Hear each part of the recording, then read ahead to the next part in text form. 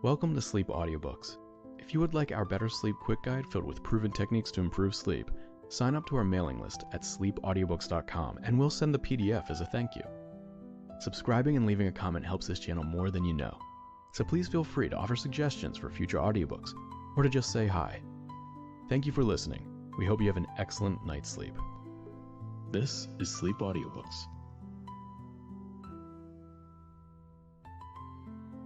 A Book of Myths by Jean Lang. Recording by James K. White, Chula Vista. Preface. Just as a little child holds out its hands to catch the sunbeams, to feel and to grasp what, so its eyes tell it, is actually there, so down through the ages, men have stretched out their hands in eager endeavor to know their God. And because only through the human was the divine knowable, the old peoples of the earth made gods of their heroes, and not unfrequently endowed these gods with as many of the vices as of the virtues of their worshippers. As we read the myths of the East and the West, we find ever the same story. That portion of the ancient Aryan race which poured from the central plain of Asia through the rocky defiles of what we now call the frontier to populate the fertile lowlands of India, had gods who must once have been wholly heroic, but who came in time to be more degraded than the most vicious of lustful criminals. And the Greeks, Latins, Teutons, Celts, and Slavonians, who came of the same mighty Aryan stock, did even as those with whom they owned a common ancestry. Originally, they gave to their gods of their best. All that was noblest in them, all that was strongest and most selfless, all the higher instincts of their natures were their endowment. And although their worship in time became corrupt and lost its beauty, there yet remains for us, in the old tales of the gods, a wonderful humanity that strikes a vibrant chord in the hearts of those who are the descendants of their worshippers.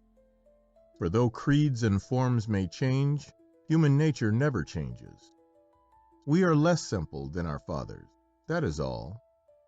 And as Professor York Powell most truly says, it is not in a man's creed, but in his deeds, not in his knowledge, but in his sympathy, that there lies the essence of what is good and of what will last in human life.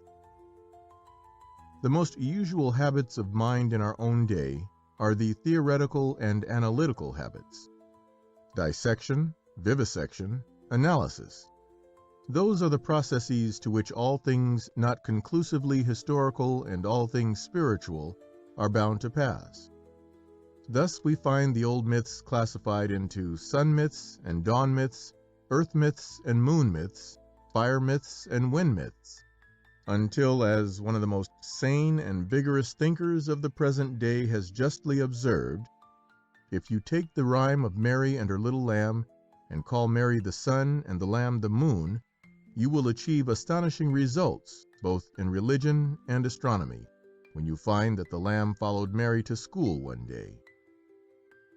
In this little collection of myths, the stories are not presented to the student of folklore as a fresh contribution to his knowledge. Rather is the book intended for those who, in the course of their reading, frequently come across names which possess for them no meaning, and who care to read some old stories through which runs the same humanity that their own hearts know. For although the old worship has passed away, it is almost impossible for us to open a book that does not contain some mention of the gods of long ago. In our childhood, we are given copies of Kingsley's Heroes and of Hawthorne's Tanglewood Tales. Later on, we find in Shakespeare, Spenser, Milton, Keats, Shelley, Longfellow, Tennyson, Mrs. Browning, and a host of other writers, constant allusion to the stories of the gods. Scarcely a poet has ever written but makes mention of them in one or other of his poems. It would seem as if there were no getaway from them. We might expect in this 20th century that the old gods of Greece and of Rome, the gods of our northern forefathers, the gods of Egypt, the gods of the British race, might be forgotten. But even when we read in a newspaper of aeroplanes, someone is more than likely to quote the story of Bellerophon and his winged steed, or of Icarus, the flyer. And in our daily speech, the names of gods and goddesses continually crop up. We drive, or at least till lately we drove, in phaetons. Not only schoolboys swear by Jove or by Jupiter. The silvery substance in our thermometers and barometers is named Mercury. Blacksmiths are accustomed to being referred to as sons of Vulcan, and beautiful youths to being called young Adonises. We accept the names of newspapers and debating societies as being the Argus, without perhaps quite realizing who was Argus the many-eyed. We talk of a panic, and forget that the great god Pan is father of the word. Even in our religious services, we go back to heathenism. Not only are the crockets on our cathedral spires and church pews remnants of fire worship, but one of our own most beautiful Christian blessings is probably of Assyrian origin. The Lord bless thee and keep thee. The Lord make his face to shine upon thee. The Lord lift up the light of his countenance upon thee. So did the priests of the sun gods invoke blessings upon those who worship. We make discoveries as we study the myths of the north and of the south. In the story of Baldur, we find that the goddess Hel ultimately gave her name to the place of punishment, precious to the Calvinistic mind. And because the Norsemen very much disliked the bitter, cruel cold of the long winter, his heaven was a warm, well-fired abode, and his place of punishment one of terrible frigidity. Somewhere on the other side of the Tweed and Cheviots was the spot selected by the Celts of southern Britain.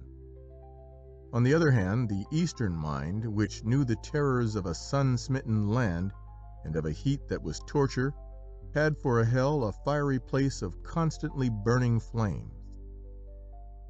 In the space permitted, it has not been possible to deal with more than a small number of myths, and the well-known stories of Heracles, of Theseus, and of the Argonauts have been purposely omitted. These have been so perfectly told by great writers that to retell them would seem absurd. The same applies to the Odyssey and the Iliad, the translations of which probably take rank amongst the finest translations in any language. The writer will feel that her object has been gained should any readers of these stories feel that for a little while they have left the toilful utilitarianism of the present day behind them, and with it its hampering restrictions of sordid actualities that are so murderous to imagination and to all romance. Great God, I'd rather be a pagan suckled in a creed outworn. So might I, standing on this pleasant lea, have glimpses that would make me less forlorn, have sight of Proteus rising from the sea, or hear old Triton blow his wreathed horn. Jean Lang. Postscript. We have come, in those last long months, to date our happenings as they have never until now been dated by those of our own generation. We speak of things that took place before the war, and between that time and this stands a barrier immeasurable. This book, with its preface, was completed in 1914, before the war. Since August 1914, the finest humanity of our race has been enduring Promethean agonies. But even as Prometheus unflinchingly bore the cruelties of pain, of heat and of cold, of hunger and of thirst, and the tortures inflicted by an obscene bird of prey, so have endured the men of our nation, and of those nations with whom we are proud to be allied. Much more remote than they seemed one little year ago, now seem the old stories of sunny Greece. But if we have studied the strange transmogrification of the ancient gods, we can look with interest, if with horror, at the Teuton representation of the God in whom we believe as a God of perfect purity, of honor, and of love. According to their interpretation of him, the God of the Huns would seem to be as much a confederate of the vicious as the most degraded god of ancient worship. And if we turn with shame from the divinity so often and so glibly referred to by blasphemous lips, and look on a picture that tears our hearts and yet makes our hearts big with pride, we can understand how it was that those heroes who fought and died in the valley of the Scamander came in time to be regarded not as men, but as gods. There is no tale in all the world's mythology finer than the tale that began in August 1914. How future generations will tell the tale, who can say? But we, for whom life can never be the same again, can say with all earnestness, it is the memory that the soldier leaves behind him, like the long train of light that follows the sunken sun, that is all which is worth caring for, which distinguishes the death of the brave or the ignoble. And surely to all those who are fighting and suffering and dying for a noble cause, the God of gods, the God of battles, who is also the God of peace and the God of love, has become an ever near and eternally living entity. Our little systems have their day. They have their day and cease to be. They are but broken lights of thee. And thou, O Lord, art more than they. End of preface and postscript. Section 1. Prometheus and Pandora. Those who are interested in watching the mental development of a child must have noted that when the baby has learned to speak even a little, it begins to show its growing intelligence by asking questions. What is this? It would seem at first to ask with regard to simple things that to it are still mysteries. Soon it arrives at the more far-reaching inquiries. Why is this so? How did this happen? And as the child's mental growth continues, the painstaking and conscientious parent or guardian is many times faced by questions which lack of knowledge or a sensitive honesty prevents him from answering either with assurance or with ingenuity. As with the child, so it has ever been with the human race. Man has always come into the world asking how, why, what, and so the Hebrew, the Greek, the Maori, the Australian blackfellow, the Norseman, in a word, each race of mankind, has formed for itself an explanation of existence, an answer to the questions of the groping child mind. Who made the world? What is God? What made a God think of fire and air and water? Why am I? Into the explanation of creation and existence given by the Greeks come the stories of Prometheus and of Pandora. The world, as first it was, to the Greeks was such a world as the one of which we read in the book of Genesis, without form and void. It was a sunless world in which land, air, and sea were mixed up together, and over which reigned a deity called Chaos. With him ruled the goddess of night, and their son was Erebus, god of darkness. When the two beautiful children of Erebus, light and day, had flooded formless space with their radiance, Eros, the god of love, was born, and light and day and love, working together, turned discord into harmony, and made the earth, the sea, and the sky into one perfect whole. A giant race, a race of Titans, in time populated this newly made earth, and of these one of the mightiest was Prometheus. To him and to his brother Epimetheus was entrusted by Eros the distribution of the gifts of faculties and of instincts to all the living creatures in the world, and the task of making a creature lower than the gods, something less great than the Titans, yet in knowledge and in understanding infinitely higher than the beasts and birds and fishes. At the hands of the Titan brothers, birds, beasts, and fishes had fared handsomely. They were titanic in their generosity, and so prodigal had they been in their gifts that when they would fain have carried out the commands of Eros, they found that nothing was left for the equipment of this being to be called man. Yet nothing daunted, Prometheus took some clay from the ground at his feet, moistened it with water, and fashioned it into an image, in form like the gods. Into its nostrils Eros breathed the spirit of life. Pallas Athene endowed it with a soul, and the first man looked wonderingly round on the earth that was to be his heritage. Prometheus, proud of the beautiful thing of his own creation, would fain have given man a worthy gift, but no gift remained for him. He was naked, unprotected, more helpless than any of the beasts of the field, more to be pitied than any of them, in that he had a soul to suffer. Surely Zeus, the all-powerful ruler of Olympus, would have compassion on man. But Prometheus looked to Zeus in vain. Compassion he had none. Then, in infinite pity, Prometheus bethought himself of a power belonging to the gods alone, and unshared by any living creature on the earth. "We shall give fire to the man whom we have made," he said to Epimetheus. To Epimetheus this seemed an impossibility, but to Prometheus nothing was impossible.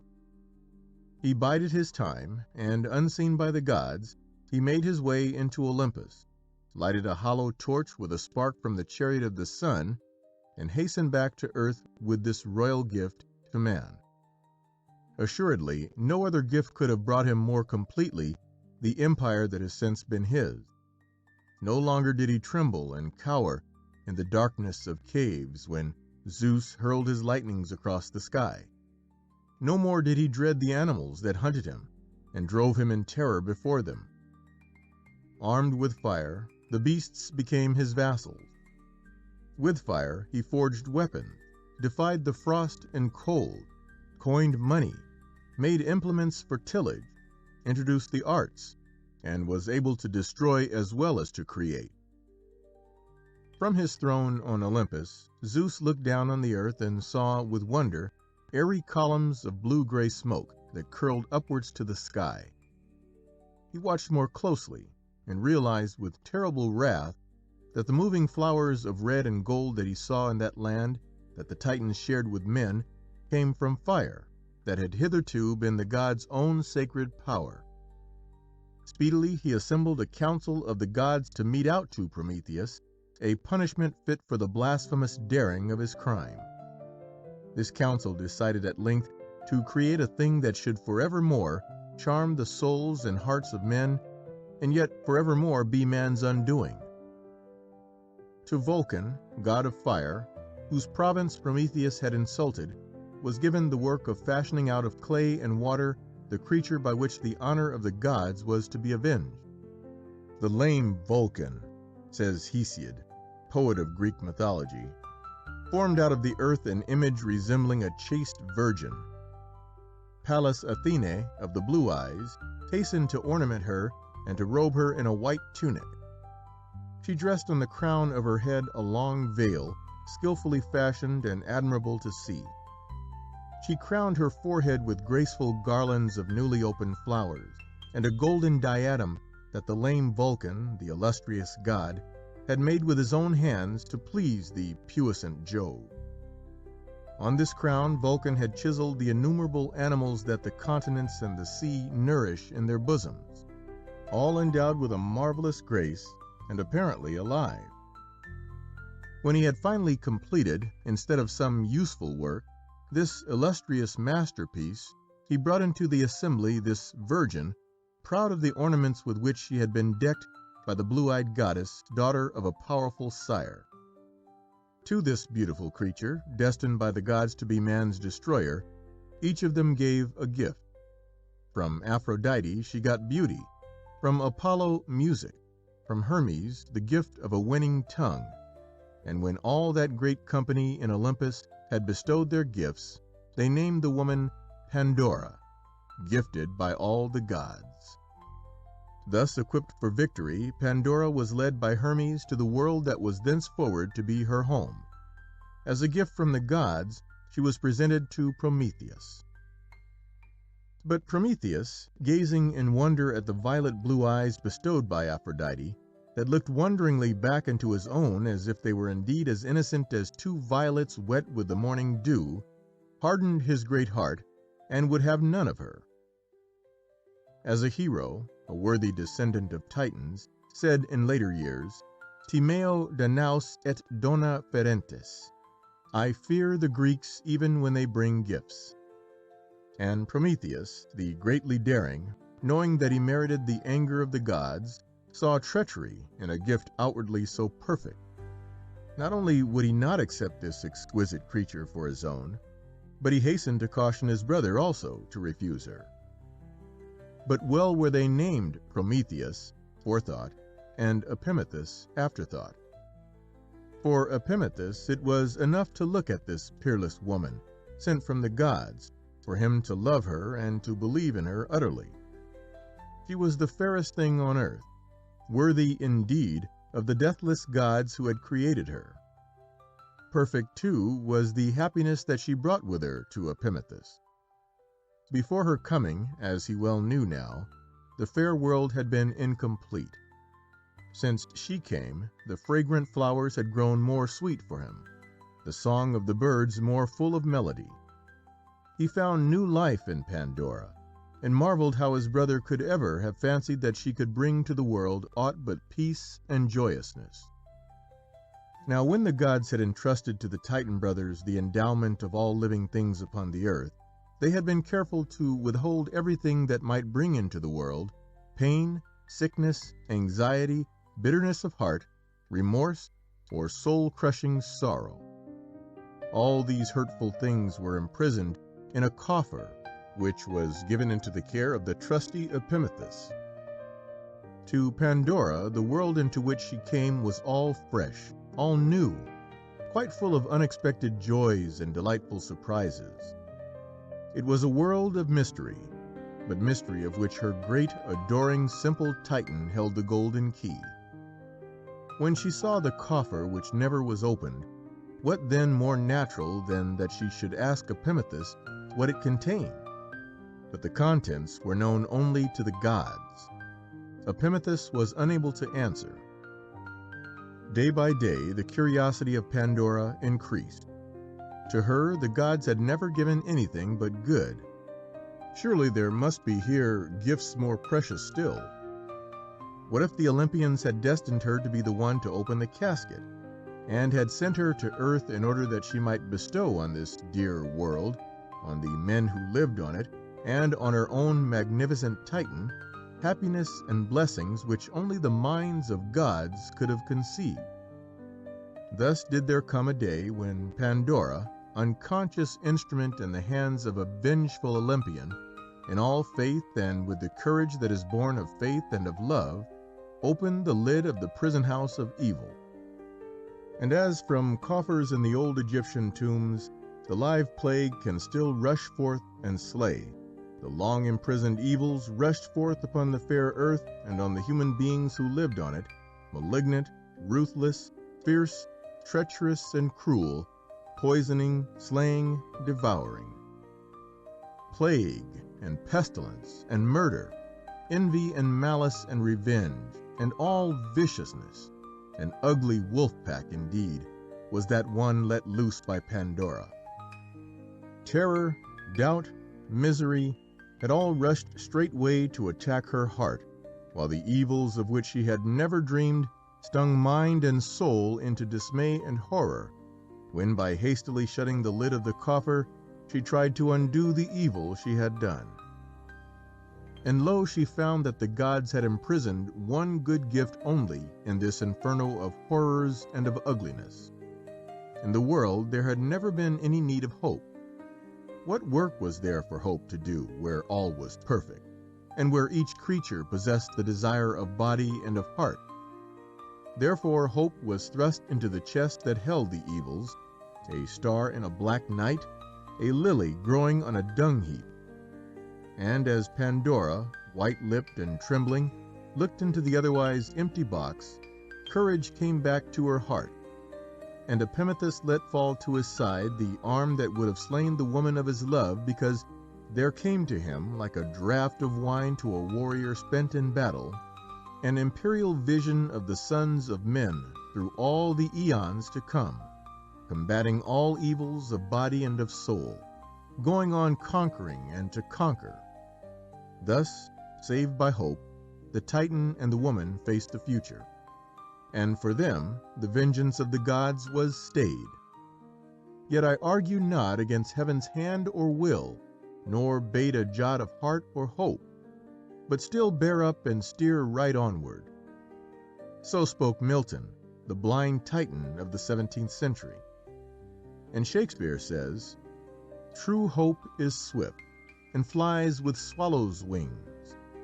Kings it makes gods, and meaner creatures kings." Upon the earth and on the children of men who were as gods in their knowledge and mastery of the force of fire, Jupiter had had his revenge. For Prometheus he reserved another punishment. He, the greatly daring, once the dear friend and companion of Zeus himself, was chained to a rock on Mount Caucasus by the vindictive deity. There, on a dizzy height, his body thrust against the sun-baked rock, Prometheus had to endure the torment of having a foul-beaked vulture tear out his liver as though he were a piece of carrion lying on the mountainside. All day, while the sun mercilessly smote him and the blue sky turned from red to black before his pain-racked eyes, the torture went on. Each night, when the filthy bird of prey that worked the will of the gods spread its dark wings and flew back to its eyrie, the Titan endured the cruel mercy of having his body grow whole once more. But with daybreak there came again the silent shadow, the smell of the unclean thing, and again with fierce beak and talons the vulture greedily began its work. 30,000 years was the time of his sentence, and yet Prometheus knew that at any moment he could have brought his torment to an end. A secret was his, a mighty secret, the revelation of which would have brought him the mercy of Zeus and have reinstated him in the favor of the all-powerful god. Yet did he prefer to endure his agonies, rather than to free himself by bowing to the desires of a tyrant who had caused man to be made, yet denied to man those gifts that made him nobler than the beasts and raised him almost to the heights of the Olympians. Thus for him the weary centuries dragged by, in suffering that knew no respite, in endurance that the gods might have ended. Prometheus had brought an imperial gift to the men that he had made, and imperially he paid the penalty. 3,000 years of sleep-unsheltered hours, and moments aye divided by keen pangs till they seemed years, torture and solitude, scorn and despair. These are mine empire, more glorious far than that which thou surveyest from thine unenvied throne, O mighty God. Almighty, had I deigned to share the shame of thine ill tyranny, and hung not here nailed to this wall of eagle-baffling mountain, black, wintry, dead, unmeasured, without herb, insect, or beast, or shape, or sound of life. Ah me! Alas! Pain, pain ever, forever. Shelley. Titan, to whose immortal eyes the sufferings of mortality seen in their sad reality were not as things that gods despise, what was thy pity's recompense? A silent suffering and intense, the rock, the vulture, and the chain, all that the proud can feel of pain, the agony they do not show, the suffocating sense of woe, which speaks but in its loneliness, and then is jealous lest the sky should have a listener, nor will sigh until its voice is echoless. Byron. Yet I am still Prometheus, wiser grown by years of solitude, that holds apart the past and future, giving the soul room to search into itself, and long commune with this eternal silence. More a god, in my long suffering and strength to meet with equal front the direst shafts of fate, than thou in thy faint-hearted despotism. Therefore, great heart, bear up. Thou art but type of what all lofty spirits endure, that fain would win men back to strength and peace through love. Each hath his lonely peak, and on each heart envy, or scorn, or hatred tears lifelong with vulture beak. Yet the high soul is left, and faith, which is but hope grown wise, and love and patience, which at last shall overcome. Lowell. End of Prometheus and Pandora. Section 2. Pygmalion. In days when the world was young, and when the gods walked on the earth, there reigned over the island of Cyprus a sculptor king, and king of sculptors, named Pygmalion. In the language of our own day, we should call him wedded to his art. In woman, he only saw the bane of man. Women, he believed, lured men from the paths to which their destiny called them. While man walked alone, he walked free. He had given no hostages to fortune. Alone, man could live for his art, could combat every danger that beset him, could escape unhampered from every pitfall in life. But woman was the ivy that clings to the oak, and throttles the oak in the end. No woman, vowed Pygmalion, should ever hamper him. And so, at length, he came to hate women, and, free of heart and mind, his genius wrought such great things that he became a very perfect sculptor. He had one passion, a passion for his art, and that sufficed him. Out of great rough blocks of marble, he would hew the most perfect semblance of men and of women, and of everything that seemed to him most beautiful and the most worth preserving. When we look now at the Venus of Milo, at the Diana of Versailles, and at the Apollo Belvedere in the Vatican, we can imagine what were the greater things that the sculptor of Cyprus freed from the dead blocks of marble. One day, as he chipped and chiseled, there came to him, like the rough sketch of a great picture, the semblance of a woman. How it came he knew not. Only he knew that in that great mass of pure white stone there seemed to be imprisoned the exquisite image of a woman that he must set free. Slowly, gradually, the woman came. Soon he knew that she was the most beautiful thing that his art had ever wrought. All that he had ever thought that a woman should be, this woman was. Her form and features were all most perfect, and so perfect were they that he felt very sure that, had she been a woman indeed, most perfect would have been the soul within. For her he worked as he had never worked before. There came at last a day when he felt that another touch would be insult to the exquisite thing he had created. He laid his chisel aside and sat down to gaze at the perfect woman. She seemed to gaze back at him. Her parted lips were ready to speak, to smile. Her hands were held out to hold his hand. Then Pygmalion covered his eyes. He, the hater of women, loved a woman of chilly marble. The women he had scorned were avenged. Day by day, his passion for the woman of his own creation grew and grew.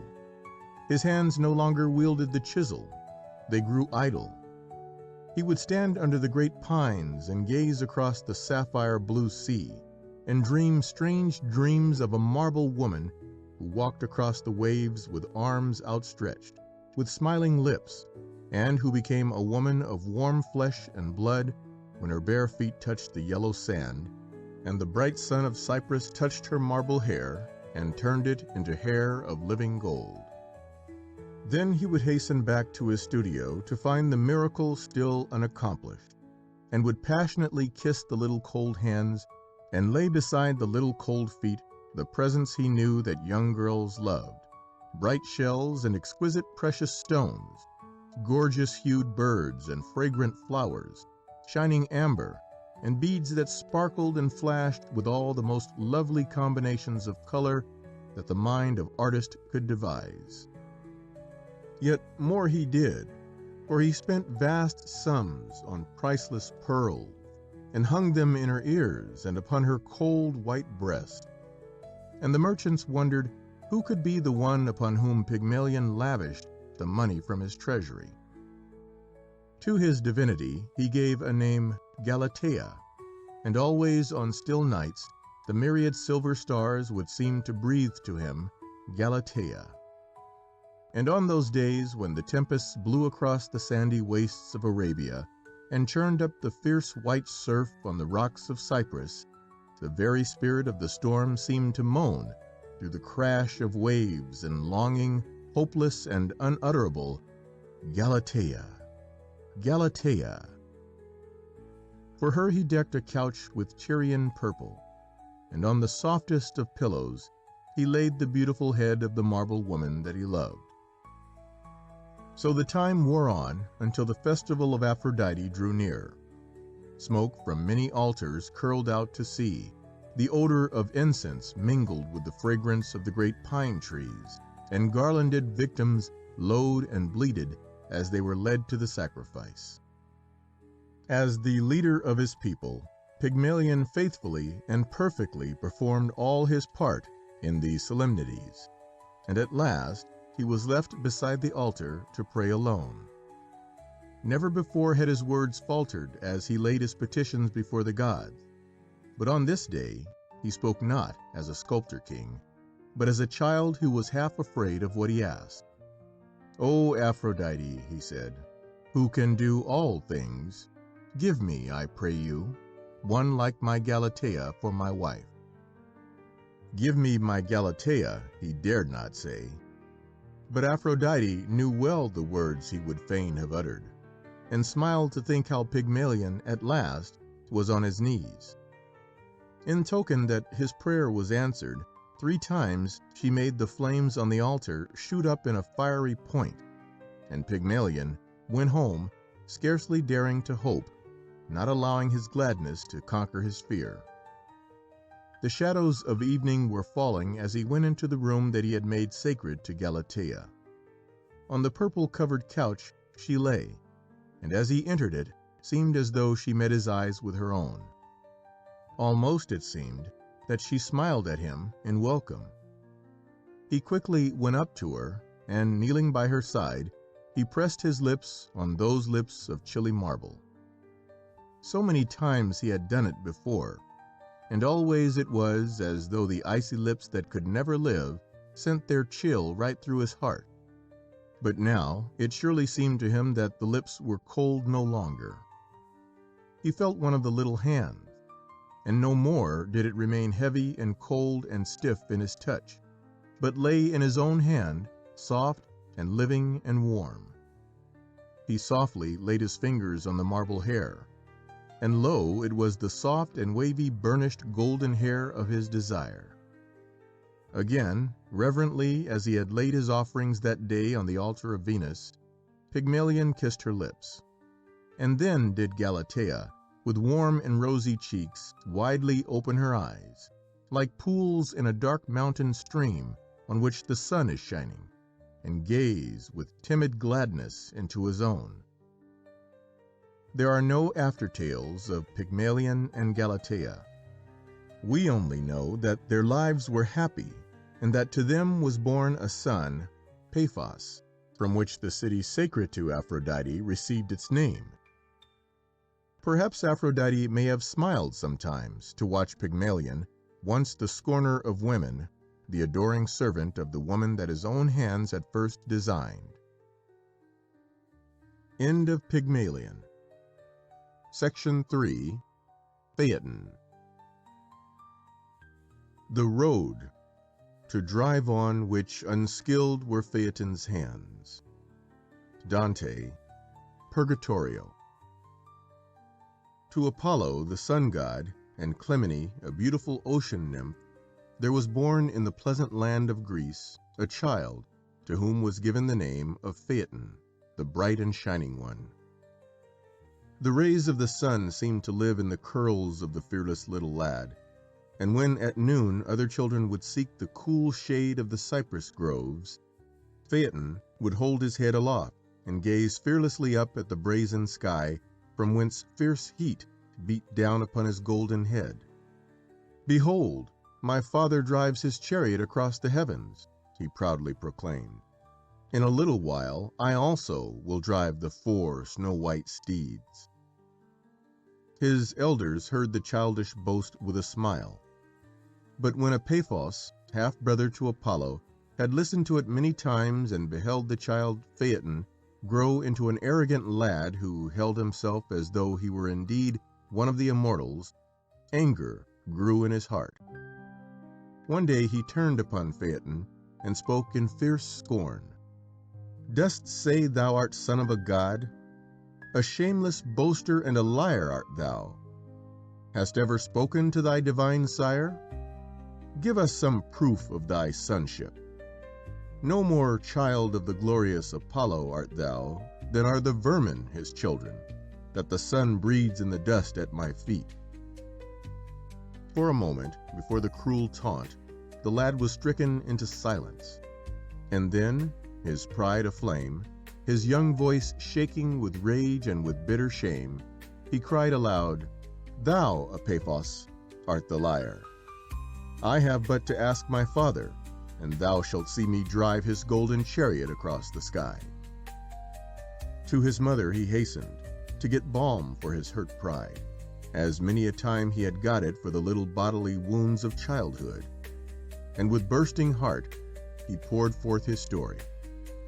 "True it is," he said, "that my father has never deigned to speak to me, yet I know, because thou hast told me so, that he is my sire. And now my word is pledged. Apollo must let me drive his steeds, else I am forevermore branded braggart and liar, and shamed amongst men." Clymene listened with grief to his complaint. He was so young, so gallant, so foolish. "Truly thou art the son of Apollo," she said, "and O son of my heart, thy beauty is his, and thy pride the pride of a son of the gods. Yet only partly a god art thou, and though thy proud courage would dare all things, it were mad folly to think of doing what a god alone can do." But at last she said to him, "Naught that I can say is of any avail. Go, seek thy father, and ask him what thou wilt." Then she told him how he might find the place in the east where Apollo rested ere the labors of the day began. And with eager gladness Phaeton set out upon his journey. A long way he traveled, with never a stop. Yet when the glittering dome and jeweled turrets and minarets of the Palace of the Sun came into view, he forgot his weariness and hastened up the steep ascent to the home of his father. Phoebus Apollo, clad in purple that glowed like the radiance of a cloud in the sunset sky, sat upon his golden throne. The day, the month, and the year stood by him, and beside them were the hours. Spring was there, her head wreathed with flowers, summer crowned with ripened grain, autumn with his feet empurpled by the juice of the grapes, and winter with hair all white and stiff with hoar-frost. And when Phaeton walked up the golden steps that led to his father's throne, it seemed as though incarnate youth had come to join the court of the god of the sun, and that youth was so beautiful a thing that it must surely live forever. Proudly did Apollo know him for his son, and when the boy looked in his eyes with the arrogant fearlessness of boyhood, the god greeted him kindly and asked him to tell him why he came and what was his petition. As to Clymene, so also to Apollo, Phaeton told his tale, and his father listened, half in pride and amusement, half in puzzled vexation. When the boy stopped, and then breathlessly, with shining eyes and flushed cheeks, ended up his story with, "And, O light of the boundless world, if I am indeed thy son, let it be as I have said, and for one day only let me drive thy chariot across the heavens."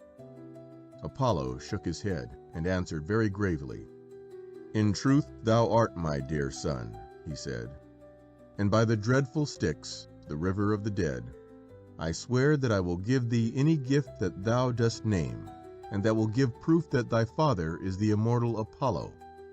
But never to thee, nor to any other, be he mortal or immortal, shall I grant the boon of driving my chariot." But the boy pled on. "I am shamed forever, my father," he said. "Surely thou wouldest not have son of thine proved liar and braggart." "Not even the gods themselves can do this thing," answered Apollo. "Nay, not even the almighty Zeus. None but I, Phoebus Apollo, may drive the flaming chariot of the sun, for the way is beset with dangers, and none know it but I."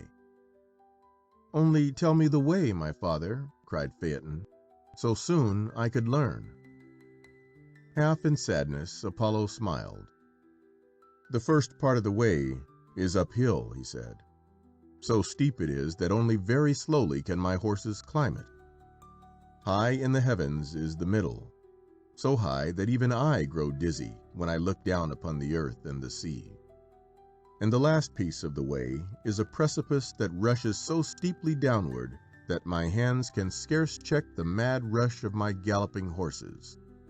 And all the while the heaven is spinning round, and the stars with it.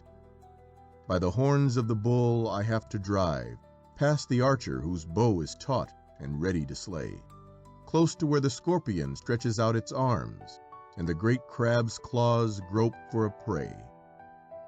"I fear none of these things, O my father," cried Phaeton. "Grant that for one day only I drive thy white-maned steeds." Very pitifully Apollo looked at him, and for a little space he was silent. "The little human hands," he said at length, "the little human frame, and with them the soul of a god. The pity of it, my son! Dost not know that the boon that thou dost crave from me is death?" "Rather death than dishonor," said Phaeton, and proudly he added, "For once would I drive like the god my father. I have no fear." So was Apollo vanquished, and Phaeton gained his heart's desire. From the courtyard of the palace the 4 white horses were led, and they pawed the air and neighed aloud in the glory of their strength. They drew the chariot whose axle and pole and wheels were of gold, with spokes of silver, while inside were rows of diamonds and of chrysolites that gave dazzling reflection of the sun. Then Apollo anointed the face of Phaeton with a powerful essence that might keep him from being smitten by the flames, and upon his head he placed the rays of the sun. And then the stars went away, even to the day star that went last of all, and at Apollo's signal, Aurora, the rosy-fingered, threw open the purple gates of the east, and Phaeton saw a path of pale rose color open before him. With a cry of exultation, the boy leaped into the chariot and laid hold of the golden reins. Barely did he hear Apollo's parting words: "Hold fast the reins, and spare the whip. All thy strength will be wanted to hold the horses in. Go not too high nor too low. The middle course is safest and best. Follow, if thou canst, in the old tracks of my chariot wheels." His glad voice of thanks for the godlike boon rang back to where Apollo stood and watched him vanishing into the dawn that still was soft in hue as the feathers on the breast of a dove. Uphill at first the white steeds made their way, and the fire from their nostrils tinged with flame color the dark clouds that hung over the land and the sea. With rapture Phaeton felt that truly he was the son of a god, and that at length he was enjoying his heritage. The day for which, through all his short life, he had longed, had come at last. He was driving the chariot whose progress even now was awakening the sleeping earth. The radiance from its wheels and from the rays he wore round his head was painting the clouds, and he laughed aloud in rapture as he saw, far down below, the sea and the rivers he had bathed in as a human boy, mirroring the green and rose and purple and gold and silver and fierce crimson that he, Phaeton, was placing in the sky. The gray mist rolled from the mountain tops at his desire. The white fog rolled up from the valleys. All living things awoke. The flowers opened their petals. The grain grew golden. The fruit grew ripe. Could but Epaphos see him now? Surely he must see him and realize that not Apollo but Phaeton was guiding the horses of his father, driving the chariot of the sun. Quicker and yet more quick grew the pace of the white-maned steeds. Soon they left the morning breezes behind, and very soon they knew that these were not the hands of the god, their master, that held the golden reins. Like an airship without its accustomed ballast, the chariot rolled unsteadily, and not only the boy's light weight, but his light hold on their bridles made them grow mad with a lust for speed. The white foam flew from their mouths, like the spume from the giant waves of a furious sea, and their pace was swift as that of a bolt that is cast by the arm of Zeus. Yet Phaeton had no fear, and when they heard him shout in rapture, "Quicker still, brave ones! More swiftly still!" it made them speed onwards, madly, blindly, with the headlong rush of a storm. There was no hope for them to keep on the beaten track, and soon Phaeton had his rapture checked by the terrible realization that they had strayed far out of the course, and that his hands were not strong enough to guide them. Close to the great bear and the little bear they passed, and these were scorched with heat. The serpent, which, torpid, chilly, and harmless, lies coiled around the North Pole, felt a warmth that made it grow fierce and harmful again. Downward, ever downward, galloped the maddened horses, and soon Phaeton saw the sea as a shield of molten brass, and the earth so near that all things on it were visible. When they passed the scorpion, and only just missed destruction from its menacing fangs, fear entered into the boy's heart. His mother had spoken truth. He was only partly a god, and he was very, very young. In impotent horror, he tugged at the reins to try to check the horse's descent. Then, forgetful of Apollo's warning, he smote them angrily.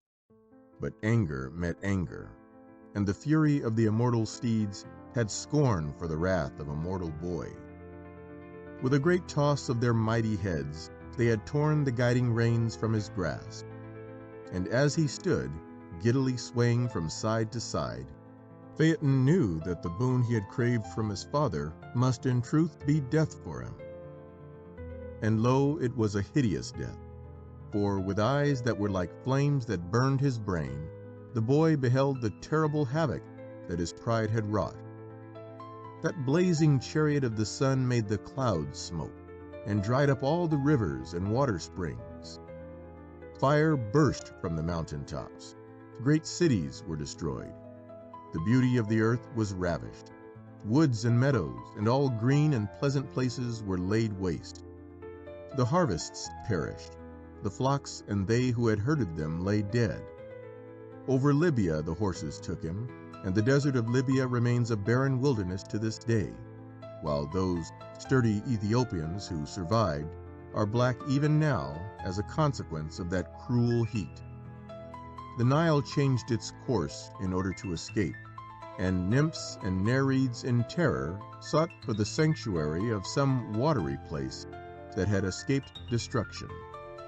The face of the burned and blackened earth, where the bodies of thousands of human beings lay charred to ashes, cracked and sent dismay to Pluto by the lurid light that penetrated even to his throne. All this Phaeton saw in impotent agony of soul. His boyish folly and pride had been great, but the excruciating anguish that made him shed tears of blood was indeed a punishment even too heavy for an erring god. From the havoc around her, the earth at last looked up, and with blackened face and blinded eyes, and in a voice that was harsh and very, very weary, she called to Zeus to look down from Olympus and behold the ruin that had been wrought by the chariot of the sun. And Zeus, the cloud gatherer, looked down and beheld. and at the sight of that piteous devastation his brow grew dark, and terrible was his wrath against him who had held the reins of the chariot. Calling upon Apollo and all the other gods to witness him, he seized a lightning bolt, and for a moment the deathless Zeus and all the dwellers in Olympus looked on the fiery chariot in which stood the swaying, slight, lithe figure of a young lad, blinded with horror, shaken with agony. Then from his hand Zeus cast the bolt, and the chariot was dashed into fragments, and Phaeton, his golden hair ablaze, fell like a bright shooting star from the heavens above into the river Eridanus.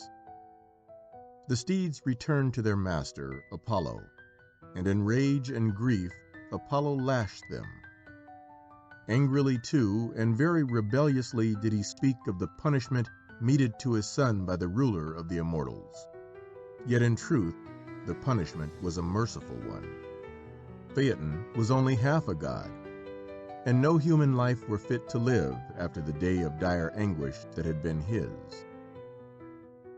Bitter was the mourning of Clymene over her beautiful only son, and so ceaselessly did his three sisters, the Heliades, weep for their brother, that the gods turned them into poplar trees that grew by the bank of the river.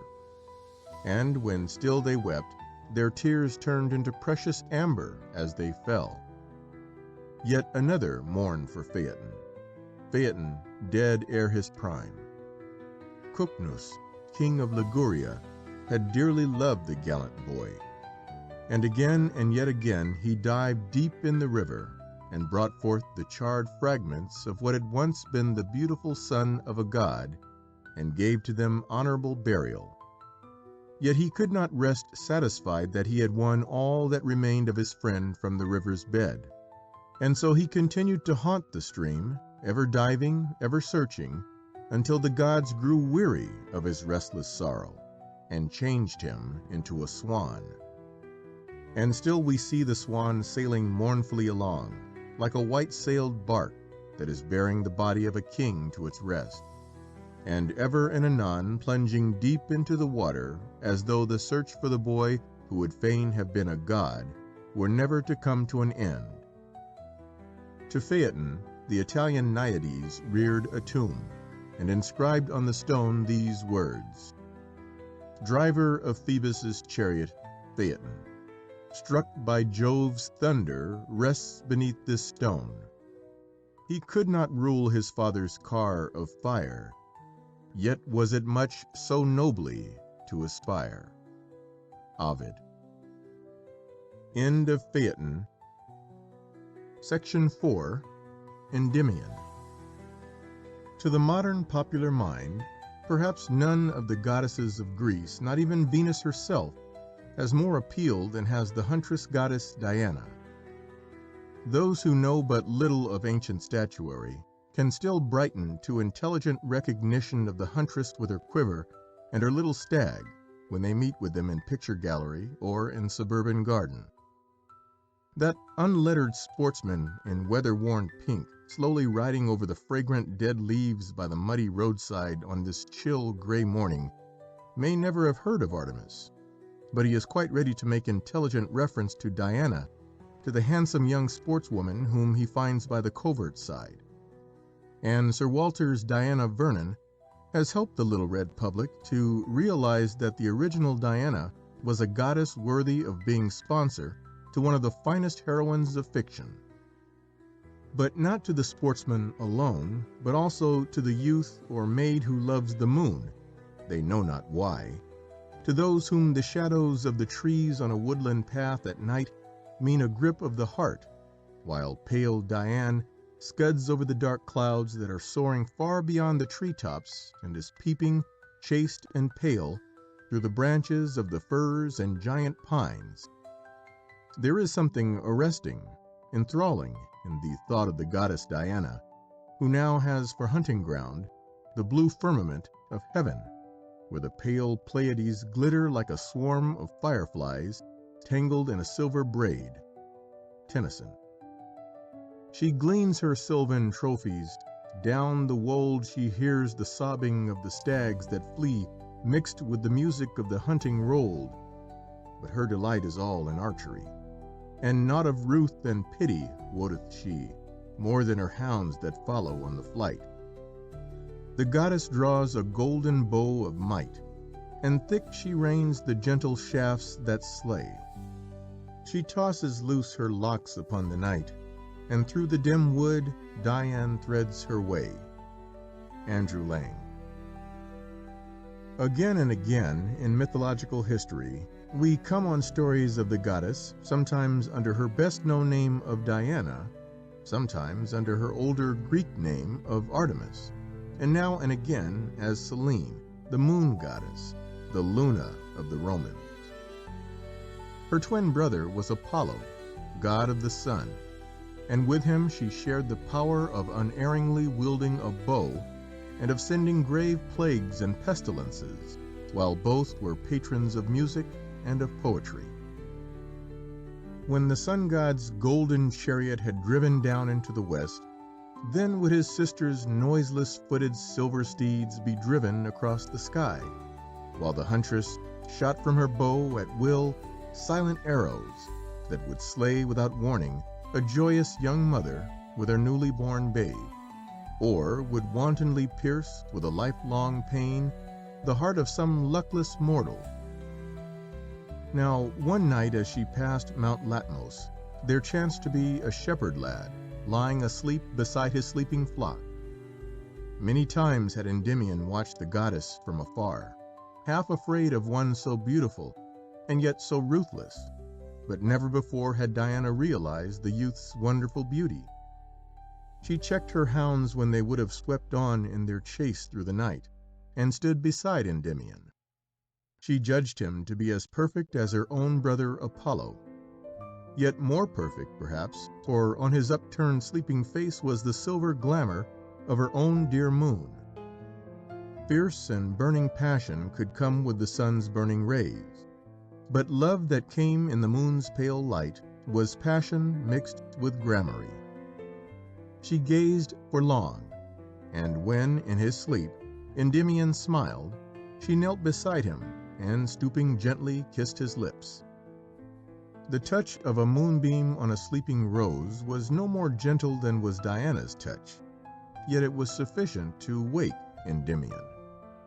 And as, while one's body sleeps on, one's half-waking mind, now and again in a lifetime, seems to realize an ecstasy of happiness so perfect that one dares not wake lest, by waking, the wings of one's realized ideal should slip between grasping fingers and so escape forever, so did Endymion realize the kiss of the goddess.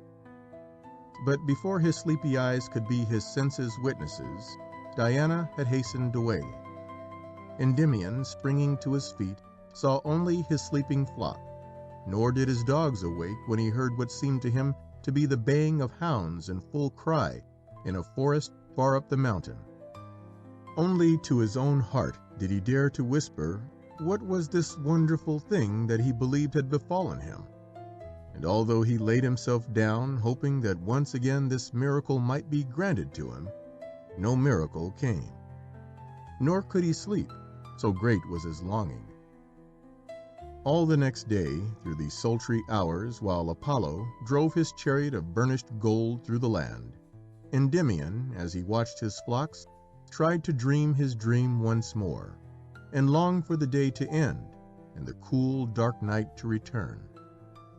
When night came, he tried to lie awake and see what might befall, but when kind sleep had closed his tired eyes, there came a lovely vision of a maid, who seemed to step as from a golden car out of the low-hung moon. Lewis Morris. Always she kissed him, yet when her kiss awoke him, he never could see anything more tangible than a shaft of silver moonlight on the moving bushes of the mountainside, never hear anything more real than the faraway echo of the baying of pursuing hounds. And if with eager, greatly daring eyes he looked skywards, a dark cloud, so it seemed to him, would always hasten to hide the moon from his longing gaze. In this manner time passed on. The days of Endymion were filled by longing daydreams. His sleeping hours ever brought him ecstasy. Ever, too, to the goddess, the human being that she loved seemed to her to grow more precious. For her, all the joy of day and of night was concentrated in the moments she spent by the side of the sleeping Endymion. The flocks of the shepherd flourished like those of no other herd. No wild beast dared come near them. No storm nor disease assailed them. Yet for Endymion, the things of earth no longer held any value. He lived only for his dear dreams' sake. Had he been permitted to grow old and worn and tired and still a dreamer, who knows how his story might have ended?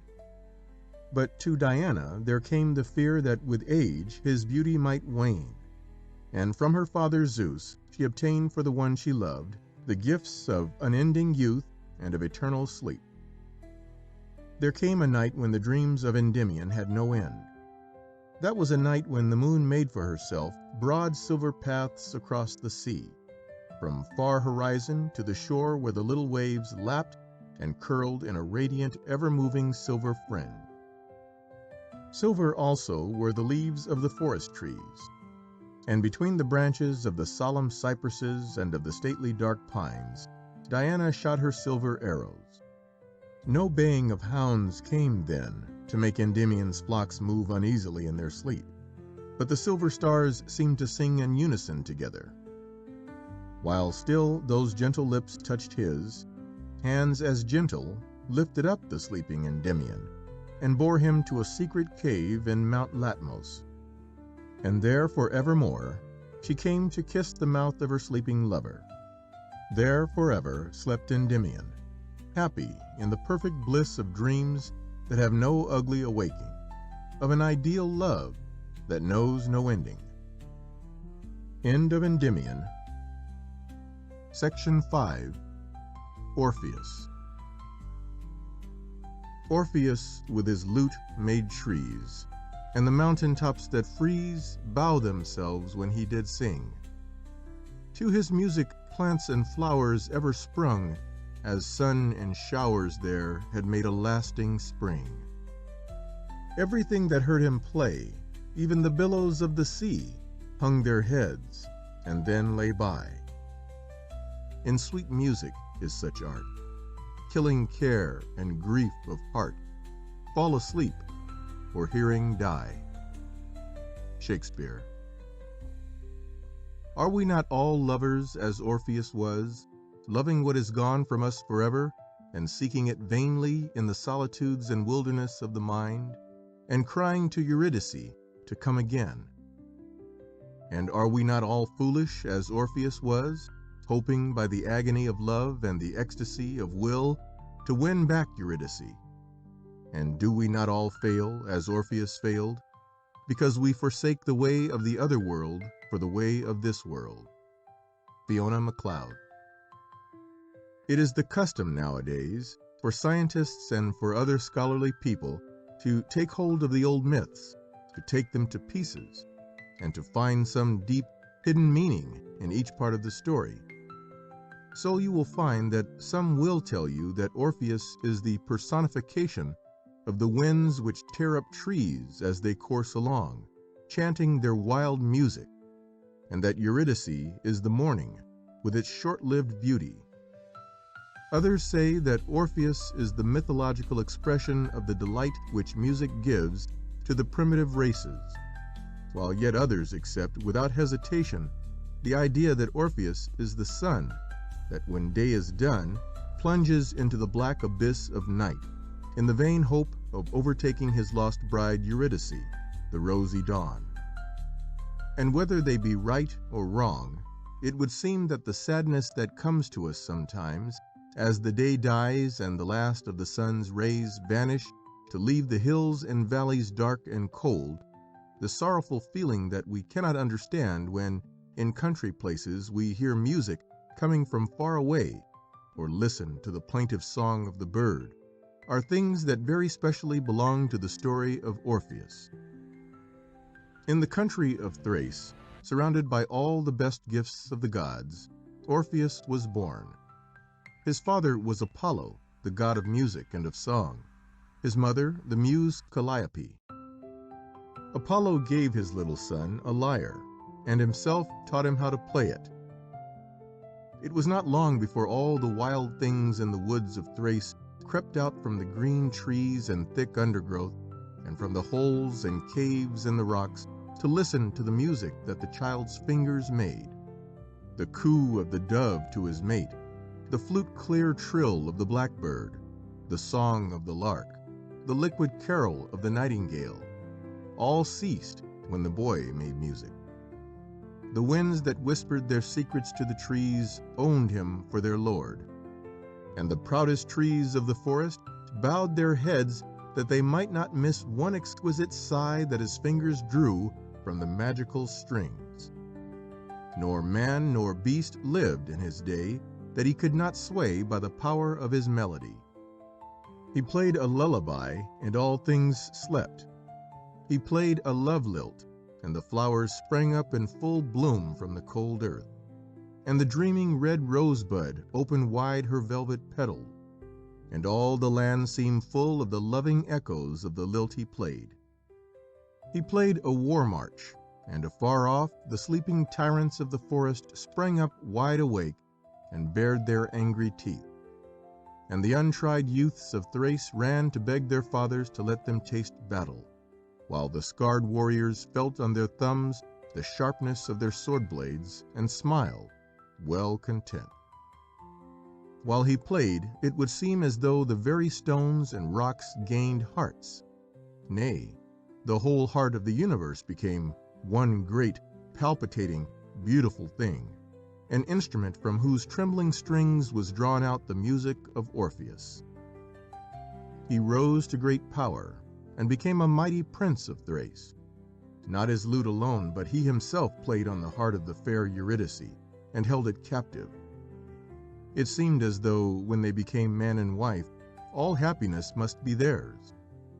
But although Hymen, the god of marriage himself, came to bless them on the day they wed, the omens on that day were against them. The torch that Hymen carried had no golden flame, but sent out pungent black smoke that made their eyes water. They feared they knew not what, but when soon afterwards, as Eurydice wandered with the nymphs, her companions, through the blue-shadowed woods of Thrace, the reason was discovered. A bold shepherd who did not know her for a princess saw Eurydice, and no sooner saw her than he loved her. He ran after her to proclaim to her his love, and she, afraid of his wild uncouthness, fled before him. She ran in her terror too swiftly to watch whither she went, and a poisonous snake that lurked amongst the fern bit the fair white foot that flitted like a butterfly across it. In agonized suffering, Eurydice died. Her spirit went to the land of the shades, and Orpheus was left broken-hearted.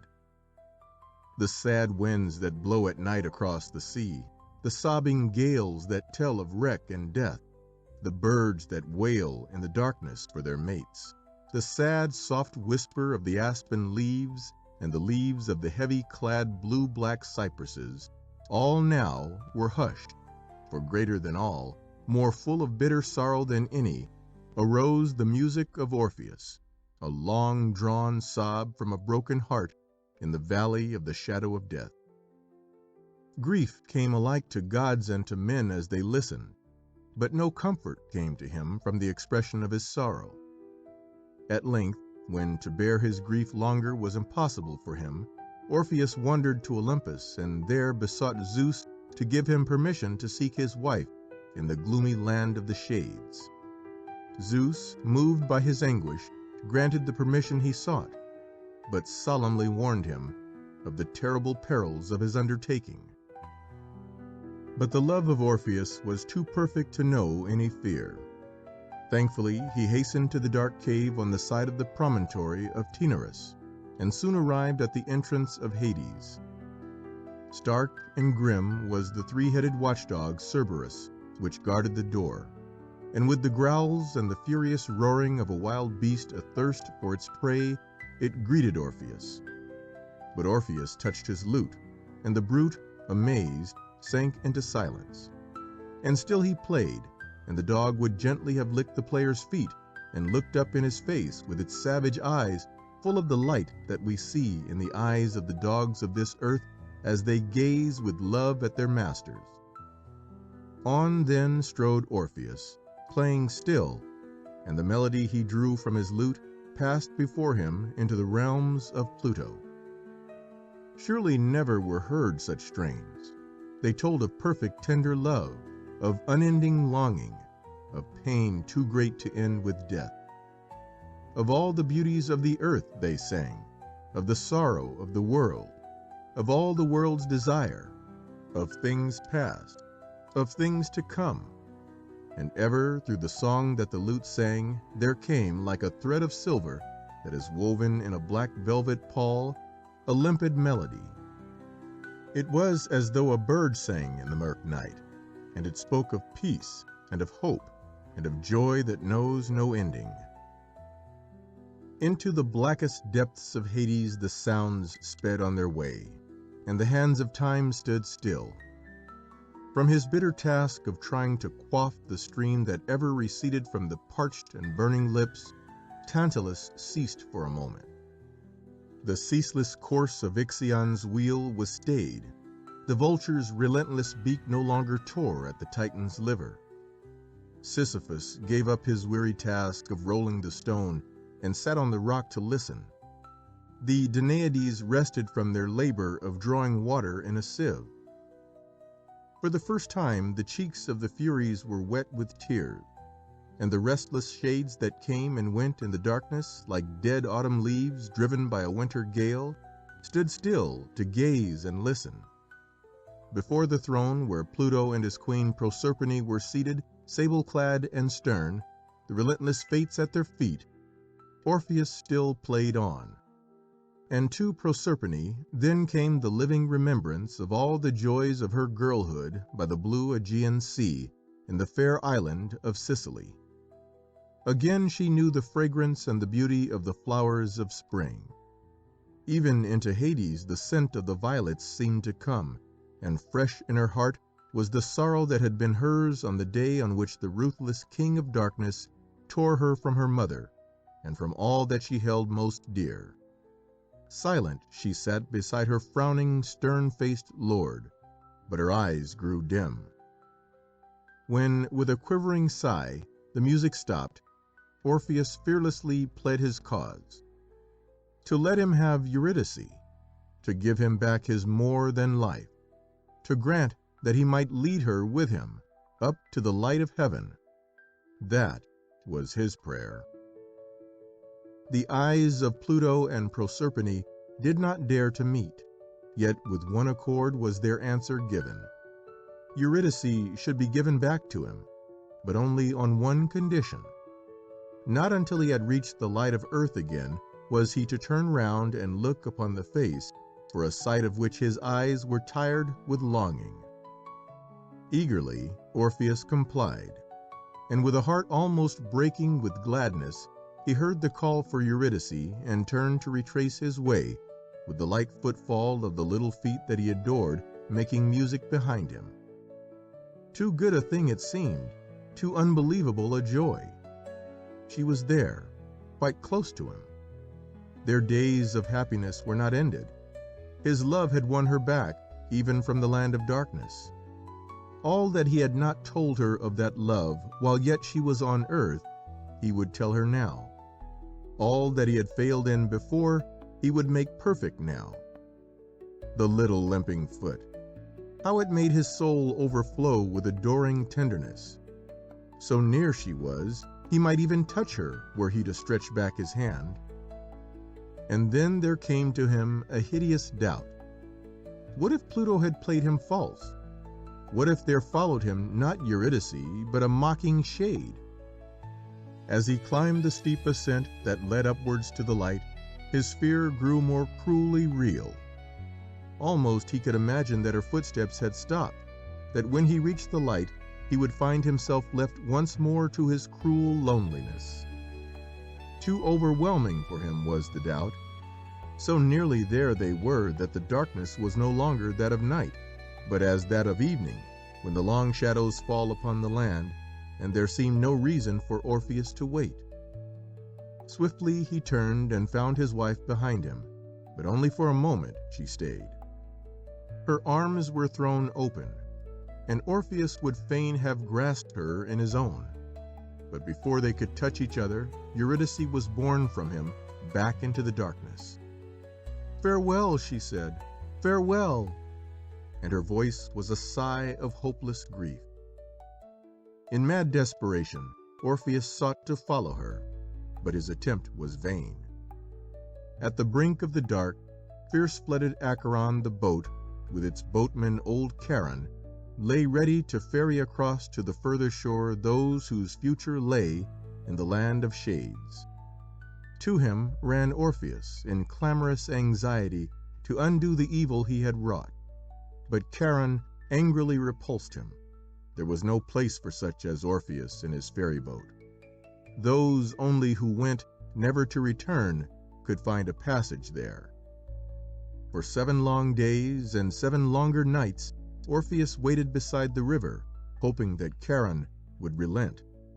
But at last hope died, and he sought the depths of the forests of Thrace, where trees and rocks and beasts and birds were all his friends. He took his lyre again then and played such strains as would have won the ear of Pluto to have quite set free his half-regained Eurydice. Milton. Day and night he stayed in the shadow of the woodlands, all the sorrow of his heart expressing itself in the song of his lute. The fiercest beasts of the forest crawled to his feet and looked up at him with eyes full of pity. The song of the birds ceased, and when the wind moaned through the trees, they echoed his cry, "Eurydice! Eurydice!" In the dawning hours it would seem to him that he saw her again, flitting, a thing of mist and rising sun, across the dimness of the woods. And when evening came and all things rested, and the night called out the mystery of the forest, again he would see her. In the long blue shadows of the trees she would stand, up the woodland paths she walked, where her little feet fluttered the dry leaves as she passed. Her face was white as a lily in the moonlight, and ever she held out her arms to Orpheus. At that elm vista's end I trace dimly thy sad leave-taking face, Eurydice, Eurydice. The tremulous leaves repeat to me, Eurydice, Eurydice. Lowell. For Orpheus it was a good day when Jason, chief of the Argonauts, sought him out to bid him come with the other heroes and aid in the quest of the Golden Fleece. "Have I not had enough of toil and of weary wandering far and wide?" sighed Orpheus. "In vain is the skill of the voice which my goddess mother gave me. In vain have I sung and labored. In vain I went down to the dead and charmed all the kings of Hades to win back Eurydice, my bride. For I won her, my beloved, and lost her again the same day, and wandered away in my madness even to Egypt and the Libyan sands and the isles of all the seas, while I charmed in vain the hearts of men and the savage forest beasts and the trees and the lifeless stones with my magic harp and song, giving rest but finding none." But in the good ship Argo, Orpheus took his place with the others and sailed the watery waves, and the songs that Orpheus sang to his shipmates and that tell of all their great adventures are called the songs of Orpheus, or the Orphics, to this day. Many were the mishaps and disasters that his music warded off. With it, he lulled monsters to sleep. More powerful to work magic on the hearts of men were his melodies than were the songs of the sirens when they tried to capture the Argonauts by their wiles, and in their downward destroying rush, his music checked mountains. When the quest of the Argonauts was ended, Orpheus returned to his own land of Thrace. As a hero, he had fought and endured hardship, but his wounded soul remained unhealed. Again the trees listened to the songs of longing. Again they echoed, Eurydice, Eurydice. As he sat one day near a river in the stillness of the forest, there came from afar an ugly clamor of sound. It struck against the music of Orpheus's lute and slew it, as the coarse cries of the screaming gulls that fight for carrion slay the song of a soaring lark. It was the day of the feast of Bacchus, and through the woods poured Bacchus and his Bacchantes, a shameless rout, satyrs capering around them, centaurs neighing aloud. Long had the Bacchantes hated the loyal poet-lover of one fair woman whose dwelling was with the shades. His ears were ever deaf to their passionate voices, his eyes blind to their passionate loveliness as they danced through the green trees, a riot of color, of fierce beauty, of laughter, and of mad song. Mad they were indeed this day, and in their madness the very existence of Orpheus was a thing not to be borne. At first they stoned him, but his music made the stones fall harmless at his feet. Then, in a frenzy of cruelty, with a maniac lust to cause blood to flow, to know the joy of taking life, they threw themselves upon Orpheus and did him to death. From limb to limb they tore him, casting at last his head and his blood-stained lyre into the river. And still, as the water bore them on, the lyre murmured its last music, and the white lips of Orpheus still breathed of her whom at last he had gone to join in the shadowy land. Eurydice, Eurydice. Combien d'autres sont morts de même? C'est la lutte éternelle de la force brutale contre l'intelligence, douce et sublime inspirée du ciel, dans les royaumes n'espace de ce monde. In the heavens, as a bright constellation called Lyra, or Orpheus, the gods placed his lute, and to the place of his martyrdom came the Muses, and with loving care carried the fragments of the massacred body to Libet Leda at the foot of Mount Olympus, and there buried them. And there unto this day, more sweetly than at any other spot in any other land, the nightingale sings. For it sings of a love that knows no ending, of life after death, of a love so strong that it can conquer even death, the all-powerful. End of Orpheus. Section 6. Apollo and Daphne. Conqueror of all conquerable earth, yet not always victorious over the heart of a maid, was the golden-locked Apollo. As mischievous Eros played one day with his bow and arrows, Apollo beheld him and spoke to him mockingly. "What hast thou to do with the weapons of war, saucy lad?" he said. "Leave them for hands such as mine, that know full well how to wield them. Content thyself with thy torch and kindle flames, if indeed thou canst, but such bolts as thy white young arms can drive will surely not bring scathe to God nor to man." Then did the son of Aphrodite answer, and as he made answer, he laughed aloud in his glee. "With thine arrows thou mayest strike all things else, great Apollo. A shaft of mine shall surely strike thy heart." Carefully then did Eros choose 2 arrows from his quiver. One, sharp-pointed and of gold, he fitted carefully to his bow, drew back the string until it was taut, and then let fly the arrow that did not miss its mark, but flew straight to the heart of the sun god. With the other arrow, blunt and tipped with lead, he smote the beautiful Daphne, daughter of Peneus, the river god. And then, full joyously did the boy god laugh, for his roguish heart knew well that to him, who was struck by the golden shaft, must come the last pangs that have proved many a man's and many a god's undoing, while that leaden-tipped arrow meant to whomsoever it struck a hatred of love and an immunity from all the heart weakness that love can bring.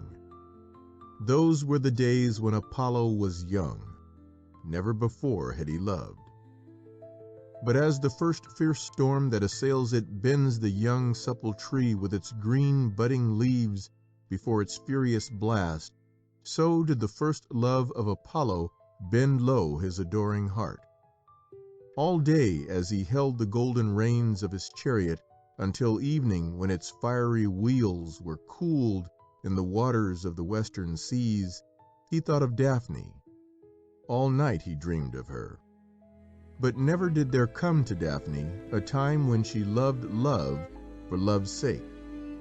Never did she look with gentle eye on the golden-haired god whose face was as the face of all the exquisite things that the sunlight shows, remembered in a dream. Her only passion was a passion for the chase. One of Diana's nymphs was she, cold and pure and white in soul as the virgin goddess herself. There came a day when Apollo could no longer put curbing hands on his fierce longing. The flames from his chariot still lingered in reflected glories on sea and hill and sky. The very leaves of the budding trees of spring were outlined in gold, and through the dim wood walked Daphne, erect and lithe and living as a sapling in the early spring. With beseeching hands, Apollo followed her. A god was he, yet to him had come the vast humility of passionate intercession for the gift of love to a little nymph. She heard his steps behind her and turned round, proud and angry that one should follow her when she had not willed it. "Stay," he said, "daughter of Peneus. No foe am I, but thine own humble lover. To thee alone do I bow my head. To all others on earth am I conqueror and king." But Daphne, hating his words of passionate love, sped on.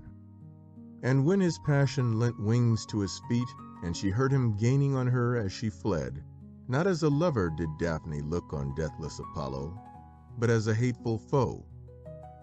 More swiftly than she had ever run beside her mistress Diana, leaving the flying winds behind her as she sped, ran Daphne now.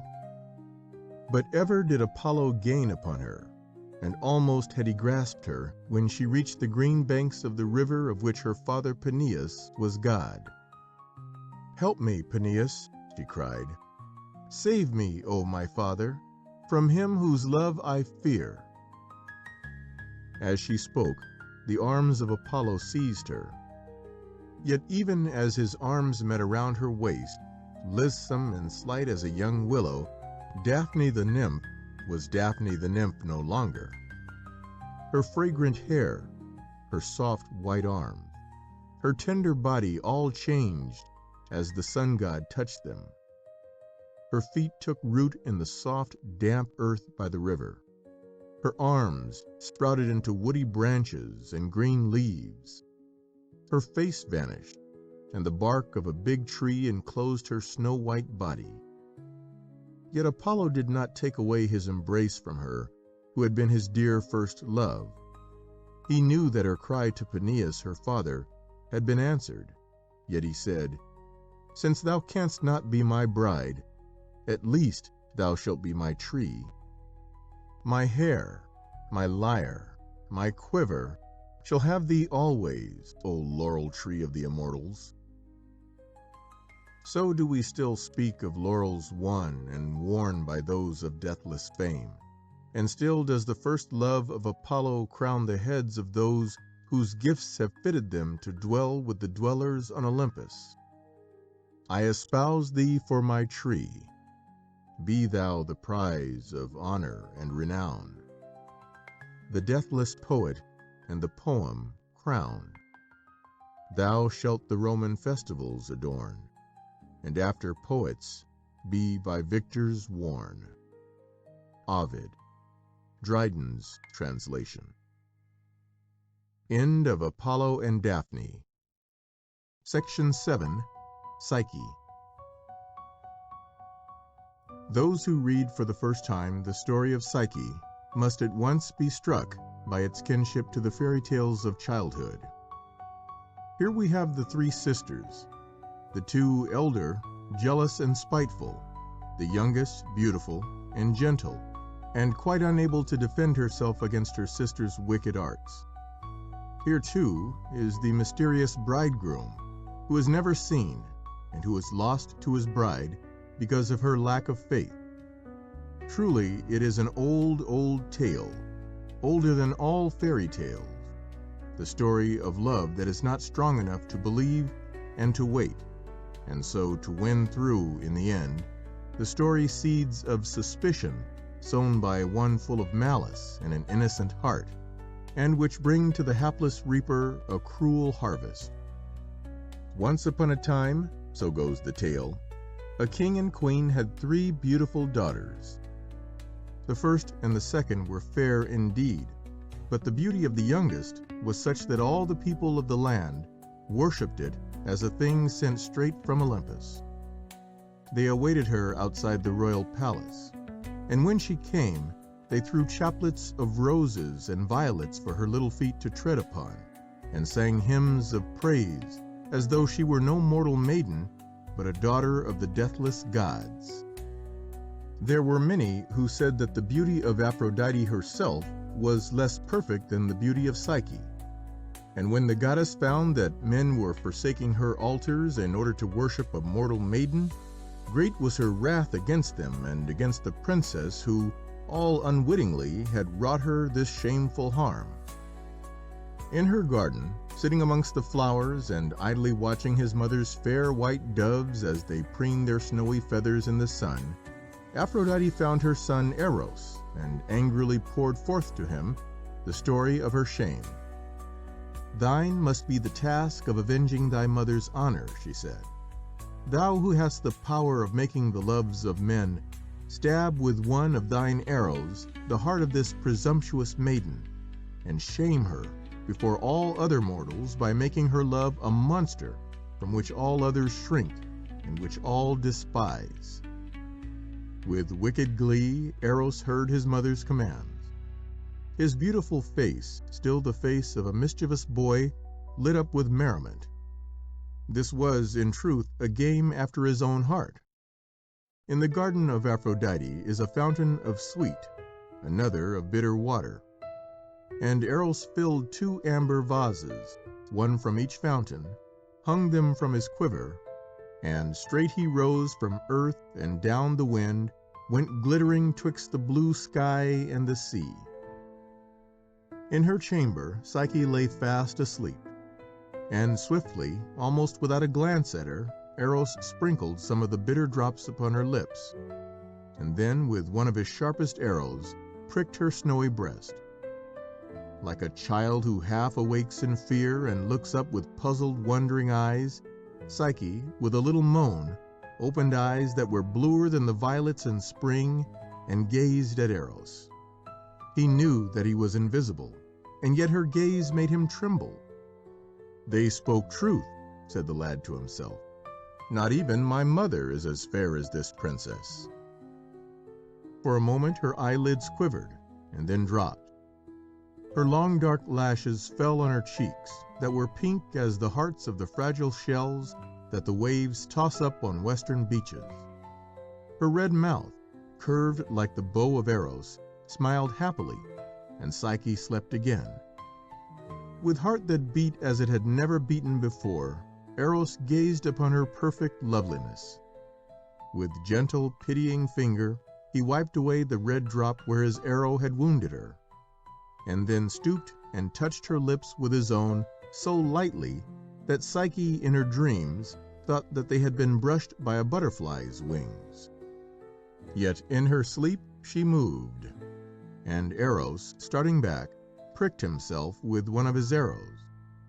And with that prick, for Eros there passed away all the careless ease of the heart of a boy, and he knew that he loved Psyche with the unquenchable love of a deathless god. Now, with bitter regret, all his desire was to undo the wrong he had done to the one that he loved. Speedily he sprinkled her with the sweet water that brings joy, and when Psyche rose from her couch, she was radiant with the beauty that comes from a new, undreamed-of happiness.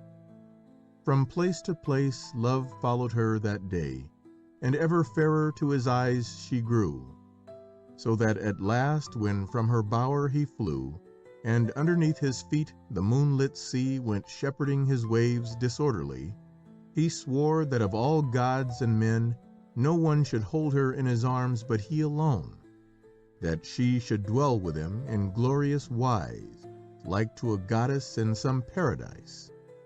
Yea, he would get from Father Jove this grace that she should never die, but her sweet face and wonderful fair body would endure till the foundations of the mountains sure were molten in the sea.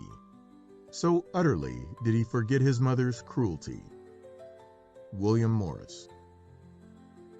Meantime it came to be known all over the land, and in other lands to which the fame of the fair Psyche had spread, that the mighty goddess Aphrodite had declared herself the enemy of the princess. Therefore none dared seek her in marriage, and although many a noble youth sighed away his heart for love of her, she remained in her father's palace like an exquisite rose, whose thorns make those who fain would have it for their own fear to pluck it from the parent stem.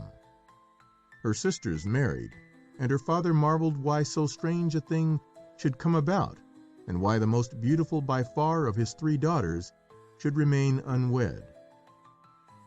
At length, laden with royal gifts, an embassy was sent by the king to the oracle of Apollo to inquire what might be the will of the dwellers on Olympus concerning his fairest daughter. In a horror of anxiety, the king and his queen and Psyche awaited the return of the ambassadors. And when they returned, before ever a word was spoken, they knew that the oracle had spoken Psyche's doom. "No mortal lover shall fair Psyche know," said the oracle. "For bridegroom she shall have a monster that neither man nor god can resist. On the mountain top he awaits her coming. Woe unutterable shall come to the king and to all the dwellers in his land if he dares to resist the unutterable dictum of the deathless gods. Of dead corpses shalt thou be the king, and stumbling through the dark land shalt thou go, howling for second death to end thy woe." William Morris. Only for a little while did the wretched king strive to resist the decrees of fate.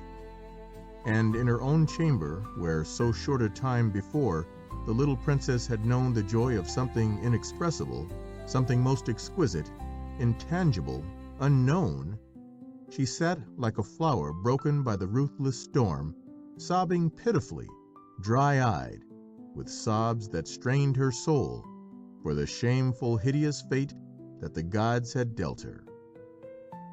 All night, until her worn-out body could no longer feel, her worn-out mind think, and kind sleep came to bring her oblivion, Psyche faced the horror for the sake of her father and of his people, that she knew she could not avoid. When morning came, her handmaids, white-faced and red-eyed, came to deck her in all the bridal magnificence that befitted the most beautiful daughter of a king. And when she was dressed right royally, and as became a bride, there started up the mountain a procession, at sight of which the gods themselves must have wept.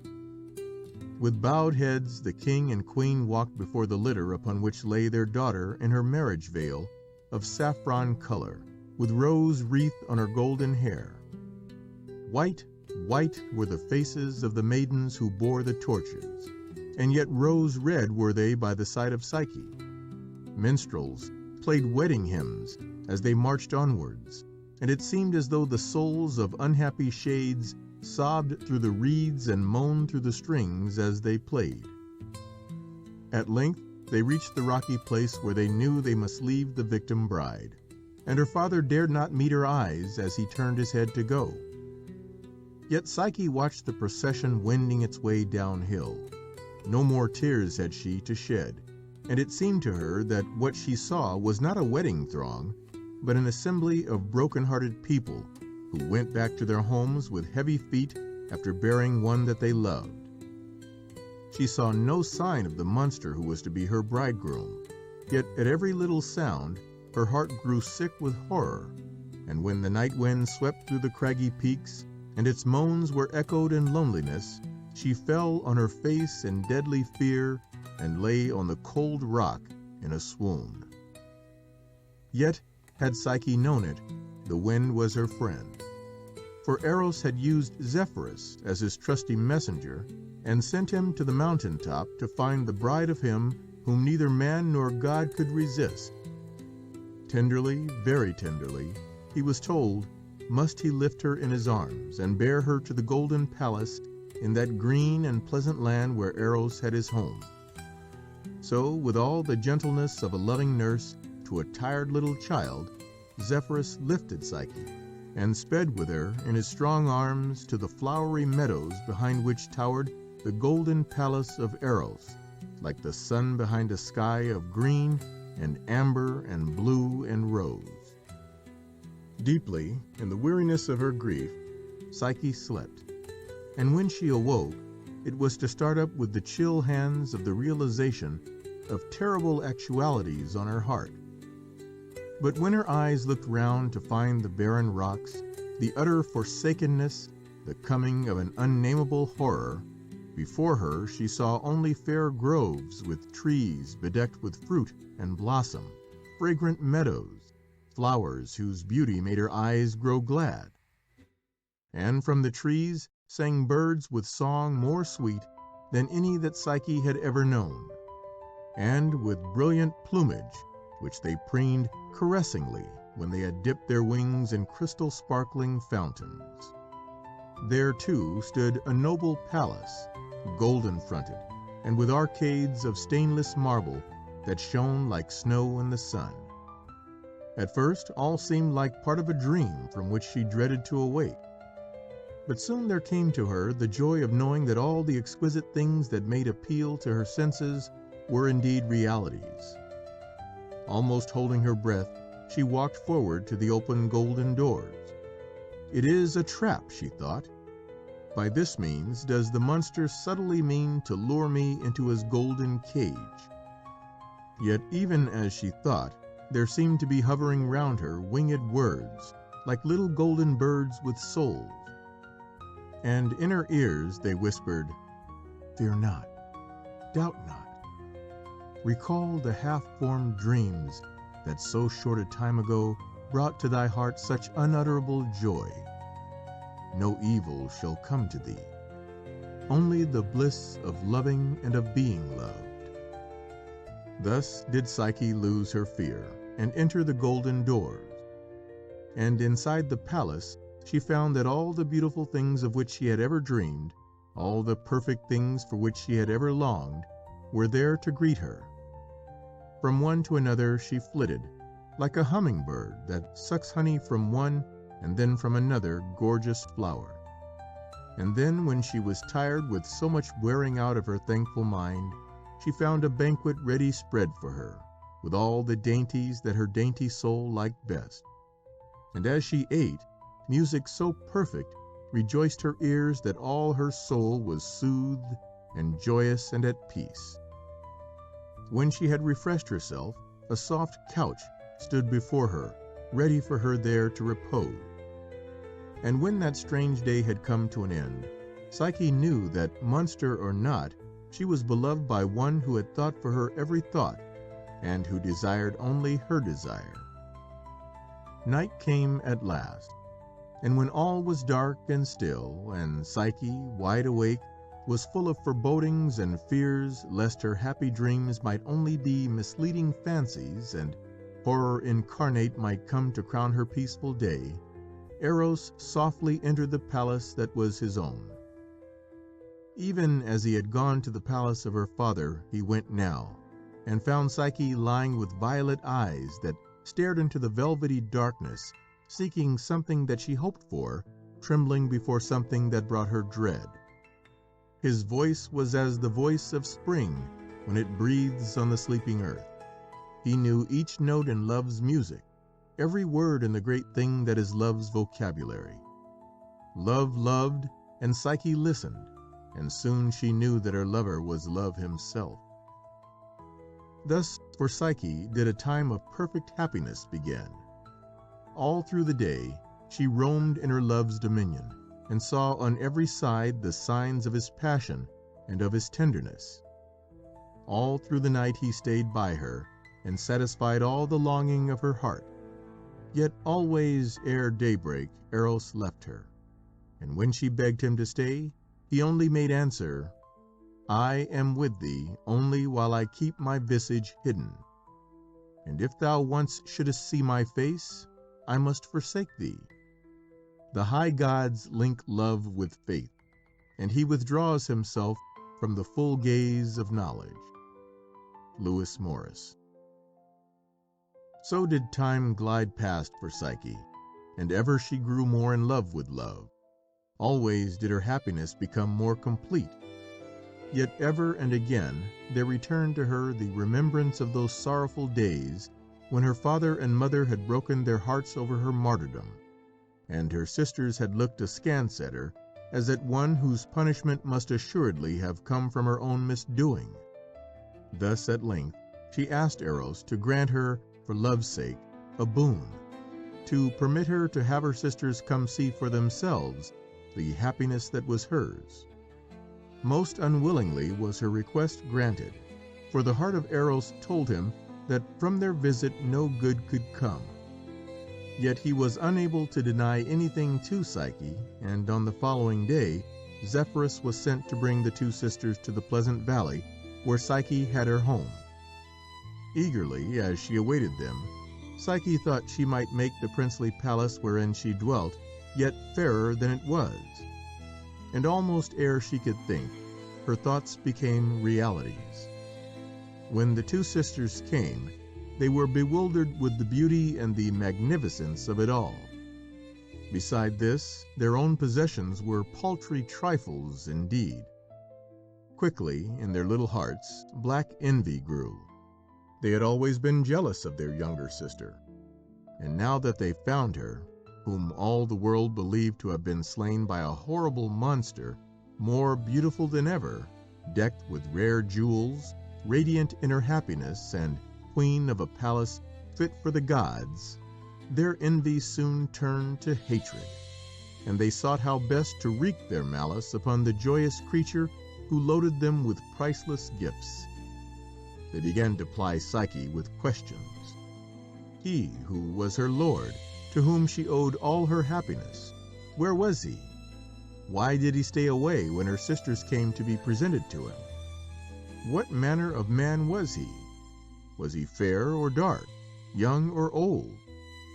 And as they questioned her, Psyche grew like a bewildered child, and answered in frightened words that contradicted one another. And well the wicked sisters, who brooded evil in their hearts, knew that this husband whom Psyche had never seen must indeed be one of the deathless gods. Wily words they spoke to her then.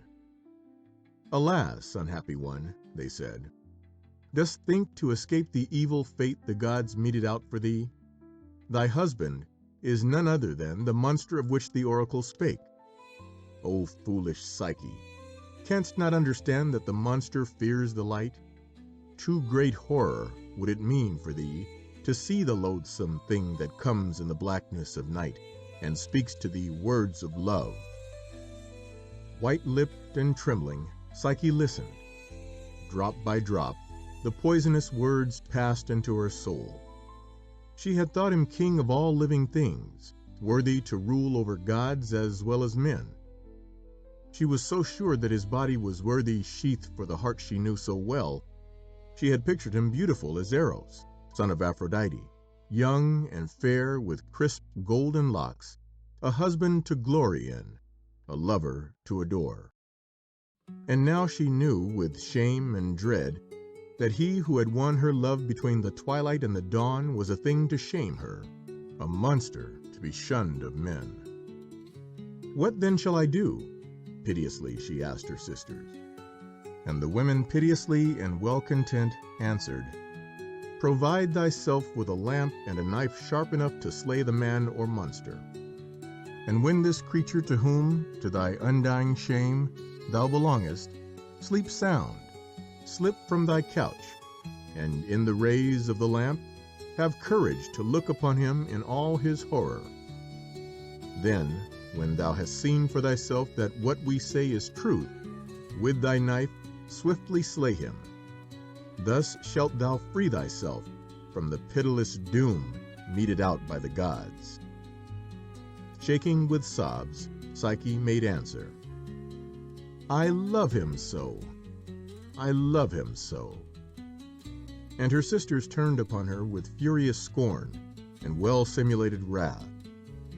"Shameless one," they cried, "and does our father's daughter confess to a thing so unutterable?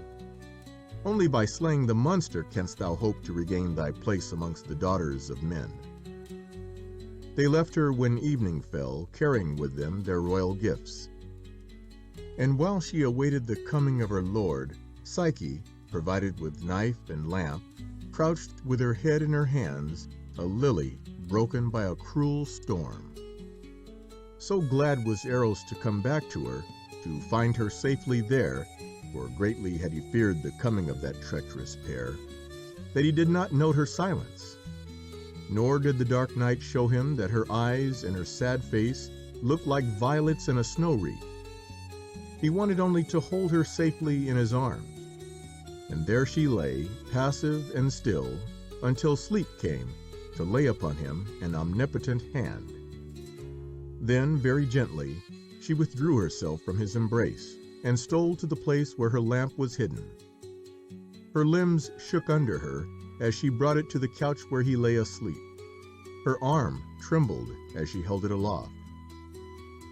As martyr walks to death, so did she walk. And when the yellow light fell upon the form of him who lay there, still she gazed steadily. And lo, before her she saw the form of him who had ever been the ideal of her dreams. Love himself, incarnate love, perfect in beauty and in all else, was he whom her sisters had told her was a monster. He of whom the oracle had said that neither gods nor men could resist him. For a moment of perfect happiness, she gazed upon his beauty. Then he turned in his sleep and smiled, and stretched out his arms to find the one of his love. And Psyche started, and starting shook the lamp, and from it fell a drop of burning oil on the white shoulder of Eros. At once he awoke, and with piteous, pitying eyes looked in those of Psyche.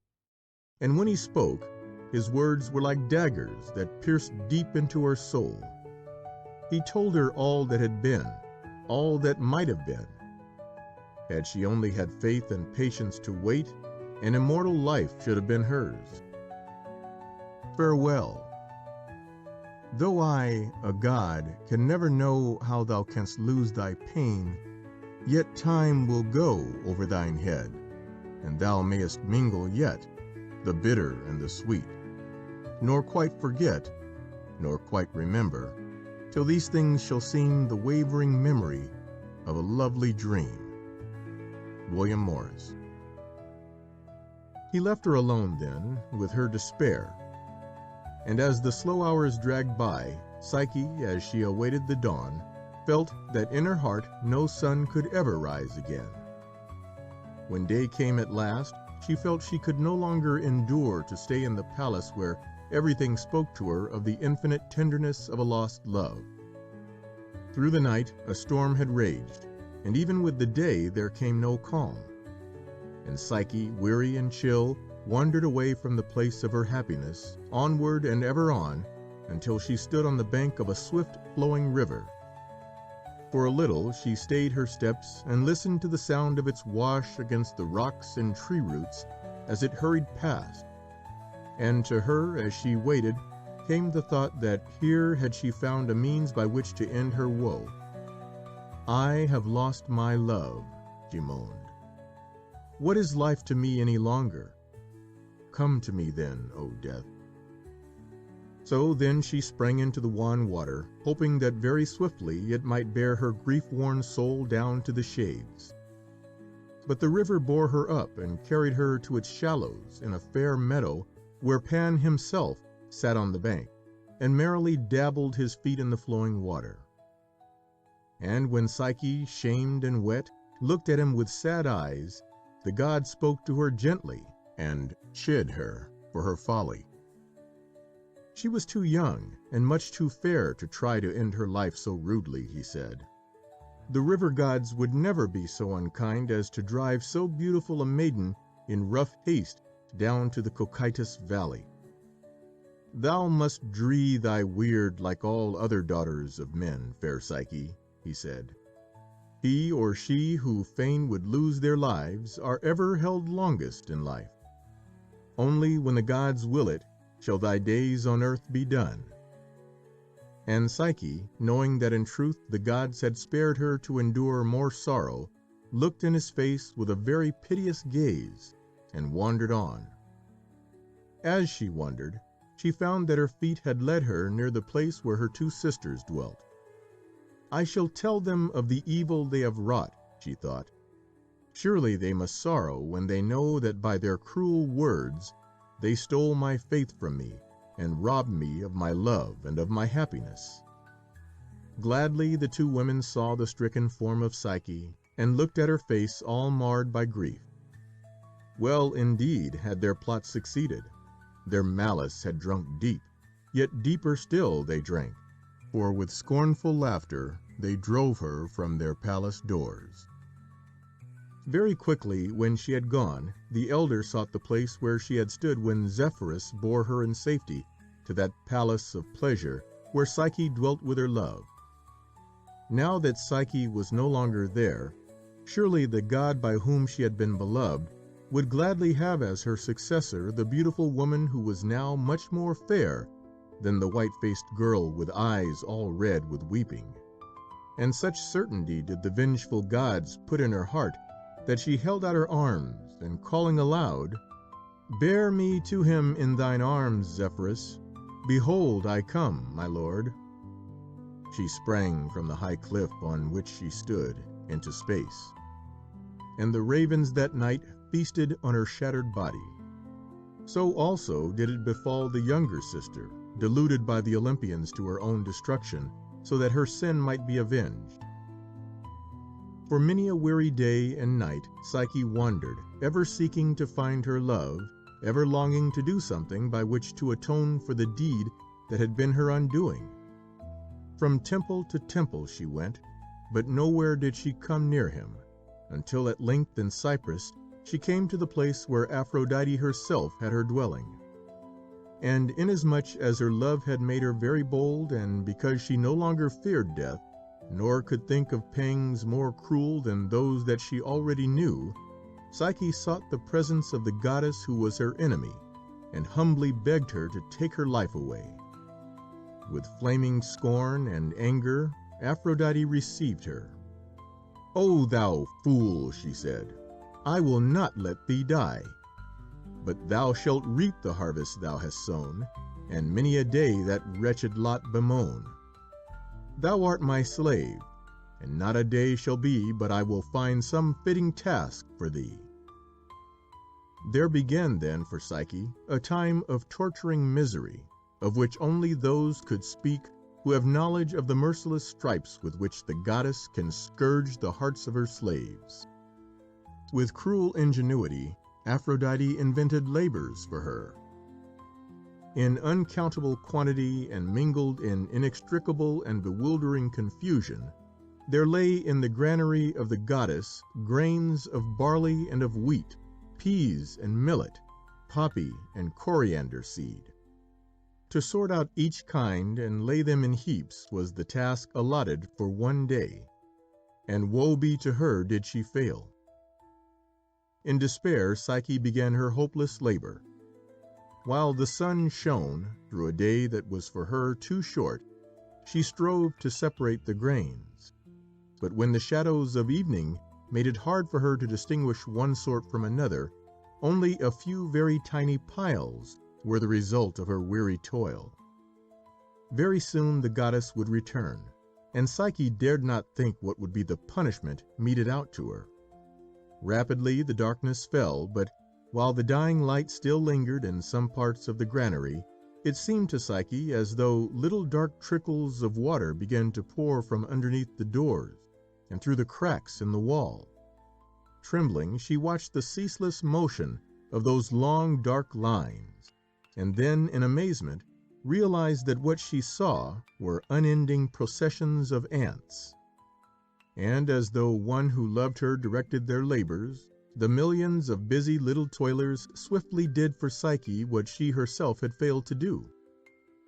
When at length they went away, in those long dark lines that looked like the flow of a thread-like stream, the grains were all piled up in high heaps, and the sad heart of Psyche knew not only thankful relief, but had a thrill of gladness.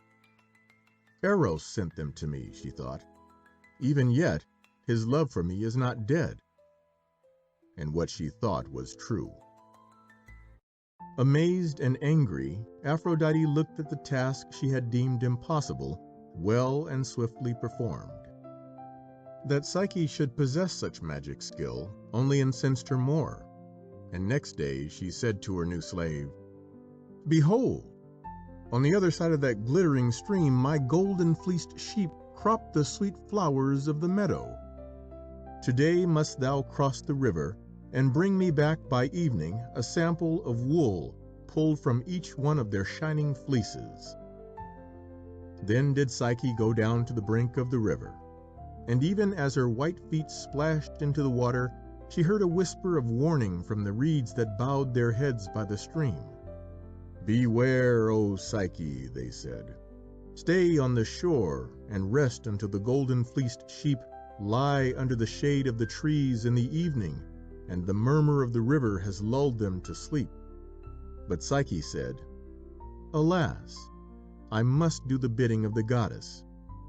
It will take me many a weary hour to pluck the wool that she requires."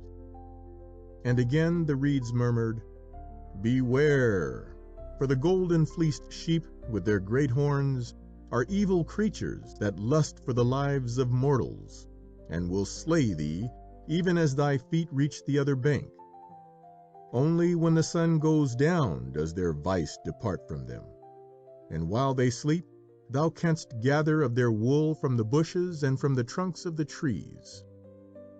And again the heart of Psyche felt a thrill of happiness, because she knew that she was loved and cared for still.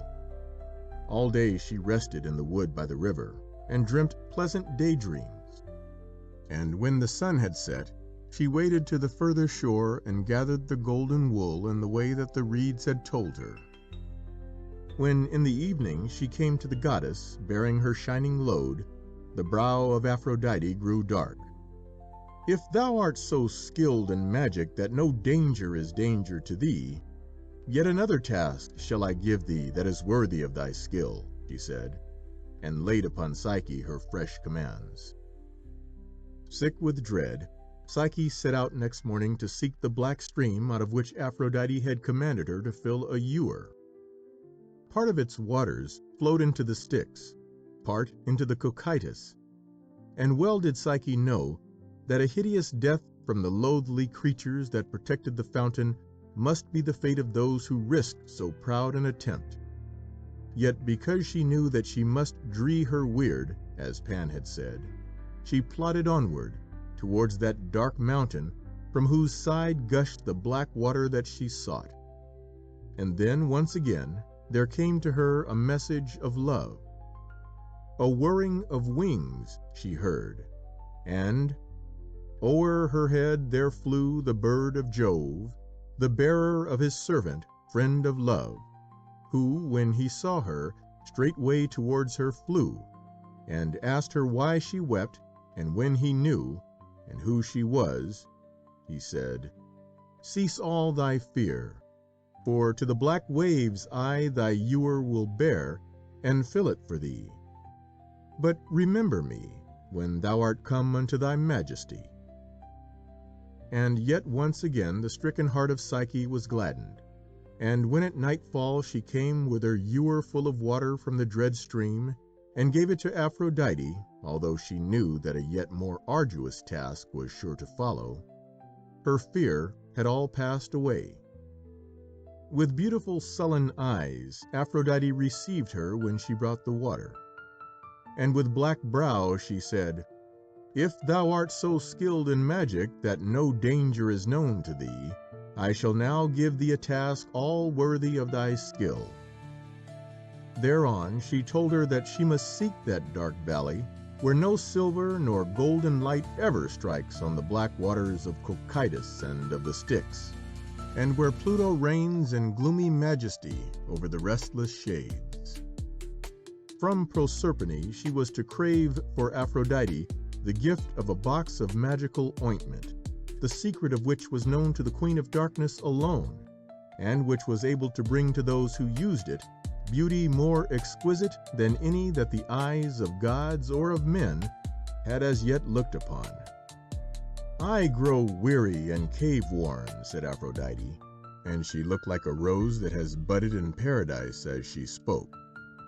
"My son was wounded by a faithless slave in whom most weakly he put his trust, and in tending to his wound, my beauty has faded." And at these scornful words the heart of Psyche leaped within her. "In helping his mother I shall help him," she thought.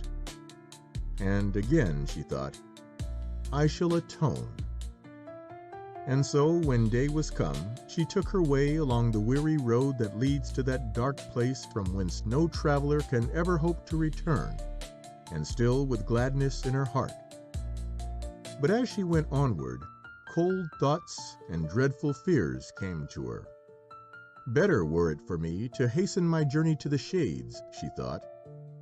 And when she came to an old gray tower that seemed like an old man that death had forgotten, she resolved to throw herself down from it, and thus swiftly to find herself at her journey's end.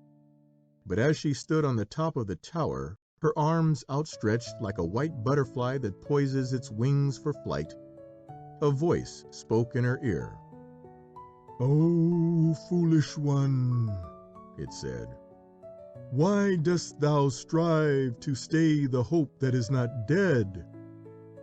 And while she held her breath, her great eyes wide open, the voice spoke on, and told her by what means she might speedily reach Hades, and there find means to face with courage the King of Darkness himself and his fair wife Proserpine. All that she was bidden to do Psyche did, and so at last did she come before the throne of Proserpine. And all that Psyche endured, all that she saw, all that through which she came with bleeding heart and yet with unscathed soul, cannot here be written. To her, Proserpine gave the box of precious ointment that Aphrodite described, and gladly she hastened homeward. Good indeed it was to her when again she reached the fair light of day. Yet when she had won there came to Psyche a winged thought that beat against the stern barriers of her mind like a little moth against a window. "This ointment that I carry with me," said Psyche to herself, "is an ointment that will bring back to those all faded by time or worn by suffering a beauty greater than any beauty that has joyed the immortals."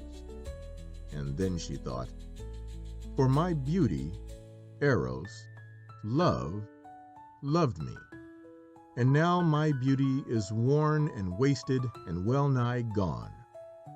Were I to open this box and make use of the ointment of Proserpine, then indeed I should be fair enough to be the bride of him who, even now, believes that he loves me, of Eros whose love is my life."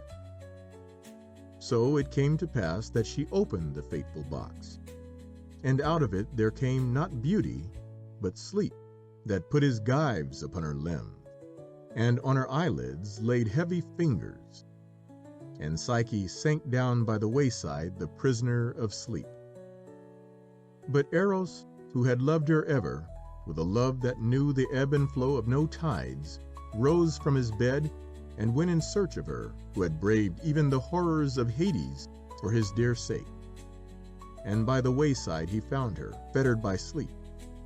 Her little oval face was white as a snowdrop. Like violets were her heavy eyelids, and underneath her sleeping eyes a violet shadow lay. Once had her mouth been as the bow of Eros, painted in carmine. Now either end of the bow was turned downwards, and its color was that of a faded rose leaf. And as Eros looked at her that he loved, pity stirred his heart, as the wind sweeps through the sighing gray leaves of the willow, or sings through the bowing reeds. "My beloved," he said, and he knew that Psyche was indeed his beloved. It was her fair soul that he loved. Nor did it matter to him whether her body was like a rose in June, or as a wind-scourged tree in December. And as his lips met hers, Psyche awoke, and heard his soft whisper, "Dear, unclose thine eyes. Thou mayest look on me now. I go no more, but am thine own forever." Lewis Morris. Then did there spring from the fair white shoulders of Psyche wings of silver and of gold, and hand in hand with Eros she winged her way to Olympus. And there all the deathless gods were assembled, and Aphrodite no longer looked upon her who had once been her slave with darkened brows, but smiled upon her as the sun smiles upon a newborn flower.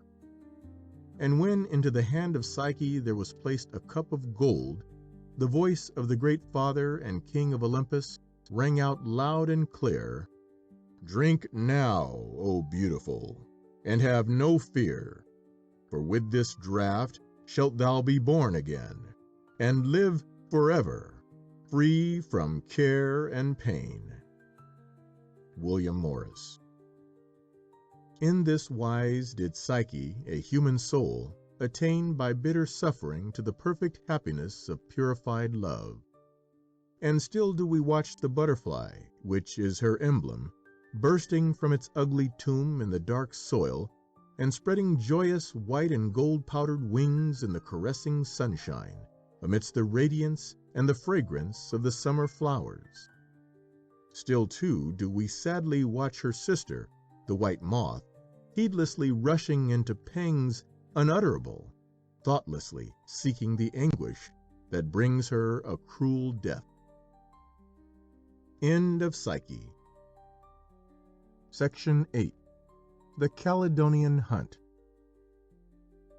Aeneas and Althea were king and queen of Caledon, and to them was born a son, who was his mother's joy, and yet her bitterest sorrow. Meleager was his name, and ere his birth, his mother dreamed a dream that the child that she bore was a burning firebrand. But when the baby came, he was a royal child indeed, a little fearless king, from the first moment that his eyes, like unseeing violets, gazed steadily up at his mother. To the chamber where he lay by his mother's side came the three Fates, spinning, ceaselessly spinning. "He shall be strong," said one, as she span her thread. "He shall be fortunate and brave," said the second. But the third laid a billet of wood on the flames, and while her withered fingers held the fatal threads, she looked with old, sad eyes at the newborn child. "To thee, O newborn," she said, "and to this wood that burns, do we give the same span of days to live." From her bed sprang Althea, and heedless of the flames, she seized the burning wood, trod on it with her fair white feet, and poured on it water that swiftly quenched its red glow. "Thou shalt live forever, O beloved," she said, "for never again shall fire char the brand that I have plucked from the burning." And the baby laughed. Those grey women with bound hair, who fright the gods, frighted not him. He laughed, seeing them, and pushed out hands to feel and haul distaff and thread. The years sped on, and from fearless and beautiful babyhood, Meleager grew into gallant boyhood, and then into magnificent youth. When Jason and his heroes sailed away into a distant land to win the Golden Fleece, Meleager was one of the noble band. From all men living he won great praise for his brave deeds. And when the tribes of the north and west made war upon Aetolia, he fought against their army, and scattered it as a wind in autumn drives the fallen leaves before it. But his victory brought evil upon him.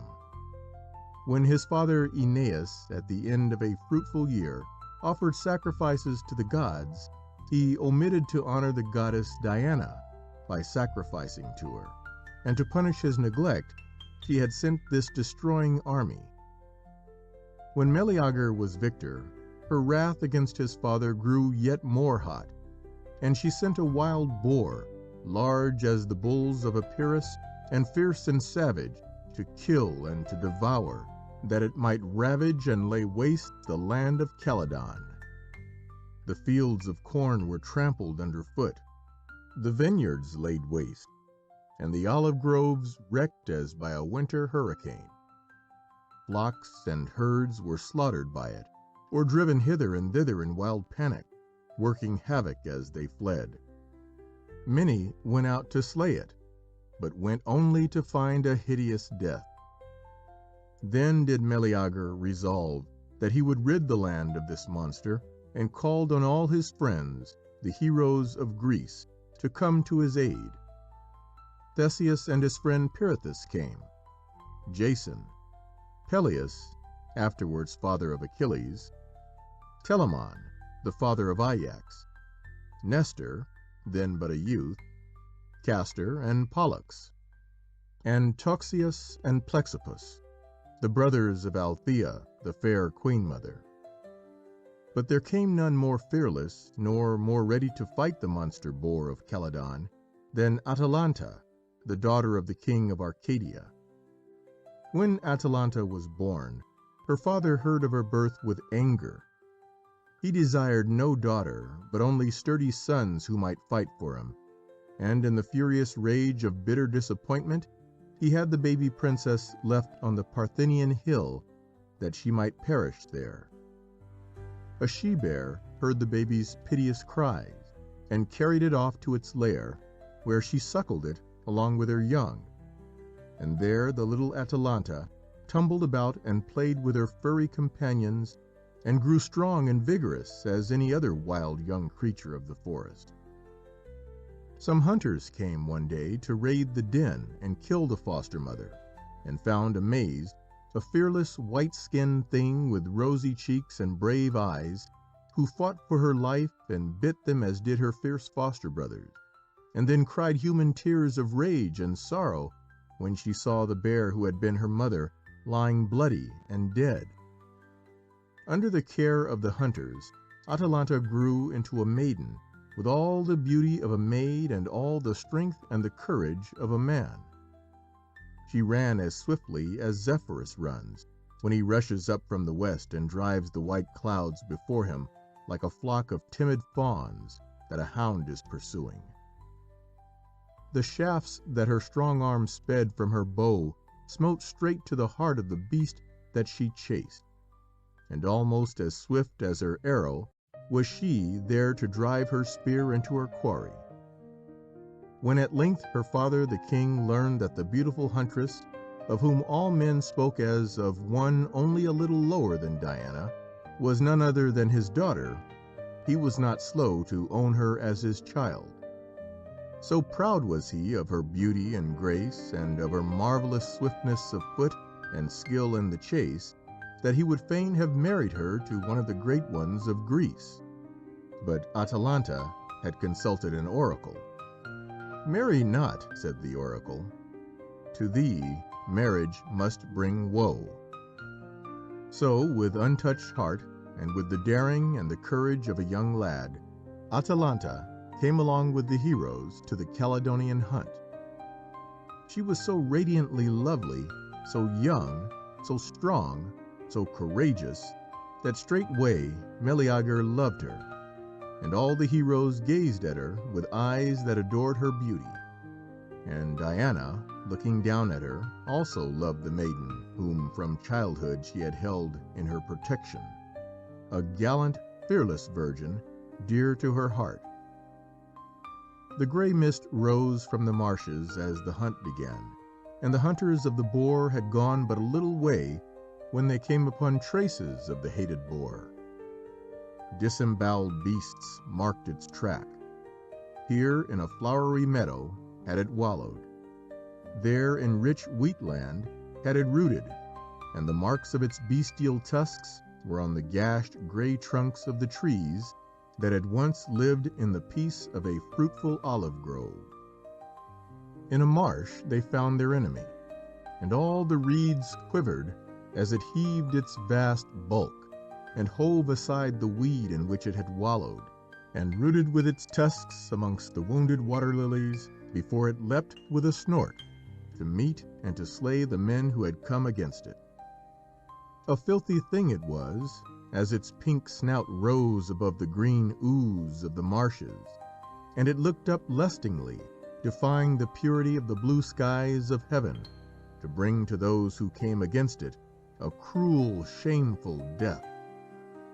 Upon it first of all Jason cast his spear, but the sharp point only touched it, and unwounded the boar rushed on, its gross bristly head down, to disembowel, if it could, the gallant Nestor. In the branches of a tree Nestor found safety, and Telamon rushed on to destroy the filthy thing that would have made carrion of the sons of the gods. A straggling cypress root caught his fleeting foot and laid him prone, a helpless prey for the rooting brute. His hounds fell before it, but ere it could reach him, Atalanta, full of vengeful rage, the pure angered against the filthy and cruel, let draw her bow with a prayer to Diana to guide her shaft aright.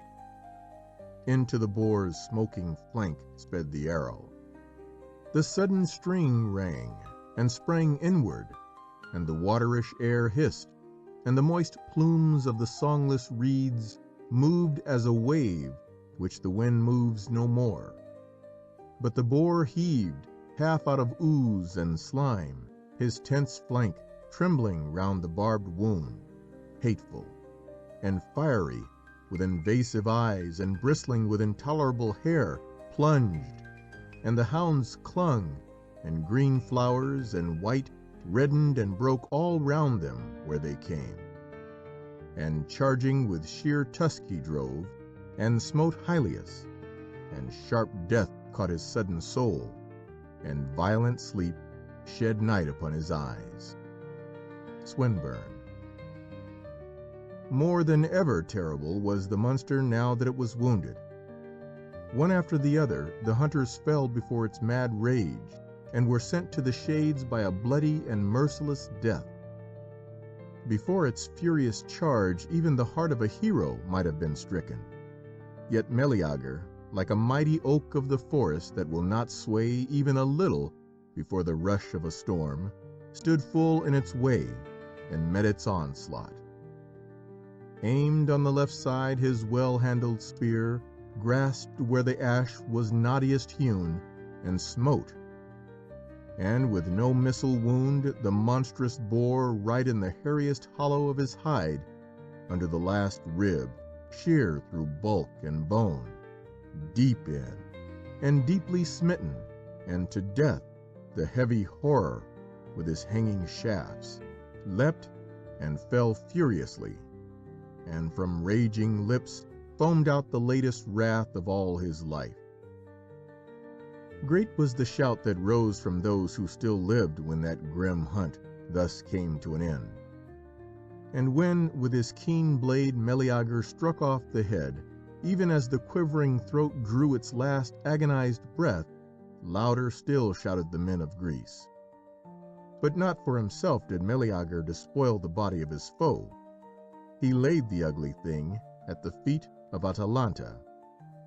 "This is thy spoil, not mine," he said. "The wounding shaft was sped by thee. To thee belongs the praise."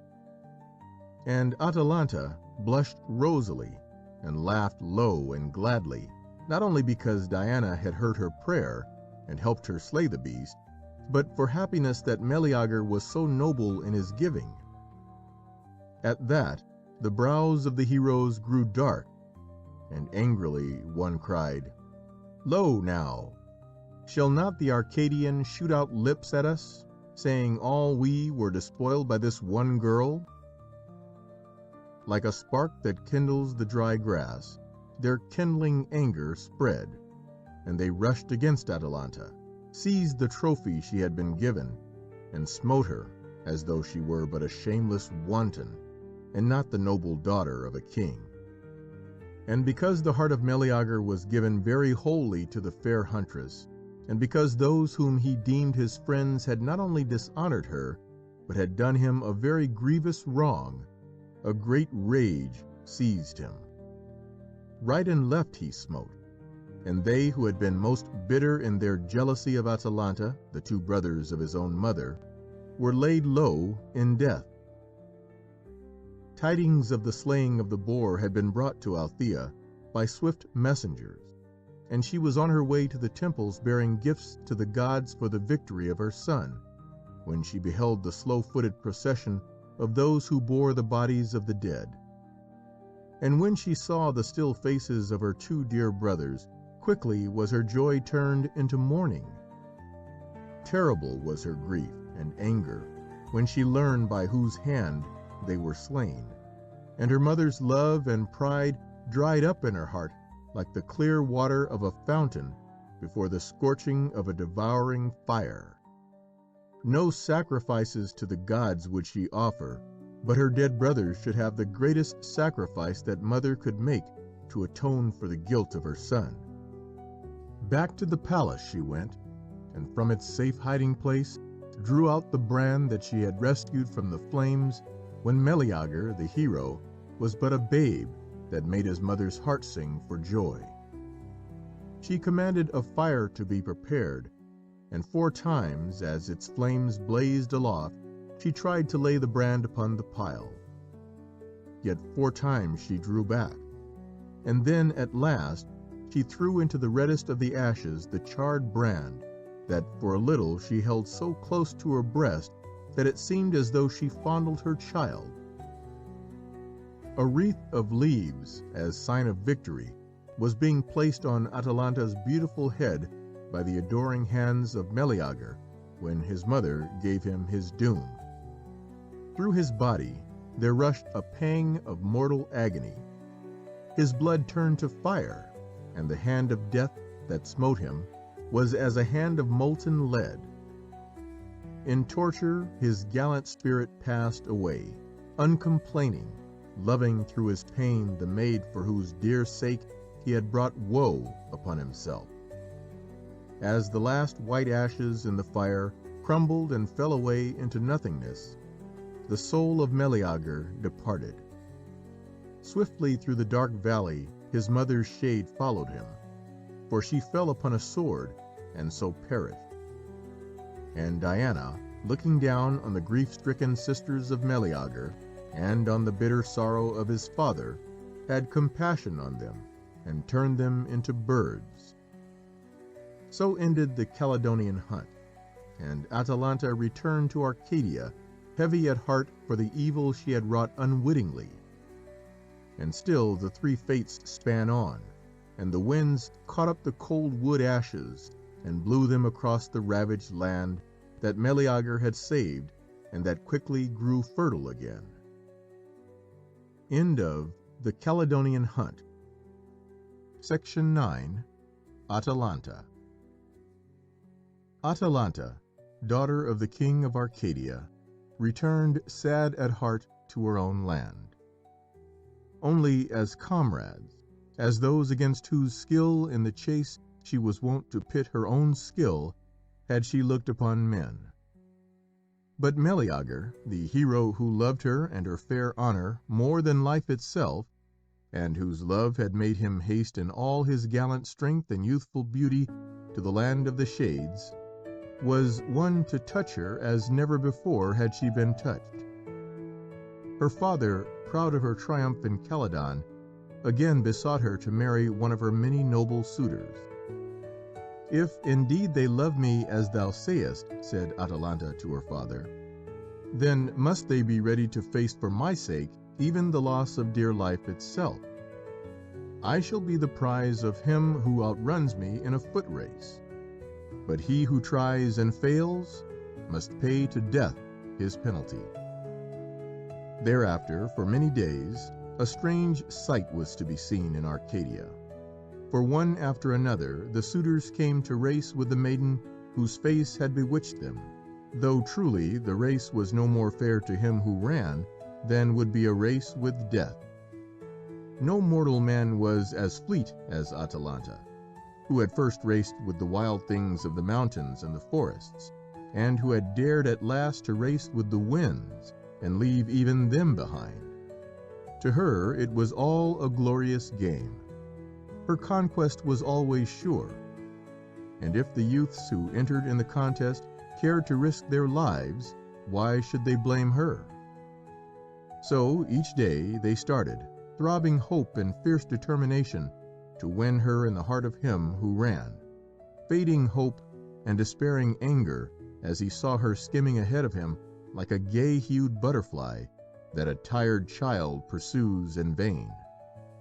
And each day, as the race ended, another man paid the price of his defeat.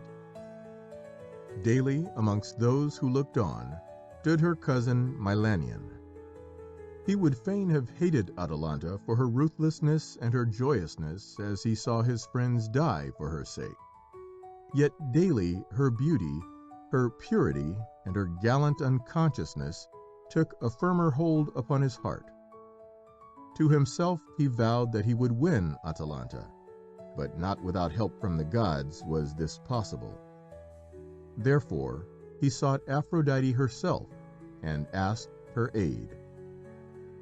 Milanion was a beautiful youth, and to Aphrodite, who loved beauty, he pled his cause, as he told her how Atalanta had become to him more than life, so that he had ceased to pity the youths, his friends, who had died for love of her.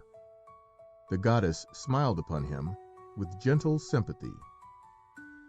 In the garden of her temple grew a tree with branches and twigs of gold, and leaves as yellow as the little leaves of the silver birch when the autumn sun kisses them as it sets. On this tree grew golden apples, and Aphrodite plucked 3 of them and gave them to the youth who had not feared to ask her to aid him to win the maid he loved. How he was to use the apples she then told him, and well content, Milanion returned home. Next day he spoke to Atalanta. "So far has victory been thine, fairest on earth," he said. "But so far have thy little winged white feet had only the heavy-footed laggards to outrun. Wilt have me run a race with thee? For assuredly I shall win thee for my own." And Milanion looked into the eyes of Atalanta with a smile as gay and fearless as that with which a hero is wont to look in the eyes of his fellow. Look for look did the virgin huntress give him. Then her cheeks grew red, as though the rosy-fingered dawn had touched them, and the dawning of love came into her heart. Even Meleager was not quite so goodly a youth as this. Not even Meleager had been so wholly fearless. "Thou art tempted by the deathless gods," she said, but her long lashes drooped on her cheek as she spoke. "I pity you, Milanion, for when thou dost race with me, the goal is assuredly the meadows of Asphodel, near where sit Pluto and Persephone on their gloomy thrones." But Milanion said, "I am ready, Atalanta. Wilt race with me now?" And steadily he looked in her eyes until again they fell as though at last they had found a conqueror. Like 2 swallows that skim across a sunny sea, filled with the joyousness of the coming of spring, Atalanta and Milanion started. Scarcely did their feet seem to touch the solid earth, and all those who stood by vowed that now, at length, was a race indeed, a race worthy for the gods to behold. But as they ran, almost abreast, so that none could tell which was the gainer, Milanion obeyed the bidding of Aphrodite and let fall one of the golden apples. Never before had Atalanta dreamed of such a thing, an apple of glistening gold. She stopped, poised on one foot as a flying bird poises for a moment on the wing, and picked up the treasure. But Milanion had sped several paces ahead ere she was again abreast of him, and even as she gained on him, he dropped the second apple. Again Atalanta was tempted. Again she stopped, and again Milanion shot ahead of her. Her breath came short and fast, as once more she gained the ground that she had lost. But yet a third time Milanion threw in her way one of the golden illusions of the gods. And yet again Atalanta stooped to pick up the apple of gold. Then a mighty shout from those who watched rent the air, and Atalanta, half fearful, half ashamed, yet wholly happy, found herself running vanquished into the arms of him who was indeed her conqueror. For not only had Milanion won the race, but he had won the heart of the virgin huntress, a heart once as cold and remote as the winter snow on the peak of Mount Olympus. End of Atalanta. Section 10. Arachne. The hay that so short a time ago was long lush grass with fragrant meadowsweet and gold-eyed marguerites growing amongst it in the green meadowland by the river is now dry hay, fragrant still, though dead, and hidden from the sun's warm rays underneath the dark wooden rafters of the barn. Occasionally a cat on a hunting foray comes into the barn to look for mice or to nestle cozily down into purring slumber. Now and then a hen comes furtively tiptoeing through the open door and makes for itself a secret nest in which to lay the eggs which it subsequently heralds with such loud clucks of proud rejoicing as to completely undo all its previous precautions.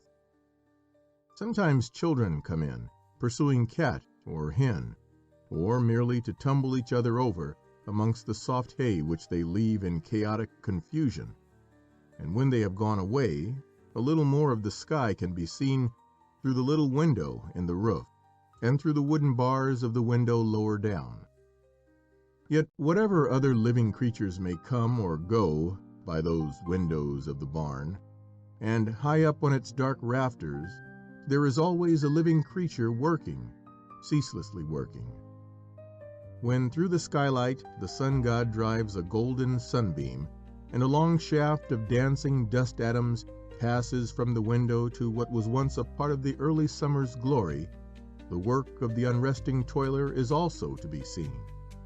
For the window is hung with shimmering gray tapestries made by Arachne, the spider, and from rafter to rafter her threads are suspended with inimitable skill. She was a nymph once, they say, the daughter of Idmon, the dyer, of Colophon, a city of Lydia. In all Lydia there was none who could weave as wove the beautiful Arachne. To watch her card the wool of the white-fleeced sheep, until in her fingers it grew like the soft clouds that hang round the hilltops, was pleasure enough to draw nymphs from the golden river Pactolus, and from the vineyards of Tmolus. And when she drove her swift shuttle hither and thither, still it was joy to watch her wondrous skill. Magical was the growth of the web, fine of woof, that her darting fingers spanned, and yet more magical the exquisite devices that she then wrought upon it. For birds and flowers and butterflies and pictures of all the beautiful things on earth were limned by Arachne, and old tales grew alive again under her creative needle. To Pallas Athena, goddess of craftsmen, came tidings that at Colophon in Lydia lived a nymph whose skill rivaled that of the goddess herself, and she, ever jealous for her own honor, took on herself the form of a woman bent with age, and, leaning on her staff, joined the little crowd that hung round Arachne as she plied her busy needle. With white arms twined round each other, the eager nymphs watched the flowers spring up under her fingers, even as flowers spring from the ground on the coming of Demeter. And Athena was fain to admire while she marveled at the magic skill of the fair Arachne. Gently she spoke to Arachne, and with the persuasive words of a wise old woman, warned her that she must not let her ambition soar too high. Greater than all skilled craftswomen was the great goddess Athena, and were Arachne, in impious vanity, to dream that one day she might equal her, that were indeed a crime for any god to punish. Glancing up for a moment from the picture whose perfect colors grew fast under her slim fingers, Arachne fixed scornful eyes on the old woman and gave a merry laugh. "Didst say equal, Athena, old mother?" she said. "In good sooth, thy dwelling must be with the goatherds in the far-off hill, and thou art not a dweller in our city, else hadst thou not spoken to Arachne of equaling the work of Athena. Excelling were the better word." In anger, Pallas Athena made answer. "Impious one," she said, "to those who would make themselves higher than the gods must ever come woe unutterable. Take heed what thou sayest, for punishment will assuredly be thine." Laughing still, Arachne made reply, "I fear not Athena, nor does my heart shake at the gloomy warning of a foolish old crone." And turning to the nymphs, who, half afraid, listened to her daring words, she said, "Fair nymphs, who watch me day by day, well do ye know that I make no idle boast. My skill is as great as that of Athena, and greater still it shall be. Let Athena try a contest with me if she dare. Well do I know who will be the victor." Then Athena cast off her disguise, and before the frightened nymphs and the bold Arachne stood the radiant goddess with eyes that blazed with anger and insulted pride. "Lo, Athena is come," she said, and nymphs and women fell on their knees before her, humbly adoring. Arachne alone was unabashed.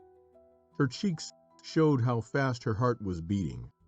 From rosy red to white went the color in them. Yet in firm, low voice she spoke. "I have spoken truth," she said. "Not woman, nor goddess, can do work such as mine. Ready am I to abide by what I have said, and if I did boast, by my boast I stand. If thou wilt deign, great goddess, to try thy skill against the skill of the dyer's daughter, and dost prove the victor, behold me gladly willing to pay the penalty." The eyes of Athena, the grey-eyed goddess, grew dark as the sea when a thundercloud hangs over it and a mighty storm is coming. Not for one moment did she delay, but took her place by the side of Arachne. On the loom they stretched out 2 webs with a fine warp, and made them fast on the beam. The sleigh separates the warp. The woof is inserted in the middle with sharp shuttles, which the fingers hurry along, and being drawn within the warp, the teeth notched in the moving sleigh strike it. Both hasten on, and girding up their garments to their breasts, they move their skillful arms, their eagerness beguiling their fatigue. There both the purple is being woven, which is subjected to the Tyrian brazen vessel, and fine shades of minute difference. Just as the rainbow, with its mighty arch, is wont to tint a long tract of sky by means of the rays reflected by the shower, in which, though 1,000 different colors are shining, yet the very transition eludes the eyes that look upon it. There, too, the pliant gold is mixed with the threads. Ovid. Their canvases wrought, then did Athena and Arachne hasten to cover them with pictures such as no skilled worker of tapestry has ever since dreamed of accomplishing. Under the fingers of Athena grew up pictures so real and so perfect that the watchers knew not whether the goddess was indeed creating life. and each picture was one that told of the omnipotence of the gods, and of the doom that came upon those mortals who had dared in their blasphemous presumption to struggle as equals with the immortal dwellers in Olympus. Arachne glanced up from her web and looked with eyes that glowed with the love of beautiful things at the creations of Athena. Yet undaunted, her fingers still sped on, and the goddess saw, with brow that grew yet more clouded, how the daughter of Idmon, the dyer, had chosen for subjects the tales that showed the weaknesses of the gods. One after another, the living pictures grew beneath her hand, and the nymphs held their breath in mingled fear and ecstasy at Arachne's godlike skill and most arrogant daring. Between goddess and mortal none could have chosen, for the color and form and exquisite fancy of the pictures of the daughter of Zeus were equaled, though not excelled, by those of the daughter of the dyer of Colophon. Darker and yet more dark grew the eyes of Athena as they looked on the magical beauty of the pictures, each one of which was an insult to the gods. What picture had skillful hand ever drawn to compare with that of Europa, who, riding on the back of the divine bull, with one hand clasped the beast's great horn, and with the other caught up her garment's purple fold, lest it might trail and be drenched in the hoar sea's infinite spray. And her deep robe was blown out in the wind like the sail of a ship, and lightly ever it wafted the maiden onward. Mausius. Then at last did the storm break, and with her shuttle the enraged goddess smote the web of Arachne, and the fair pictures were rent into motley rags and ribbons. Furiously, too, with her shuttle of boxwood she smote Arachne. Before her rage, the nymphs fled back to their golden river and to the vineyards of Tmolus, and the women of Colophon in blind terror rushed away. And Arachne, shamed to the dust, knew that life for her was no longer worth possessing. She had aspired, in the pride of her splendid genius, to a contest with a god, and knew now that such a contest must ever be vain. A cord hung from the weaver's beam, and swiftly she seized it, knotted it round her white neck, and would have hanged herself. But ere the life had passed out of her, Athena grasped the cord, loosened it, and spoke Arachne's doom. "Live," she said, "O guilty and shameless one. Forevermore shalt thou live and hang as now, thou and thy descendants, that men may never forget the punishment of the blasphemous one who dared to rival a god." Even as she spoke, Arachne's fair form dried up and withered. Her straight limbs grew gray and crooked and wiry, and her white arms were no more. And from the beam where the beautiful weaver of Lydia had been suspended, there hung from a fine gray thread the creature from which to this day there are but few who do not turn with loathing. Yet still Arachne spins, and still is without a compeer. Not any damsel which her vaunted most in skilful knitting of soft silken twine, nor any weaver which his work doth boast in deeper, in damask, or in line, nor any skilled in workmanship embossed, nor any skilled in loops of fingering fine, might in their diverse cunning ever dare with this so curious network to compare. Spenser. Thus perhaps does Arachne have her compensation, and in days that followed, long after the twilight of the gods, did she not gain eternal honor in the heart of every Scot by the tale of how she saved a national hero? Kindly, too, are her labors for men as she slays their mortal enemies, the household flies, and when the peasant, practical if not favored by Aesculapius and Hygeia, runs to raid the loom of Arachne in order to staunch the quick-flowing blood from the cut hand of her little child, much more dear to her heart is Arachne the spider than the unknown Athena. Also in spinners be tokens of divination, and of knowing what weather shall fall. For oft by weathers that shall fall, some spin or weave higher or lower. Also, multitude of spinners is token of much rain. Bartholomew. The sun has not long enough shown his face to dry up the dew in the garden, and behold on the little clipped tree of boxwood a great marvel. For in and out, and all over its twigs and leaves, Arachne has woven her web, and on the web the dew has dropped 1,000,000 diamond drops. And suddenly all the colors in the sky are mirrored dazzlingly on the grey tapestry of her making. Arachne has come to her own again. End of Arachne. Section 11. Idas and Marpessa. By day, while the sun god drove his chariot in the high heavens, and turned the blue-green Aegean Sea into the semblance of a blazing shield of brass, Idas and Marpessa sat together in the trees' soft shades, or walked in shadowy valleys where violets and wild parsley grew, and where Apollo rarely deigned to come.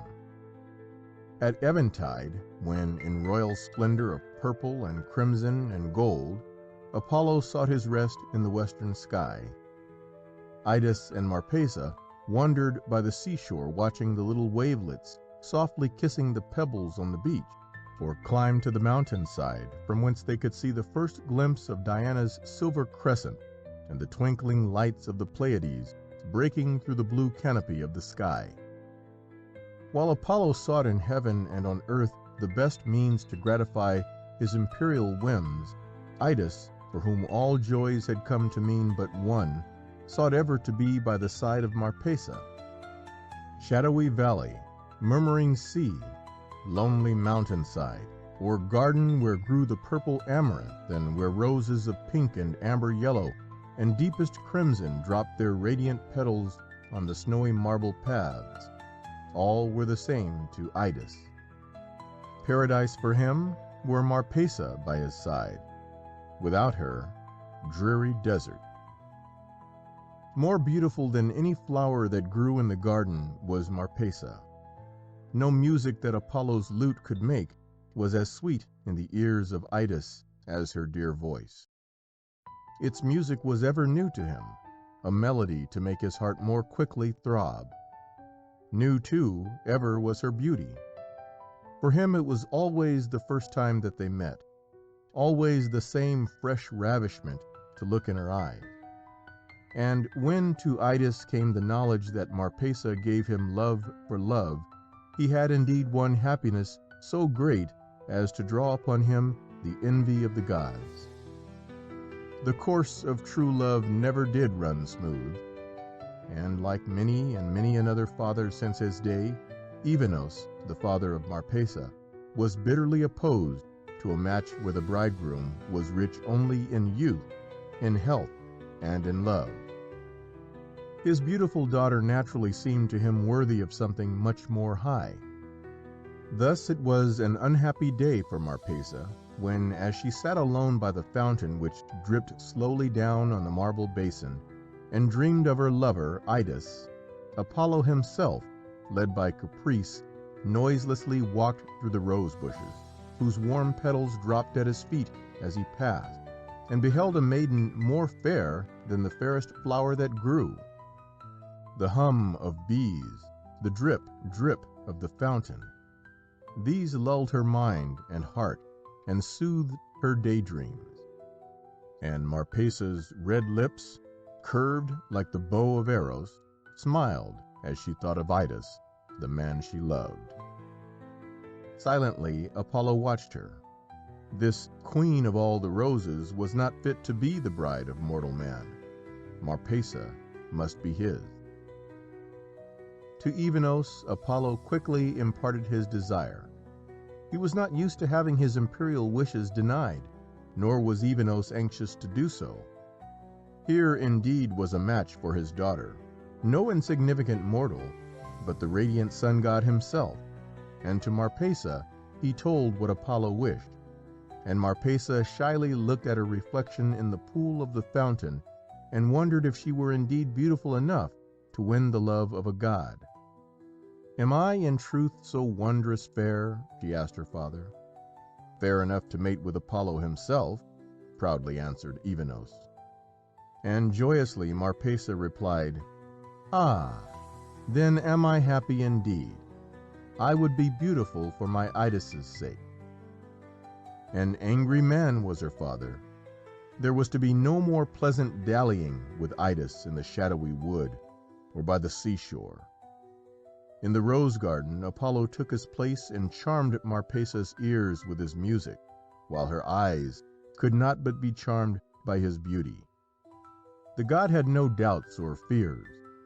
Only a little time would he give her, for a very little only would he wait, and then undoubtedly this mortal maiden would be his, her heart conquered as assuredly as the rays from his chariot conquered the roses, whose warm crimson petals they strewed at his feet. Yet as Marpessa looked and listened, her thoughts were often far away, and always her heart was with Idas. When Apollo played most exquisitely to her, it seemed that he put her love for Idas into music. When he spoke to her of his love, she thought, "Thus and thus did Idas speak," and a sudden memory of the human lad's halting words brought to her heart a little gush of tenderness, and made her eyes sparkle, so that Apollo gladly thought, "Soon she will be mine." And all this while Idas schemed and plotted, and planned a way in which he could save his dear one from her obdurate father, and from the passion of a god. He went to Neptune, told his tale, and begged him to lend him a winged chariot in which he could fly away with Marpessa. Neptune good-naturedly consented, and when Idas flew up from the seashore one day, like a great bird that the tempests have blown inland, Marpessa joyously sprang up beside her lover, and swiftly they took flight for a land where in peace they might live and love together. No sooner did Evenos realize that his daughter was gone, than, in furious anger against her and her lover, he gave chase. One has watched a hawk in pursuit of a pigeon or a bird of the moors and seen it, a little dark speck at first, gradually growing larger and more large until at length it dominated and conquered its prey, swooping down from above like an arrow from a bow to bring with it sudden death. So at first it seemed that Evenos must conquer Idas and Marpessa in the winged chariot of Neptune's lending. But onwards Idas drove the chariot, ever faster and faster, until before the eyes of Marpessa the trees of the forest grew into blurs of blue and brown, and the streams and rivers, as they flew past them, were streaks of silver. Not until he had reached the river Lycormas did the angry father own that his pursuit had been in vain. Over the swift-flowing stream flew the chariot driven by Idas, but Evenos knew that his horses, flecked with white foam, pumping each breath from hearts that were strained to breaking point, no longer could go on with the chase. The passage of that deep stream would destroy them. The fierce water would sweep the wearied beasts down in its impelling current, and he with them. A shamed man would he be forever. Not for a moment did he hesitate, but drew his sharp sword from his belt and plunged it into the breast of one steed, and then of the other, who had been so willing and who yet had failed him in the end. And then, as they, still in their traces, neighed shrilly aloud, and then fell over and died where they lay, Evenos, with a great cry, leaped into the river. Over his head closed the eddies of the peat-brown water. Once only did he throw up his arms to ask the gods for mercy. Then did his body drift down with the stream, and his soul hastened downwards to the shades. And from that day the river Lycormas no more was known by that name, but was called the river Evenos forever. Onwards triumphantly drove Idas, but soon he knew that a greater than Evenos had entered in the chase, and that the jealous sun-god's chariot was in pursuit of the winged car of Neptune. Quickly it gained on him. Soon it would have swept down on him, a hawk indeed, this time striking surely its helpless prey. But even as Apollo saw the white face of Marpessa and knew that he was the victor, a mighty thunderbolt that made the mountains shake and rolled its echoes through the lonely fastnesses of 1,000 hills, was sent to earth by Jupiter. While the echoes still re-echoed, there came from Olympus the voice of Zeus himself. "Let her decide," he said. Apollo, like a white flame blown backward by the wind, withheld his hands that would have seized from Idas the woman who was his heart's desire. And then he spoke, and while his burning gaze was fixed upon her, and his face in beautiful fury was more perfect than any exquisite picture of her dreams, his voice was as the voice of the sea as it calls to the shore in the moonlit hours, as the bird that sings in the darkness of a tropic night to its longing mate. "Marpessa," he cried, "Marpessa, wilt thou not come to me? No woe nor trouble, never any pain can touch me. Yet woe indeed was mine when first I saw thy fairest face. For even now dost thou hasten to sorrow, to darkness, to the dark-shadowed tomb. Thou art but mortal, thy beauty is short-lived. Thy love for mortal man shall quickly fade and die. Come to me, Marpessa, and my kisses on your lips shall make thee immortal. Together we shall bring the sunbeams to a cold, dark land. Together shall we coax the spring flowers from the still, dead earth. Together we shall bring to men the golden harvest, and deck the trees of autumn in our liveries of red and gold. I love thee, Marpessa, not as mere mortal loves do I love thee. Come to me, Marpessa, my love, my desire." When his voice was silent, it seemed as if the very earth itself, with all its 1,000 echoes, still breathed his words. "Marpessa, my love, my desire." Abashed before the god's entreaties stood Idas, and the heart of Marpessa was torn as she heard the burning words of the beautiful Apollo still ringing through her head, and saw her mortal lover silent, white-lipped, gazing first at the god and then into her own pale face. At length he spoke. "After such argument, what can I plead, or what pale promise make? Yet since it is in woman to pity rather than to aspire, a little I will speak. I love thee, then, not only for thy body packed with sweet of all this world, that cup of brimming June, that jar of violet wine set in the air, that palest rose sweet in the night of life, nor for that stirring bosom all besieged by drowsing lovers or thy perilous hair, nor for that face that might indeed provoke invasion of old cities. No, nor all thy freshness stealing on me like strange sleep. Nor for this only do I love thee, but because infinity upon thee broods, and thou art full of whispers and of shadows. Thou meanest what the sea has striven to say so long, and yearned up the cliffs to tell. Thou art what all the winds have uttered not, what the still night suggesteth to the heart. Thy voice is like to music heard ere birth, some spirit lute touched on a spirit sea. Thy face remembered is from other worlds. It has been died for, though I know not when. It has been sung of, though I know not where. It has the strangeness of the luring west, and of sad sea horizon. Beside thee, I am aware of other times and lands, of birth far back, of lives in many stars. O beauty lone, and like a candle clear in this dark country of the world, thou art my woe, my early light, my music dying. Stephen Phillips. Then Idas, in the humility that comes from perfect love, drooped low his head and was silent.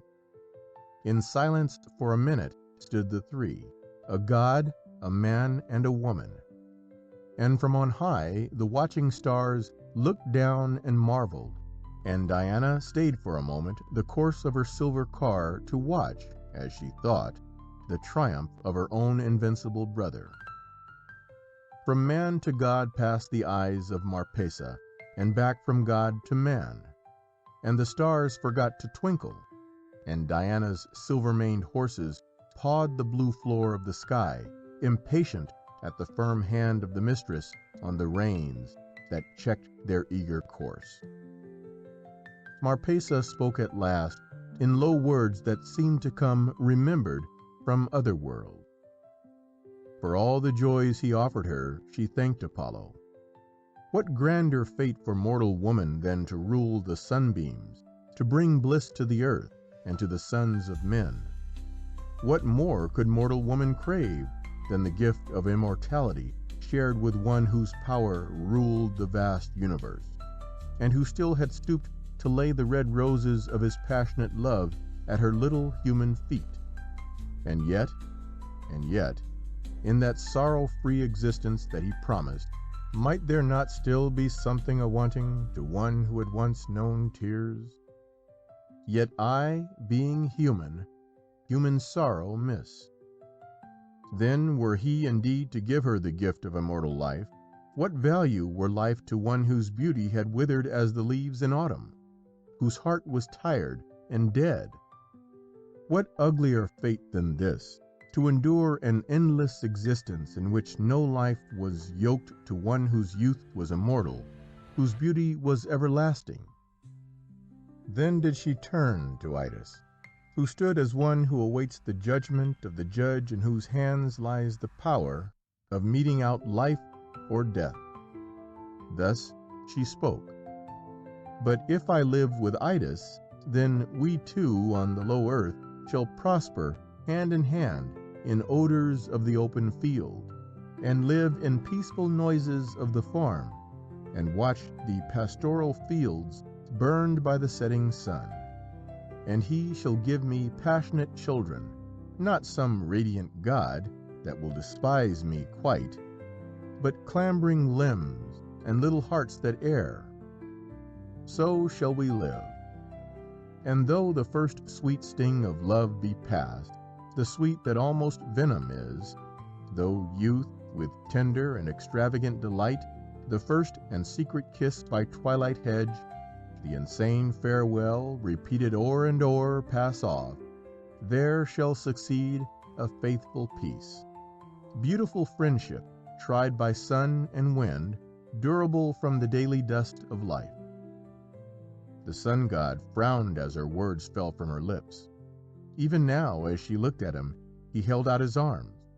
Surely she only played with this poor mortal youth. To him she must come, this rose, who could own no lesser god than the sun god himself. But Marpessa spoke on. "And, thou beautiful god, in that far time, when in thy setting sweet thou gazest down on his grey head, wilt thou remember then that once I pleased thee, that I once was young?" So did her voice cease, and on the earth fell sudden darkness. For to Apollo had come the shame of love rejected, and there were those who said that to the earth that night there came no sunset, only the sullen darkness that told of the flight of an angry god. Yet later the silver moonbeams of Diana seemed to greet the dark earth with a smile, and in the winged car of Neptune, Idas and Marpessa sped on, greater than the gods, in a perfect harmony of human love that feared nor time, nor pain, nor death himself. End of Idas and Marpessa. Section 12. Arethusa. "We have victualled and watered," wrote Nelson from Syracuse in 1798, "and surely, watering at the fountain of Arethusa, we must have victory. We shall sail with the first breeze, and be assured I will return either crowned with laurel or covered with cypress." 3 days later he won the Battle of the Nile, one of the greatest sea fights of history. Here in our own land, the tales of the Greek gods seem very remote. Like the colors in an old portrait, the humanity of the stories seems to have faded. But in Sicily, they grow vivid at once. Almost, as we stand above Syracuse, that long yellow town by the sea, a blue-green sea, with deep purple shadows where the clouds above it grow dark, and little white-sailed boats, like white butterflies, wing their way across to the far horizon, can we have glimpse of Proteus rising from the sea, or hear old Triton blow his wreathed horn. Here to this day, one of the myths most impossible of acceptance to the scientific modern mind lives on, and Arethusa is not yet forgotten. "In Ortygia," says Cicero, "is a fountain of sweet water, the name of which is Arethusa, of incredible flow, very full of fish, which would be entirely overwhelmed by the sea were its waters not protected from the waves by a rampart and a wall of stone." White marble walls have taken the place of the protecting barrier, but the spring bubbles up to this day, and Ortygia, Quail Island, is the name still given to that part of Syracuse. Fluffy-headed, long green stalks of papyrus grow in the fountain, and red and golden fish dart through its clear water. Beyond lie the low shores of Plymgrium, the fens of Lysimeleia, the hills above the Anapus, and above all towers Etna, in snowy and magnificent serenity and indifference to the changes wrought by the centuries to gods and to men.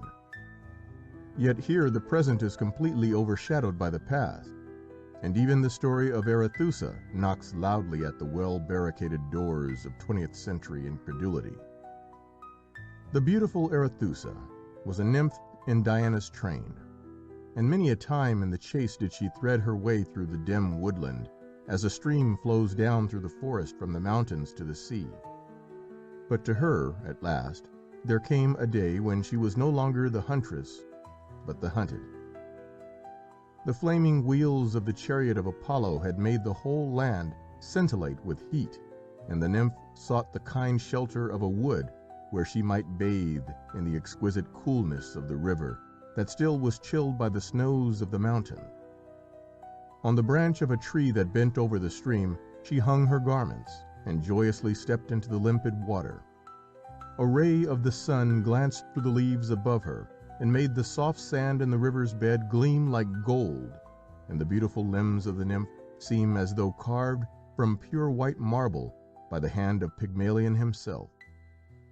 There was no sound there but the gentle sound of the stream that murmured caressingly to her as it slowly moved on through the solitude, and so gently it flowed that almost it seemed to stand still, as though regretful to leave for the unknown forest so beautiful a thing as Arethusa.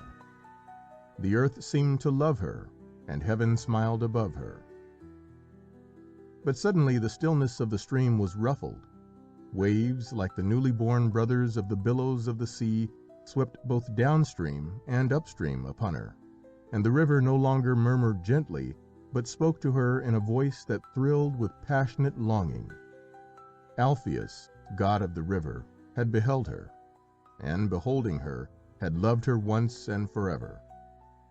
An uncouth creature of the forest was he, unversed in all the arts of love-making. So not as a supplicant did he come to her, but as one who demanded fiercely love for love. Terror came upon Arethusa as she listened, and hastily she sprang from the water that had brought fear upon her, and hastened to find shelter in the woodlands. Then the murmur, as of the murmur of a river before a mighty flood comes to seize it and hold it for its own, took form in a voice that pled with her, in tones that made her tremble as she heard. "Hear me, Arethusa," it said. "I am Alpheus, god of the river that now thou hast made sacred. I am the god of the rushing streams, the god of the thundering cataracts. where the mountain streams crash over the rocks and echo through the shadowy hollows of the hills, I hold my kingship. Down from Etna I come, and the fire of Etna is in my veins.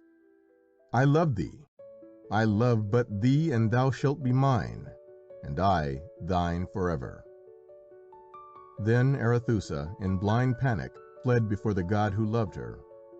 Through the shadowy forest she sped, while he swiftly gained upon her. The asphodel bent under her flying feet, and the golden flowers of the Fiore Maggio were swept aside as she fled. Yet ever Alpheus gained upon her, until at length she felt that the chase was ended, and cried to Diana to save her. Then a cloud, grey and thick and blinding as the mist that wraps the mountain tops, suddenly descended and enfolded her, and Alpheus groped for her in vain. "Arethusa!" she heard him cry, in a voice of piteous longing. "Arethusa, my beloved!" Patiently he waited, with the love that makes uncouth things beautiful, until at length a little breath from Zephyrus blew aside the soft grey veil that hid his beloved from his sight, and he saw that the nymph had been transformed into a fountain. Not for a moment did Alpheus delay, but, turning himself into a torrent and flood, he rushed on in pursuit of Arethusa. Then did Diana, to save her votary, cleave a way for her through the dark earth, even into the gloomy realm of Pluto himself, and the nymph rushed onward, onward still, and then upward, until at length she emerged again to the freedom of the blue sky and green trees, and beheld the golden orange groves and the grey olives, the burning red geranium flowers, and the great snow-capped mountain of Sicily. But Alpheus had a love for her that cast out all fear. Through the terrible blackness of the Cocytus valley he followed Arethusa, and found a means of bursting through the encumbering earth and joining her again. And in a spring that rises out of the sea near the shore, he was able at last to mingle his waters with those of the one for whom he had lost his godship. And now from their fountains and Ina's mountains, down one vale where the morning basks, like friends once parted, grown single-hearted, they ply their watery tasks. At sunrise they leap from their cradles steep in the cave of the shelving hill. At noontide they flow through the woods below and the meadows of asphodel, and at night they sleep in the rocking deep beneath the Ortygian shore, like spirits that lie in the azure sky when they love but live no more. Shelley. End of Arethusa. Section 13. Perseus the Hero. We call such a man a hero in English to this day, and call it a heroic thing to suffer pain and grief that we may do good to our fellow men. Charles Kingsley. In the pleasant land of Argos, now a place of unwholesome marshes, once upon a time there reigned a king called Acrisius, the father of one fair daughter. Danae was her name, and she was very dear to the king until a day when he longed to know what lay hid for him in the lap of the gods, and consulted an oracle. With hanging head he returned from the temple, for the oracle had told him that when his daughter Danae had borne a son, by the hand of that son death must surely come upon him. And because the fear of death was in him more strong than the love of his daughter, Acrisius resolved that by sacrificing her, he would baffle the gods and frustrate death itself. A great tower of brass was speedily built at his command, and in this prison Danae was placed to drag out her weary days. But who can escape the designs of the gods? From Olympus, great Zeus himself looked down and saw the fair princess sighing away her youth. And full of pity and of love, he himself entered the brazen tower in a golden shower, and Danae became the bride of Zeus, and happily passed with him the time of her imprisonment. To her at length was born a son, a beautiful and kingly child, and great was the wrath of her father when he had tidings of the birth. Did the gods in the high heavens laugh at him? The laugh should yet be on his side.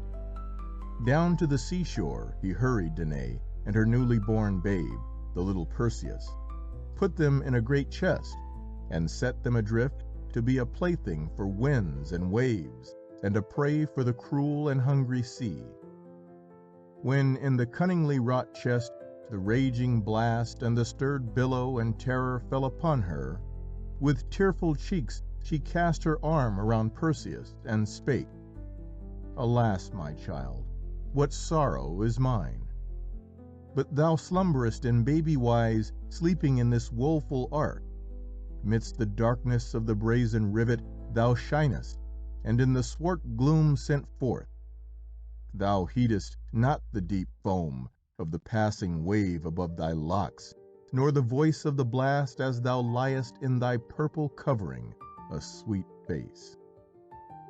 If terror had terrors for thee, and thou wert giving ear to my gentle words, I bid thee sleep, my babe, and may the sea sleep and our measureless woe, and may change of fortune come forth, Father Zeus, from thee.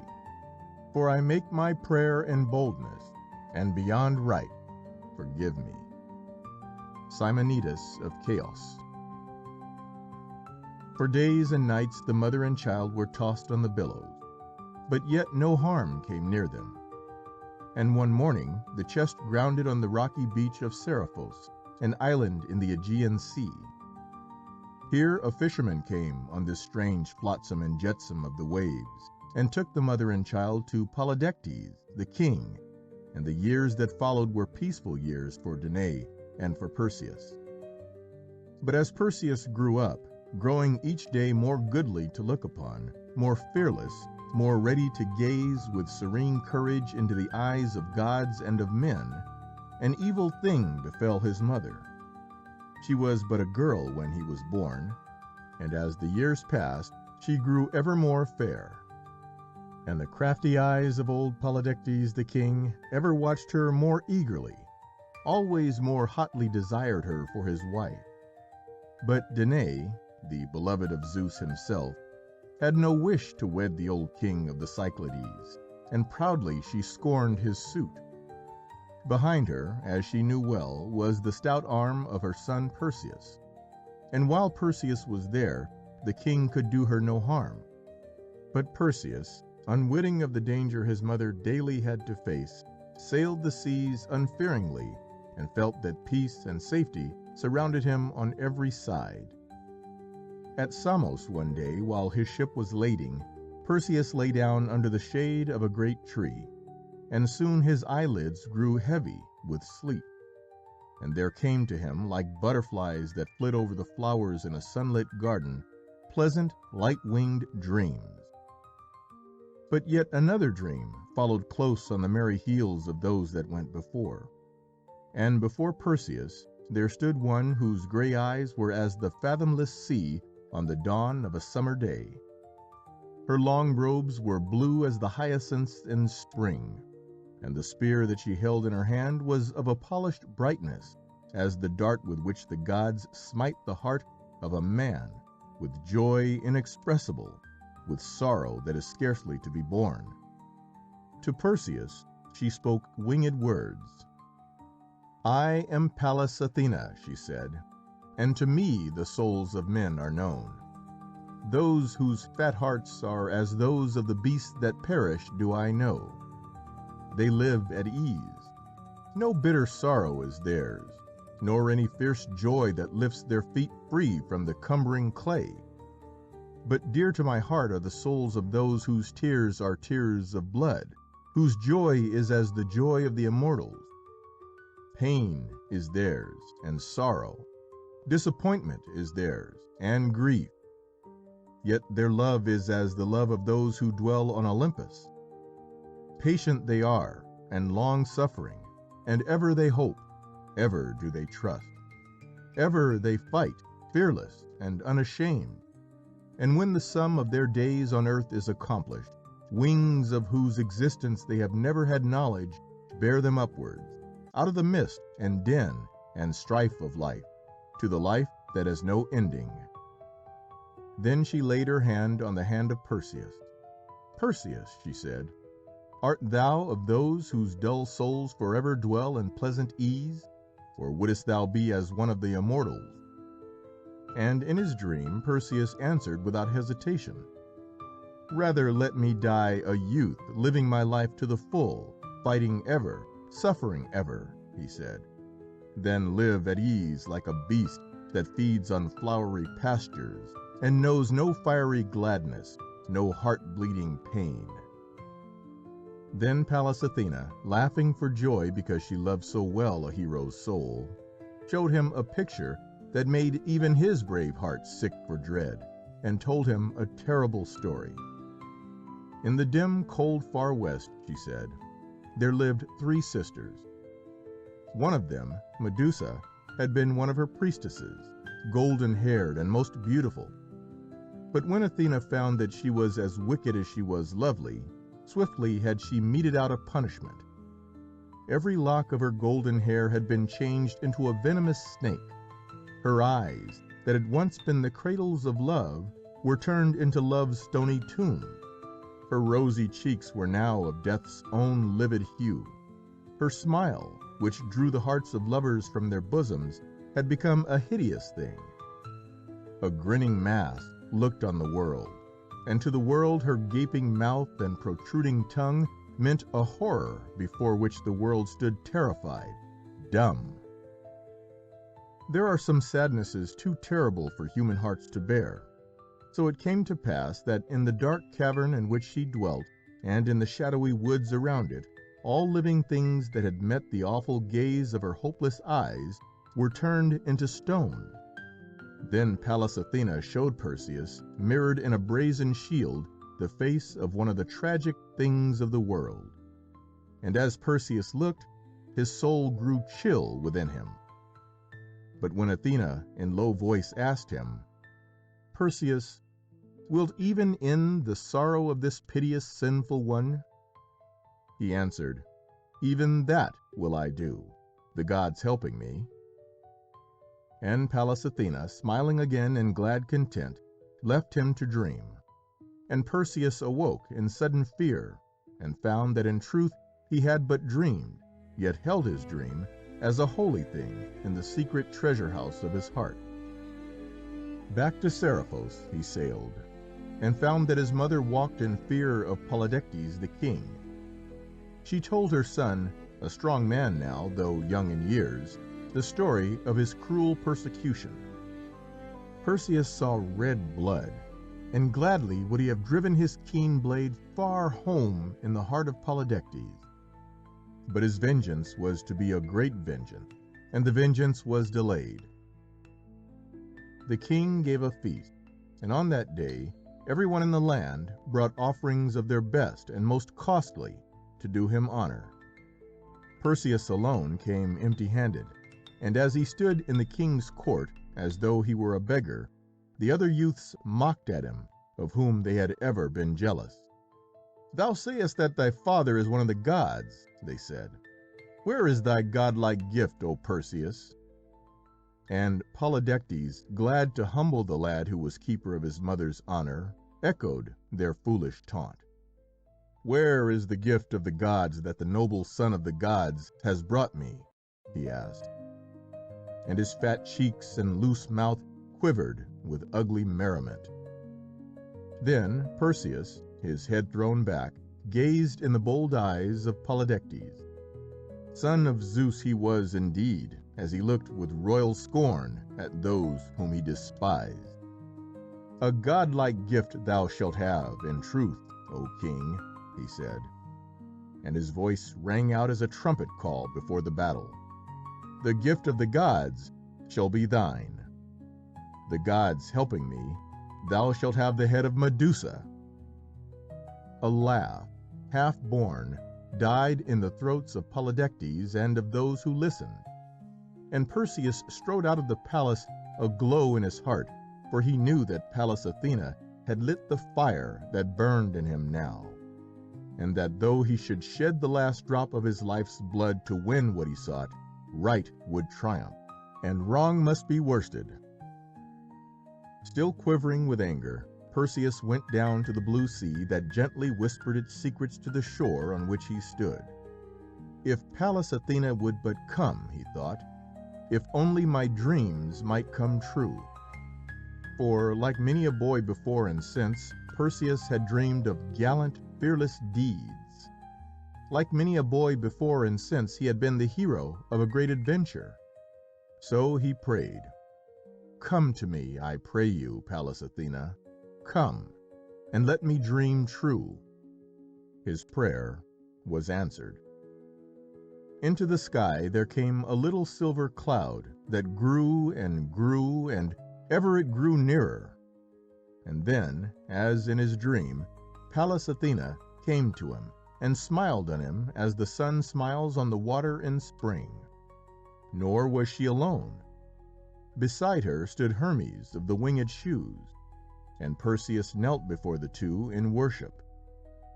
Then, very gently, Pallas Athena gave him counsel, and more than counsel she gave. In his hand she placed a polished shield, than which no mirror shone more brightly. Do not look at Medusa herself, look only on her image here reflected. Then strike home hard and swiftly, and when her head is severed, wrap it in the goat skin on which the shield hangs. So wilt thou return in safety and in honor. But how then shall I cross the wet grey fields of this watery way?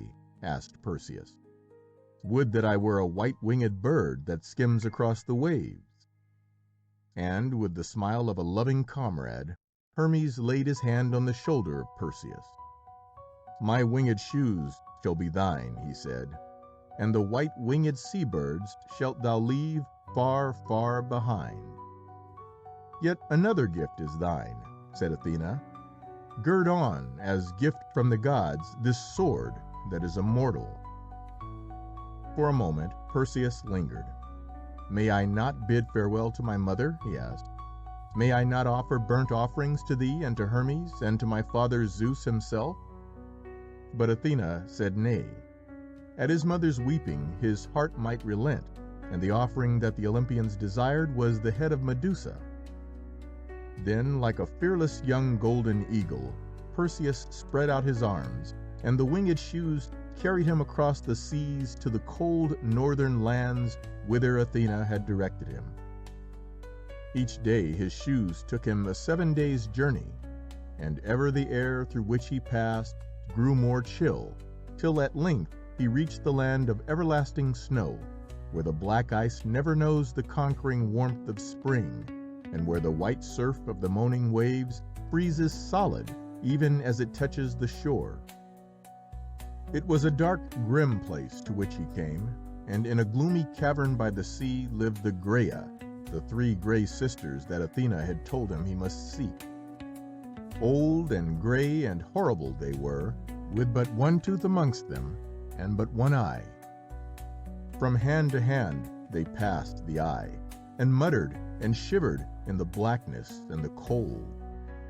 Boldly Perseus spoke to them, and asked them to guide him to the place where Medusa and her sisters, the Gorgons, dwelt.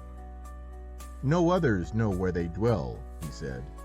Tell me, I pray thee, the way that I may find them. But the grey women were kin to the Gorgons, and hated all the children of men. And ugly was their evil mirth as they mocked at Perseus, and refused to tell him where Medusa might be found. But Perseus grew wily in his desire not to fail. And as the eye passed from one withered, clutching hand to another, he held out his own strong young palm, and in her blindness one of the 3 placed the eye within it. Then the grey women gave a piteous cry, fierce and angry as the cry of old grey wolves that have been robbed of their prey, and gnashed upon him with their toothless jaws. And Perseus said, Wicked ye are, and cruel at heart, and blind shall ye remain forever, unless ye tell me where I may find the Gorgons. But tell me that, and I give back the eye." Then they whimpered and begged of him, and when they found that all their beseeching was in vain, at length they told him. "Go south," they said, "so far south that at length thou comest to the uttermost limits of the sea, to the place where the day and night meet. There is the garden of the Hesperides, and of them must thou ask the way. And give us back our eye," they wailed again, most piteously. And Perseus gave back the eye into a greedy, trembling old hand, and flew south like a swallow that is glad to leave the gloomy, frozen lands behind. To the garden of the Hesperides he came at last, and amongst the myrtles and roses and sunny fountains he came on the nymphs who there guard the golden fruit, and begged them to tell him whither he must wing his way in order to find the Gorgons. But the nymphs could not tell. "We must ask Atlas," they said, "the giant who sits high up on the mountain, and with his strong shoulders keeps the heavens and earth apart." And with the nymphs Perseus went up the mountain and asked the patient giant to guide him to the place of his quest. "Far away I can see them," said Atlas, "on an island in the great ocean. But unless thou wert to wear the helmet of Pluto himself, thy going must be in vain." "What is this helmet?" asked Perseus, "and how can I gain it?" "Didst thou wear the helmet of the ruler of dark places, thou wouldst be as invisible as a shadow in the blackness of night," answered Atlas. "But no mortal can obtain it, for only the immortals can brave the terrors of the shadowy land, and yet return. Yet if thou wilt promise me one thing, the helmet shall be thine." "What wouldst thou?" asked Perseus. And Atlas said, "For many a long year I have borne this earth, and I grow aweary of my burden. When thou hast slain Medusa, let me gaze upon her face, that I may be turned into stone, and suffer no more forever." And Perseus promised, and at the bidding of Atlas one of the nymphs sped down to the land of the shades, and for 7 days Perseus and her sisters awaited her return. Her face was as the face of a white lily, and her eyes were dark with sadness when she came. But with her she bore the helmet of Pluto, and when she and her sisters had kissed Perseus and bidden him a sorrowful farewell, he put on the helmet and vanished away. Soon the gentle light of day had gone, and he found himself in a place where clammy fog blotted out all things, and where the sea was black as the water of that stream that runs through the Cocytus Valley. And in that silent land where there is neither night nor day, nor cloud nor breeze nor storm, he found the cave of horrors in which the Gorgons dwelt. 2 of them, like monstrous swine, lay asleep, but a third woman paced about the hall, and ever turned her head from wall to wall, and moaned aloud, and shrieked in her despair, because the golden tresses of her hair were moved by writhing snakes from side to side, that in their writhing oftentimes would glide onto her breast or shuddering shoulders white. Or falling down, the hideous things would light upon her feet, and crawling thence would twine their slimy folds upon her ankles fine. William Morris. In the shield of Pallas Athena the picture was mirrored, and as Perseus gazed on it, his soul grew heavy for the beauty and the horror of Medusa. And oh, that it had been her foul sisters that I must slay, he thought at first.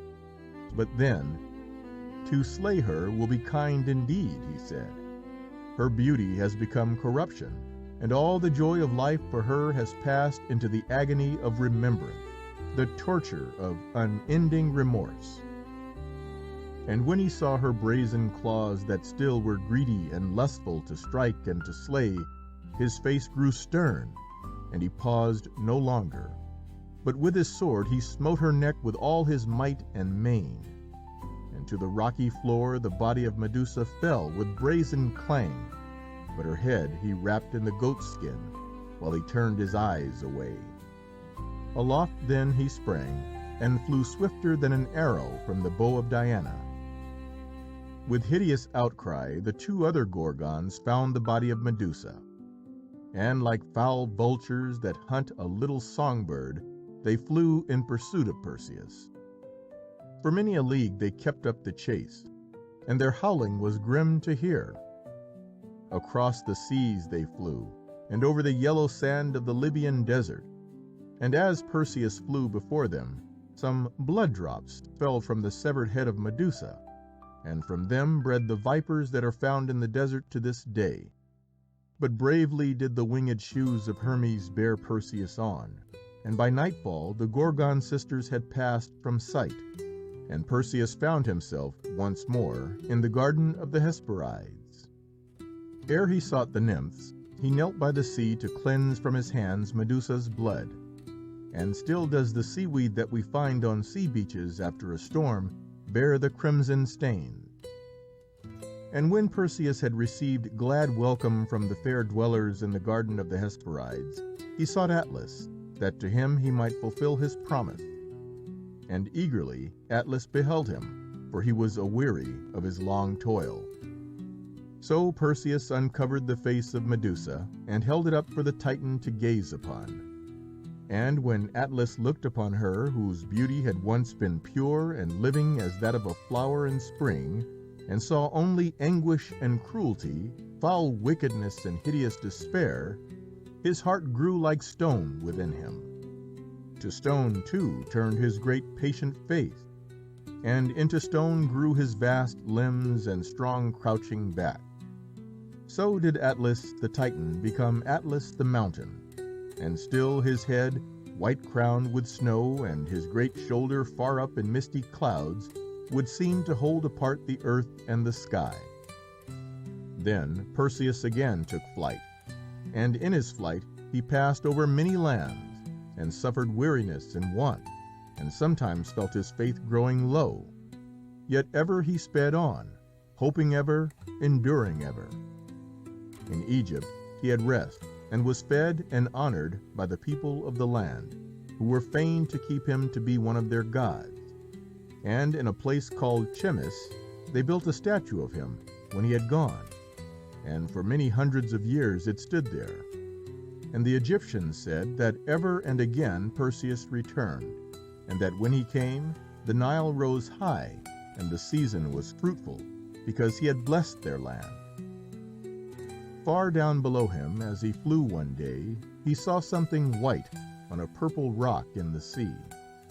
It seemed too large to be a snowy plumaged bird, and he darted swiftly downward that he might see more clearly. The spray lashed against the steep rocks of the desolate island, and showered itself upon a figure that at first he took to be a statue of white marble. The figure was but that of a girl, slight and very youthful, yet more fair even than any of the nymphs of the Hesperides. Invisible in his helmet of darkness, Perseus drew near, and saw that the fragile white figure was shaken by shivering sobs. The waves, every few moments, lapped up on her little cold white feet, and he saw that heavy chains held her imprisoned to that chilly rock in the sea. A great anger stirred the heart of Perseus, and swiftly he took the helmet from his head and stood beside her. The maid gave a cry of terror, but there was no evil thing in the face of Perseus. Naught but strength and kindness and purity shone out of his steady eyes. Thus, when very gently he asked her what was the meaning of her cruel imprisonment, she told him the piteous story, as a little child tells the story of its grief to the mother who comforts it. Her mother was Queen of Ethiopia, she said, and very, very beautiful. But when the queen had boasted that no nymph who played amongst the snow-crested billows of the sea was as fair as she, a terrible punishment was sent to her. All along the coast of her father's kingdom, a loathsome sea monster came to hold its sway, and hideous were its ravages. Men and women, children, and animals, all were equally desirable food for its insatiate maw, and the whole land of Ethiopia lay in mourning because of it. At last, her father, the king, had consulted an oracle that he might find help to rid the land of the monster, and the oracle had told him that only when his fair daughter Andromeda had been sacrificed to the creature that scourged the sea-coast would the country go free. Thus had she been brought there by her parents, that one life might be given for many, and that her mother's broken heart might expiate her sin of vanity. Even as Andromeda spoke, the sea was broken by the track of a creature that cleft the water as does the forerunning gale of a mighty storm. And Andromeda gave a piteous cry. "Lo, he comes!" she cried. "Save me! Ah, save me! I am so young to die!" Then Perseus darted high above her, and for an instant hung poised like a hawk that is about to strike. Then, like the hawk that cannot miss its prey, swiftly did he swoop down and smote with his sword the devouring monster of the ocean. Not once, but again and again he smote, until all the water round the rock was churned into slime and blood-stained froth, and until his loathsome combatant floated on its back, mere carrion for the scavengers of the sea. Then Perseus hewed off the chains that held Andromeda, and in his arms he held her tenderly as he flew with her to her father's land. Who so grateful then as the king and queen of Ethiopia, and who so happy as Andromeda? For Perseus, her deliverer, dearest and greatest hero to her in all the world, not only had given her her freedom, but had given her his heart. Willingly and joyfully her father agreed to give her to Perseus for his wife. No marriage feast so splendid had ever been held in Ethiopia in the memory of man. But as it went on, an angry man with a band of sullen-faced followers strode into the banqueting hall. It was Phineus, he who had been betrothed to Andromeda, yet who had not dared to strike a blow for her rescue. Straight at Perseus they rushed, and fierce was the fight that then began. But of a sudden, from the goatskin where it lay hid, Perseus drew forth the head of Medusa, and Phineus and his warriors were turned into stone. For 7 days the marriage feast lasted, but on the 8th night Pallas Athena came to Perseus in a dream. "Nobly and well hast thou played the hero, O son of Zeus," she said. "But now that thy toil is near an end, and thy sorrows have ended in joy, I come to claim the shoes of Hermes, the helmet of Pluto, the sword, and the shield that is mine own. Yet the head of the Gorgon must thou yet guard a while, for I would have it laid in my temple at Seriphos, that I may wear it on my shield for evermore." As she ceased to speak, Perseus awoke, and lo, the shield and helmet, and the sword and winged shoes were gone, so that he knew that his dream was no false vision. Then did Perseus and Andromeda, in a red-prowed galley made by cunning craftsmen from Phoenicia, sail away westward, until at length they came to the blue water of the Aegean Sea, and saw rising out of the waves before them the rocks of Seriphos. And when the rowers rested on their long oars, and the red-prowed ship ground on the pebbles of the beach, Perseus and his bride sought Danae, the fair mother of Perseus. Black grew the brow of the son of Danae when she told him what cruel things she had suffered in his absence from the hands of Polydectes the king. Straight to the palace Perseus strode, and there found the king and his friends at their revels. For 7 years had Perseus been away, and now it was no longer a stripling who stood in the palace hall, but a man in stature and bearing like one of the gods.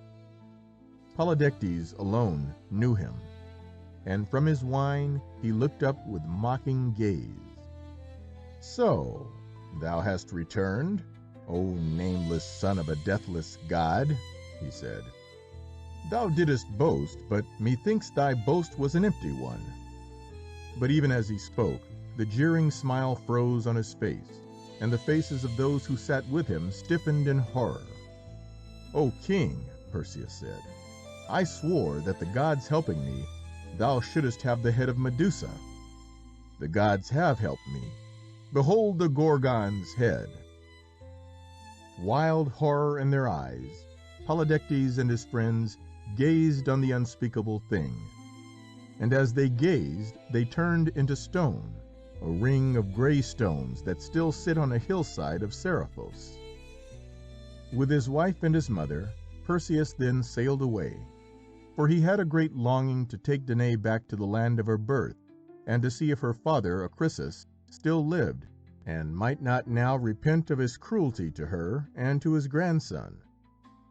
But there he found that the sins of Acrisius had been punished, and that he had been driven from his throne and his own land by a usurper. Not for long did the sword of Perseus dwell in its scabbard, and speedily was the usurper cast forth, and all the men of Argos acclaimed Perseus as their glorious king. But Perseus would not be their king. "I go to seek Acrisius," he said. "My mother's father is your king." Again his galley sailed away, and at last, up the long Euboean sea, they came to the town of Larissa, where the old king now dwelt.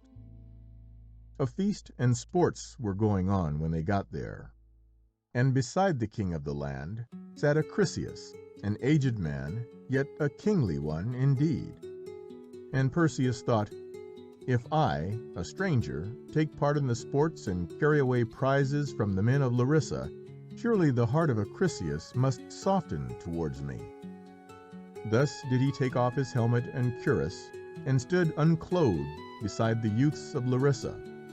And so godlike was he that they all said, amazed, "Surely this stranger comes from Olympus, and is one of the immortals." In his hand he took a discus, and full 5 fathoms beyond those of the others he cast it, and a great shout arose from those who watched. And Acrisius cried out as loudly as all the rest. "Further still," they cried, "further still canst thou hurl. Thou art a hero indeed." And Perseus, putting forth all his strength, hurled once again, and the discus flew from his hand like a bolt from the hand of Zeus. The watchers held their breath and made ready for a shout of delight as they saw it speed on, further than mortal man had ever hurled before. But joy died in their hearts when a gust of wind caught the discus as it sped, and hurled it against Acrisius the king. And with a sigh like the sigh that passes through the leaves of a tree as the woodman fells it, and it crashes to the earth, so did Acrisius fall and lie prone. To his side rushed Perseus, and lifted him tenderly in his arm. But the spirit of Acrisius had fled, and with a great cry of sorrow Perseus called to the people, "Behold me! I am Perseus, grandson of the man I have slain. Who can avoid the decree of the gods?" For many a year thereafter Perseus reigned as king, and to him and to his fair wife were born 4 sons and 3 daughters. Wisely and well he reigned, and when at a good old age death took him and the wife of his heart, the gods, who had always held him dear, took him up among the stars to live forever and ever. And there still, on clear and starry nights, we may see him holding the Gorgon's head. Near him are the father and mother of Andromeda, Cepheus and Cassiopeia. And close behind him stands Andromeda, with her white arms spread out across the blue sky, as in the days when she stood chained to the rock. And those who sail the watery ways look up for guidance to one whose voyaging is done, and whose warfare is accomplished, and take their bearings from the constellation of Cassiopeia. End of Perseus the Hero. Section 14. Niobe. Like Niobe, all tears. Shakespeare. The quotation is an overworked quotation, like many another of those from Hamlet. Yet have half of those whose lips utter it more than the vaguest acquaintance with the story of Niobe and the cause of her tears? The noble group, attributed to Praxiteles, of Niobe and her last remaining child in the Uffizi Palace at Florence has been so often reproduced that it also has helped to make the anguished figure of the Theban queen a familiar one in pictorial tragedy, so that as long as the works of those titans of art, Shakespeare and Praxiteles, endure, no other monument is wanted for the memory of Niobe. Like many of the tales of mythology, her tragedy is a story of vengeance wreaked upon a mortal by an angry god. She was the daughter of Tantalus, and her husband was Amphion, king of Thebes, himself a son of Zeus. To her were born 7 fair daughters and 7 beautiful and gallant sons. And it was not because of her own beauty, nor her husband's fame, nor their proud descent and the greatness of their kingdom, that the queen of Thebes was arrogant in her pride. Very sure she was that no woman had ever borne children like her own children, whose peers were not to be found on earth nor in heaven. Even in our own day, there are mortal mothers who feel as Niobe felt. But amongst the immortals there was also a mother with children whom she counted as peerless. Latona, mother of Apollo and Diana, was magnificently certain that in all time, nor in eternity to come, could there be a son and daughter so perfect in beauty, in wisdom, and in power as the 2 that were her own. Loudly did she proclaim her proud belief, and when Niobe heard it, she laughed in scorn. "The goddess has a son and a daughter," she said. "Beautiful and wise and powerful they may be, but I have borne 7 daughters and 7 sons, and each son is more than the peer of Apollo, each daughter more than the equal of Diana, the moon goddess." And to her boastful words Latona gave ear, and anger began to grow in her heart. Each year the people of Thebes were wont to hold a great festival in honor of Latona and her son and daughter, and it was an evil day for Niobe when she came upon the adoring crowd that, laurel-crowned, bore frankincense to lay before the altars of the gods whose glories they had assembled together to celebrate. "Oh, foolish ones," she said, and her voice was full of scorn. "Am I not greater than Latona? I am the daughter of a goddess, my husband, the king, the son of a god. Am I not fair? Am I not queenly as Latona herself? And of a surety I am richer by far than the goddess who has but 1 daughter and 1 son. Look on my 7 noble sons, behold the beauty of my 7 daughters, and see if they in beauty and all else do not equal the dwellers in Olympus." And when the people looked and shouted aloud, for in truth Niobe and her children were like unto gods, their queen said, "Do not waste thy worship, my people. Rather make the prayers to thy king and to me and to my children, who buttress us round and make our strength so great that fearlessly we can despise the gods." In her home on the Cynthian mountain top, Latona heard the arrogant words of the queen of Thebes. And even as a gust of wind blows smoldering ashes into a consuming fire, her growing anger flamed into rage. She called Apollo and Diana to her, and commanded them to avenge the blasphemous insult which had been given to them and to their mother.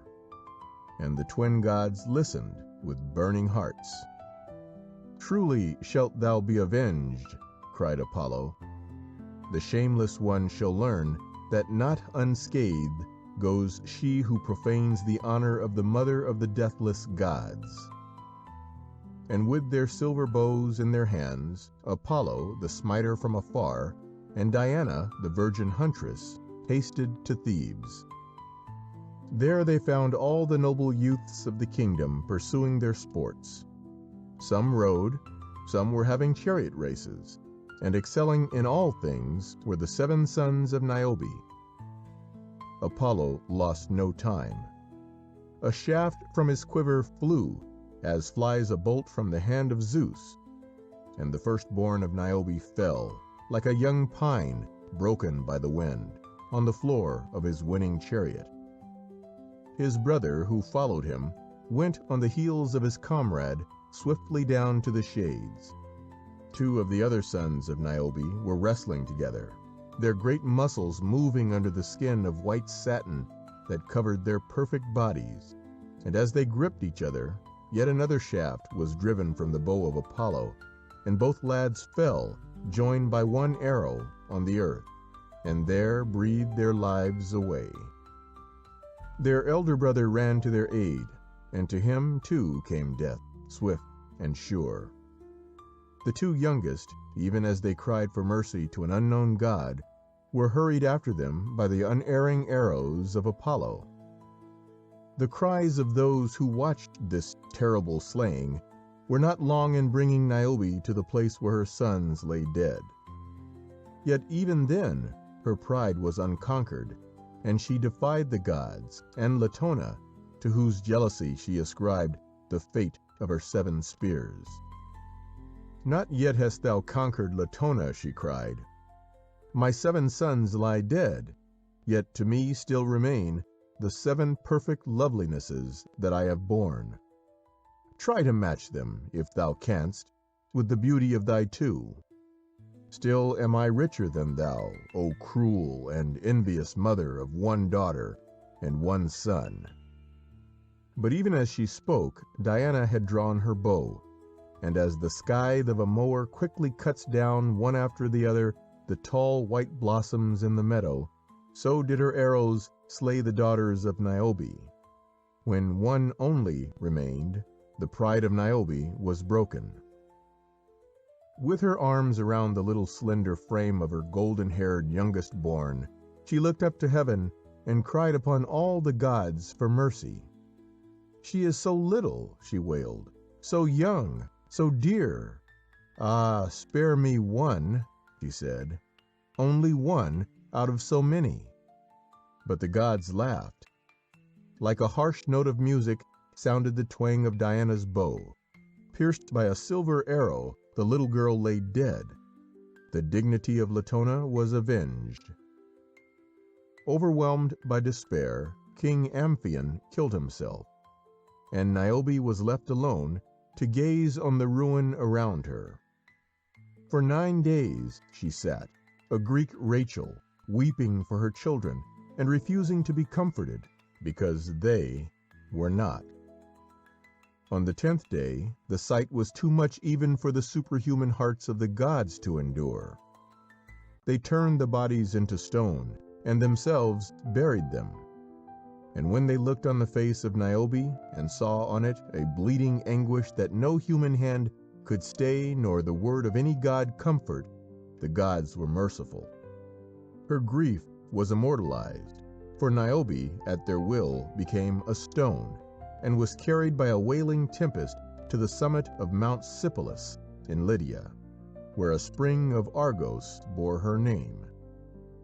Yet although a rock was Niobe, from her blind eyes of stone the tears still flowed, a clear stream of running water, symbol of a mother's anguish and never-ending grief. End of Niobe. Section 15. Hyacinthus. The sad death of Hyacinthus, when the cruel breath of Zephyr slew him, Zephyr penitent, who now, ere Phoebus mounts the firmament, fondles the flower amid the sobbing rain. Keats. Whom the gods love die young. Truly it would seem so, as we read the old tales of men and of women beloved of the gods. To those men who were deemed worthy of being companions of the gods, seemingly no good fortune came. Yet after all, if even in a brief span of life they had tasted God-given happiness, was their fate one to be pitied?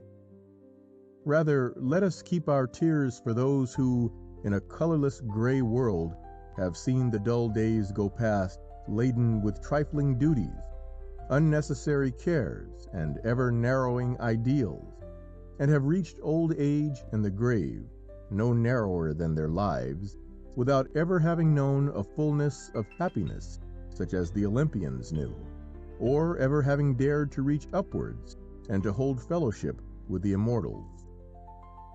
Hyacinthus was a Spartan youth, son of Clio, one of the Muses, and of the mortal with whom she had mated, and from mother or father or from the gods themselves he had received the gift of beauty.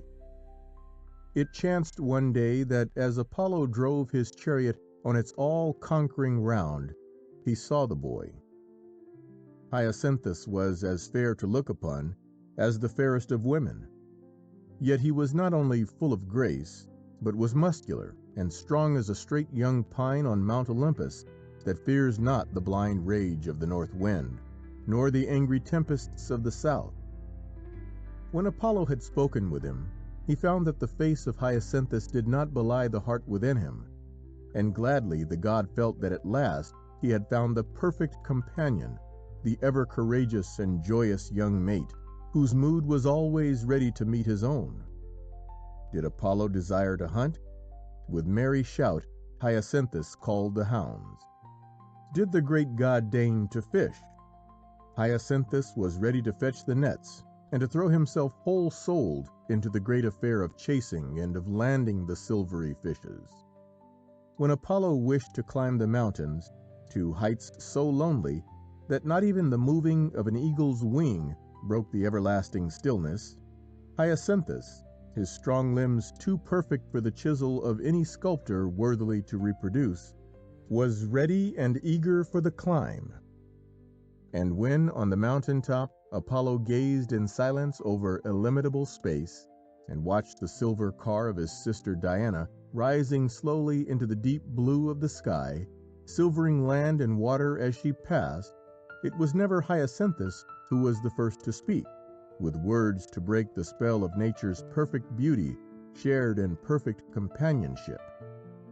There were times, too, when Apollo would play his lyre, and when naught but the music of his own making could fulfill his longing. And when those times came, Hyacinthus would lie at the feet of his friend, of the friend who was a god, and would listen, with eyes of rapturous joy, to the music that his master made. A very perfect friend was this friend of the sun god. Nor was it Apollo alone who desired the friendship of Hyacinthus.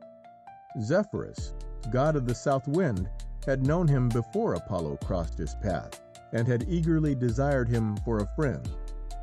But who could stand against Apollo? Sulkily Zephyrus marked their ever-ripening friendship, and in his heart jealousy grew into hatred, and hatred whispered to him of revenge. Hyacinthus excelled at all sports, and when he played quoits, it was sheer joy for Apollo, who loved all things beautiful, to watch him as he stood to throw the disc, his taut muscles making him look like Hermes, ready to spurn the cumbering earth from off his feet. Further even than the god, his friend, could Hyacinth throw, and always his merry laugh when he succeeded made the god feel that nor man nor god could ever grow old. And so there came that day, foreordained by the fates, when Apollo and Hyacinthus played a match together. Hyacinthus made a valiant throw, and Apollo took his place and cast the discus high and far. Hyacinthus ran forward, eager to measure the distance, shouting with excitement over a throw that had indeed been worthy of a god. Thus did Zephyrus gain his opportunity. Swiftly through the treetops ran the murmuring south wind, and smote the discus of Apollo with a cruel hand. Against the forehead of Hyacinthus it dashed, smiting the locks that lay upon it, crashing through skin and flesh and bone, felling him to the earth. Apollo ran towards him and raised him in his arms, but the head of Hyacinthus fell over on the god's shoulder like the head of a lily whose stem is broken. The red blood gushed to the ground, an unquenchable stream, and darkness fell on the eyes of Hyacinthus, and with the flow of his life's blood, his gallant young soul passed away. "Would that I could die for thee, Hyacinthus," cried the god, his god's heart near breaking. "I have robbed thee of thy youth. Thine is the suffering, mine the crime. I shall sing thee ever, O perfect friend, and evermore shalt thou live as a flower that will speak to the hearts of men of spring, of everlasting youth, of life that lives forever."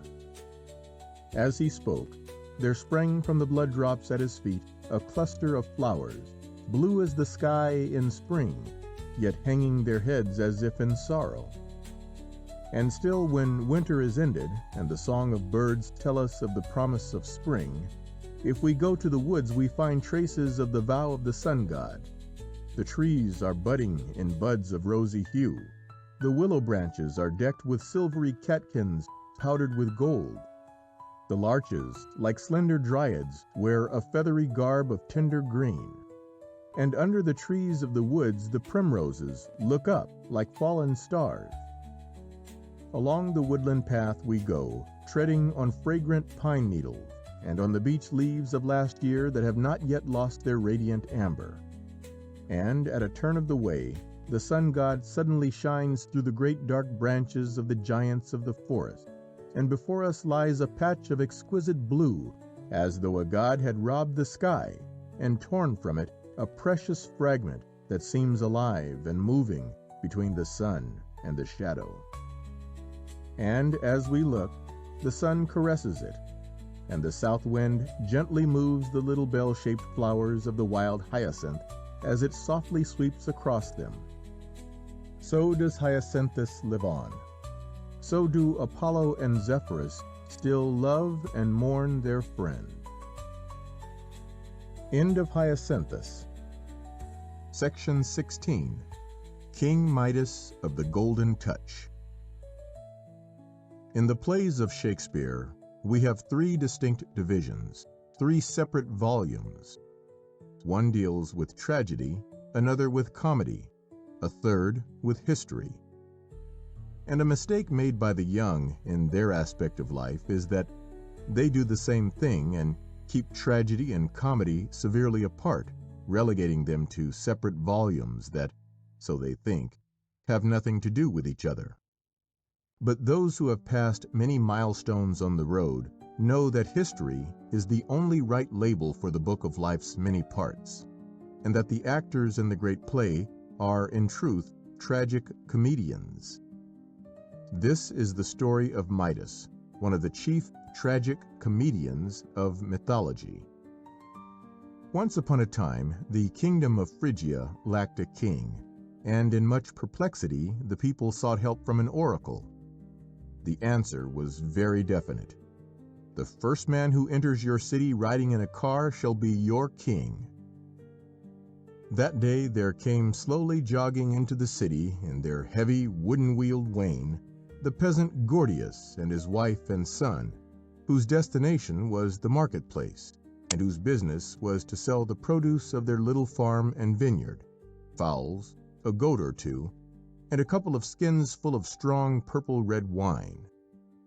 An eager crowd awaited their entry, and a loud shout of welcome greeted them, and their eyes grew round, and their mouths fell open in amaze when they were hailed as King and Queen and Prince of Phrygia. The gods had indeed bestowed upon Gordius, the low-born peasant, a surprising gift, but he showed his gratitude by dedicating his wagon to the deity of the oracle and tying it up in its place with the wiliest knot that his simple wisdom knew, pulled as tight as his brawny arms and strong rough hands could pull. Nor could anyone untie the famous Gordian knot, and therefore become, as the oracle promised, lord of all Asia, until centuries had passed and Alexander the Great came to Phrygia and sliced through the knot with his all-conquering sword. In time, Midas, the son of Gordius, came to inherit the throne and crown of Phrygia. Like many another not born and bred to the purple, his honors sat heavily upon him. From the day that his father's wain had entered the city amidst the acclamations of the people, he had learned the value of power, and therefore, from his boyhood onward, power, always more power, was what he coveted. Also, his peasant father had taught him that gold could buy power, and so Midas ever longed for more gold that could buy him a place in the world that no descendant of a long race of kings should be able to contest. And from Olympus the gods looked down and smiled, and vowed that Midas should have the chance of realizing his heart's desire. Therefore, one day when he and his court were sitting in the solemn state that Midas required, there rode into their midst, tipsily swaying on the back of a gentle, full-fed old grey ass, ivy-crowned, jovial and foolish, the satyr Silenus, guardian of the young god Bacchus. With all the deference due to the friend of a god, Midas treated this disreputable old pedagogue, and for 10 days and nights on end he feasted him royally. On the 11th day Bacchus came in search of his preceptor, and in deep gratitude bade Midas demand of him what he would, because he had done Silenus honor when to dishonor him lay in his power. Not even for a moment did Midas ponder. "I would have gold," he said hastily, "much gold. I would have that touch by which all common and valueless things become golden treasures." And Bacchus, knowing that here spoke the son of peasants who many times had gone empty to bed after a day of toilful striving on the rocky uplands of Phrygia, looked a little sadly in the eager face of Midas, and answered, "Be it as thou wilt. Thine shall be the golden touch." Then Bacchus and Silenus went away, a rout of singing revelers at their heels, and Midas quickly put to proof the words of Bacchus. An olive tree grew near where he stood, and from it he picked a little twig decked with leaves of softest gray, and lo, it grew heavy as he held it, and glittered like a piece of his crown. He stooped to touch the green turf on which some fragrant violets grew, and turf grew into cloth of gold, and violets lost their fragrance, and became hard, solid, golden things. He touched an apple whose cheek grew rosy in the sun, and at once it became like the golden fruit in the garden of the Hesperides. The stone pillars of his palace, as he brushed past them on entering, blazed like a sunset sky. The gods had not deceived him. Midas had the golden touch. Joyously he strode into the palace and commanded a feast to be prepared, a feast worthy of an occasion so magnificent. But when Midas, with the healthy appetite of the peasant born, would have eaten largely of the savory food that his cooks prepared, he found that his teeth only touched roast kid to turn it into a slab of gold, that garlic lost its flavor and became gritty as he chewed, that rice turned into golden grains, and curdled milk became a dower fit for a princess, entirely unnegotiable for the digestion of man. Baffled and miserable, Midas seized his cup of wine, but the red wine had become one with the golden vessel that held it. Nor could he quench his thirst, for even the limpid water from the fountain was melted gold when it touched his dry lips. Only for a very few days was Midas able to bear the affliction of his wealth. There was nothing now for him to live for. He could buy the whole earth if he pleased, but even children shrank in terror from his touch, and hungry and thirsty and sick at heart, he wearily dragged along his weighty robes of gold. Gold was power, he knew well. Yet of what worth was gold while he starved? Gold could not buy him life and health and happiness. In despair, at length, he cried to the god who had given him the gift that he hated. "Save me, O Bacchus," he said. "A witless one am I, and the folly of my desire has been my undoing. Take away from me the accursed golden touch, and faithfully and well shall I serve thee forever." Then Bacchus, very pitiful for him, told Midas to go to Sardis, the chief city of his worshippers, and to trace to its source the river upon which it was built. And in that pool, when he found it, he was to plunge his head, and so he would, forevermore, be freed from the golden touch. It was a long journey that Midas then took, and a weary and a starving man was he when, at length, he reached the spring where the river Pactolus had its source. He crawled forward and timidly plunged in his head and shoulders. Almost he expected to feel the harsh grit of golden water, but instead there was the joy he had known as a peasant boy when he laved his face and drank at a cool spring when his day's toil was ended. And when he raised his face from the pool, he knew that his hateful power had passed from him. But under the water he saw grains of gold glittering in the sand, and from that time forth the river Pactolus was noted for its gold. One lesson the peasant king had learnt by paying in suffering for a mistake, but there was yet more suffering in store for the tragic comedian. He had now no wish for golden riches, nor even for power. He wished to lead the simple life and to listen to the pipings of Pan, along with the goatherds on the mountains or the wild creatures in the woods. Thus it befell that he was present one day at a contest between Pan and Apollo himself. It was a day of merrymaking for nymphs and fauns and dryads, and all those who lived in the lonely solitudes of Phrygia came to listen to the music of the god who ruled them. For as Pan sat in the shade of a forest one night and piped on his reeds until the very shadows danced, and the water of the stream by which he sat leapt high over the mossy stones it passed, and laughed aloud in its glee, the god had so gloried in his own power that he cried, "Who speaks of Apollo and his lyre? Some of the gods may be well pleased with his music, and mayhap a bloodless man or two. But my music strikes to the heart of the earth itself. It stirs with rapture the very sap of the trees, and awakes to life and joy the innermost soul of all things mortal." Apollo heard his boast, and heard it angrily. "O thou whose soul is the soul of the untilled ground," he said, "wouldest thou place thy music, that is like the wind in the reeds, beside my music, which is as the music of the spheres?" And Pan, splashing with his goat's feet amongst the water lilies of the stream on the bank of which he sat, laughed loudly and cried, "Yea, would I, Apollo. Willingly would I play thee a match, thou on thy golden lyre, I on my reeds from the river." Thus did it come to pass that Apollo and Pan matched against each other their music, and King Midas was one of the judges.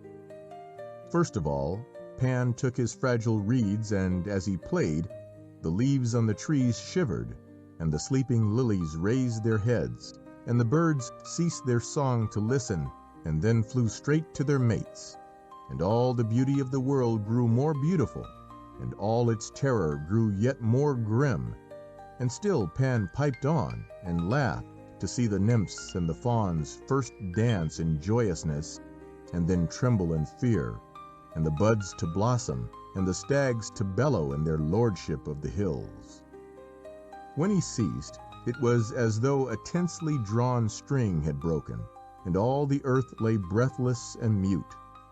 And Pan turned proudly to the golden-haired god who had listened as he had spoken through the hearts of reeds to the hearts of men. "Canst then make music like unto my music, Apollo?" he said. Then Apollo, his purple robes barely hiding the perfection of his limbs, a wreath of laurel crowning his yellow curls, looked down at Pan from his godlike height, and smiled in silence. For a moment his hand silently played over the golden strings of his lyre, and then his fingertips gently touched them, and every creature there who had a soul felt that that soul had wings, and the wings sped them straight to Olympus. Far away from all earthbound creatures they flew, and dwelt in magnificent serenity amongst the immortals. No longer was there strife or any dispeace. No more was there fierce warring between the actual and the unknown. The green fields and thick woods had faded into nothingness, and their creatures, and the fair nymphs and dryads, and the wild fauns and centaurs, longed and fought no more, and man had ceased to desire the impossible. Throbbing nature and passionately desiring life faded into dust before the melody that Apollo called forth. And when his strings had ceased to quiver and only the faintly remembered echo of his music remained, it was as though the earth had passed away and all things had become new. For the space of many seconds all was silence. Then, in low voice, Apollo asked, "Ye who listen, who is the victor?"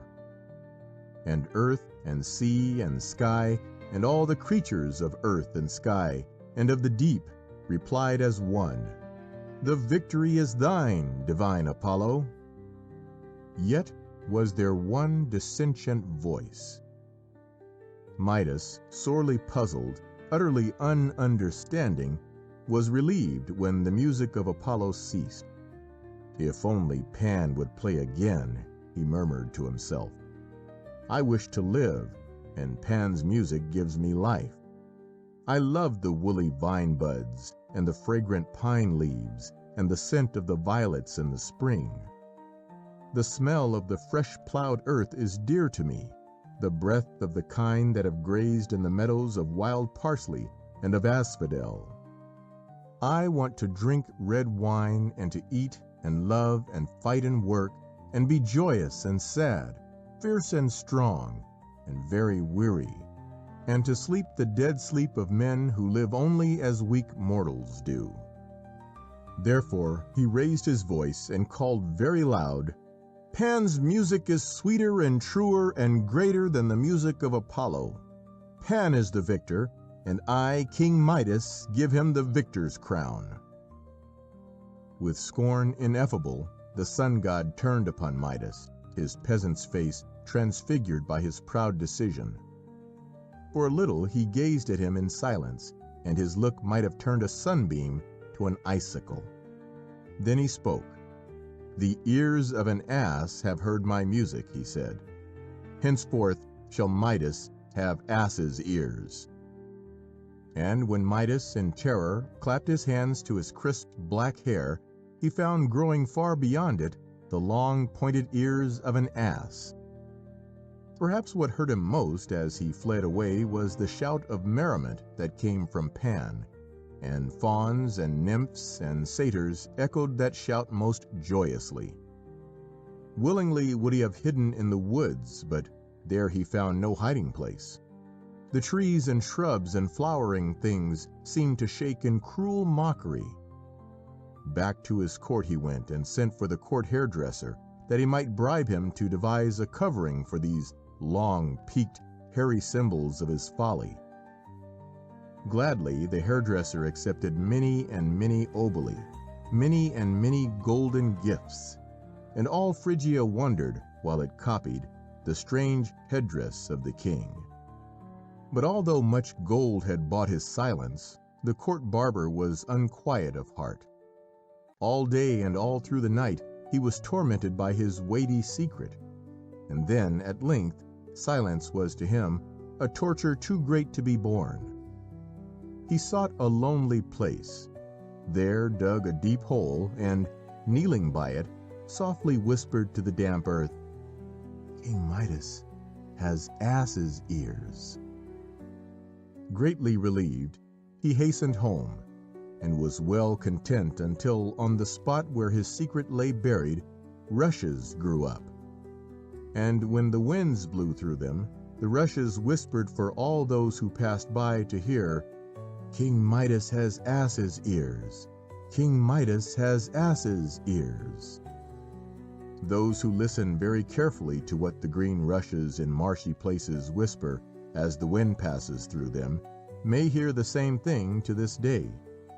And those who hear the whisper of the rushes may, perhaps, give a pitying thought to Midas, the tragic comedian of mythology. End of King Midas of the Golden Touch. Section 17. Ceyx and Halcyone. St. Martin's Summer. Halcyon Day. King Henry VI. Act 1, Scene 2, line 131. Halcyon Days. How often is the expression made use of? How seldom do its users realize from whence they have borrowed it? These were halcyon days, says the old man, and his memory wanders back to a time when, for him, all the world is young, lad, and all the trees are green, and every goose a swan, lad, and every lass a queen.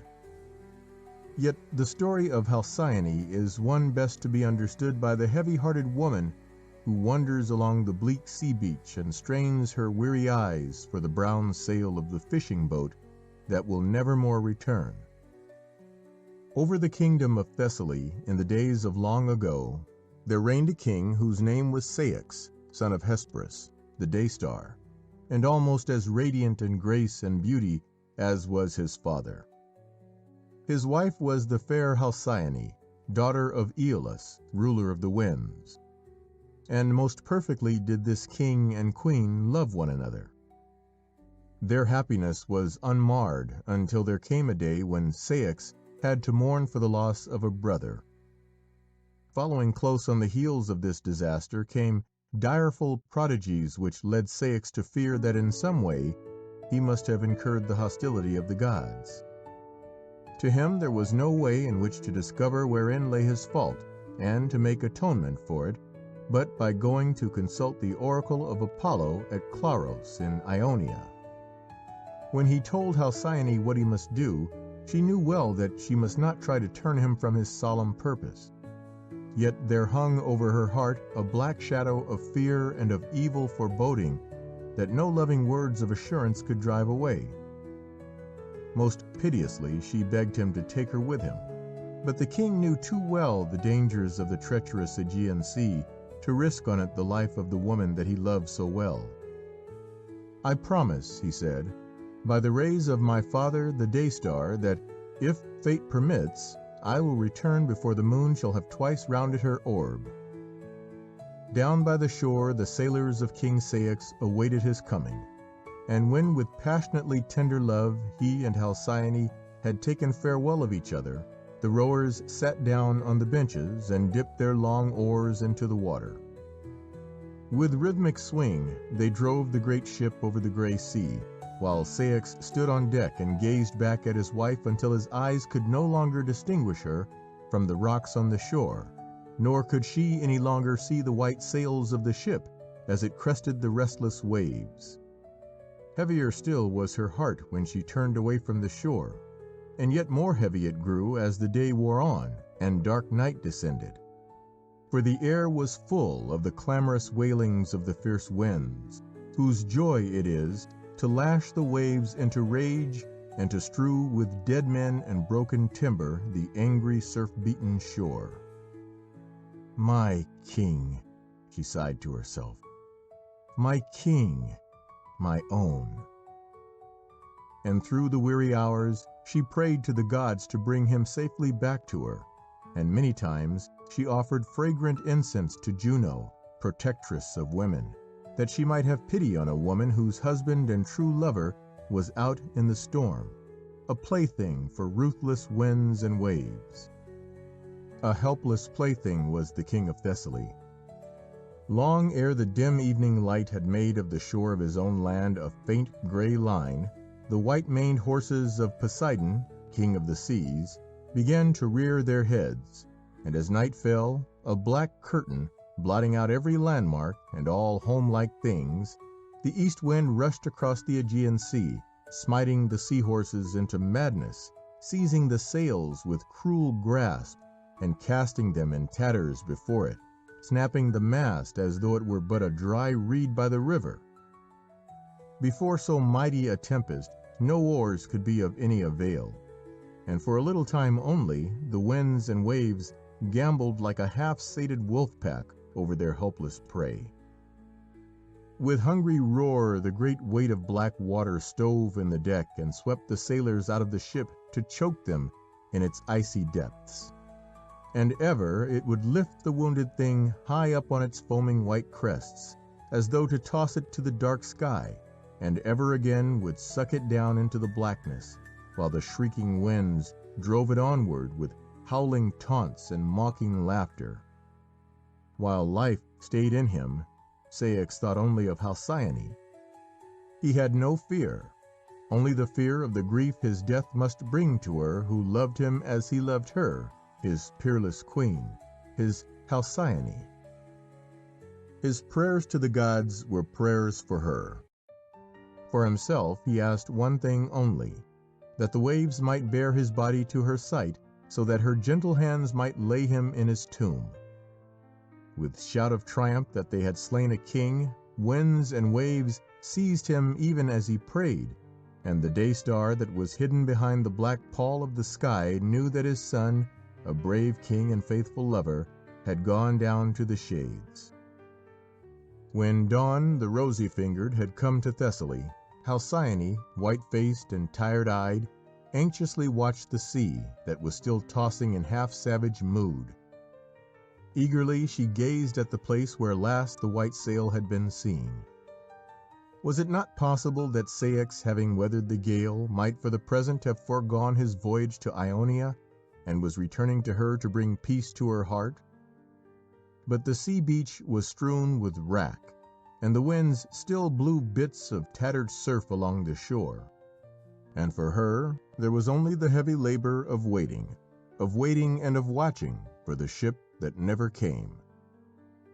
The incense from her altars blew out in heavy sweetness to meet the bitter-sweet tang of the seaweed that was carried in by the tide, for Halcyone prayed on, fearful, yet hoping that her prayers might still keep safe her man, her king, her lover. She busied herself in laying out the garments he would wear on his return, and in choosing the clothes in which she might be fairest in his eyes. This robe, as blue as the sky in spring, silver-bordered, as the sea in kind mood is bordered, with a feathery silver fringe. She could recall just how Ceyx looked when first he saw her wear it. She could hear his very tones as he told her that of all queens she was the peeress, of all women the most beautiful, of all wives the most dear. Almost she forgot the horrors of the night, so certain did it seem that his dear voice must soon again tell her the words that have been love's litany since ever time began. In the ears of Juno, those petitions for him, whose dead body was even then being tossed hither and thither by the restless waves, his murderers, came at last to be more than even she could bear. She gave command to her handmaiden Iris to go to the palace of Somnus, god of sleep and brother of death, and to bid him send to Halcyone a vision in the form of Ceyx, to tell her that all her weary waiting was in vain.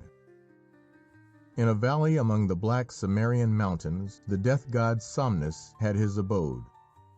In her rainbow-hued robes, Iris darted through the sky at her mistress's bidding, tinging, as she sped through them, the clouds that she passed.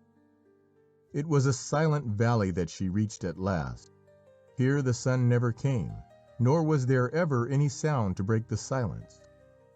From the ground, the noiseless gray clouds, whose work it is to hide the sun and moon, rose softly and rolled away up to the mountain tops and down to the lowest valleys to work the will of the gods.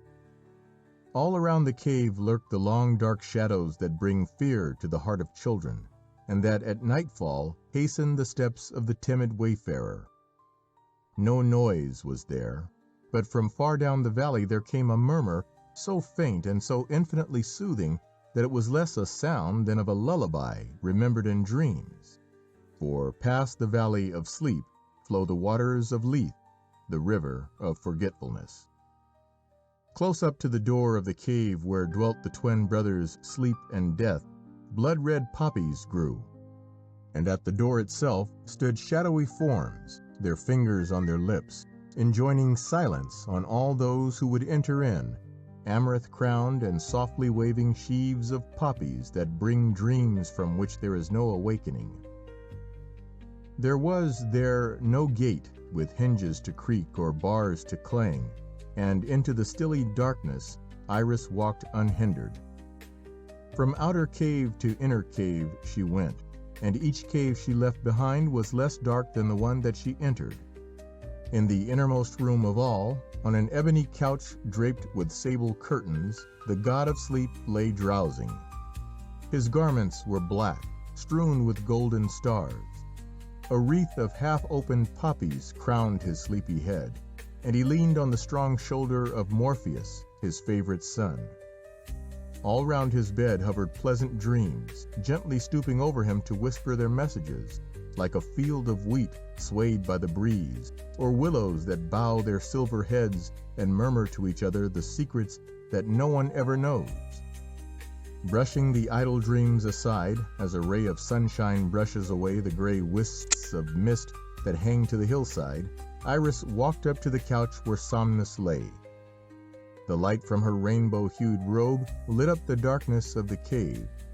Yet Somnus lazily only half opened his eyes, moved his head so that it rested more easily, and in a sleepy voice asked of her what might be her errand. "Somnus," she said, "gentlest of gods, tranquilizer of minds and soother of careworn hearts, Juno sends you her commands that you dispatch a dream to Halcyone in the city of Trachine, representing her lost husband and all the events of the wreck." Her message delivered, Iris hastened away, for it seemed to her that already her eyelids grew heavy, and that there were creeping upon her limbs, throwing silver dust in her eyes, lulling into peaceful slumber her mind, those sprites born of the blood-red poppies that bring to weary mortals rest and sweet forgetfulness. Only rousing himself sufficiently to give his orders, Somnus entrusted to Morpheus the task imposed upon him by Juno, and then with a yawn turned over on his downy pillow and gave himself up to exquisite slumber. When he had winged his way to Trachine, Morpheus took upon himself the form of Ceyx and sought the room where Halcyone slept. She had watched the far horizon many hours that day. For many an hour had she vainly burned incense to the gods. Tired in heart and soul, in body and in mind, she laid herself down on her couch at last, hoping for the gift of sleep. Not long had she slept, in the dead-still sleep that weariness and a stricken heart bring with them, when Morpheus came and stood by her side. He was only a dream, yet his face was the face of Ceyx. Not the radiant, beautiful son of the day-star was the Ceyx who stood by her now and gazed on her with piteous, pitying dead eyes. His clothing dripped sea-water. In his hair was tangled the weed of the sea, uprooted by the storm. Pale, pale was his face, and his white hands gripped the stones and sand that had failed him in his dying agony. Halcyone whimpered in her sleep as she looked on him, and Morpheus stooped over her and spoke the words that he had been told to say. "I am thy husband, Ceyx, Halcyone. No more do prayers and the blue curling smoke of incense avail me. Dead am I, slain by the storm and the waves. On my dead white face the skies look down, and the restless sea tosses my chill body that still seeks thee, seeking a haven in thy dear arms, seeking rest on thy warm, loving heart." With a cry, Halcyone started up, but Morpheus had fled, and there were no wet footprints or drops of sea-water on the floor, marking, as she had hoped, the way that her lord had taken. Not again did sleep visit her that night.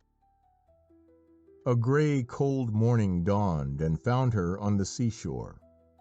As ever, her eyes sought the far horizon, but no white sail, a messenger of hope, was there to greet her. Yet surely she saw something, a black speck, like a ship driven on by the long oars of mariners who who knew well the path to home through the watery ways. From far away in the gray it hasted towards her. And then there came to Halcyone the knowledge that no ship was this thing, but a lifeless body, swept onwards by the hurrying waves. Nearer and nearer it came, until at length she could recognize the form of this flotsam and jetsam of the sea. With heart that broke as she uttered the words, she stretched out her arms and cried aloud, "O Ceyx, my beloved, is it thus that thou returnest to me?" To break the fierce assaults of sea and of storm, there had been built out from the shore a mole, and on to this barrier leapt the distraught Halcyone. She ran along it, and when the dead white body of the man she loved was still out of reach, she prayed her last prayer, a wordless prayer of anguish to the gods. "Only let me get near him," she breathed. "Grant only that I nestle close against his dear breast. Let me show him that, living or dead, I am his, and he mine, forever." And to Halcyone a great miracle was then vouchsafed, for from out of her snowy shoulders grew snow-white pinions, and with them she skimmed over the waves until she reached the rigid body of Ceyx, drifting, a helpless burden for the conquering waves, in with the swift-flowing tide. As she flew, she uttered cries of love and of longing, but only strange raucous cries came from the throat that had once only made music. And when she reached the body of Ceyx, and would fain have kissed his marble lips, Halcyone found that no longer were her own lips like the petals of a fair red rose warmed by the sun. For the gods had heard her prayer, and her horny beak seemed to the watchers on the shore to be fiercely tearing at the face of him who had been king of Thessaly. Yet the gods were not merciless, or perhaps the love of Halcyone was an all-conquering love. For as the soul of Halcyone had passed into the body of a white-winged sea-bird, so also passed the soul of her husband the king. And forevermore Halcyone and her mate, known as the Halcyon birds, defied the storm and tempest, and proudly breasted side by side the angriest waves of the raging sea. To them, too, did the gods grant a boon, that for 7 days before the shortest day of the year, and for 7 days after it, there should reign over the sea a great calm, in which Halcyone, in her floating nest, should hatch her young.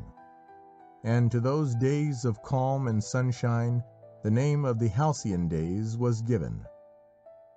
And still, as a storm approaches, the white-winged birds come flying inland, with shrill cries of warning to the mariners whose ships they pass in their flight. "Ceyx," they cry, "remember Ceyx." And hastily the fishermen fill their sails, and the smacks drive homeward to the haven where the blue smoke curls upwards from the chimneys of their homesteads, and where the red poppies are nodding sleepily amongst the yellow corn. Note: the kingfisher is commonly known as the real Halcyon bird. Of it, Socrates says, "The bird is not great, but it has received great honor from the gods because of its lovingness. For while it is making its nest, all the world has the happy days which it calls Halcyonidae, excelling all others in their calmness." End of Ceyx and Halcyone. Section 18. Aristeus the Beekeeper. Every sound is sweet, myriads of rivers hurrying through the lawn, the moan of doves in immemorial elms, and murmuring of innumerable bees. Tennyson. In the fragrance of the blossom of the limes, the bees are gleaning a luscious harvest. Their busy humming sounds like the surf on a reef heard from very far away, and would almost lull to sleep those who lazily, drowsily spend the sunny summer afternoon in the shadow of the trees. That line of beehives by the sweet pea hedge shows where they store their treasure, that men may rob them of it. But out on the uplands, where the heather is purple, the wild bees hum in and out of the honey-laden bells, and carry home their spoils to their own free fastnesses, from which none can drive them, unless there comes a foray against them from the brown men of the moors. How many of us who watch their ardent labors know the story of Aristeus, he who first brought the art of beekeeping to perfection in his own dear land of Greece, and whose followers are those men in veils of blue and green, that motley throng who beat fire irons and create a hideous clamor in order that the queen bee and her excited followers may be checked in their perilous voyagings and beguiled to swarm in the sanctuary of a hive. Aristeus was a shepherd, the son of Cyrene, a water nymph, and to him there had come one day, as he listened to the wild bees humming amongst the wild thyme, the great thought that he might conquer these busy workers and make their toil his gain. He knew that hollow trees or a hole in a rock were used as the storage houses of their treasure, and so the wily shepherd lad provided for them the homes he knew that they would covet, and near them placed all the food that they most desired. Soon Aristeus became noted as a tamer of bees, and even in Olympus they spoke of his honey as a thing that was food for the gods. All might have gone well with Aristeus, had there not come for him the fateful day when he saw the beautiful Eurydice, and to her lost his heart. She fled before the fiery protestations of his love, and trod upon the serpent, whose bite brought her down to the shades. The gods were angry with Aristeus, and as punishment they slew his bees. His hives stood empty and silent, and no more did the murmuring of innumerable bees drowse the ears of the herds who watched their flocks cropping the red clover and the asphodel of the meadows. Underneath the swift-flowing water of a deep river, the nymph who was the mother of Aristeus sat on her throne. Fishes darted round her white feet, and beside her sat her attendants, spinning the fine, strong green cords that twine themselves round the throats of those who perish when their arms can no longer fight against the force of the rushing current. A nymph sang as she worked, an old, old song that told one of the old, old tales of man's weakness and the power of the creatures of water. But above her song, those who listened heard a man's voice, calling loudly and pitifully. The voice was that of Aristeus, calling aloud for his mother.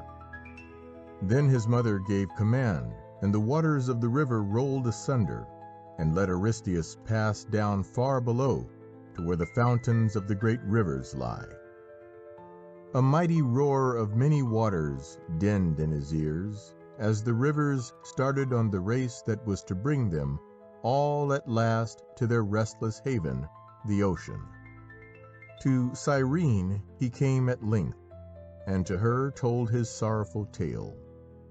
To men who live their little lives and work and die as I myself, though son of a nymph and of a god, must do, he said, I have brought two great gifts, O my mother. I have taught them that from the gray olives they can reap a priceless harvest, and from me they have learned that the little brown bees that hum in and out of the flowers may be made slaves that bring to them the sweetest riches of which nature may be robbed. This do I already know, my son, said Cyrene, and smiled upon Aristeus. Yet dost thou not know, said Aristeus, the doom that has overtaken my army of busy workers? No longer does there come from my city of bees the boom of many wings and many busy little feet as they fly, swift and strong, hither and thither, to bring back to the hives their honeyed treasure. The comb is empty, the bees are all dead, or if not dead, they have forsaken me forever. Then spoke Cyrene. "Hast heard, my son," she said, "of Proteus? It is he who herds the flocks of the boundless sea. On days when the south wind and the north wind wrestle together, and when the wind from the east smites the west wind in shame before him, thou mayest see him raise his snowy head and long white beard above the grey-green waves of the sea, and lash the white-maned, unbridled, fierce sea-horses into fury before him. Proteus only, none but Proteus, can tell thee by what art thou canst win thy bees back once more." Then Aristeus, with eagerness, questioned his mother how he might find Proteus and gain from him the knowledge that he sought. And Cyrene answered, "No matter how piteously thou dost entreat him, never, save by force, wilt thou gain his secret from Proteus. Only if thou canst chain him by guile as he sleeps, and hold fast the chains, undaunted by the shapes into which he has the power to change himself, wilt thou win his knowledge from him." Then Cyrene sprinkled her son with the nectar of the deathless gods, and in his heart there was born a noble courage, and through him a new life seemed to run. "Lead me now to Proteus, O my mother," he said. And Cyrene left her throne and led him to the cave where Proteus, herdsman of the seas, had his dwelling. Behind the seaweed-covered rocks Aristeus concealed himself, while the nymph used the fleecy clouds for her covering. And when Apollo drove his chariot across the high heavens at noon, and all land and all sea were hot as molten gold, Proteus, with his flocks, returned to the shade of his great cave by the sobbing sea, and on its sandy floor he stretched himself, and soon lay his limbs all lax and restful in the exquisite joy of a dreamless sleep. From behind the rocks Aristeus watched him, and when at length he saw that Proteus slept too soundly to wake gently, he stepped forward, and on the sleep-drowsed limbs of Proteus fixed the fetters that made him his captive.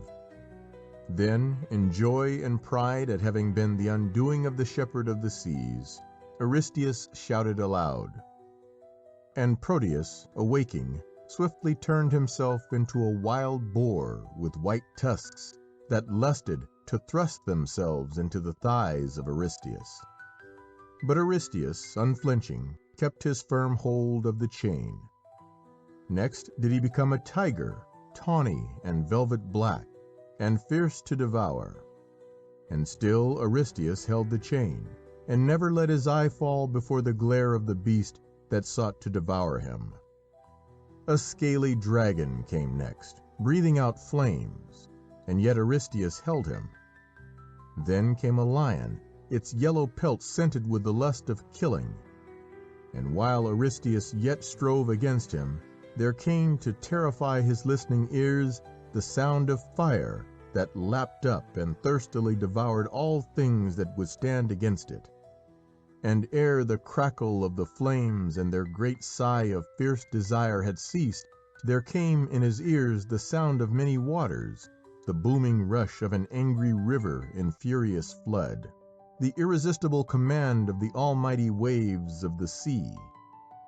Yet still Aristeus held the chains, and at last Proteus took his own shape again, and with a sigh, like the sigh of winds and waves on the desolate places where ships become wrecks, and men perish, and there is never a human soul to save or to pity them, he spoke to Aristeus.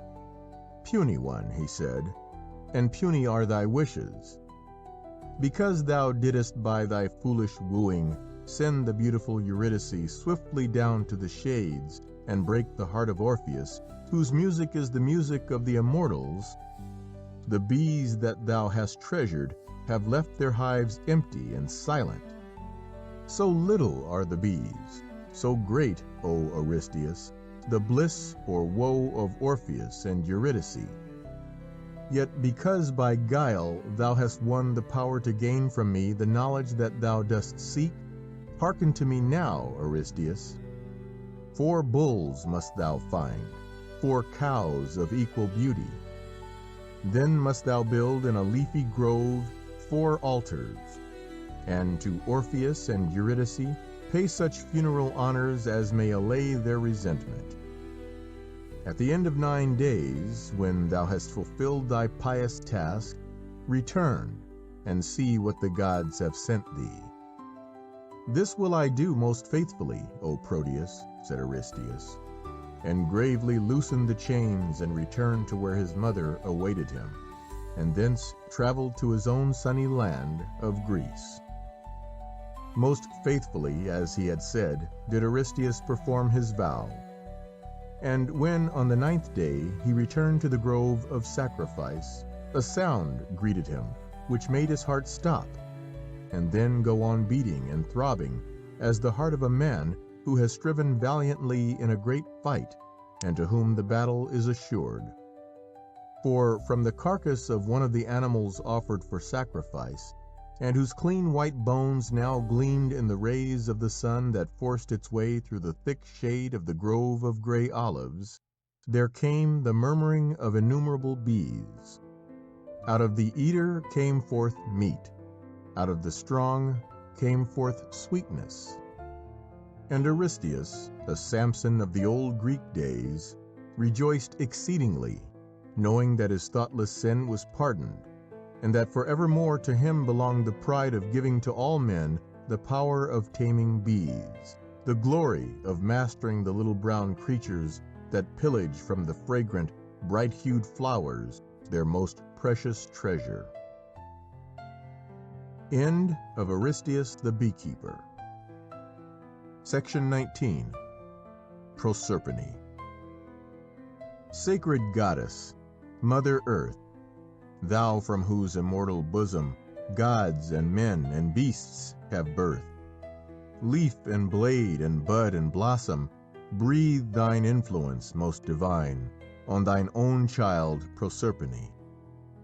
If with mists of evening dew thou dost nourish those young flowers till they grow in scent and hue, fairest children of the hours, breathe thine influence most divine on thine own child Proserpine. Shelley. The story of Persephone, or Proserpine, is a story of spring. When the sun is warming the bare brown earth, and the pale primroses look up through the snowy blackthorns at a kind blue sky, almost can we hear the soft wind murmur a name as it gently sways the daffodils and breathes through the honey sweetness of the gold-powdered catkins on the gray willows by the river. Persephone, Persephone. Now once there was a time when there was no spring, neither summer nor autumn, nor chilly winter with its black frosts and cruel gales and brief dark days. Always was there sunshine and warmth.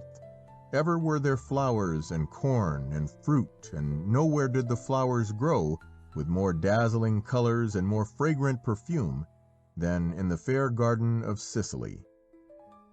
To Demeter, the Earth Mother, was born a daughter more fair than any flower that grew, and ever more dear to her became her child, the lovely Proserpine.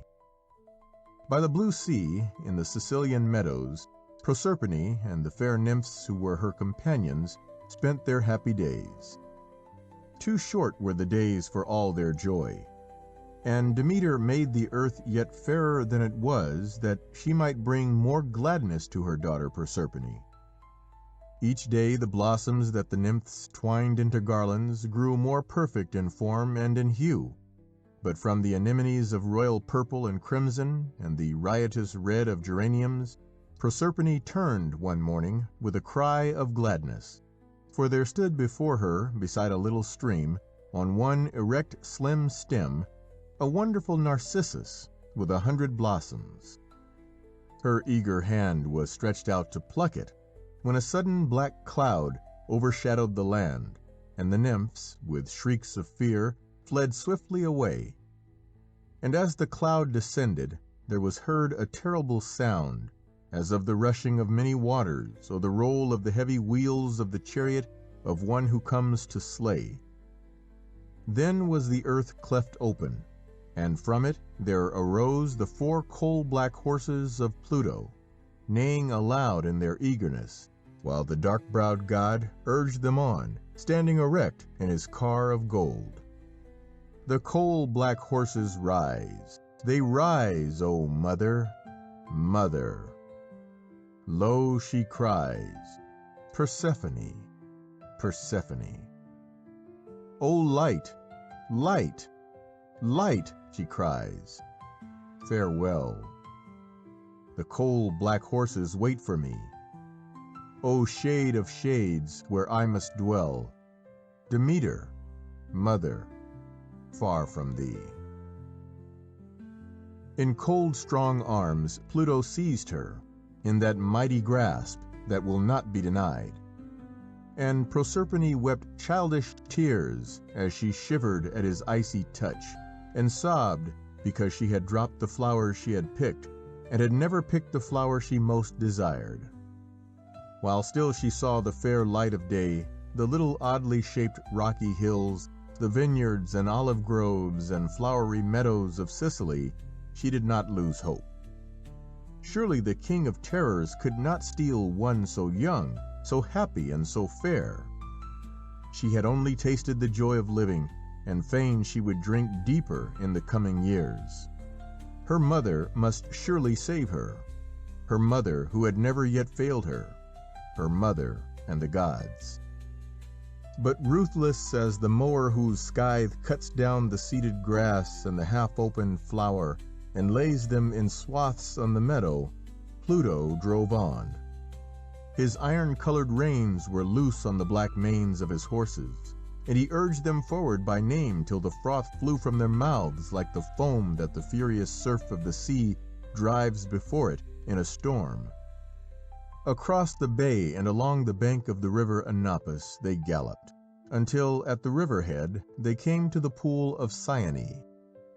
He smote the water with his trident, and downward into the blackness of darkness his horses passed, and Proserpine knew no more the pleasant light of day. What ails her that she comes not home? Demeter seeks her far and wide, and gloomy-browed doth ceaseless roam from many a morn till eventide. My life, immortal though it be, is naught, she cries, for want of thee, Persephone, Persephone. So to the great Mother Earth came the pangs that have drawn tears of blood from many a mortal mother's heart for a child born off to the shades. My life is not for want of thee, Persephone, Persephone. The cry is borne down through the ages, to echo and re-echo so long as mother's love and death is still unchained. Over land and sea, from where dawn the rosy-fingered rises in the east, to where Apollo cools the fiery wheels of his chariot in the waters of far western seas, the goddess sought her daughter. With a black robe over her head, and carrying a flaming torch in either hand, for 9 dreary days she sought her loved one. And yet, for 9 more weary days and 9 sleepless nights, the goddess, racked by human sorrow, sat in hopeless misery. The hot sun beat upon her by day. By night, the silver rays from Diana's car smote her more gently, and the dew drenched her hair and her black garments, and mingled with the saltness of her bitter tears. At the gray dawning of the 10th day, her elder daughter Hecate stood beside her. Queen of ghosts and shades was she, and to her all dark places of the earth were known. Let us go to the sun god, said Hecate. Surely he hath seen the god who stole away the little Proserpine. Soon his chariot will drive across the heavens. Come, let us ask him to guide us to the place where she is hidden. Thus did they come to the chariot of the glorious Apollo, and standing by the heads of his horses like 2 gray clouds that bar the passage of the sun, they begged him to tell them the name of him who had stolen fair Proserpine. No less a thief was he, said Apollo, than Pluto, king of darkness and robber of life itself. Mourn not, Demeter, thy daughter is safe in his keeping. The little nymph who played in the meadows is now queen of the shades. Nor does Pluto love her vainly. She is now in love with death. No comfort did the words of the sun god bring to the longing soul of Demeter, and her wounded heart grew bitter. Because she suffered, others must suffer as well. Because she mourned, all the world must mourn. The fragrant flowers spoke to her only of Persephone. The purple grapes reminded her of a vintage when the white fingers of her child had plucked the fruit. The waving golden grain told her that Persephone was as an ear of wheat that is reaped before its time. Then upon the earth did there come dearth and drought and barrenness. The wheat was blighted in the ear, the purple grapes blushed no more on the vines, and all the gods were sorrowful. Lewis Morris. Gods and men alike suffered from the sorrow of Demeter.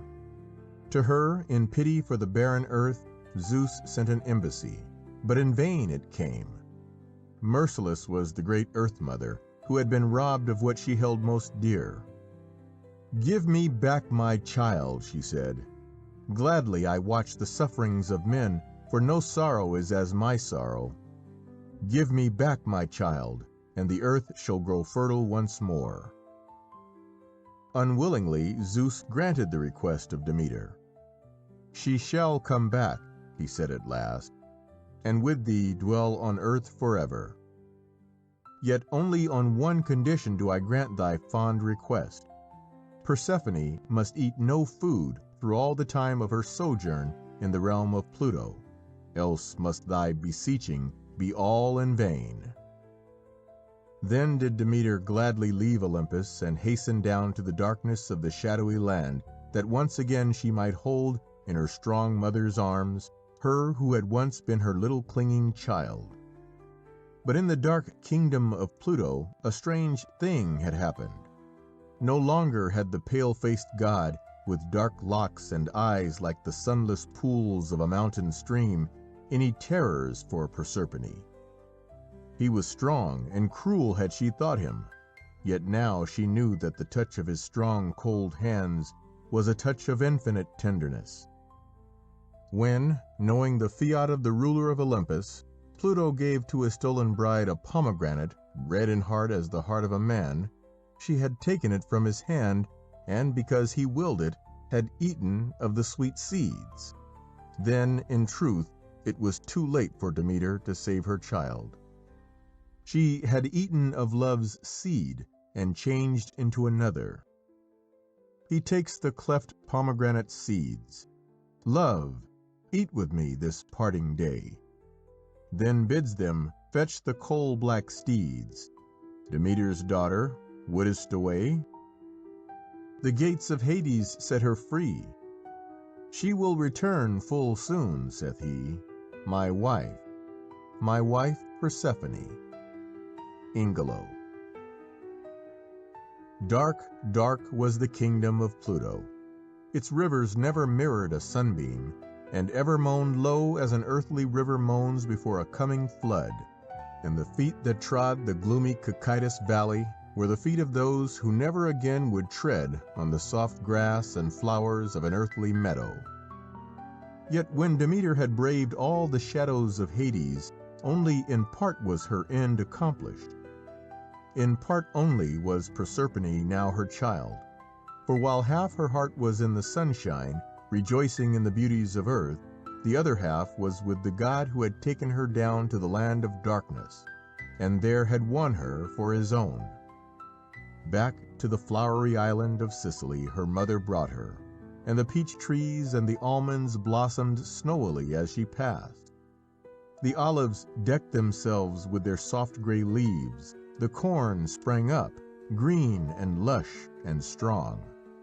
The lemon and orange groves grew golden with luscious fruit, and all the land was carpeted with flowers. For 6 months of the year she stayed, and gods and men rejoiced at the bringing back of Proserpine. For 6 months she left her green and pleasant land, for the dark kingdom of him whom she loved. And through those months the trees were bare, and the earth chill and brown, and under the earth the flowers hid themselves in fear, and awaited the return of the fair daughter of Demeter. And evermore has she come and gone, and seed time and harvest have never failed, and the cold, sleeping world has awaked and rejoiced, and heralded with the song of birds, and the bursting of green buds, and the blooming of flowers, the resurrection from the dead, the coming of spring.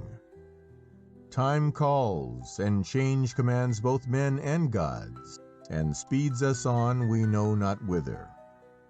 But the old earth smiles spring after spring, and the seed bursts again out of its prison mold, and the dead lives renew themselves, and rise aloft and soar, and are transformed, clothing themselves with change, till the last change be done. Lewis Morris. End of Proserpine. Section 20. Latona and the Rustics. Through the tropic nights, their sonorous bell-like booming can be heard coming up from the marshes, and when they are unseen, the song of the bullfrogs would suggest creatures full of solemn dignity. The croak of their lesser brethren is less impressive, yet there is no escape from it on those evenings when the dragonfly's iridescent wings are folded in sleep, and the birds in the branches are still, when the lilies on the pond have closed their golden hearts, and even the late-feeding trout have ceased to plop and to make eddies in the quiet water. Croak, croak, croak they go. Croak, croak, croak.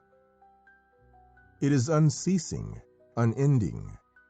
It goes on like the whir of the wheels of a great clock that can never run down, a melancholy complaint against the hardships of destiny, a raucous protest against things as they are. This is the story of the frogs that have helped to point the jibes of Aristophanes, the morals of Aesop, and which have always been, more or less, regarded as the low comedians of the animal world. Latona, or Leto, was the goddess of dark nights, and upon her the mighty Zeus bestowed the doubtful favor of his errant love. Great was the wrath of Hera, his queen, when she found that she was no longer the dearest wife of her omnipotent lord, and with furious upbraidings she banished her rival to earth. And when Latona had reached the place of her exile, she found that the vengeful goddess had sworn that she would place her everlasting ban upon anyone, mortal or immortal, who dared to show any kindness or pity to her whose only fault had been that Zeus loved her. From place to place she wandered, an outcast even among men, until at length she came to Lycia. One evening, as the darkness of which she was goddess had just begun to fall, she reached a green and pleasant valley. The soft, cool grass was a delight to her tired feet, and when she saw the silvery gleam of water she rejoiced, for her throat was parched and her lips dry, and she was very weary. By the side of this still pond, where the lilies floated, there grew lithe gray willows and fresh green osiers, and these were being cut by a crowd of chattering rustics. Humbly, for many a rude word and harsh rebuff had the dictum of Hera brought her during her wanderings, Latona went to the edge of the pond, and kneeling down was most thankfully about to drink when the peasants espied her. Roughly and rudely they told her to be gone, nor dare to drink unbidden of the clear water beside which their willows grew. Very pitifully Latona looked up in their churlish faces, and her eyes were as the eyes of a doe that the hunters have pressed very hard. "Surely, good people," she said, and her voice was sad and low, "water is free to all.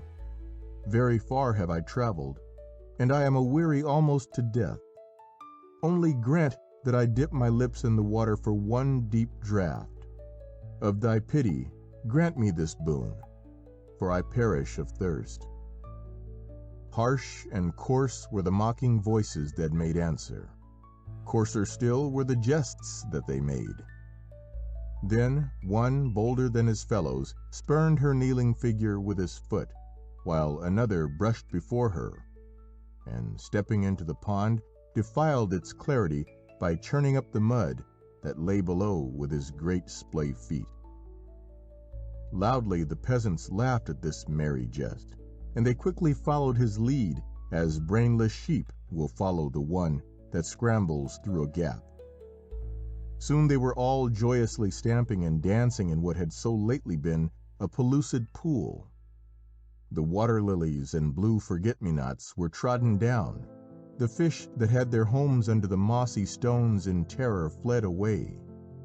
Only the mud came up, filthy, defiling, and the rustics laughed in loud and foolish laughter to see the havoc they had wrought. The goddess Latona rose from her knees. No longer did she seem a mere woman, very weary, hungry, and athirst, traveled over far. In their surprised eyes, she grew to a stature that was as that of the deathless gods, and her eyes were dark as an angry sea at even. "Shameless ones," she said, in a voice as the voice of a storm that sweeps destroyingly over forest and mountain. "Ah, shameless ones! Is it thus that thou wouldest defy one who has dwelt on Olympus?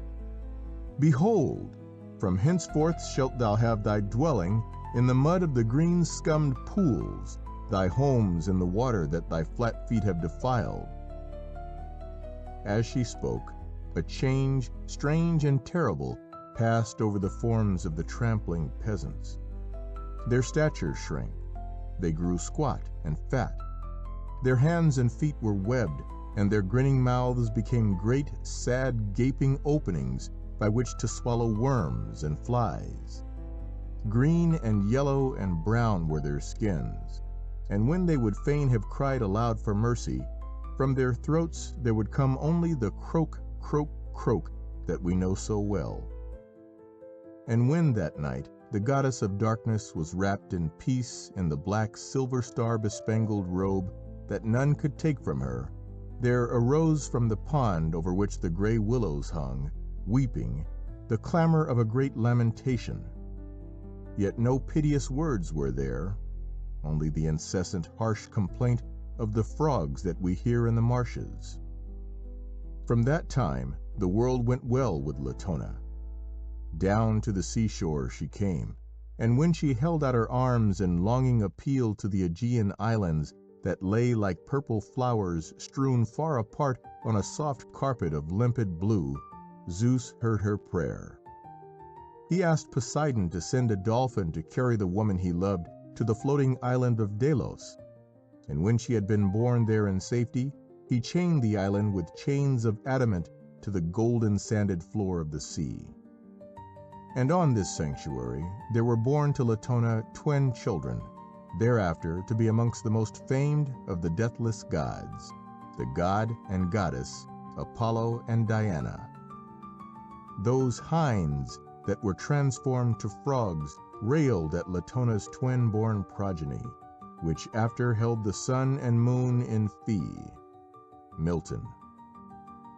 Yet there are times, as we look at the squat bronze bodies of the frogs, green bronze, dark brown spotted, and all flecked with gold, the turned-down corners of their wistful mouths, their very exquisite black velvety eyes with golden rims, when the piteous croaks that come forth from their throats of pale daffodil color do indeed awake a sympathy with their appeal against the inexorable decrees of destiny.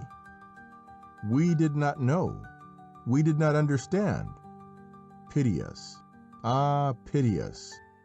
Croak, croak, croak. End of Latona and the Rustics.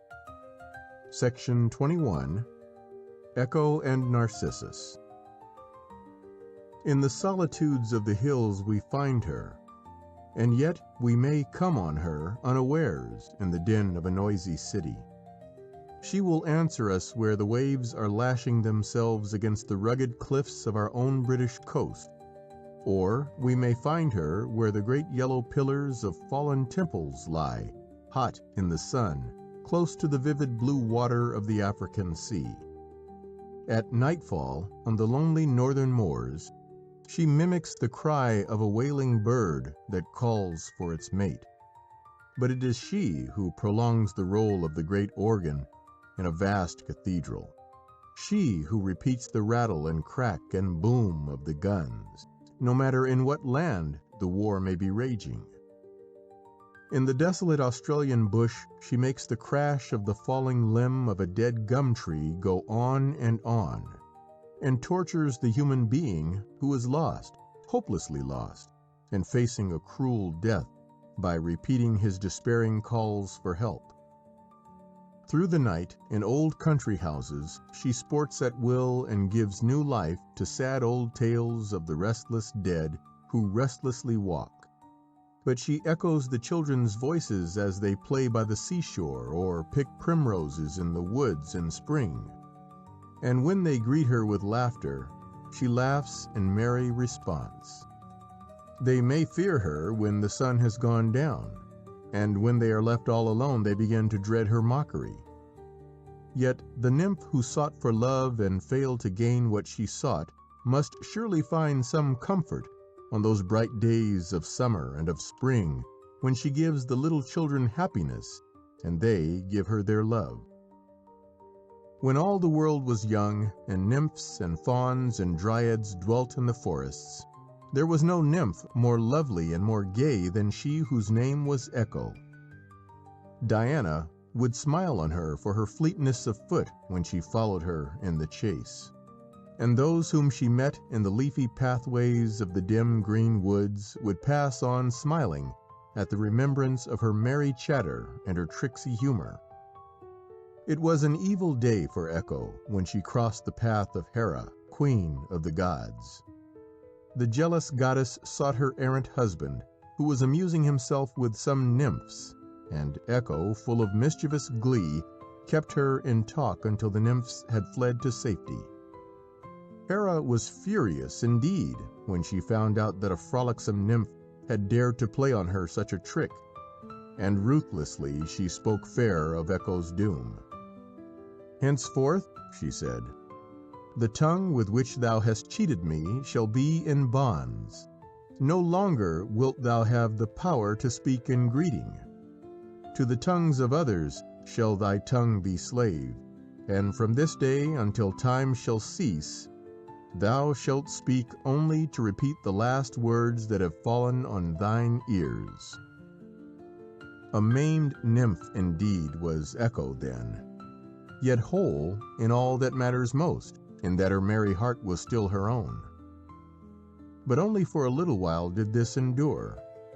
Narcissus, the beautiful son of a nymph and a river god, was hunting in a lonely forest one day when Echo saw him pass. To her he seemed more fair than god or man, and once she had seen him she knew that she must gain his love or die. From that day on, she haunted him like his shadow, gliding from tree to tree, nestling down amongst thick fern and undergrowth, motionless as one who stalks a wild thing, watching him afar off while he rested, gladdening her eyes with his beauty. So did she feed her hungering heart, and sought to find contentment by looking on his face each day.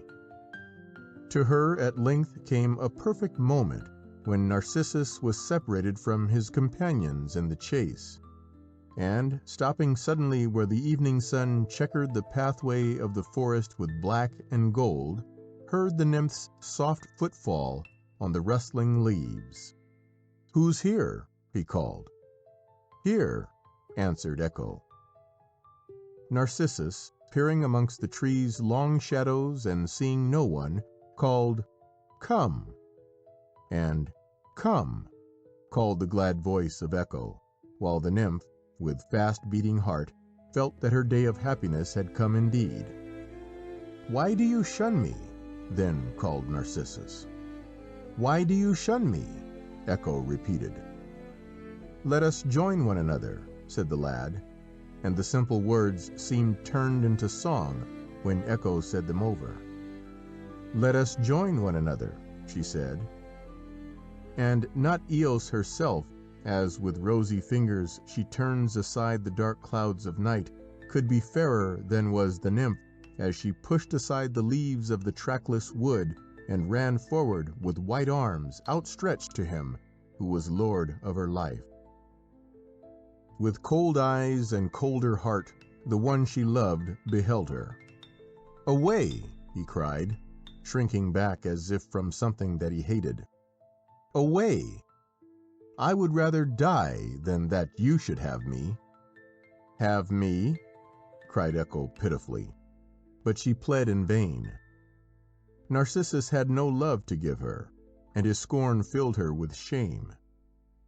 Thenceforth, in the forest revels, she never more was seen, and the nymphs danced gaily as ever, with never a care for her who had faded and gone away as completely as though she were a blossom in the passing of spring. In the solitude of mountain cliffs and caves and rocky places, and in the loneliest depths of the forest, Echo hid her grief. And when the winds blew through the dark branches of the trees at night, moaning and sighing, they could hear far below them the voice of Echo repeating their lamentations. For her, long nights followed hopeless days, and nights and days only told her that her love was all in vain. Then came a night when the winds no longer saw the figure of the nymph. White and frail as a broken flower, crouching close to the rocks, they passed over. Grief had slain the body of Echo. Only her voice was left to repeat their mocking laughter, their wistful sighs. Only her voice, that lives on still though all the old gods are gone, and but few there are who know her story. Heart whole and happy, Narcissus, slayer of happiness, went on his way, and other nymphs besides fair Echo suffered from loving him in vain.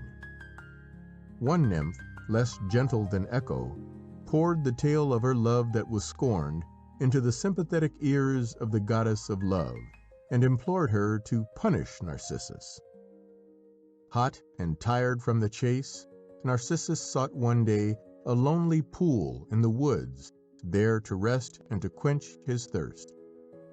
In some delicious ramble he had found a little space, with boughs all woven round, and in the midst of all, a clearer pool than air reflected in its pleasant cool, the blue sky here and there serenely peeping through tendril wreaths fantastically creeping.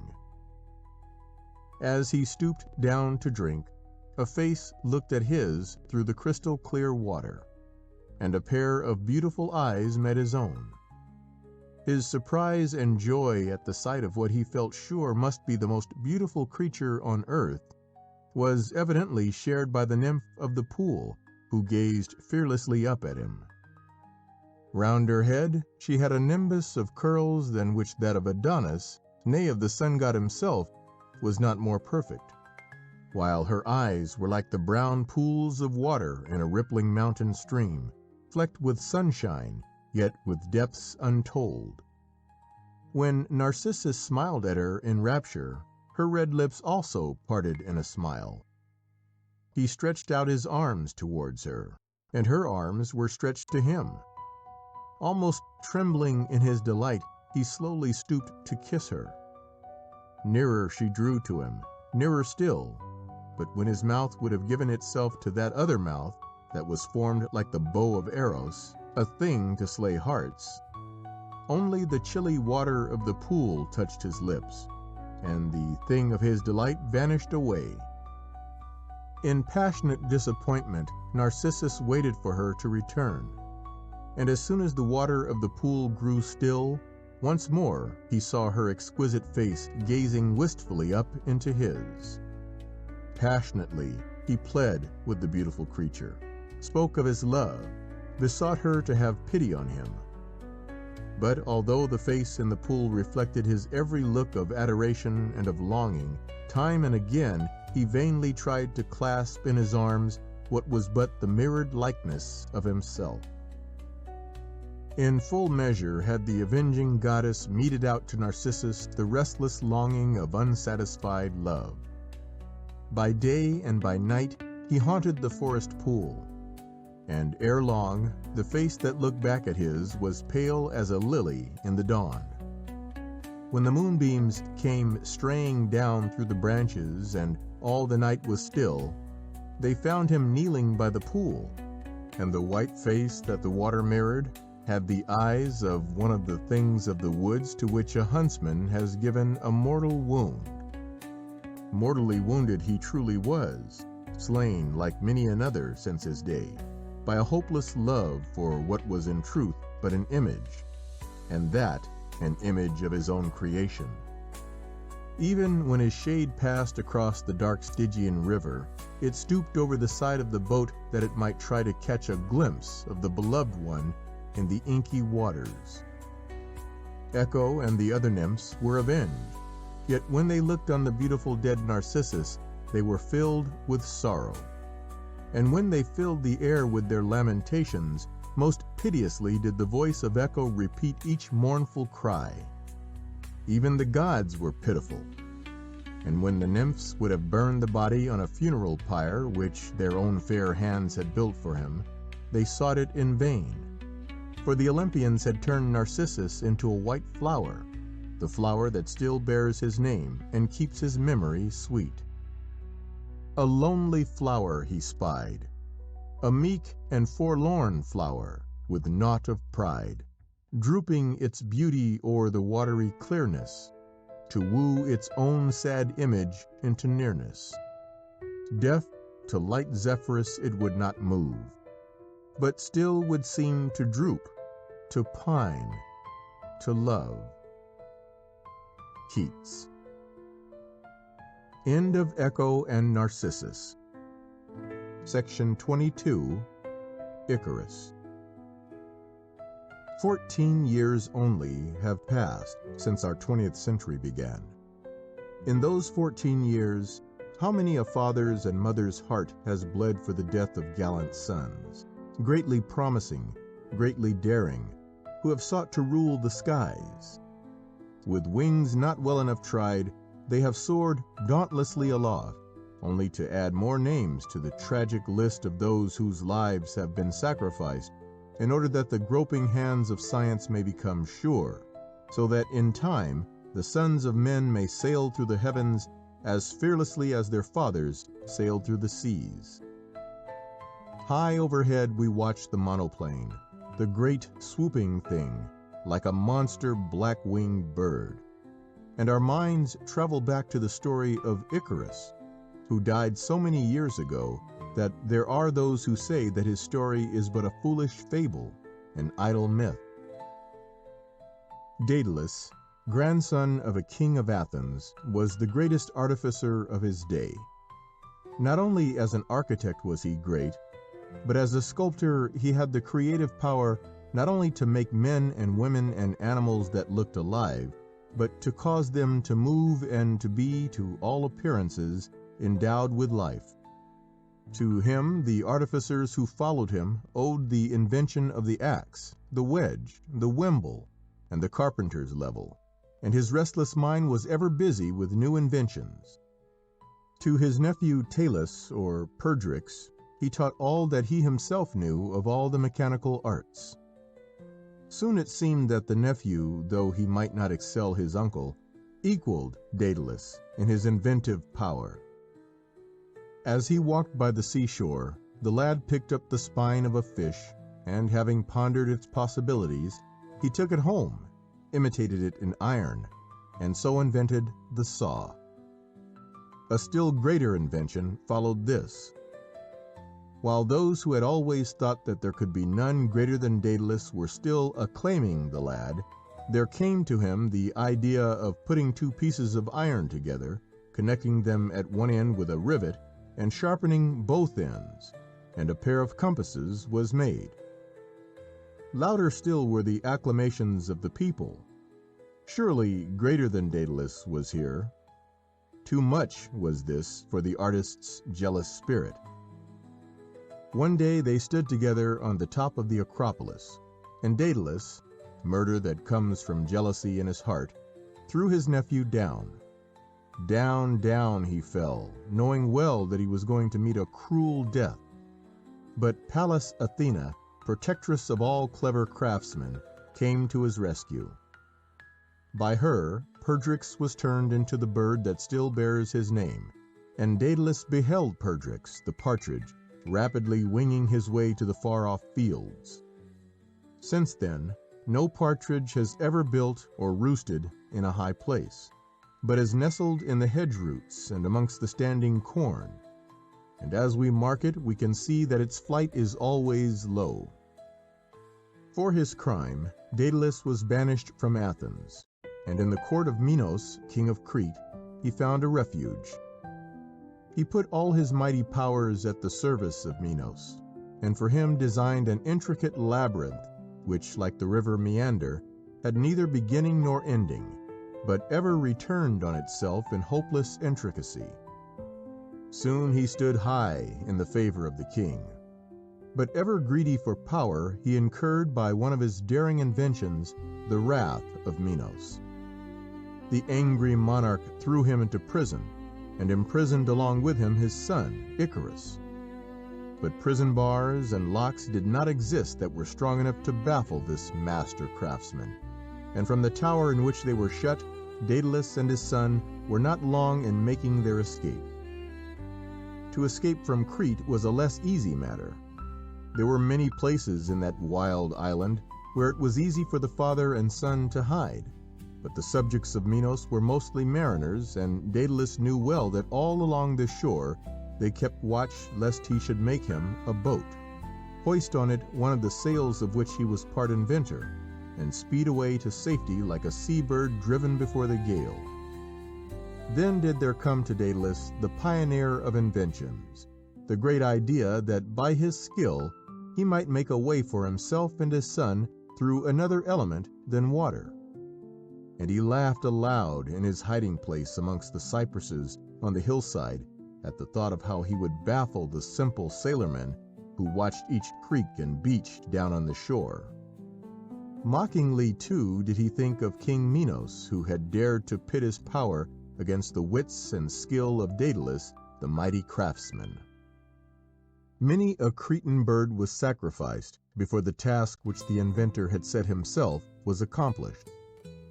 In a shady forest on the mountains, he fashioned light wooden frames and decked them with feathers until at length they looked like the pinions of a great eagle or of a swan that flaps its majestic way from lake to river.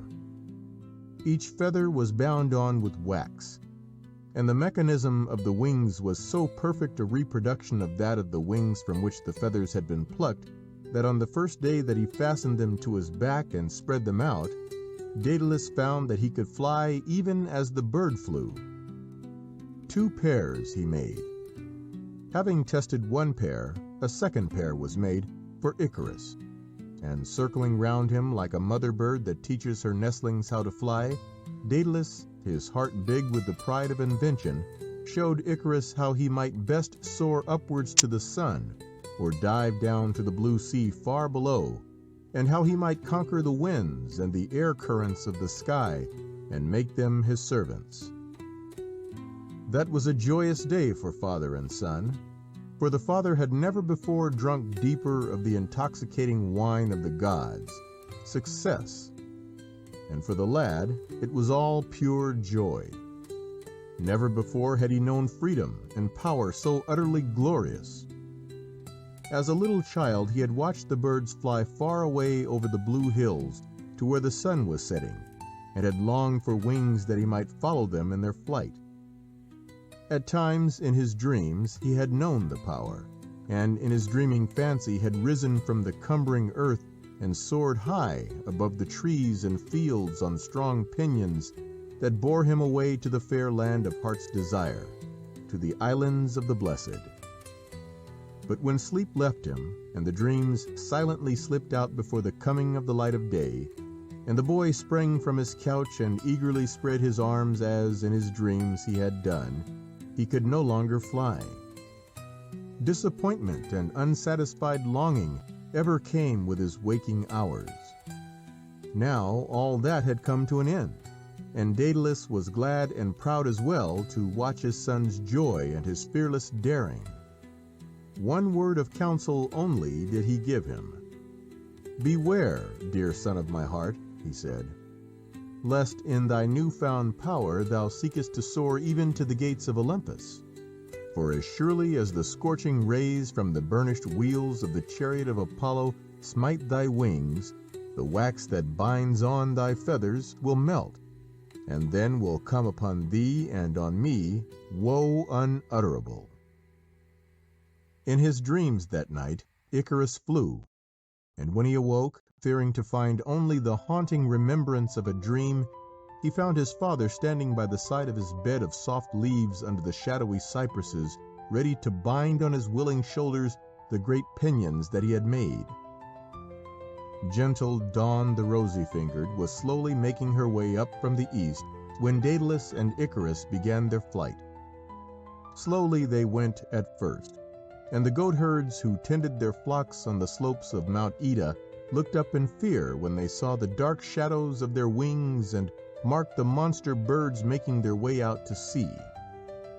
From the riverbeds the waterfowl arose from the reeds, and with great outcry flew with all their swiftness to escape them. And down by the seashore the mariners' hearts sank within them as they watched, believing that a sight so strange must be a portent of disaster. Homewards they went in haste to offer sacrifices on the altars of Poseidon, ruler of the deep. Samos and Delos were passed on the left, and Lebynthos on the right, long ere the sun god had started on his daily course. And as the mighty wings of Icarus cleft the cold air, the boy's slim body grew chilled, and he longed for the sun's rays to turn the waters of the Aegean Sea, over which he flew, from green-gray into limpid sapphire and emerald and burning gold. Towards Sicily he and his father bent their course, and when they saw the beautiful island afar off lying like a gem in the sea, Apollo made the waves in which it lay for it a fitting setting. With a cry of joy, Icarus marked the sun's rays paint the chill water, and Apollo looked down at the great white-winged bird, a snowy swan with the face and form of a beautiful boy, who sped exulting onwards, while a clumsier thing with wings of darker hue followed less quickly in the same line of flight. As the god looked, the warmth that radiated from his chariot touched the icy limbs of Icarus as with the caressing touch of gentle, life-giving hands. Not long before, his flight had lagged a little, but now it seemed as if new life was his. Like a bird that wheels and soars and dives as if for lightness of heart, so did Icarus, until each feather of his plumage had a sheen of silver and of gold. Down, down he darted, so near the water that almost the white-tipped waves caught at his wings as he skimmed over them. Then up, up, up he soared, ever higher, higher still, and when he saw the radiant sun god smiling down on him, the warning of Daedalus was forgotten. As he had excelled other lads in foot races, now did Icarus wish to excel the birds themselves. Daedalus he left far behind, and still upwards he mounted. So strong he felt, so fearless was he, that to him it seemed that he could storm Olympus, that he could call to Apollo as he swept past him in his flight, and dare him to race for a wager from the Aegean Sea to where the sun god's horses took their nightly rest by the trackless seas of the unknown west. In terror his father watched him, and as he called to him in a voice of anguished warning that was drowned by the whistling rush of the air currents through the wings of Icarus, and the moist whisper of the clouds as through them he cleft a way for himself, there befell the dreaded thing. It seemed as though the strong wings had begun to lose their power. Like a wounded bird, Icarus fluttered, lunged sideways from the straight, clean line of his flight, recovered himself, and fluttered again. And then, like the bird into whose soft breast the sure hand of a mighty archer has driven an arrow, downwards he fell, turning over and yet turning again, downwards, ever downwards, until he fell with a plunge into the sea that still was radiant in shining emerald and translucent blue. Then did the car of Apollo drive on. His rays had slain one who was too greatly daring, and now they fondled the little white feathers that had fallen from the broken wings and floated on the water like the petals of a torn flower. On the dead, still face of Icarus they shone, and they spangled, as if with diamonds, the wet plumage that still widespread bore him up on the waves. Stricken at heart was Daedalus, but there was no time to lament his son's untimely end, for even now the black-prowed ships of Minos might be in pursuit. Onward he flew to safety, and in Sicily built a temple to Apollo, and there hung up his wings as a propitiatory offering to the god who had slain his son. And when gray night came down on that part of the sea that bears the name of Icarus to this day, still there floated the body of the boy whose dreams had come true. For only a little while had he known the exquisite realization of dreamed-of potentialities. For only a few hours tasted the sweetness of perfect pleasure, and then by an overdaring flight had lost it all forever. The sorrowing Nereids sang a dirge over him as he was swayed gently hither and thither by the tide. And when the silver stars came out from the dark firmament of heaven and were reflected in the blackness of the sea at night, it was as though a velvet pall, silver-decked in his honor, was spread around the slim white body with its outstretched snowy wings. So much had he dared, so little accomplished. Is it not the oft-told tale of those who have followed Icarus? Yet who can say that gallant youth has lived in vain, when, as Icarus did, he has breasted the very skies, has flown with fearless heart and soul to the provinces of the deathless gods, when, even for the space of a few of the heartbeats of time, he has tasted supreme power, the ecstasy of illimitable happiness. End of Icarus. Section 23. Clytie. The sunbeams are basking on the high walls of the old garden, smiling on the fruit that grows red and golden in their warmth. The bees are humming round the bed of purple heliotrope, and drowsily murmuring in the shelter of the soft petals of the blush roses, whose sweetness brings back the fragrance of days that are gone. On the old gray sundial, the white-winged pigeons sleepily croon as they preen their snowy plumage, and the Madonna lilies hang their heads like a procession of white-robed nuns who dare not look up from telling their beads until the triumphal procession of an all-conquering warrior has gone by. What can they think of that long line of tall yellow flowers by the garden wall, who turn their faces sunwards with an arrogant assurance, and give stare for stare to golden-haired Apollo as he drives his blazing car triumphant through the high heavens?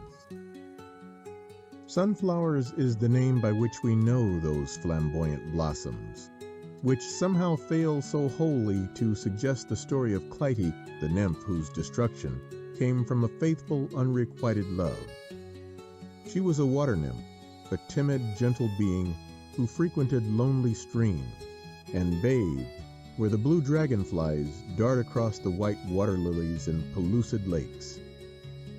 In the shade of the tall poplar trees and the silvery willows, she took her midday rest, and feared the hours when the flowers drooped their heads and the rippling water lost its coolness before the fierce glare of the sun. But there came a day when into the dark pool by which she sat, Apollo the Conqueror looked down and mirrored his face, and never more did she hide from the golden-haired god, who, from the moment when she had seen in the water the picture of his radiant beauty, became the lord and master of her heart and soul. All night she awaited his coming, and the dawn saw her looking eastward for the first golden gleams from the wheels of his chariot. All day she followed him with her longing gaze, nor did she ever cease to feast her eyes upon his beauty until the last reflection of his radiance had faded from the western sky. Such devotion might have touched the heart of the sun god, but he had no wish to own a love for which he had not sought. The nymph's adoration irked him, nor did pity come as love's pale substitute when he marked how, day by day, her face grew whiter and more white, and her lovely form wasted away. For 9 days, without food or drink, she kept her shamed vigil. Only one word of love did she crave. Unexacting in the humility of her devotion, she would gratefully have nourished her hungry heart upon one kindly glance. But Apollo, full of scorn and anger, lashed up his fiery steeds as he each day drove past her, nor deigned for her a glance more gentle than that which he threw on the satyrs as they hid in the dense green foliage of the shadowy woods.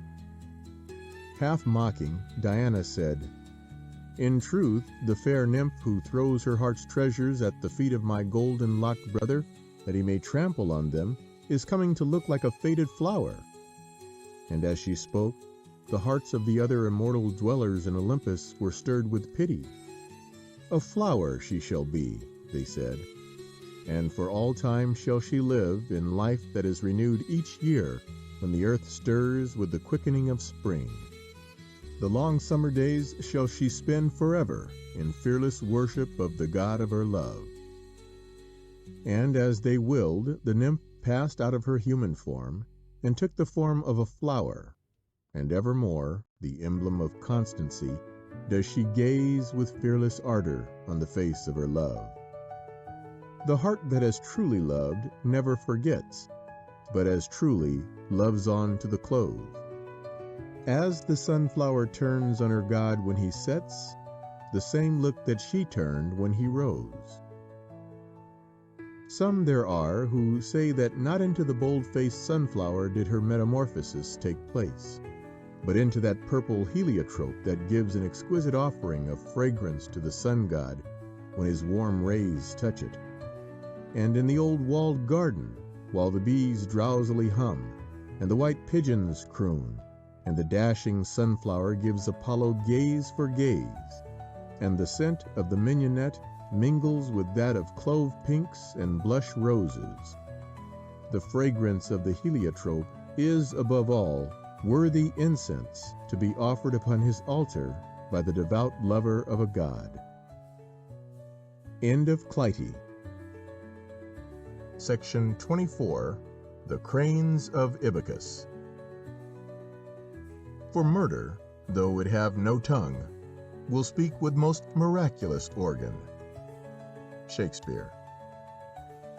Ibycus, the poet-friend of Apollo, was a happy man as he journeyed on foot through the country where the wildflowers grew thick and the trees were laden with blossom towards the city of Corinth.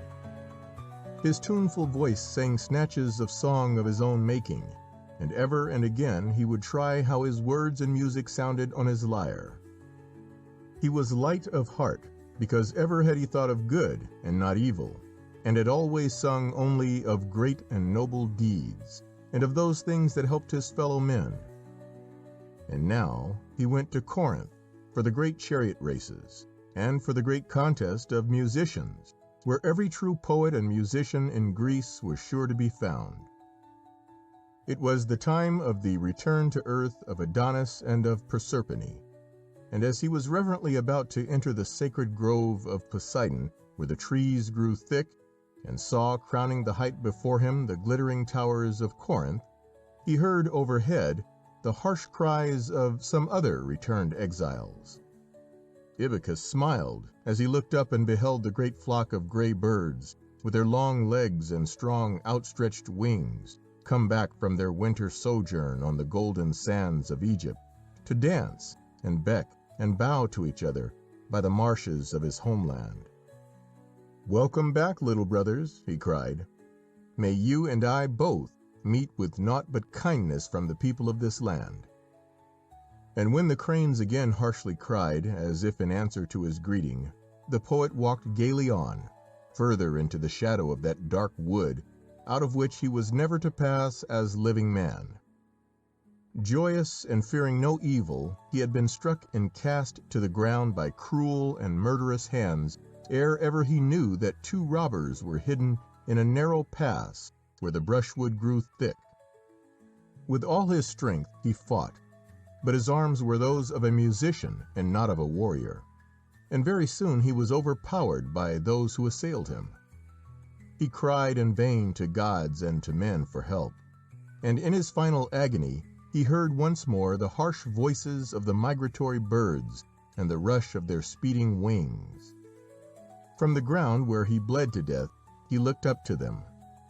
"Take up my cause, dear cranes," he said, "since no voice but yours answers my cry."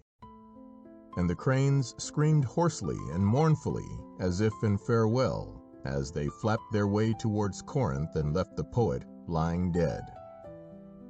When his body was found, robbed and terribly wounded, from all over Greece, where he was known and loved, there uprose a great clamor of lamentation. "Is it thus I find you restored to me?" said he who had expected him in Corinth as his honored guest. "I, who hoped to place the victor's laurels on your head when you triumphed in the temple of song." And all those whom the loving personality of Ibycus and the charm of his music had made his friends were alert and eager to avenge so foul a murder. But none knew how the wicked deed had come to pass. None save the cranes. Then came the day to which Ibycus had looked forward with such joy, when thousands upon thousands of his countrymen sat in the theatre at Cyprus and watched a play that stirred their hearts within them. The theatre had for roof the blue vault of heaven. The sun served for footlights and for the lights above the heads of those who acted. The three Furies, the Eumenides, with their hard and cruel faces and snaky locks, and with blood dripping from their eyes, were represented by actors so great that the hearts of their beholders trembled within them. In their dread hands lay the punishment of murder, of inhospitality, of ingratitude, and of all the cruelest and basest of crimes. Theirs was the duty of hurrying the doomed spirits entrusted to their merciless care over the Phlegethon, the river of fire that flows round Hades, and through the brazen gates that led to torment, and their robes were robes worn with all the pomp of horror, dyed in gore. Virgil. In solemn cadence, while the thousands of beholders watched and listened enthralled, the Furies walked round the theatre and sang their song of terror. "Woe, woe to him whose hands are soiled with blood! The darkness shall not hide him, nor shall his dread secret lie hidden even in the bowels of the earth. He shall not seek by flight to escape us, for vengeance is ours, and swifter than a hawk that strikes its quarry shall we strike. Unwearying we pursue, nor are our swift feet and our avenging arms made slow by pity. Woe, woe to the shedder of innocent blood, for nor peace nor rest is his until we have hurried his tormented soul down to torture that shall endure everlastingly." As the listeners heard the dirge of doom, there were none who did not think of Ibycus, the gentle-hearted poet, so much beloved and so foully done to death. And in the tensity of the moment, when the voices ceased, a great thrill passed over the multitudes as a voice, shrill with amazed horror, burst from one of the uppermost benches. "See there! See there! Behold, comrade, the cranes of Ibycus!" Every eye looked upwards, and harshly crying, there passed overhead the flock of cranes to whom the poet had entrusted his dying message. Then, like an electric shock, there came to all those who beheld the knowledge that he who had cried aloud was the murderer of Ibycus. "Seize him! Seize him!" cried in unison the voices of thousands. "Seize the man, and him to whom he spoke!" Frantically, the trembling wretch tried to deny his words, but it was too late. The roar of the multitudes was as that of an angry sea that hungers for its prey and will not be denied. He who had spoken and him to whom he spoke were seized by a score of eager hands. In white-faced terror, because the Furies had hunted them down, they made confession of their crime and were put to death. And the flock of gray-plumaged, rosy-headed cranes winged their way on to the marshes, there to beck and bow to each other, and to dance in the golden sunset, well content because their message was delivered. And Ibycus, the poet-musician, who had given them welcome, was avenged. End of The Cranes of Ibycus. Section 25. Syrinx. Is it because the wildwood passion still lingers in our hearts, because still in our minds the voice of Syrinx lingers in melancholy music, the music of regret and longing, that for most of us there is so potent a spell in running waters? Fiona MacLeod. As the evening shadows lengthen and the night wind softly steals through the trees, touching with restless fingers the still waters of the little lochans that would fain have rest, there can be heard a long, long whisper like a sigh. There is no softer, sadder note to be heard in all Pan's great orchestra, nor can one marvel that it should be so, for the whisper comes from the reeds, who gently sway their heads while the wind passes over them as they grow by lonely lake or river. This is the story of Syrinx, the reed, as Ovid has told it to us.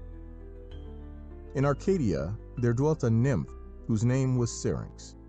So fair she was that, for her dear sake, fauns and satyrs forgot to gambol, and sat in the green woods in thoughtful stillness, that they might see her as she passed.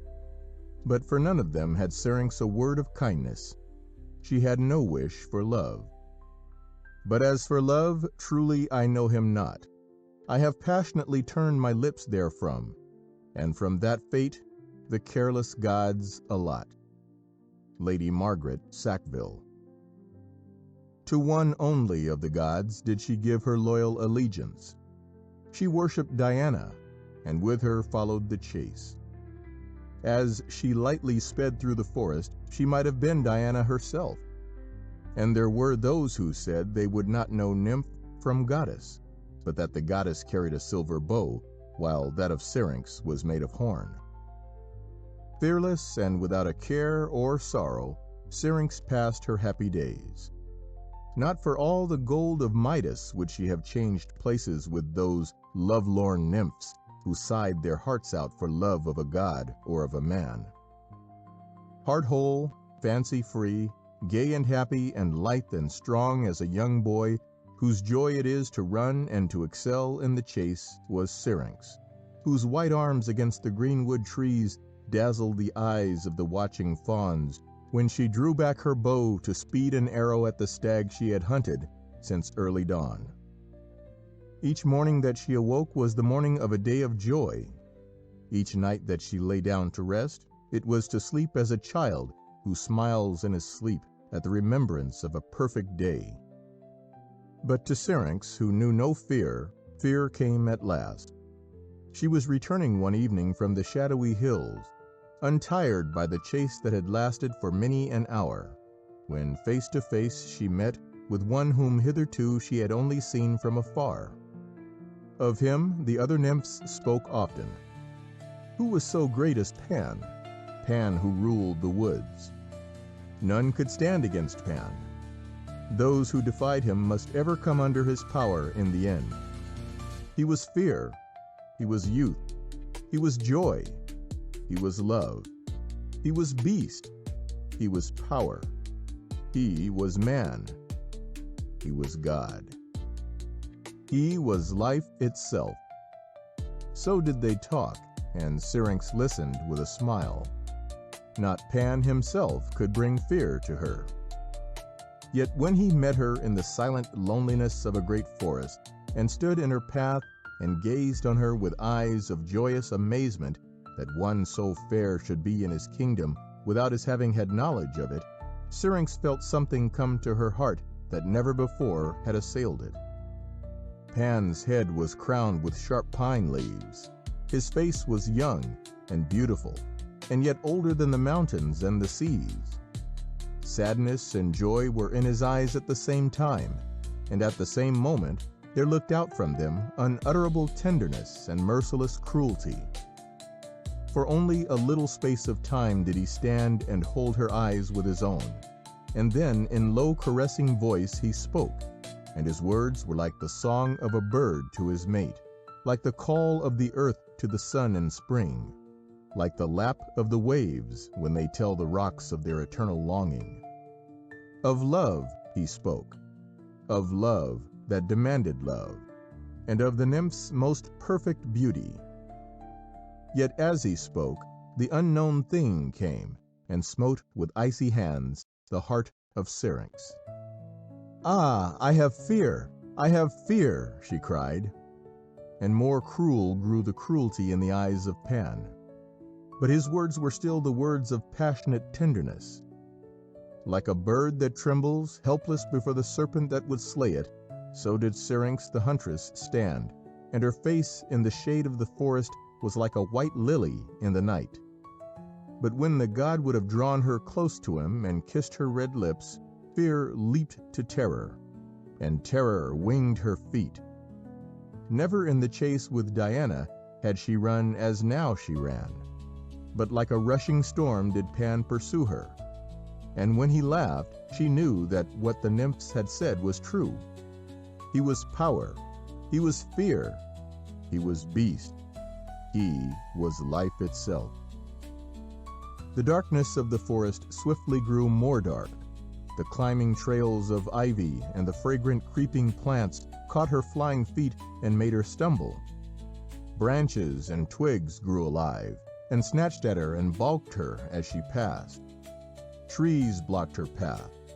All nature had grown cruel, and everywhere there seemed to her to be a murmur of mocking laughter, laughter from the creatures of Pan, echoing the merciless merriment of their lord and master. Nearer he came, ever nearer. Almost she could feel his breath on her neck. But even as he stretched out his arms to seize the nymph, whose breath came with sobs like that of a young doe spent by the chase, they reached the brink of the river laden. And to her watery sisters, the nymphs of the river, Syrinx breathed a desperate prayer for pity and for help, then stumbled forward, a quarry run to the death. With an exultant shout, Pan grasped her as she fell, and lo, in his arms he held no exquisite body with fiercely beating heart, but a clump of slender reeds. Baffled, he stood for a little space, and as he stood, the savagery of the beast faded from his eyes that were fathomless as dark mountain tarns where the sun rays seldom come, and there came into them a man's unutterable woe.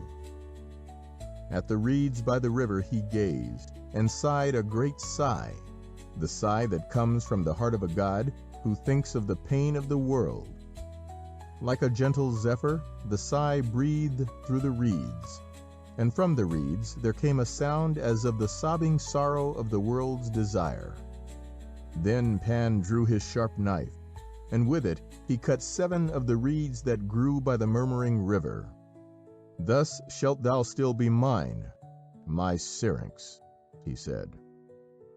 Deftly he bound them together, cut them into unequal lengths, and fashioned for himself an instrument that to this day is called the Syrinx, or Pan's pipes. So did the god make music.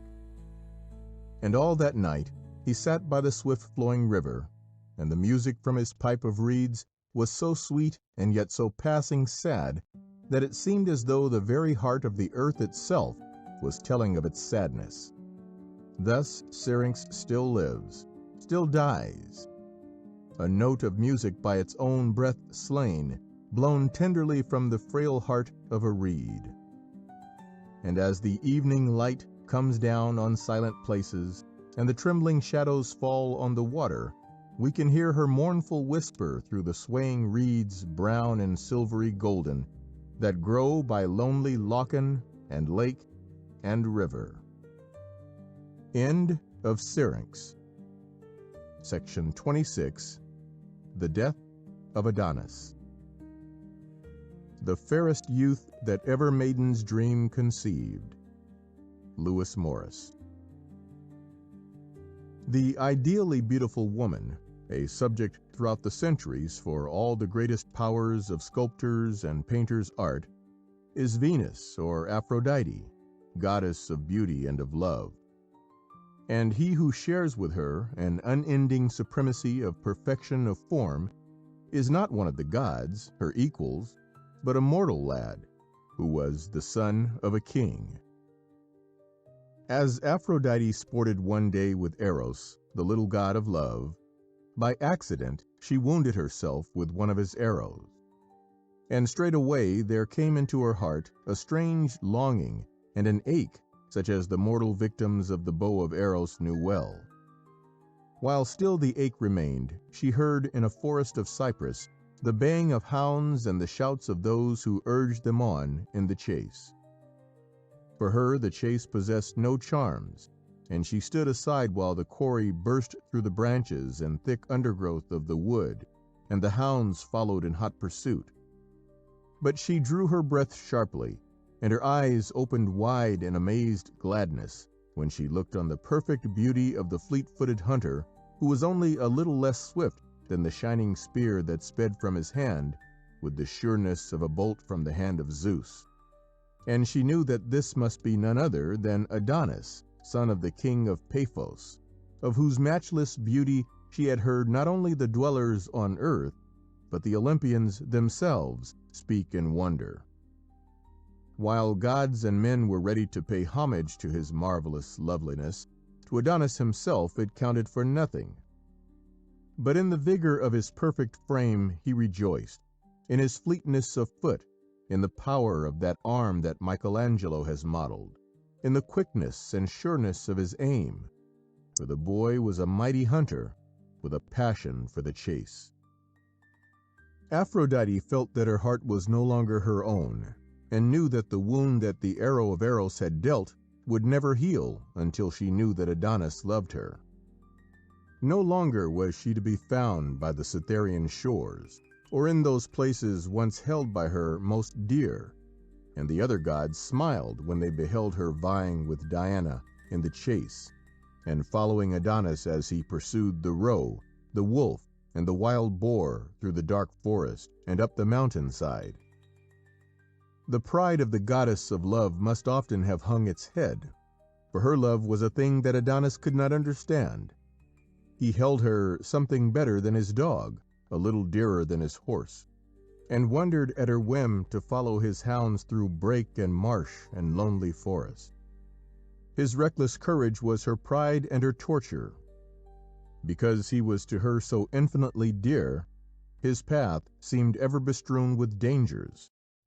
But when she spoke to him with anxious warning and begged him to beware of the fierce beasts that might one day turn on him and bring him death, the boy laughed mockingly and with scorn.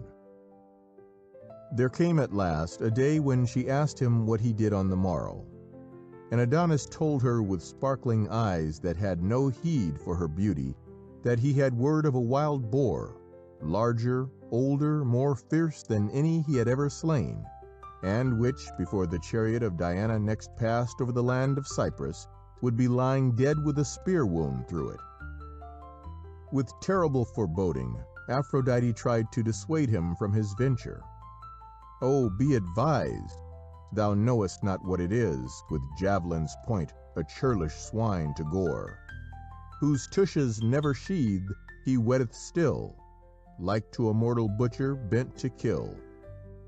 Alas, he not esteems that face of thine, to which love's eyes pay tributary gazes, nor thy soft hands, sweet lips, and crystal eyne, whose full perfection all the world amazes. But having thee at vantage, wondrous dread, would root these beauties as he roots the mead. Shakespeare. To all her warnings Adonis would but give smiles. Ill would it become to him to slink abashed away before the fierceness of an old monster of the woods, and laughing in the pride of a whole-hearted boy at a woman's idle fears, he sped homewards with his hounds.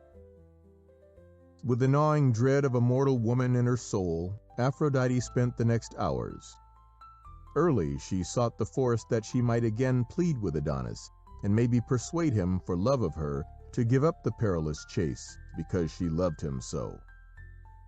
But even as the rosy gates of the dawn were opening, Adonis had begun his hunt, and from afar off the goddess could hear the baying of his hounds. Yet surely their clamor was not that of hounds in full cry, nor was it the triumphant noise that they so fiercely make as they pull down their vanquished quarry, but rather was it baying, mournful as that of the hounds of Hecate. Swift as a great bird, Aphrodite reached the spot from whence came the sound that made her tremble. Amidst the trampled brake, where many a hound lay stiff and dead, while others, disemboweled by the tusks of the boar, howled aloud in mortal agony, lay Adonis. As he lay, he knew the strange, slow chill which, stealing, tells the young that it is death.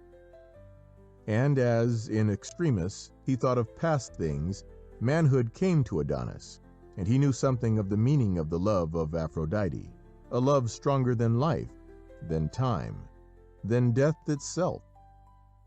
His hounds and his spear seemed but playthings now. Only the eternities remained, bright life and black-robed death. Very still he lay, as though he slept, marble white and beautiful as a statue wrought by the hand of a god. But from the cruel wound in the white thigh, ripped open by the boar's profaning tusk, the red blood dripped in rhythmic flow, crimsoning the green moss under him. With a moan of unutterable anguish, Aphrodite threw herself beside him and pillowed his dear head in her tender arms. Then, for a little while, life's embers flickered up. His cold lips tried to form themselves into a smile of understanding and held themselves up to hers. And while they kissed, the soul of Adonis passed away. A cruel, cruel wound on his thigh hath Adonis, but a deeper wound in her heart doth Cytherea bear. About him his dear hounds are loudly baying, and the nymphs of the wild woods wail him. But Aphrodite, with unbound locks, through the glades goes wandering, wretched, with hair unbraided, with feet unsandaled, and the thorns as she passes wound her and pluck the blossom of her sacred blood. Shrill she wails as down the woodland she is borne, and the rivers bewail the sorrows of Aphrodite, and the wells are weeping Adonis on the mountains. The flowers flush red for anguish, and Cytherea, through all the mountain knees, through every dell, doth utter piteous dirge. Woe, woe for Cytherea! He hath perished, the lovely Adonis. Bion. Passionately the god besought Zeus to give her back her lost love. And when there was no answer to her prayers, she cried in bitterness, "Yet shall I keep a memorial of Adonis, that shall be to all everlasting." And as she spoke, her tears and his blood, mingled together, were turned into flowers. A tear the Paphian sheds for each blood drop of Adonis, and tears and blood on the earth are turned to flowers. The blood brings forth the roses, the tears, the windflower. Yet even then the grief of Aphrodite knew no abatement, And when Zeus, wearied with her crying, heard her to his amazement, begged to be allowed to go down to the shades, that she might there endure eternal twilight with the one of her heart, his soul was softened. Never can it be that the Queen of Love and of Beauty leaves Olympus and the pleasant earth to tread forevermore the dark Cocytus valley, he said. Nay, rather shall I permit the beauteous youth of thy love to return for half of each year from the underworld, that thou and he may together know the joy of a love that hath reached fruition. Thus did it come to pass that when dark winter's gloom was past, Adonis returned to the earth and to the arms of her who loved him. But even in death so strong is love, I could not wholly die. And year by year, when the bright springtime comes and the earth lives, love opens these dread gates and calls me forth across the gulf. Not here, indeed, she comes, being a goddess and in heaven, but smooths my path to the old earth, where still I know once more the sweet lost days, and once again blossom on that soft breast, and am again a youth and wrapped in love.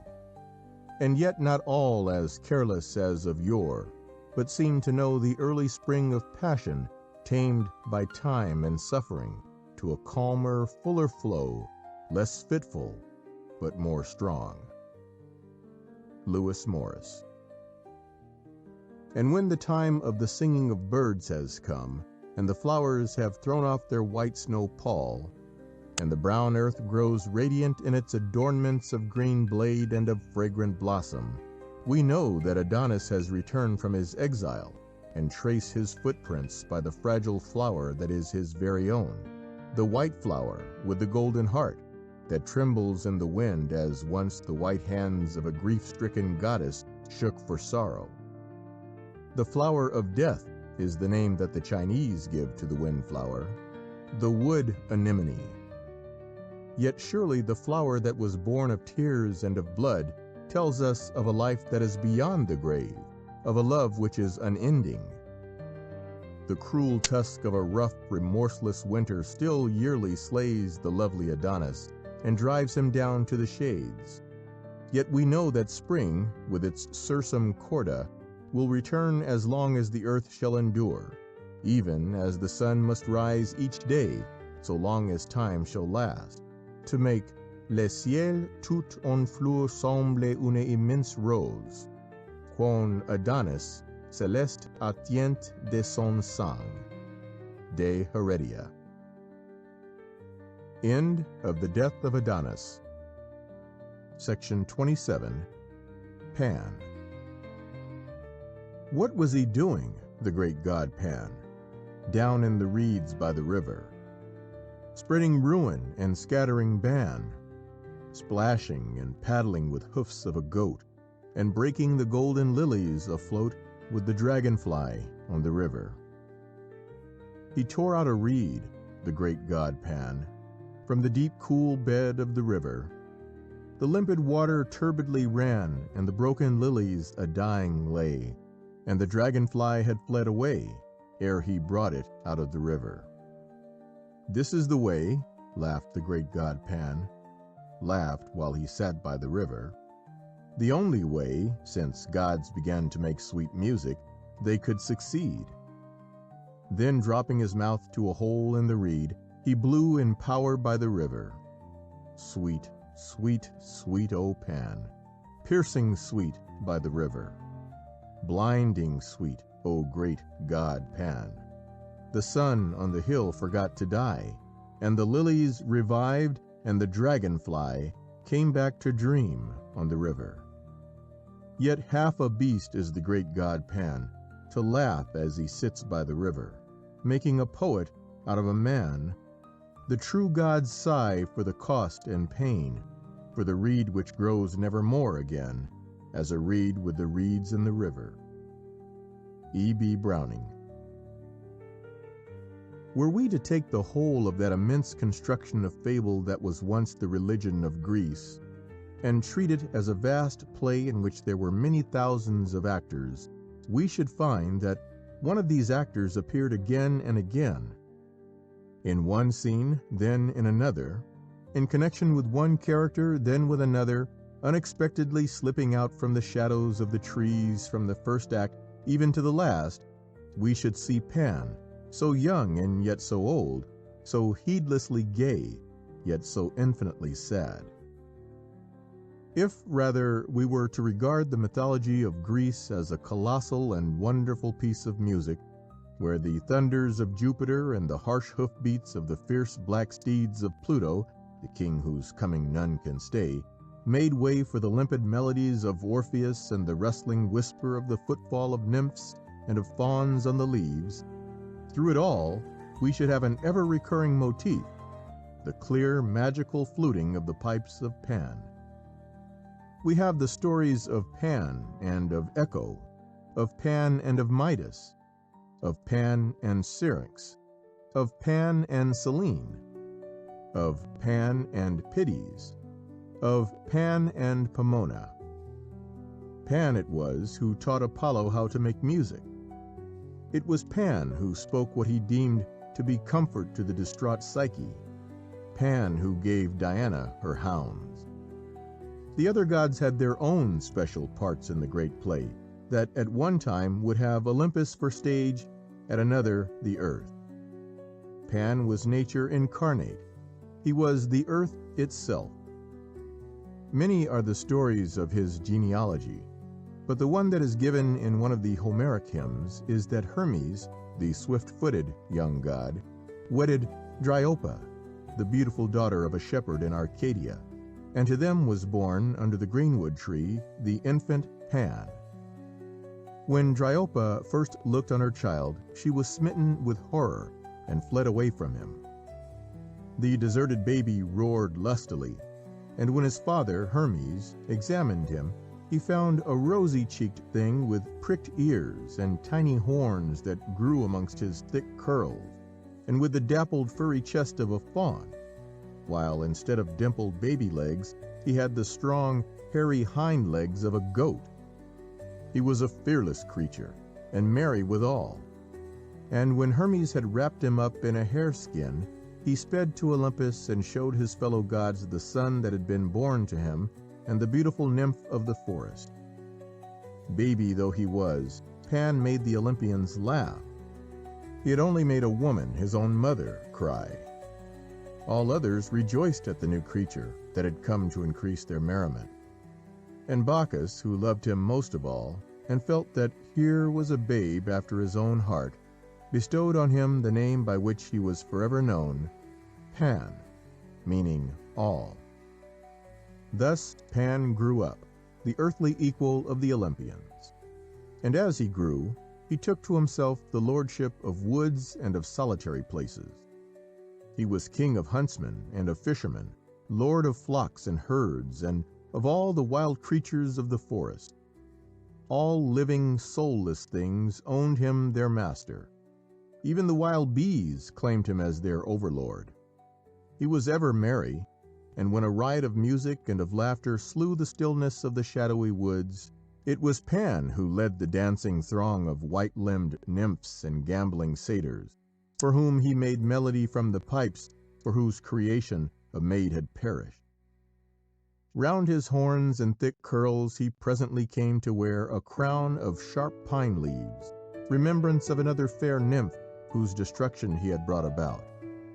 Pitys listened to the music of Pan, and followed him even as the children followed the Pied Piper of later story.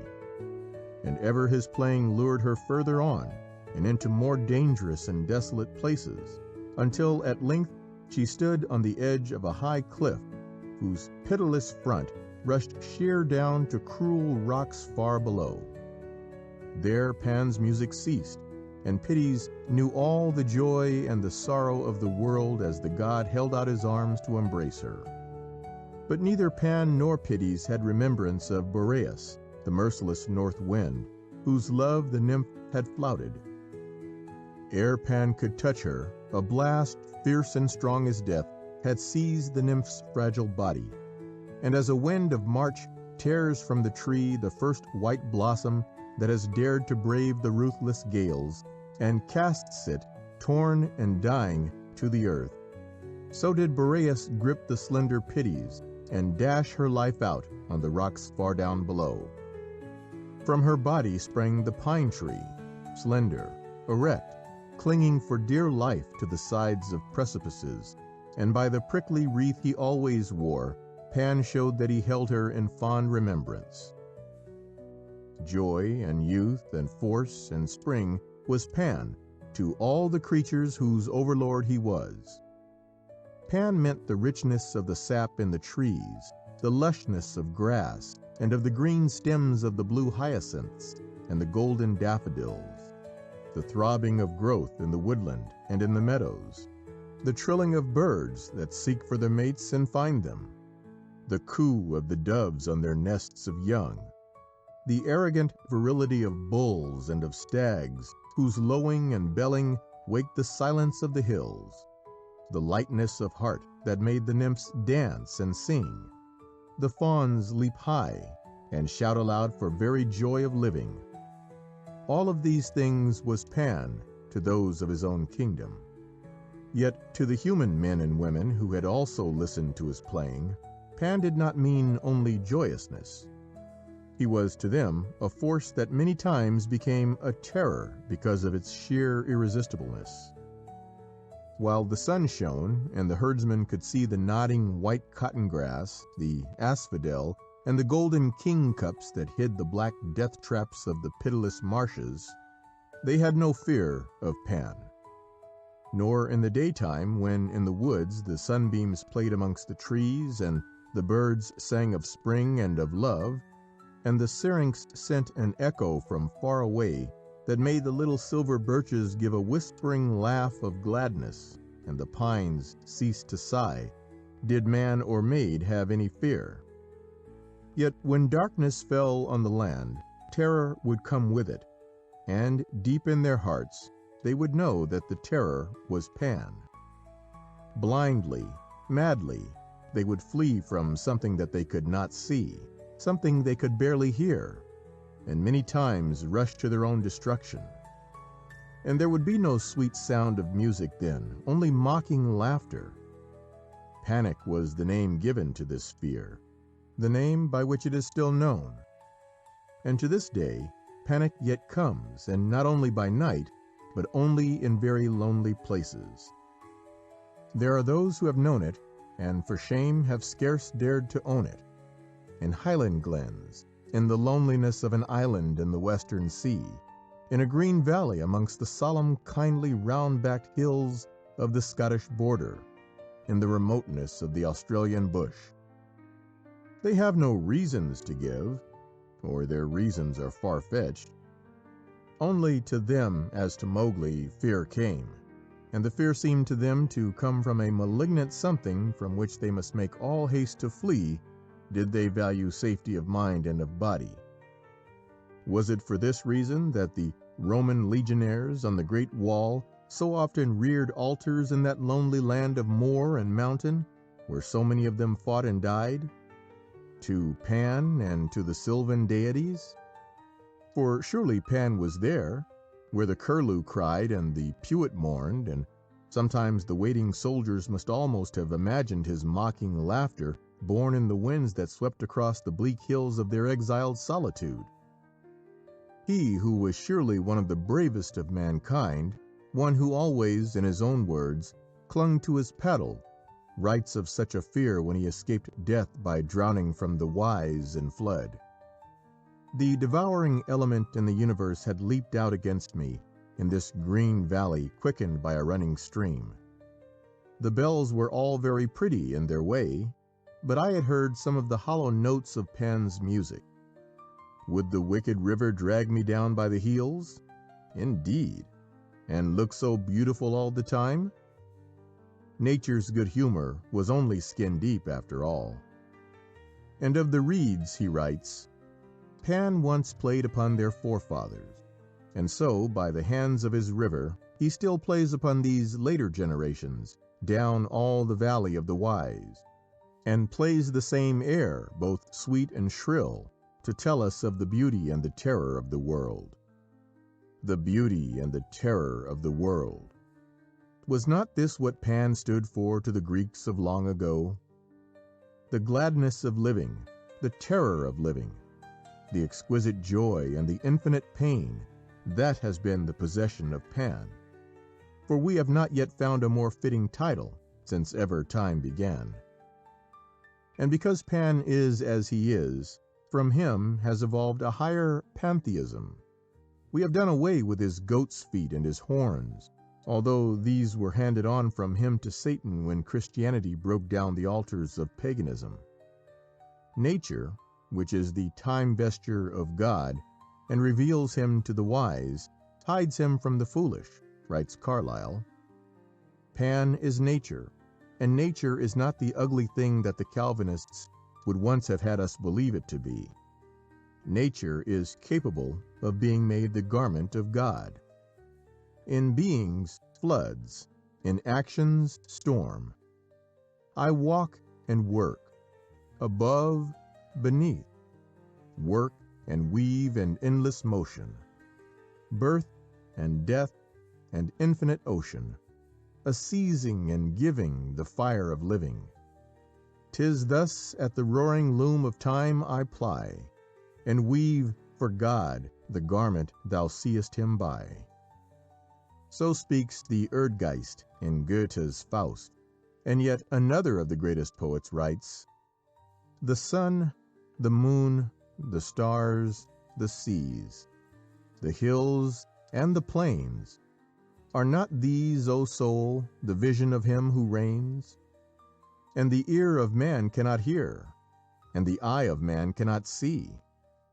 But if we could see and hear this vision, were it not he?" Tennyson.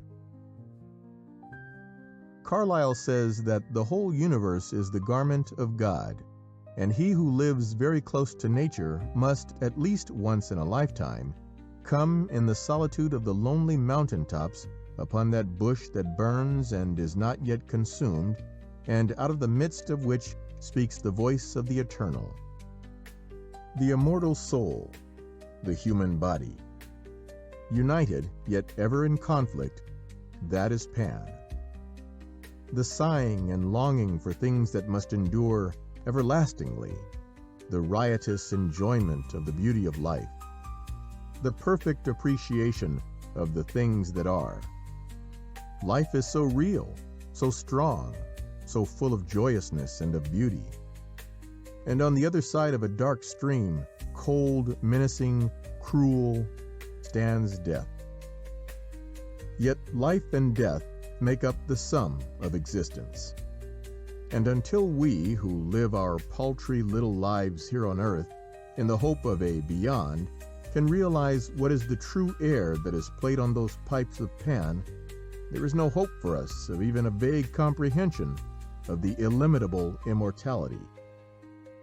It is a very old tale that tells us of the passing of Pan. In the reign of Tiberius, on that day when, on the hill of Calvary at Jerusalem in Syria, Jesus Christ died as a malefactor on the cross. And it was about the 6th hour, and there was a darkness all over the earth. Thamus, an Egyptian pilot, was guiding a ship near the islands of Paxae in the Ionian Sea. And to him came a great voice, saying, "Go, make everywhere the proclamation, Great Pan is dead." And from the poop of his ship, when in great heaviness of heart, because for him the joy of the world seemed to have passed away, Thamus had reached Pallades, he shouted aloud the words that he had been told.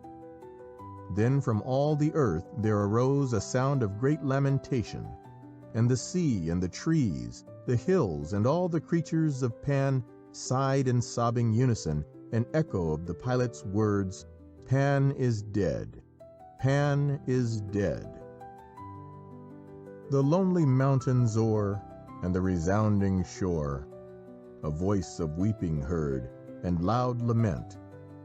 From haunted spring and dale, edged with poplar pale, the parting genius is with sighing sent. with flower and woven tresses torn, the nymphs in twilight shade of tangled thickets mourn. Milton. Pan was dead, and the gods died with him. Gods of Hellas, gods of Hellas, can ye listen in your silence? Can your mystic voices tell us where ye hide? In floating islands, with a wind that evermore keeps you out of sight of shore? Pan, Pan is dead. Gods, we vainly do adjure you. Ye return nor voice nor sign. Not a votary could secure you even a grave for your divine. Not a grave to show thereby, here these grey old gods do lie. Pan, Pan is dead. E.B. Browning. Pan is dead. In the old Hellenistic sense, Pan is gone forever. Yet until nature has ceased to be, the thing we call Pan must remain a living entity. Some there be who call his music, when he makes all humanity dance to his piping, joie de vie. And de Musset speaks of le vin de la jeunesse, which ferments dans le vin de Dieu. It is Pan who inspires Seamus, the old islander, of whom Fiona Macleod writes, and who, looking towards the sea at sunrise, says, "Every morning like this, I take my hat off to the beauty of the world." Half of the flesh and half of the spirit is Pan. There are some who have never come into contact with him, who know him only as the emblem of paganism, a cruel thing, more beast than man, trampling with goat's feet on the gentlest flowers of spring. They know not the meaning of the green fire of life, nor have they ever known Pan's moods of tender sadness. Never to them has come in the forest, where the great grey trunks of the beeches rise from a carpet of primroses and blue hyacinths, and the slender silver beeches are the guardian angels of the starry wood anemones, and the sunbeams slant through the oak and beech leaves of tender green and play on the dead amber leaves of a year that is gone, the whisper of little feet that cannot be seen, the piercing sweet music from very far away that fills the heart with gladness and yet with a strange pain, the ache of the Weltschmerz, the echo of the pipes of Pan. Oftenest in the dark woods I hear him sing dim, half-remembered things, where the old mosses cling to the old trees, and the faint wandering eddies bring the phantom echoes of a phantom spring. Fiona Macleod. End of Pan. Section 28. Lorelei. Ich weiß nicht, was soll es bedeuten, dass ich so traurig bin. Ein Märchen aus alten Zeiten, das kommt mir nicht aus dem Sinn. Die schönste Jungfrau sitzet dort oben wunderbar. Ihr goldnes Geschmeide blitzet, sie kämmt ihr goldnes Haar. Sie kämmt es mit goldnem Kamme und singt ein Lied dabei. Das hat eine wundersame, gewaltige Melodie.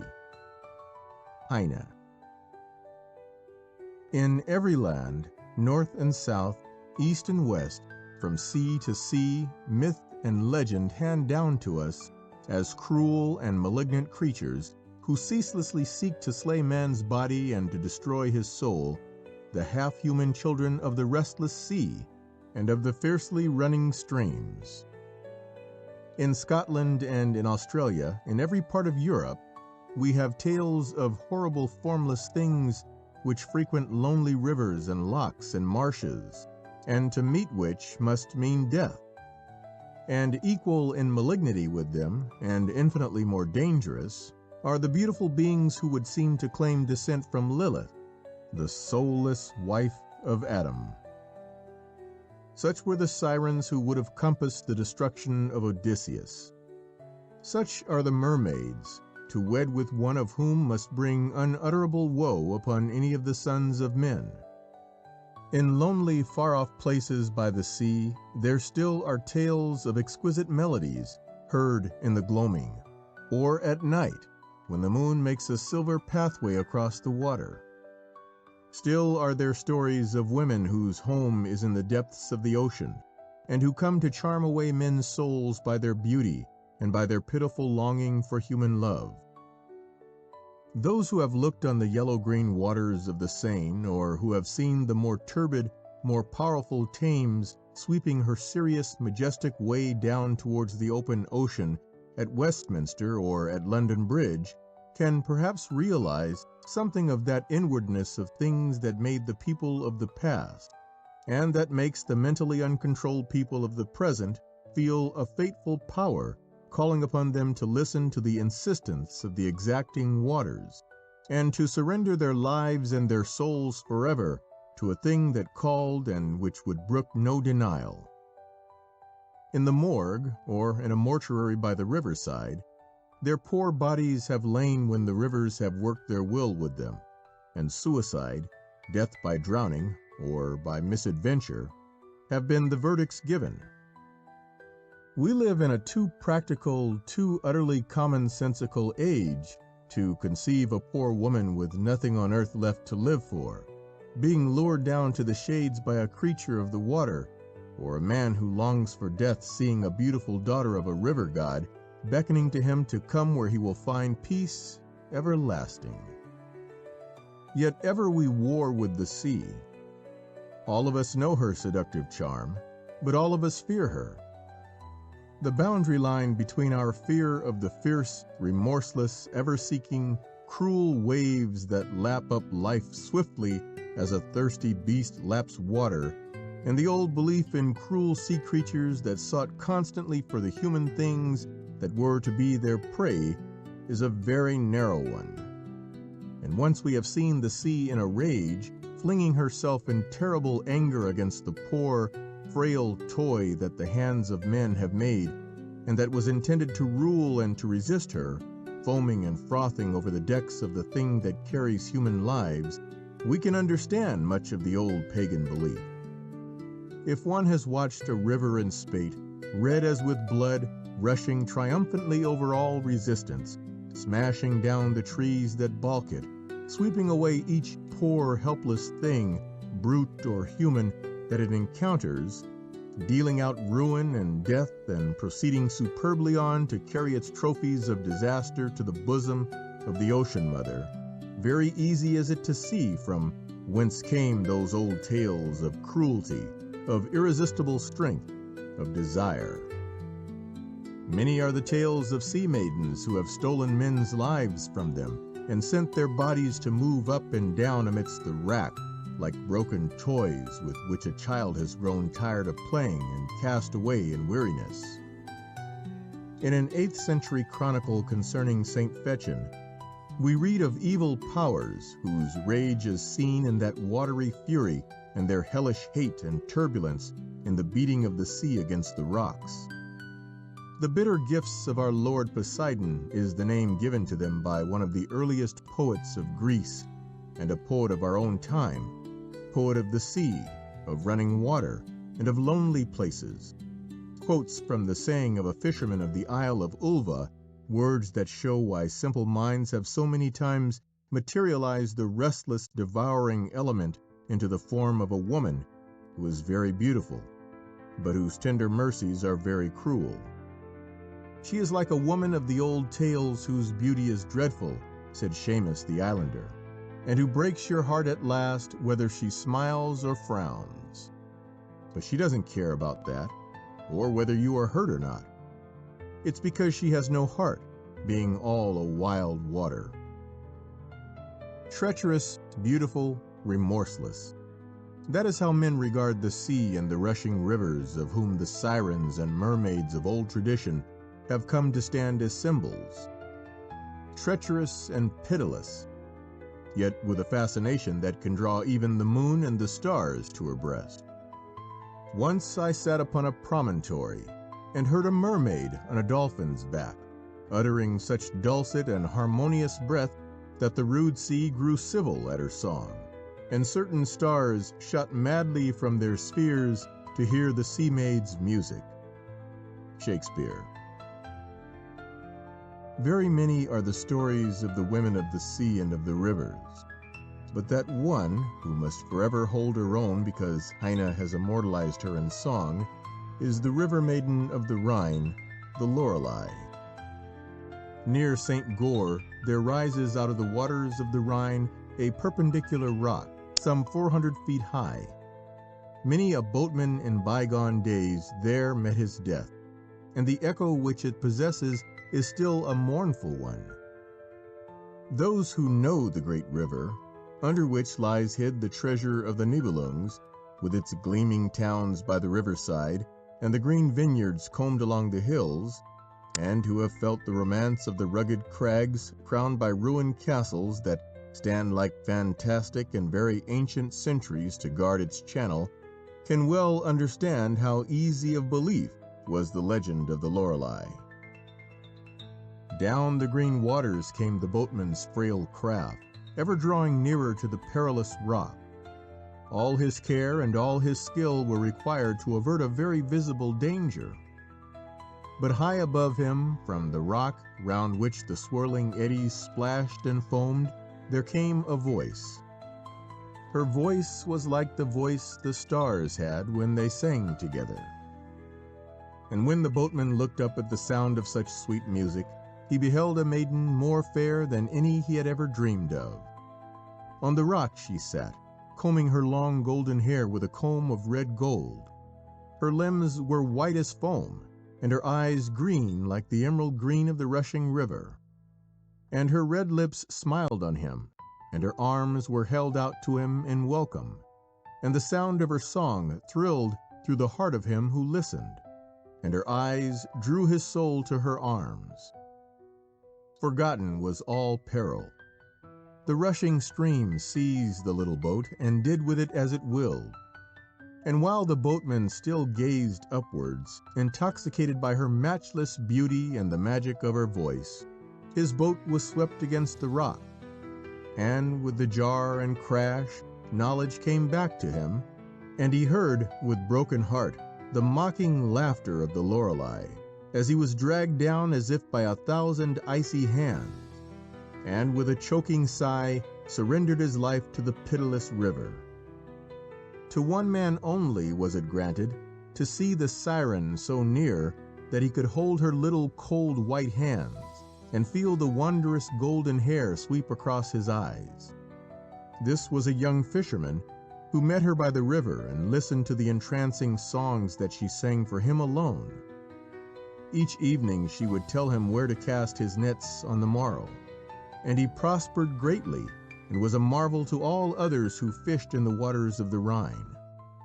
But there came an evening when he was seen joyously hastening down the river bank in response to the voice of the Lorelei that surely never had sounded so honey-sweet before, and he came back nevermore. They said that the Lorelei had dragged him down to her coral caves that he might live with her there forever, and if it were not so, the rushing water could never whisper her secret and theirs of a lifeless plaything that they swept seawards, and that wore a look of horror and of great wonder in its dead, wide-open eyes. It is ein Märchen aus alten Zeiten, a legend of long ago. But it is a very much older Märchen that tells us of the warning of Circe to Odysseus. To the sirens first shalt thou come, who bewitch all men whosoever shall come to them. Whoso draws nigh them unwittingly and hears the sound of the siren's voice, never doth he see wife or babes stand by him on his return, nor have they joy at his coming, but the sirens enchant him with their clear song. And until there shall be no more sea and the rivers have ceased to run, the enchantment that comes from the call of the water to the hearts of men must go on. Day by day the toll of lives is paid, and still the cruel daughters of the deep remain unsatisfied.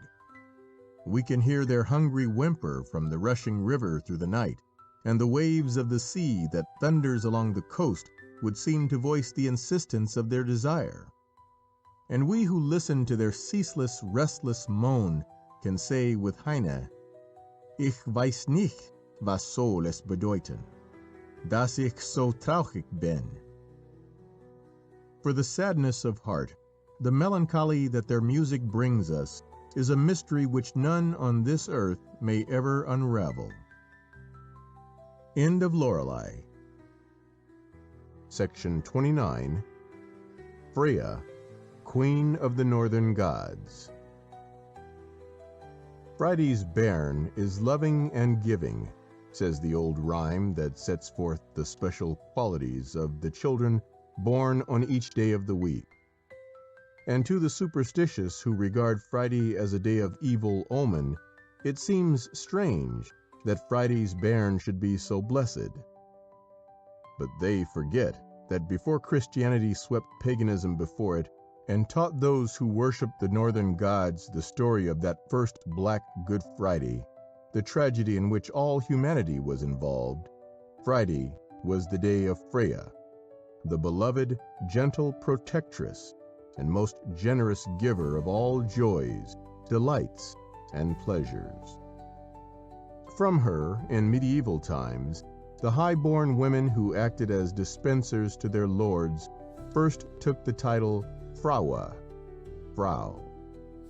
And when, in its transition stage, the old heathenism had evolved into a religion of strong nature worship, overshadowed by fatalism, only thinly veneered by Christianity, the minds of the Christian converts of Scandinavia, like those of puzzled children, transferred to the Virgin Mary the attributes that had formerly been those of their lady, Freya, the goddess of love. Long before the Madonna was worshipped, Freya gave her name to plants, to flowers, and even to insects.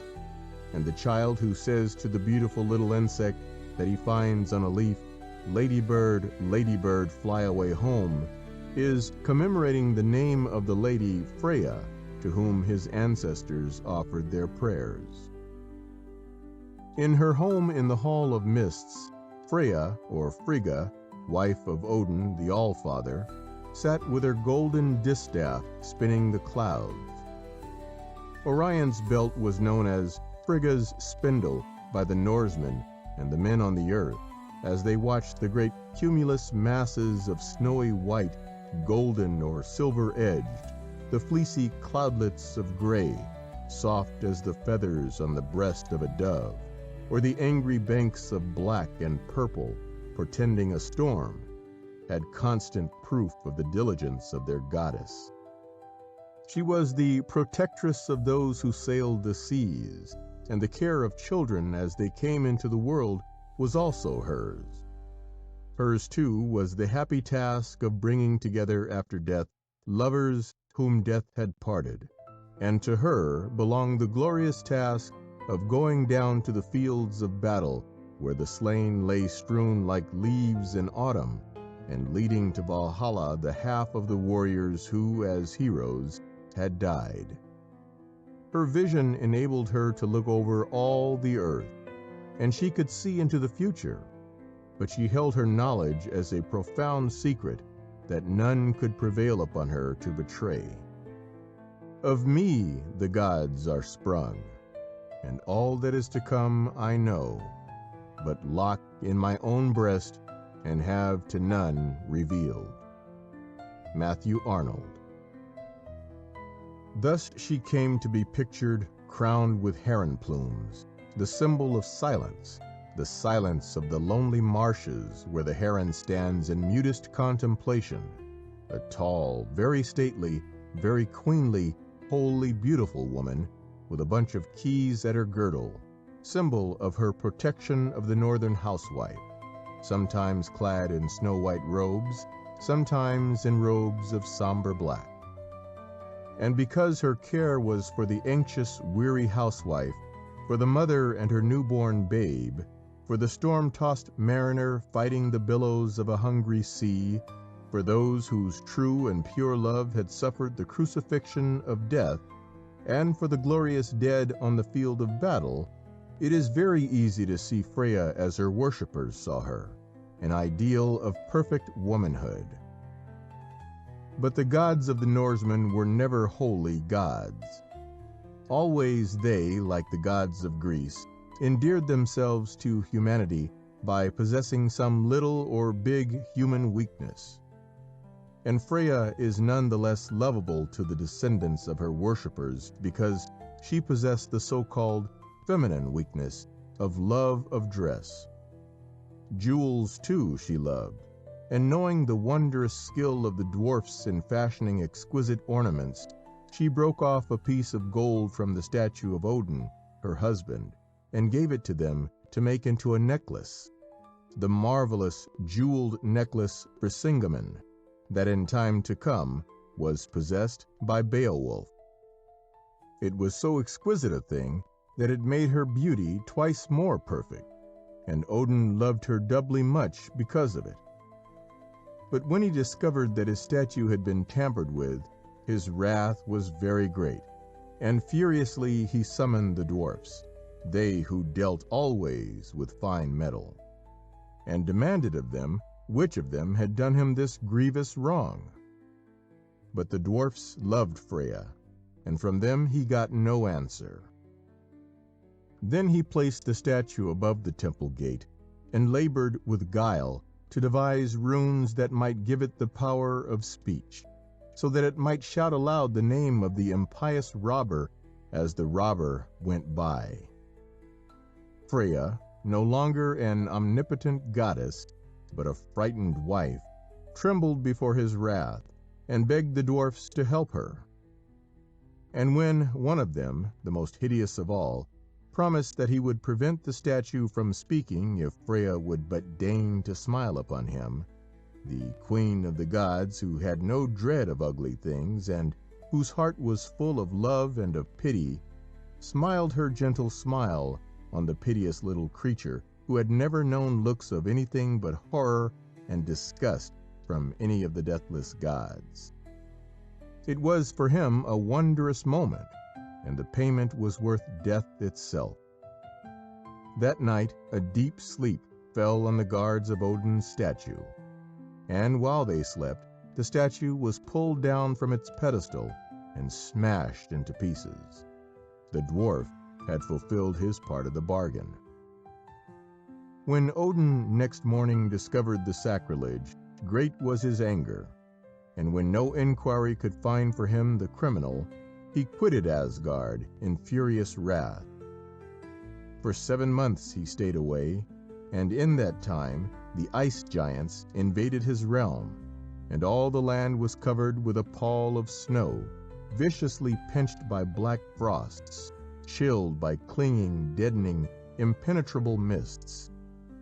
But at the end of 7 dreary months Odin returned, and with him came the blessings of light and of sunshine, and the ice giants in terror fled away. Well was it for woman or for warrior to gain the favor of Freya the beloved, who knew how to rule even Odin, the All-Father himself. The Winilers, who were warring with the Vandals, once sought her aid and gained her promise of help. From Hlidskjalf, the mighty watchtower, highest point in Asgard, from whence Odin and his queen could look down and behold what was happening all the world over, amongst gods and men, dwarfs, elves and giants, and all creatures of their kingdom, Freya watched the Vandals and the Winilers making ready for the battle which was to decide forever which people should rule the other. Night was descending, but in the evening light the two gods beheld the glitter of spears, the gleam of brass helmets and of swords, and heard from afar the hoarse shouts of the warriors as they made ready for the great fight on the morrow. Knowing well that her lord favored the Vandals, Freya asked him to tell her which army was to gain the victory. "The army upon which my eyes shall first rest when I awake at the dawning," said Odin. full well knowing that his couch was so placed that he could not fail to see the vandals when he woke. Well pleased with his own astuteness, he then retired to rest, and soon sleep lay heavy on his eyelids. But while he slept, Freya gently moved the couch upon which he lay, so that he must open his eyes not on the army who had won his favor, but on the army that owned hers. To the Winilers she gave command to dress up their women as men, and let them meet the gaze of Odin in the dawning, in full battle array. Take thou thy womenfolk, maidens and wives. Over your ankles lace on the white war hose. Over your bosoms link up the hard mail nets. Over your lips plait long tresses with cunning. So war beasts full-bearded King Odin shall deem you, when off the grey sea beach at sunrise ye greet him. Charles Kingsley. When the sun sent its first pale green light next morning over grey sky and sea, Odin awoke and gazed from his watchtower at the army on the beach. And with great amazement, "What long beards are those?" he cried. "They are Winilers," said Freya in joyous triumph, "but you have given them a new name. Now must you also give them a gift. Let it be the victory, I pray you, dear lord of mine." And Odin, seeing himself outwitted and knowing that honor bade him follow the northern custom and give the people he had named a gift, bestowed on the Longbeards and their men the victory that Freya craved. Nor was the gift of Odin one for that day alone, for to him the Langobarden attributed the many victories that led them at last to find a home in the sunny land of Italy, where beautiful Lombardy still commemorates by its name the stratagem of Freya the Queen. With the coming of Christianity, Freya the Beloved was cast out along with all the other old forgotten gods. The people who had loved and worshipped her were taught that she was an evil thing, and that to worship her was sin. Thus she was banished to the lonely peaks of the mountains of Norway and of Sweden, and to the Brocken in Germany, no longer a goddess to be loved, but transformed into a malignant power, full of horror and of wickedness.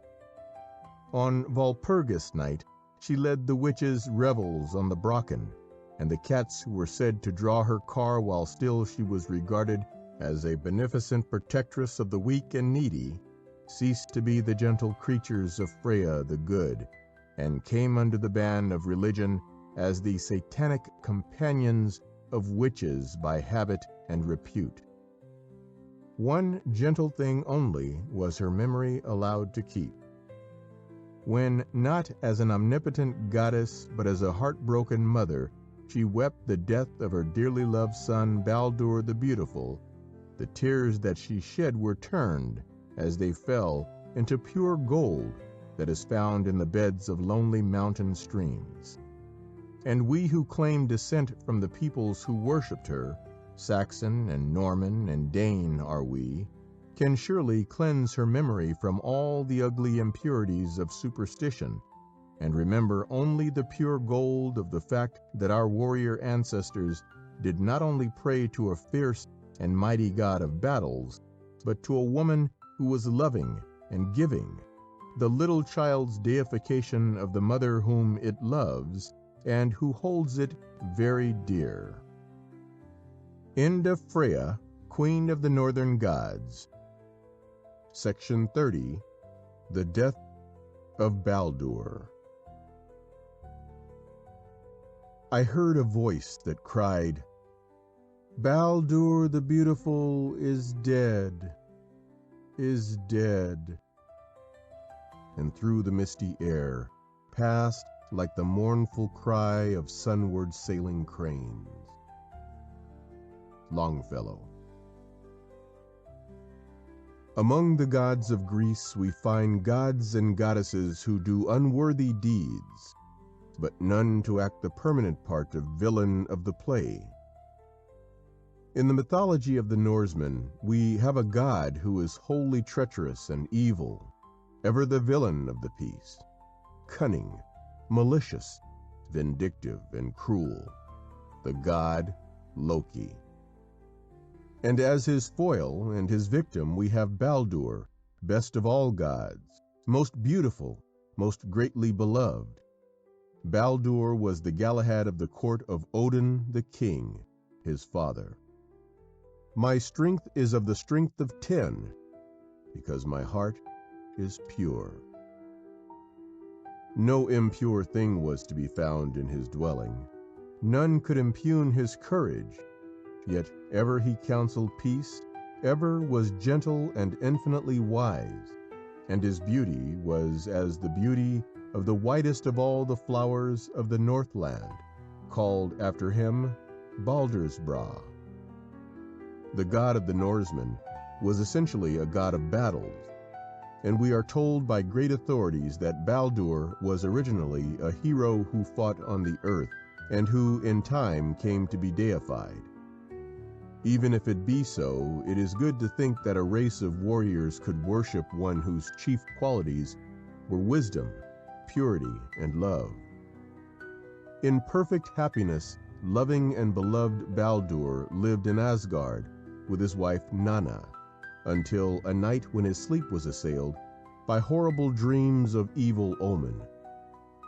In the morning he told the gods that he had dreamed that death, a thing till then unknown in Asgard, had come and cruelly taken his life away. Solemnly the gods debated how this ill happening might be averted, and Freya, his mother, fear for her best beloved hanging heavy over her heart, took upon herself the task of laying under oath fire and water, iron and all other metals, trees and shrubs, birds, beasts and creeping things, to do no harm to Baldur. With eager haste she went from place to place, nor did she fail to exact the oath from anything in all nature, animate or inanimate, save one only. A twig of mistletoe, tender and fair, grew high above the field, and such a little thing it was, with its dainty green leaves and waxen white berries, nestling for protection under the strong arm of a great oak, that the goddess passed it by. Assuredly, no scathe could come to Baldur the Beautiful from a creature so insignificant, and Freya returned to Asgard well pleased with her quest. Then indeed was there joy and laughter amongst the gods, for each one tried how he might slay Baldur, but neither sword nor stone, hammer nor battle-axe could work him any ill. Odin alone remained unsatisfied. Mounted on his 8-footed gray steed, Sleipnir, he galloped off in haste to consult the giant prophetess Angerbotha, who was dead and had to be followed to Niflheim, the chilly underworld that lies far north from the world of men, and where the sun never comes. Hel, the daughter of Loki and of Angerbotha, was queen of this dark domain. There, in a bitterly cold place, she received the souls of all who died of sickness or old age. Care was her bed, hunger her dish, starvation her knife. Her walls were high and strong, and her bolts and bars huge. Half blue was her skin, and half the color of human flesh. A goddess easy to know, and in all things very stern and grim. Decent. In her kingdom, no soul that passed away in glorious battle was received, nor any that fought out the last of life in a fierce combat with the angry waves of the sea. Only those who died ingloriously were her guests. When he had reached the realm of Hel, Odin found that a feast was being prepared, and the couches were spread, as for an honored guest, with rich tapestry and with gold. For many a year had Angerbotha rested there in peace, and it was only by chanting a magic spell and tracing those runes which have power to raise the dead that Odin awoke her. When she raised herself, terrible and angry from her tomb, he did not tell her that he was the mighty father of gods and men. He only asked her for whom the great feast was prepared, and why Hel was spreading her couches so gorgeously. And to the father of Baldur, she revealed the secret of the future, that Baldur was the expected guest, and that by his blind brother Hodur his soul was to be hastened to the shades.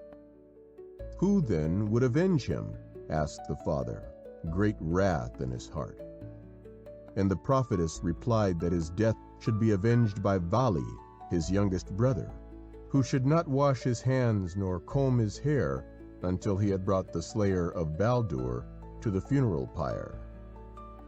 But yet another question Odin would fain have answered.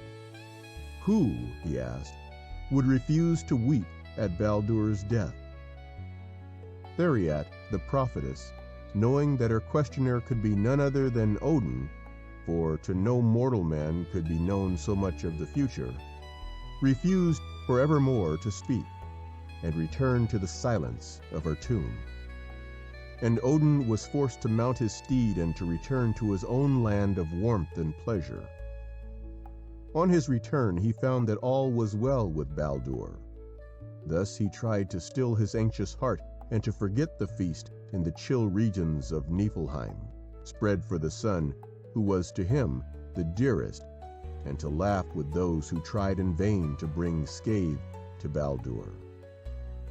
Only one among those who looked at those sports and grew merry, as he whom they loved stood like a great cliff against which the devouring waves of the fierce North Sea beat and foam and crash in vain, had malice in his heart as he beheld the wonder.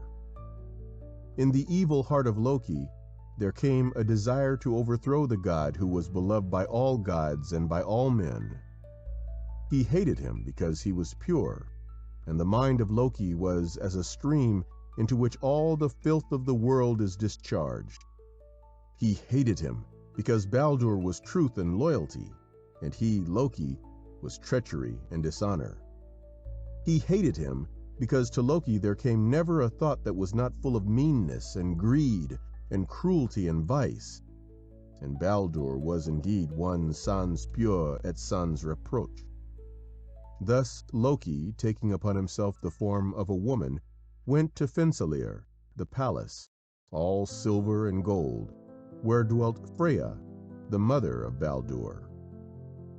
The goddess sat in happy majesty, spinning the clouds, and when Loki, apparently a gentle old woman, passed by where she sat, and then paused and asked, as if amazed, what were the shouts of merriment that she heard, the smiling goddess replied, "All things on earth have sworn to me never to injure Baldur, and all the gods use their weapons against him in vain. Baldur is safe forevermore." "All things?" queried Loki. And Freya answered, "All things but the mistletoe.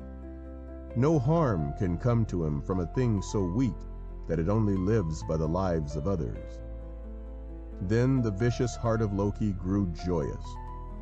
Quickly he went to where the mistletoe grew, cut a slender green branch, shaped it into a point, and sought the blind god Hodur. Hodur stood aside, while the other gods merrily pursued their sport.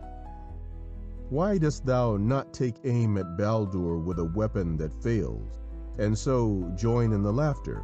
asked Loki. And Hodur sadly made answer, "Well dost thou know that darkness is my lot, nor have I aught to cast at my brother." Then Loki placed in his hand the shaft of mistletoe, and guided his aim, and well and surely Hodur cast the dart. He waited then for the merry laughter that followed ever on the onslaught of those against him whom none could do harm. But a great and terrible cry smote his ears. "Baldur the Beautiful is dead, is dead!"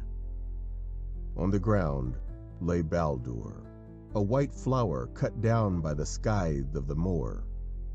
And all through the realm of the gods, and all through the land of the Northmen, there arose a cry of bitter lamentation. That was the greatest woe that ever befell gods and men, says the story. The sound of terrible mourning in place of laughter brought Freya to where on the floor lay Baldur dead, and round lay thickly strewn swords, axes, darts, and spears, which all the gods in sport had lightly thrown at Baldur, whom no weapon pierced or clove. But in his breast stood fixed the fatal bough of mistletoe. Matthew Arnold. When she saw what had befallen him, Freya's grief was a grief that refused to be comforted. But when the gods, overwhelmed with sorrow, knew not what course to take, she quickly commanded that one should ride to Niflheim and offer Hel a ransom if she would permit Baldur to return to Asgard. Hermodr the Nimble, another of the sons of Odin, undertook the mission, and, mounted on his father's 8-footed steed, he speedily reached the ice-cold domain of Hel. There he found Baldur sitting on the noblest seat of those who feasted, ruling among the people of the underworld.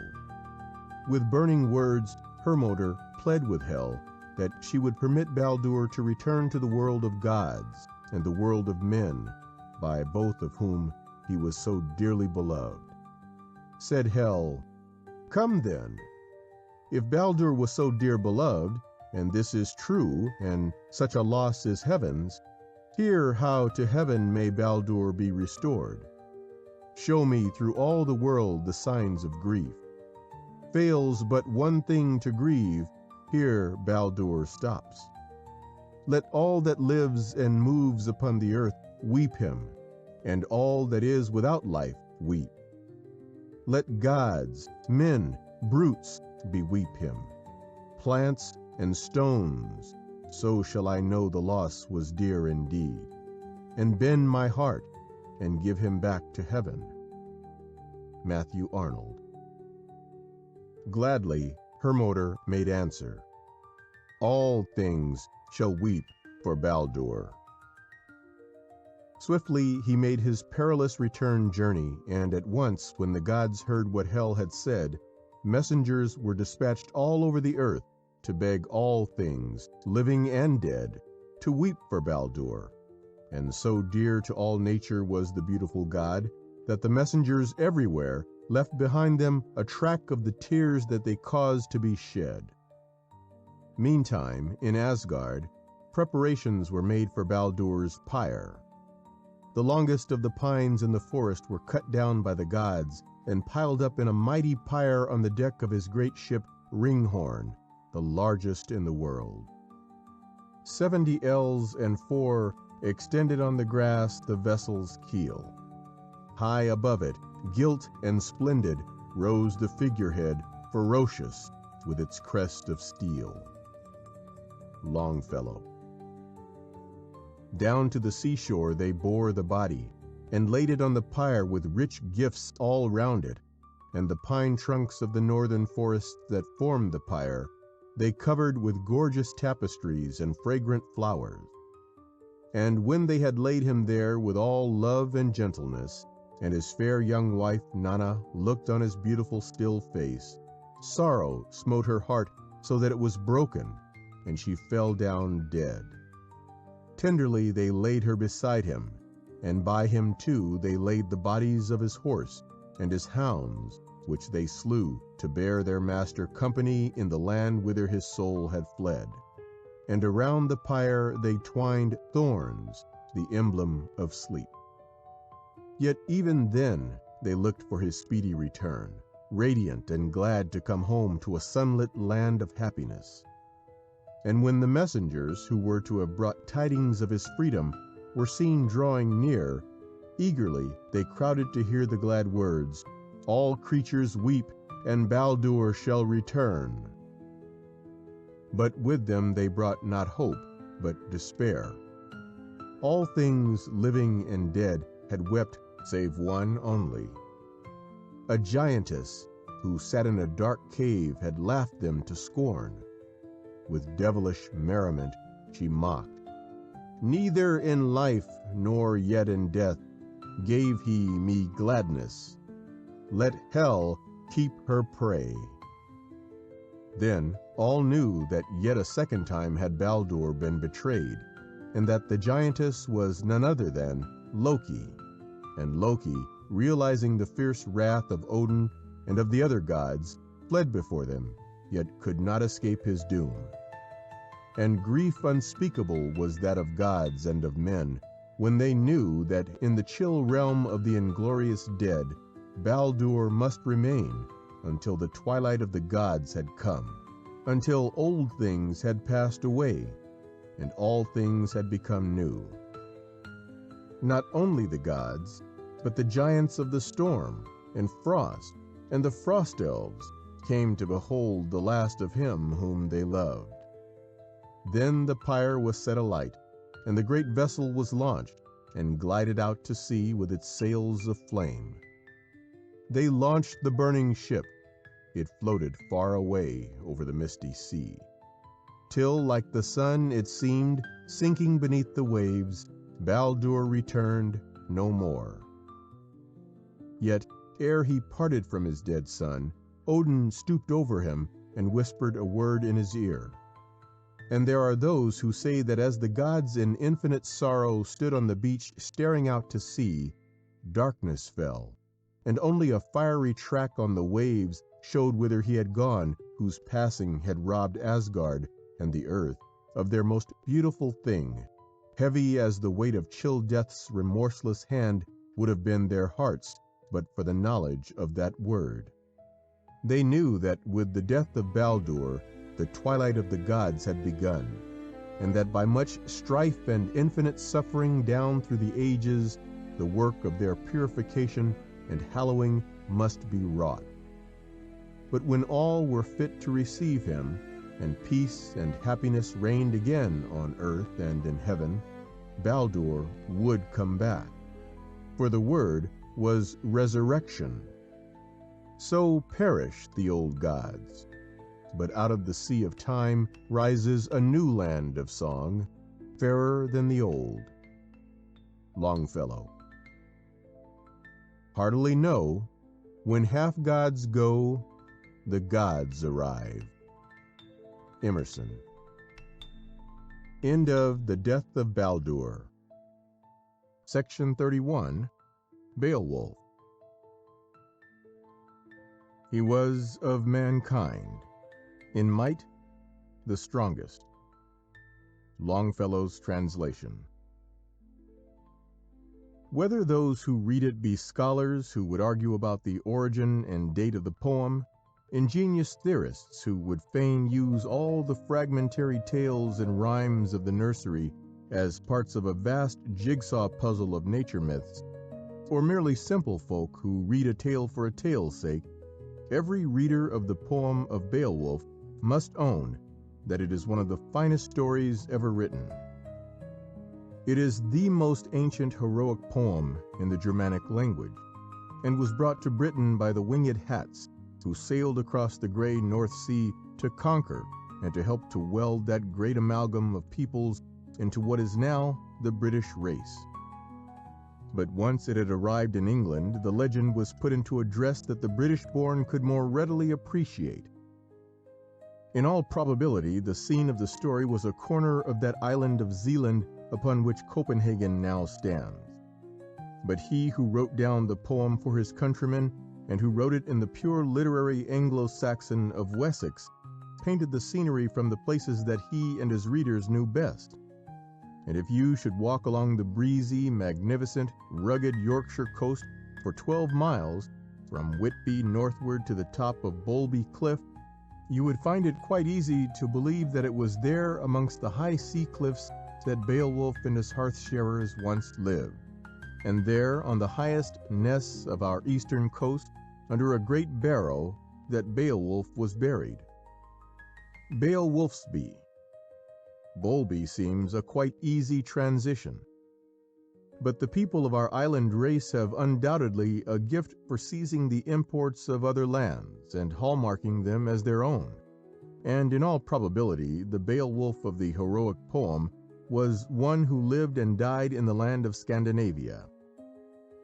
In Denmark, so goes the story, when the people were longing for a king, to their shores there drifted on a day when the white birds were screaming over the sea tangle and wreckage that a stormy sea, now sinking to rest, was sweeping up on the shore, a little boat in which, on a sheaf of ripe wheat and surrounded by priceless weapons and jewels, there lay a most beautiful babe who smiled in his sleep. That he was the son of Odin they had no doubt, and they made him their king and served him faithfully and loyally for the rest of his life. A worthy and a noble king was King Scyld Skeffing, a ruler on land and on the sea, of which even as an infant he had had no fear. But when many years had come and gone, and when Scyld Skeffing felt that death drew near, he called his nobles to him and told them in what manner he fain would pass. So they did as he said, and in a ship they built a funeral pyre, and round it placed much gold and jewels, and on it laid a sheaf of wheat. Then with great pain and labour, for he was old and death's hand lay heavy upon him, the king climbed into the ship and stretched out his limbs on the pyre and said farewell to all his faithful people. And the ship drifted out with the tide, and the hearts of the watchers were heavy as they saw the sails of the vessel that bore him vanish into the grey, and knew that their king had gone back to the place from whence he came, and that they should look on his face no more. Behind him Scyld left descendants, and one after the other reigned over Denmark. It was in the reign of his great-grandson Hrothgar that there took place those things that are told in the story of Beowulf. A mighty king and warrior was Hrothgar, and far across the northern seas his fame spread wide, so that all the warriors of the land that he ruled were proud to serve under him, in peace and in war to die for him. During his long life he and his men never went forth in their black prowed ships without returning with the joyous shouts of the victor, with for cargo the rich spoil they had won from their enemies.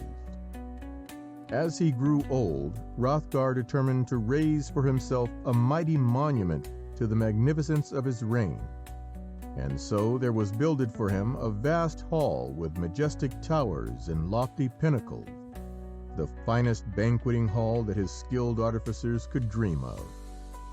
And when at length the hall was completed, Hrothgar gave a feast to all his thanes, and for days and for nights on end the great rafters of Heorot, as his palace was named, echoed the shouts and laughter of the mighty warriors and the music of the minstrels and the songs that they sang. A proud man was Hrothgar on the night that the banquet was ended amidst the acclamations of his people, and a proud and happy man he lay down to rest, while his bodyguard of mighty warriors stretched themselves on the rush-strewn floor of the great room where they had feasted, and deeply slumbered there. Now in the dark fens of that land there dwelt a monster, fierce, noisome, and cruel, a thing that loved evil and hated all that was joyous and good. To its ears came the ring of the laughter and the shouts of King Hrothgar's revelers, and the sweet song of the gleemen and the melody of harps filled it with fierce hatred. From its wallow in the marshes, where the pestilent grey fog hung round its dwelling, the monster, known to all men as the Grendel, came forth to kill and to devour. Through the dark night, across the lonely moorland, it made its way, and the birds of the moor flew screaming in terror before it, and the wild creatures of the desolate country over which it padded clapped down in their coverts and trembled as it passed. It came at length to the great hall, where a fair troop of warrior thanes guarding it found he. Heedlessly sleeping, they reck not of sorrow. never a thought did they give to the Grendel, a haunter of marshes, a holder of moors, secret. The land he inhabits, dark, wolf-haunted ways of the windy hillside, by the treacherous tarn, or where, covered up in its mist, the hill stream downward flows. Soundly slept Hrothgar, nor opened eye until, in the bright light of the morning, he was roused by terrified servants, forgetful of his august royalty, impelled by terror, crying aloud their terrible tale. They had come, they said, to lay on the floor of the banqueting hall sweet fresh rushes from the meadows, and to clear away all trace of the feasting overnight. But the 32 knights who in full armor had lain down to sleep were all gone, and on the floor was the spoor of something foul and noisome, and on the walls and on the trampled rushes were great and terrible smears of human blood. They tracked the Grendel back to the marsh from whence he had come, and shuddered at the sight of bestial footprints that left bloodstains behind. Terrible indeed was the grief of Hrothgar, but still more terrible was his anger. He offered a royal reward to any man who would slay the Grendel, and full gladly 10 of his warriors pledged themselves to sleep that night in the great hall, and to slay the Grendel ere morning came. But dawn showed once more a piteous sight. Again there were only trampled and blood-stained rushes, with the loathsome smell of unclean flesh. Again the foul tracks of the monster were found, where it had padded softly back to its noisome fens. There were many brave men in the kingdom of Hrothgar the Dane, and yet again did they strive to maintain the dignity of the great hall Heorot, and to uphold the honor of their king. But through 12 dismal years the Grendel took its toll of the bravest in the realm, and to sleep in the place that Hrothgar had built as monument to his magnificent supremacy ever meant for the sleeper shameful death. Well content was the Grendel, that grew fat and lusty amongst the grey mists of the black marshes, unknowing that in the land of the Goths there was growing to manhood one whose feet already should be echoing along that path from which death was to come. In the realm of the Goths, Hygelac was king, and no greater hero lived in his kingdom than Beowulf, his own sister's son. From the age of 7, Beowulf was brought up at the court of his uncle. A great, fair, blue-eyed lad was Beowulf, lazy and very slow to wrath. When he had at last become a yellow-haired giant, of wondrous good temper and leisurely in movement, the other young warriors of Gothland had mocked at him as at one who was only a very huge, very amiable child. But, like others of the same descent, Beowulf's anger, if slow to kindle, was a terrible fire once it began to flame. A few of those flare-ups had shown the folk of his uncle's kingdom that no mean nor evil deed might lightly be done, nor evil word spoken in the presence of Beowulf. In battle against the Swedes, no sword had hewn down more men than the sword of Beowulf, and when the champion swimmer of the land of the Goths challenged the young giant Beowulf to swim a match with him, for 5 whole days they swam together. A tempest, driving down from the twilight land of the ice and snow, parted them then, and he who had been champion was driven ashore, and thankfully struggled on to the beach of his own dear country once again. But the foaming seas cast Beowulf on some jagged cliffs, and would fain have battered his body into broken fragments against them. And as he fought and struggled to resist their raging cruelty, mermaids and nixies and many monsters of the deep joined forces with the waves and strove to wrest his life from him. And while with one hand he held on to a sharp rock, with the other he dealt with his sword stark blows on those children of the deep who would fain have devoured him. Their bodies, deep gashed and dead, floated down to the coast of Gothland, and the king and all those who looked for the corpse of Beowulf saw them amazed. Then at length came Beowulf himself, and with great gladness was he welcomed, and the king, his uncle, gave him his treasured sword Negling in token of his valor. In the court of Hrothgar, the number of brave warriors ever grew smaller. One man only had witnessed the terrible slaughter of one of those black knights, and yet had kept his life. He was a bard, a skald, and from the land where he had seen such grim horror, he fled to the land of the Goths. And there, in the court of the king, he sang the gloomy tale of the never-ending slaughter of noble warriors by the foul Grendel of the fens and moors. Beowulf listened, enthralled to his song. But those who knew him saw his eyes gleam as the good steel blade of a sword gleams when it is drawn for battle. And when he asked his uncle to allow him to go to the land of the Danes and slay this filthy thing, his uncle smiled, with no surprise, and was very well content. So it came to pass that Beowulf in his black prowed ship, with 14 trusty followers, set sail from Gothland for the kingdom of Hrothgar. The warden of the Danish coast was riding his rounds one morning when he beheld from the white cliffs a strange war vessel making for the shore. Skillfully the men on board her ran her through the surf, and beached her in a little creek between the cliffs, and made her fast to a rock by stout cables. Only for a little time the valiant warden watched them from afar, and then, one man against 15, he rode quickly down and challenged the warriors.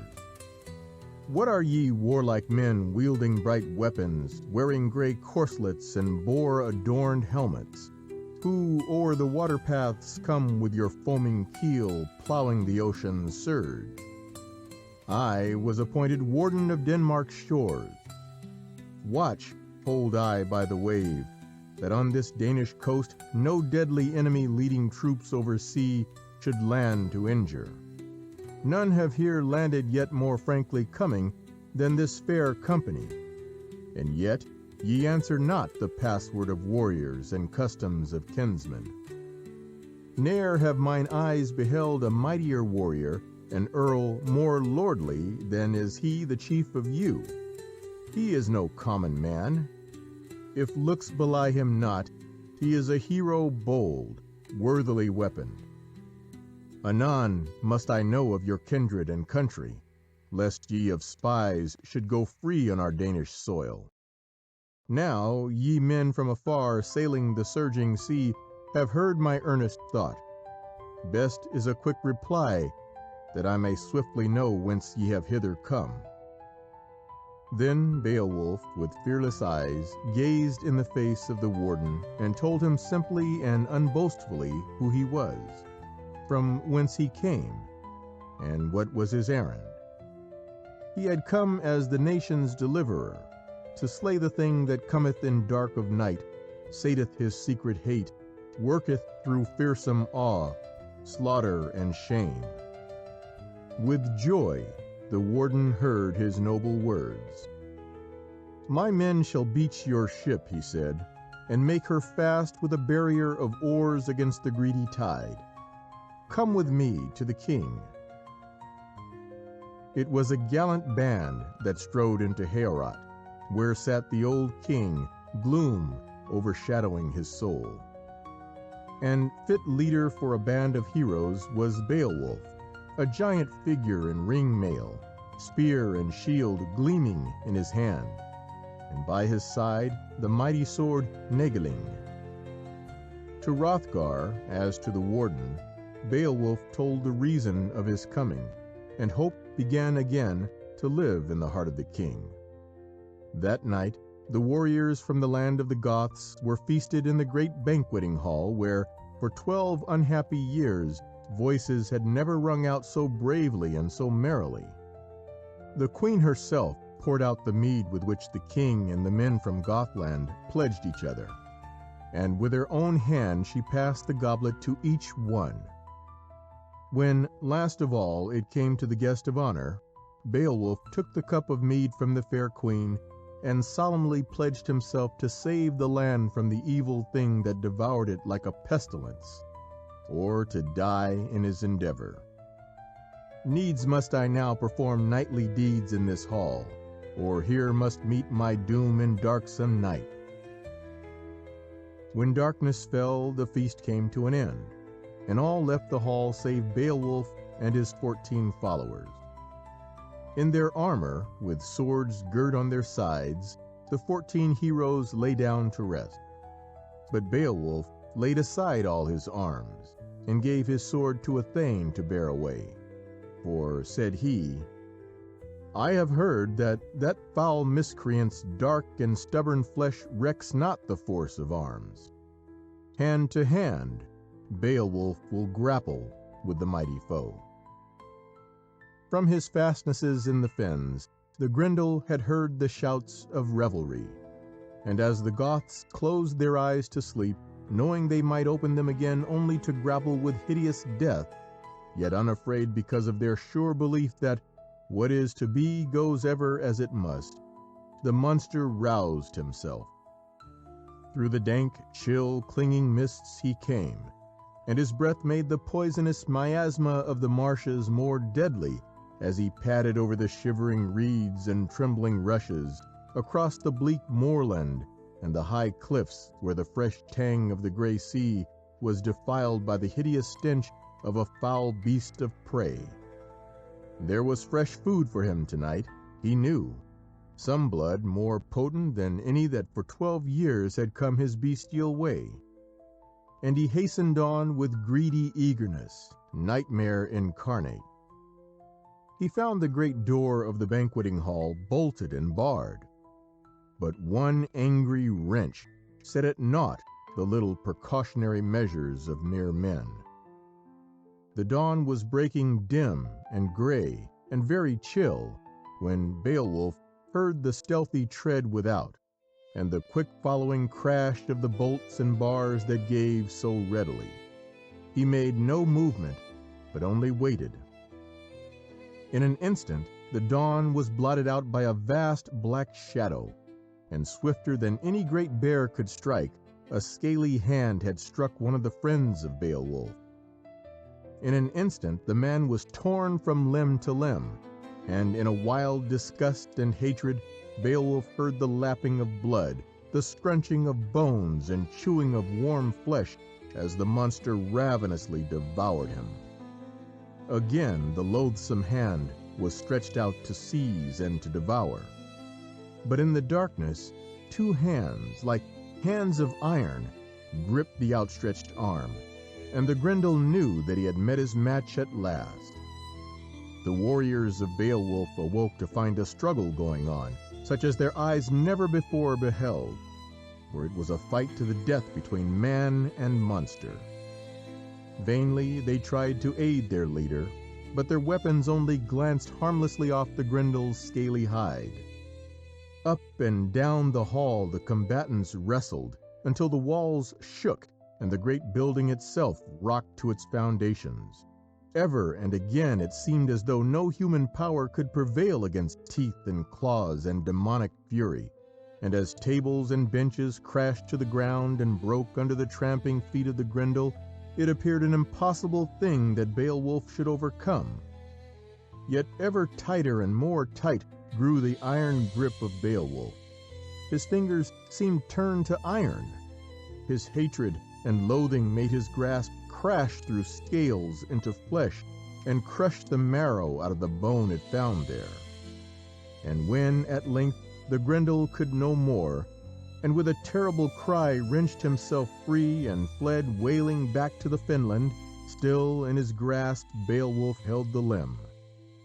The Grendel had freed himself by tearing the whole arm out of its socket, and for once the trail of blood across the moors was that of the monster and not of its victims. Great indeed was the rejoicing of Hrothgar and of his people when, In the morning, instead of crimson-stained rushes and the track of vermin claws imbrued in human blood, they found all but one of the men from Gothland alive, and looked upon the hideous trophy that told them that their enemy could only have gone to find a shameful death in the marshes. They cleansed out the great hall, hung it with lordly trappings, and made it once more fit habitation for the lordliest in the land.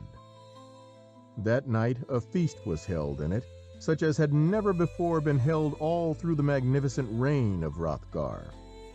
The best of the skalds sung songs in honor of the triumph of Beowulf, and the queen herself pledged the hero in a cup of mead and gave to him the beautiful, most richly jeweled collar Brisingamen, of exquisite ancient workmanship, that once was owned by Freya, queen of the gods, and a great ring of the purest red gold.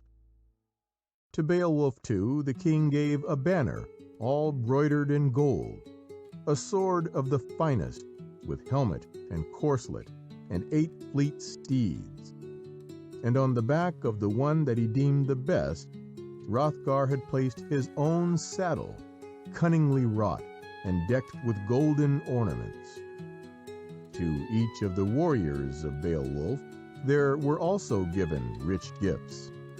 And ere the queen with her maidens left the hall that night, she said to Beowulf, "Enjoy thy reward, O dear Beowulf, while enjoy it thou canst.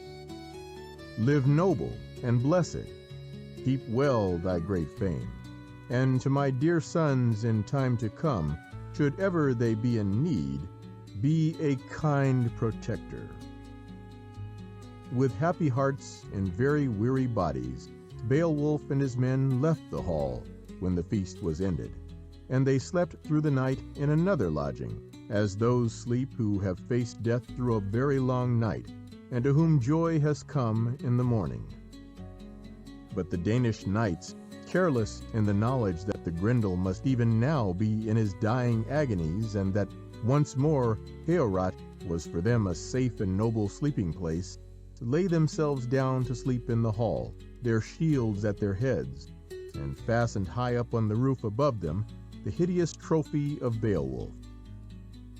Next morning, as the grey dawn broke over the northern sea, it saw a sight that made it more chill than death. Across the moorland went a thing, half wolf, half woman, the mother of Grendel. The creature she had borne had come home to die, and to her belonged his avenging. Softly she went to Heorot, softly she opened the unguarded door. Gladly in her savage jaws she seized Aegir, the thane who was to Hrothgar most dear, and from the roof she plucked her desired treasure, the arm of Grendel, her son. Then she trotted off to her far-off, filthy den, leaving behind her the noise of lamentation. Terrible was the grief of Hrothgar over the death of Aegir, dearest of friends and sharer of his counsels. And to his lamentations Beowulf listened, sad at heart, humble, yet with a heart that burned for vengeance. The hideous creature of the night was the mother of Grendel, as all knew well. On her Beowulf would be avenged, for Aegir's sake, for the king's, and for the sake of his own honor. Then once again did he pledge himself to do all that man's strength could do to rid the land of an evil thing. Well did he know how dangerous was the task before him, and he gave directions for the disposal of all that he valued should he never return from his quest. To the king, who feared greatly that he was going forth on a forlorn hope, he said, "Grieve not. Each man must undergo death at the end of life. Let him win, while he may, warlike fame in the world. That is best, after death, for the slain warrior." His own men, and Hrothgar, and a great company of Danes went with him when he set out to trace the blood-stained tracks of the Grendel's mother. Near the edge of a gloomy mere they found the head of Aegir, and when they looked at the fjord itself, it seemed to be blood-stained, stained with blood that ever welled upwards, and in which revelled with a fierce sort of joy, the rapture of bestial cruelty, water monsters without number. Beowulf, his face white and grim like that of an image of Thor cast in silver, watched a little while, then drew his bow and drove a bolt into the heart of one of them, and when they had drawn the slain carcass to shore, the thanes of Hrothgar marvelled at the horror of it. Then Beowulf took leave of Hrothgar and told him that if in 2 days he did not return, certain it would be that he would return no more. The hearts of all who said farewell to him were heavy, but Beowulf laughed and bade them be of good cheer. Then into the black waters he dived, sword in hand, clad in ring armor, and the dark pool closed over him as the river of death closes over the head of a man when his day is done. To him it seemed as if the space of a day had passed ere he reached the bottom, and in his passing he encountered many dread dangers from tusk and horn of a myriad evil creatures of the water who sought to destroy him. Then at length he reached the bottom of that sinister mere, and there was clasped in the murderous grip of the wolf-woman who strove to crush his life out against her loathsome breast. Again and again, when her hideous embrace failed to slay him, she stabbed him with her knife, yet ever did he escape. His good armor resisted the power of her arm, and his own great muscles thrust her from him. Yet his own sword failed him when he would have smitten her, and the hero would have been in evil case had he not spied, hanging on the wall of that most foul den, a glorious sword, an old brand, gigantic, trusty in point and edge, an heirloom of heroes. Swiftly he seized it, and with it he dealt the wolf-woman a blow that shore her head from her body. Through the foul blood that flowed from her, and that mingled with the black water of the mere, Beowulf saw a very terrible horror, the body of the Grendel, lying moaning out of the last of his life. Again his strong arm descended, and his left hand, gripping the coiled locks of the evil thing, he sprang upwards through the water, that lost its blackness and its clouded crimson as he went ever higher and more high.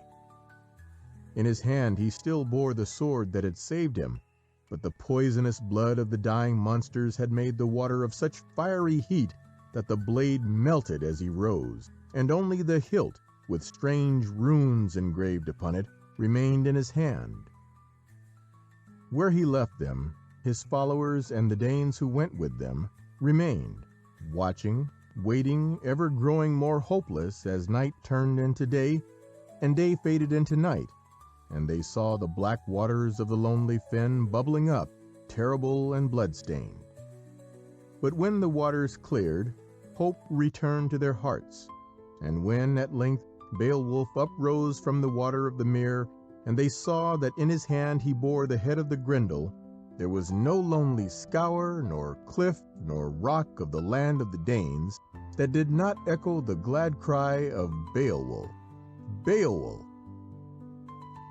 Well nigh overwhelmed by gifts from those whom he had preserved was the hero Beowulf, but in modest, wise words he spoke to the king. "Well hast thou treated us. If on this earth I can do more to win thy love, O Prince of Warriors, than I have wrought as yet, here stand I ready now weapons to wield for thee. If I shall ever hear o'er the encircling flood that any neighboring foes threaten thy nation's fall, as Grendel grim before, swift will I bring to thee thousands of noble thanes, heroes to help thee." Then, in their ship, that the warden of the coast once had challenged, Beowulf and his warriors set sail for their own dear land. Gaily the vessel danced over the waves, heavy though it was with treasure nobly gained. And when Beowulf had come in safety to his homeland, and had told his kinsmen the tale of the slaying of the Grendel and of the wolf woman he gave the finest of his steeds to the king, and to the queen the jeweled collar Brisingamen that the queen of the Goths had bestowed on him. And the heart of his uncle was glad and proud indeed, and there was much royal banqueting in the hero's honor. Of him too the skalds made up songs, and there was no hero in all that northern land whose fame was as great as was the fame of Beowulf. The must-be often helps an undoomed man when he is brave, was the precept on which he ruled his life, and he never failed the king whose chief champion and warrior he was. When, in an expedition against the Frieslanders, King Hygelac fell a victim to the cunning of his foes, the sword of Beowulf fought nobly for him to the end, and the hero was a grievously wounded man when he brought back to Gothland the body of the dead king. The Goths would fain have made him their king in Hygelac's stead, but Beowulf was too loyal a soul to supplant his uncle's own son. On his shield he laid the infant prince Hardred, and held him up for the people to see. And when he had proclaimed the child king, and vowed to serve him faithfully all the days of his life, there was no man there who did not loyally echo the promise of their hero, Beowulf. When Hardred, a grown man, was treacherously slain by a son of Other, he who discovered the North Cape, Beowulf once again was chosen king, and for 40 years he reigned wisely and well. The fame of his arms kept war away from the land, and his wisdom as a statesman brought great prosperity and happiness to his people. He had never known fear, and so for him there was nothing to dread when the weakness of age fell upon him, and when he knew that his remaining years could be but few. Seeing that death, a necessary end, will come when it will come. Through all those years of peace, the thing that was to bring death to him had lurked, unknown, unimagined, in a cave in the lonely mountains. Many centuries before the birth of Beowulf, a family of mighty warriors had won by their swords a priceless treasure of weapons and of armor, of richly chased goblets and cups, of magnificent ornaments and precious jewels, and of gold beyond the dreams of avarice. In a great cave among the rocks it was hoarded by the last of their line, and on his death none knew where it was hidden. Upon it one day there stumbled a fiery dragon, a fire drake, and for 300 years the monster gloated, unchallenged, over the magnificent possession.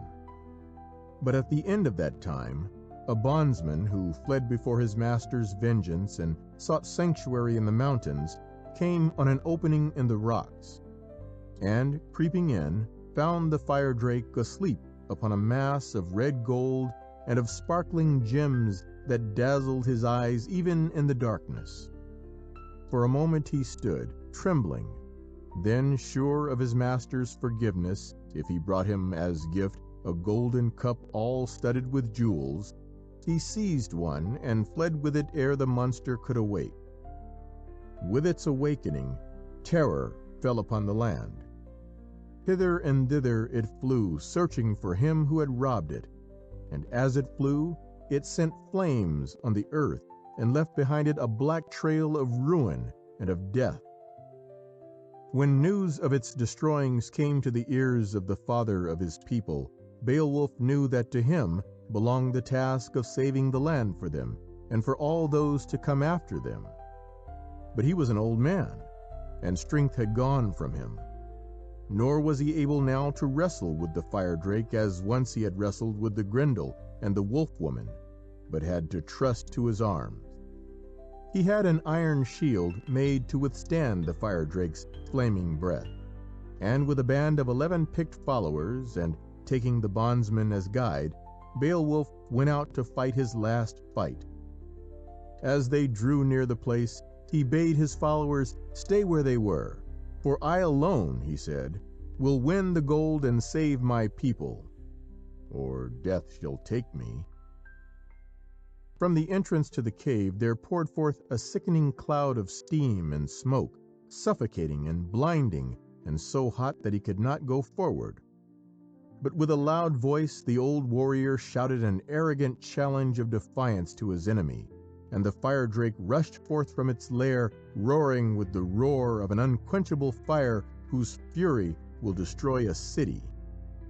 From its wings of flame and from its eyes heat poured forth scorchingly, and its great mouth belched forth devouring flames as it cast itself on Beowulf. The hero's sword flashed and smote a stark blow upon its scaly head. But Beowulf could not deal death strokes as once he had done, and only for a moment was his adversary stunned. In hideous rage the monster coiled its snaky folds around him, and the heat from his body made the iron shield redden as though the blacksmith in his smithy were welding it, and each ring of the armor that Beowulf wore seared right into his flesh.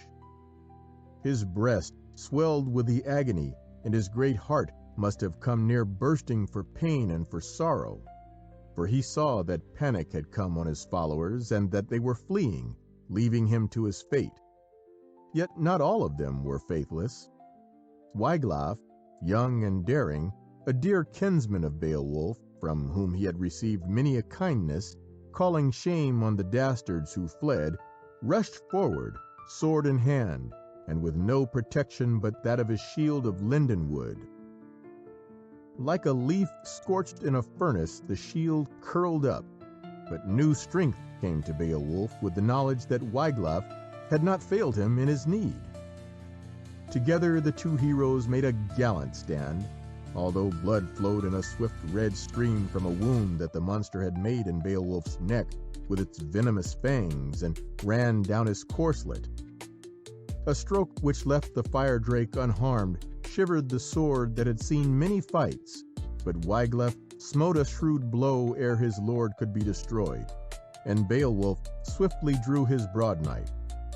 And with an effort so great that all the life that was left in him seemed to go with it, he shore the fire drake asunder. Then Beowulf knew that his end drew very near, and when he had thanked Wiglaf for his loyal help, he bade him enter the cave and bring forth the treasure that he might please his dying eyes by looking on the riches that he had won for his people. And Wiglaf hastened into the cave, for he knew that he raced with death, and brought forth armfuls of weapons, of magnificent ornaments, of goblets and of cups, of bars of red gold. Handfuls of sparkling jewels, too, he brought, and each time he came and went, seizing without choosing whatever lay nearest, it seemed as though the fire drake's hoard were endless. A magical golden standard, and armor and swords that the dwarfs had made brought a smile of joy into the dying king's eyes. And when the 10 shamed warriors, seeing that the fight was at an end, came to where their mighty ruler lay, they found him lying near the vile carcass of the monster he had slain, and surrounded by a dazzlement of treasure uncountable. To them and to Wiglaf, Beowulf spoke his valediction, urging on them to maintain the honor of the land of the Goths. And then he said, "I thank God eternal, the great King of glory, for the vast treasures which I here gaze upon, that I, ere my death day, might for my people win so great wealth. Since I have given my life, thou must now look to the needs of the nation. Here dwell I no longer, for destiny calleth me. Bid thou my warriors, after my funeral pyre, build me a burial cairn, high on the sea cliff's head. It shall for memory tower up to Ronisness, so that the seafarers Beowulf's barrow henceforth shall name it, they who drive far and wide over the mighty flood their foaming reels. Thou art the last of all the kindred of Vagmund. Vyrd has swept all my kin, all the brave chiefs away. Now must I follow them." Such was the passing of Beowulf greatest of northern heroes. And under a mighty barrow on a cliff very high above the sea they buried him, and with him a great fortune from the treasure he had won. Then with heavy hearts round about the mound rode his hearth-sharers, who sang that he was of kings, of men, the mildest, kindest, to his people sweetest, and the readiest in search of praise. Gentlest, most gracious, most keen to win glory. And if in time the great deeds of a mighty king of the Goths have become more like fairy tale than solid history, this at least we know, that whether it is in Zealand or on the Yorkshire coast, where high on the sea cliff ledges the white gulls are trooping and crying, the barrow of Beowulf covers a very valiant hero, a very perfect gentleman. End of Beowulf. Section 32. Roland the Paladin. Roland, the flower of chivalry, expired at Roncesvalles. Thomas Campbell. Hero worship endures forever, while man endures. Carlyle. Roland the Good Knight. Turpin's History of Charlemagne. The old chroniclers tell us that on that momentous morning, when William the Conqueror led his army to victory at Hastings, a Norman knight named Taillefer, and a figure of iron surely was his, spurred his horse to the front. In face of the enemy who hated all things that had to do with France, he lifted up his voice and chanted aloud the exploits of Charlemagne and of Roland. As he sang, he threw his sword in the air, and always caught it in his right hand as it fell. And proudly the whole army, moving at once, joined with him in the Chanson de Roland, and shouted as chorus, "God be our help, God be our help." Taillefer, chantois de Roland, et d'Olivier, et de Vassaux, qui mourront en Roncevaux. Was. Roman de Rosé. 15,000 of those who sang fell on that bloody day, and one wonders how many of those who went down to the shades owed half their desperate courage to the remembrance of the magnificent deeds of the hero of whom they sang, ere ever sword met sword, or spear met the sullen impact of the stark frame of a Briton born fighting for his own. The story of Roland, so we are told, is only a splendid coating of paint put on a very slender bit of drawing. A contemporary chronicle tells of the battle of Roncesvalles, and says, "In which battle was slain Roland, perfect of the marches of Brittany." Merely a Briton squire, we are told to believe, a very gallant country gentleman whose name would not have been preserved in priestly archives had he not won for himself, by his fine courage, such an unfading laurel crown. But because we are so sure that it is the memory that the soldier leaves after him, like the long trail of light that follows the sunken sun, and because so often oral tradition is less misleading than the written word, we gladly and undoubtingly give Roland high place in the Valhalla of heroes of all races and of every time. 777 or 778 A.D. is the date fixed for the great fight at Roncesvalles, where Roland won death and glory. Charlemagne, king of the Franks and head of the Holy Roman Empire, was returning victoriously from a 7 years' campaign against the Saracens in Spain. No fortress stands before him unsubdued, nor wall, nor city left to be destroyed, save one, the city of Saragossa, the stronghold of King Marsile, or Marsiglio. Here amongst the mountains the king and his people still held to their idols, worshipped Mohammed, Apollo, and Termagant, and looked forward with horror to a day when the mighty Charlemagne might, by the power of the sword, thrust upon them the worship of the crucified Christ. Ere Charlemagne had returned to his own land, Marsile held a council with his peers. To believe that the great conqueror would rest content with Saragossa still unconquered was too much to hope for. Surely he would return to force his religion upon them. What, then, was it best to do? A very wily emir was Blancandrin, brave in war and wise in council, and on his advice Marsile sent ambassadors to Charlemagne to ask of him upon what conditions he would be allowed to retain his kingdom in peace and to continue to worship the gods of his fathers.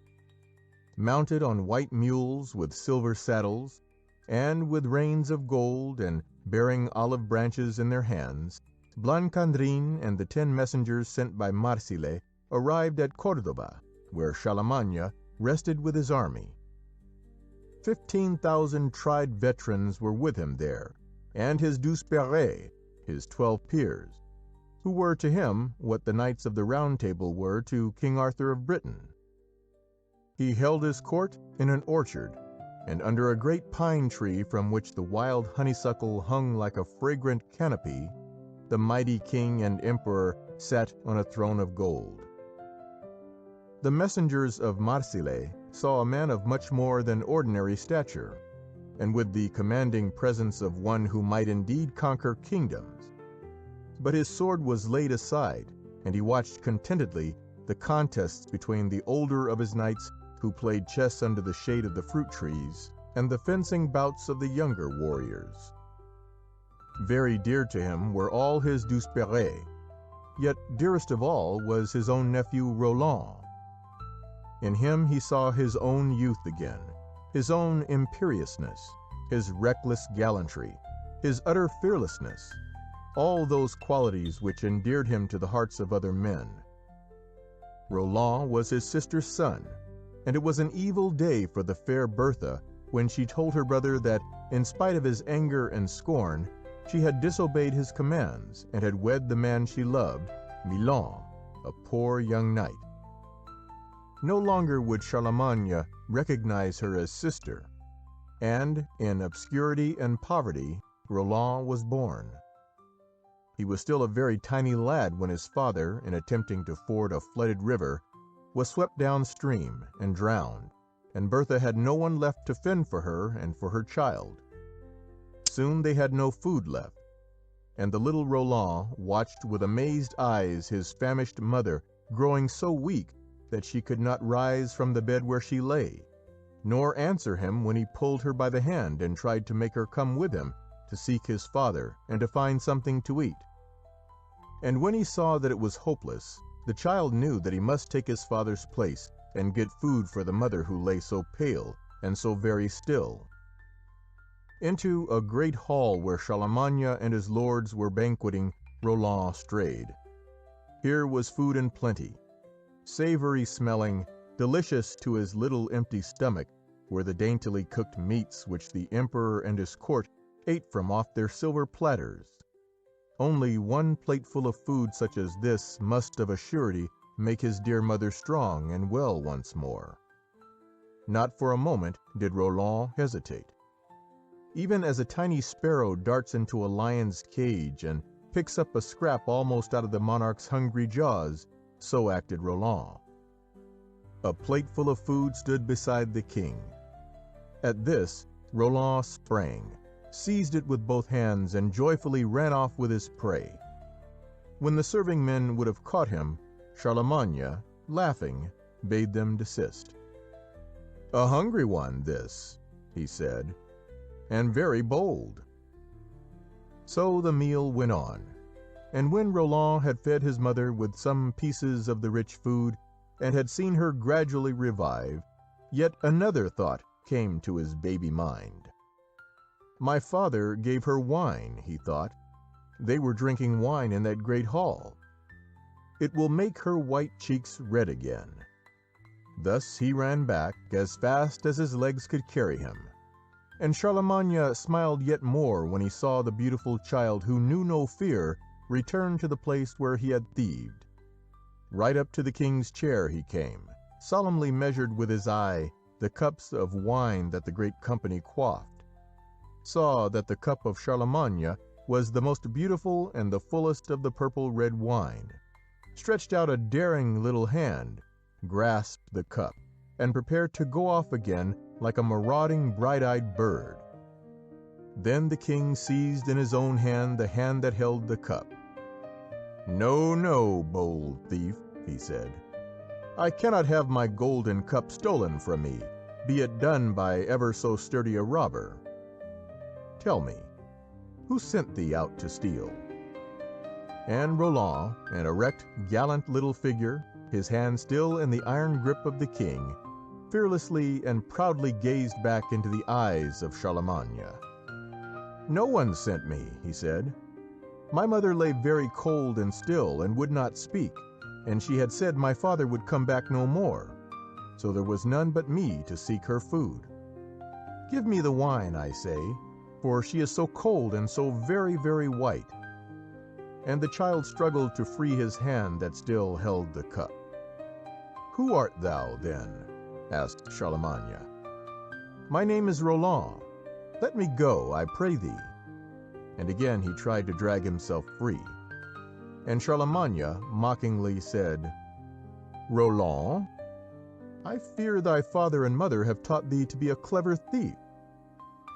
Then anger blazed in Roland's eyes. "My mother is a lady of high degree," he cried, "and I am her page, her cupbearer, her knight. I do not speak false words." And he would have struck the king for very rage. Then Charlemagne turned to his lords and asked, "Who is this child?" And one made answer, "He is the son of thy sister Bertha, and of Milon the knight, who was drowned these 3 weeks agone." Then the heart of Charlemagne grew heavy with remorse when he found that his sister had so nearly died of want, and from that day she never knew aught but kindness and tenderness from him, while Roland was dear to him as his own child. He was a douze-péré now, and when the envoys from Saragossa had delivered their message to Charlemagne, he was one of those who helped to do them honor at a great feast that was held for them in a pavilion raised in the orchard. Early in the morning, Charlemagne heard Mass, and then, on his golden throne under the great pine, he sat and took counsel with his douze-péré. Not one of them trusted Marsile, but Ganelon, who had married the widowed Bertha, and who had a jealous hatred for his stepson, so beloved by his mother, so loved and honored by the king, was ever ready to oppose the counsel of Roland. Thus did he persuade Charlemagne to send a messenger to Marsile, commanding him to deliver up the keys of Saragossa, in all haste to become a Christian, and in person to come and with all humility pay homage as vassal to Charlemagne. Then arose the question as to which of the peers should bear the arrogant message. Roland, ever greedy for the post of danger, impetuously asked that he might be chosen. But Charlemagne would have neither him nor his dear friend and fellow knight Oliver, he who was the Jonathan of Roland's David, nor would he have Nim de Bavière, nor Turpin, the chivalrous and undaunted Bishop of Rheims. He could not afford to risk their lives, and Marsile was known to be treacherous. Then he said to his peers, "Choose ye for me whom I shall send. Let it be one who is wise, brave, yet not over rash, and who will defend mine honor valiantly." Then Roland, who never knew an ungenerous thought, quickly said, "Then indeed it must be Ganelon who goes, for if he goes or if he stays, you have none better than he." And all the other peers applauded the choice, and Charlemagne said to Ganelon, "Come hither, Ganelon, and receive my staff and glove, which the voice of all the Franks have given to thee." But the honor which all the others coveted was not held to be an honor by Ganelon. In furious rage he turned upon Roland. "You and your friends have sent me to my death," he cried. "But if by a miracle I should return, look you to yourself, Roland. for assuredly I shall be revenged." And Roland grew red, then very white, and said, "I had taken thee for another man, Ganelon. Gladly will I take thy place. Wilt give me the honor to bear thy staff and glove to Saragossa, sire?" And eagerly he looked Charlemagne in the face, eager as when a child he had craved the cup of wine for his mother's sake. But Charlemagne, with darkened brow, shook his head. "Ganelon must go," he said, "for so have I commanded. Go, for the honor of Jesus Christ, and for your emperor." Thus, sullenly and unwillingly, and with burning hatred against Roland in his heart, Ganelon accompanied the Saracens back to Saragossa. A hate so bitter was not easy to hide, and as he rode beside him, the wily Blancandrin was not long in laying a probing finger on this festering sore. Soon he saw that Ganelon would pay even the price of his honor to revenge himself upon Roland and on the other Douzeperes, whose lives were more precious than his in the eyes of Charlemagne. Yet when Saragossa was reached, like a brave man and a true did Ganelon deliver the insulting message that his own brain had conceived and that the emperor, with magnificent arrogance, had bidden him deliver. And this he did, although he knew his life hung but by a thread, while Marsile and the Saracen lords listened to his words. But Marsile kept his anger under, thinking with comfort of what Blancandrin had told him of his discovery by the way. And very soon he had shown Ganelon how he might be avenged on Roland and on the friends of Roland, and in a manner which his treachery need never be known. And very rich were the bribes that he offered to the faithless knight. Thus it came about that Ganelon sold his honor, and bargained with the Saracens to betray Roland and his companions into their hands in their passage of the narrow defiles of Roncesvalles.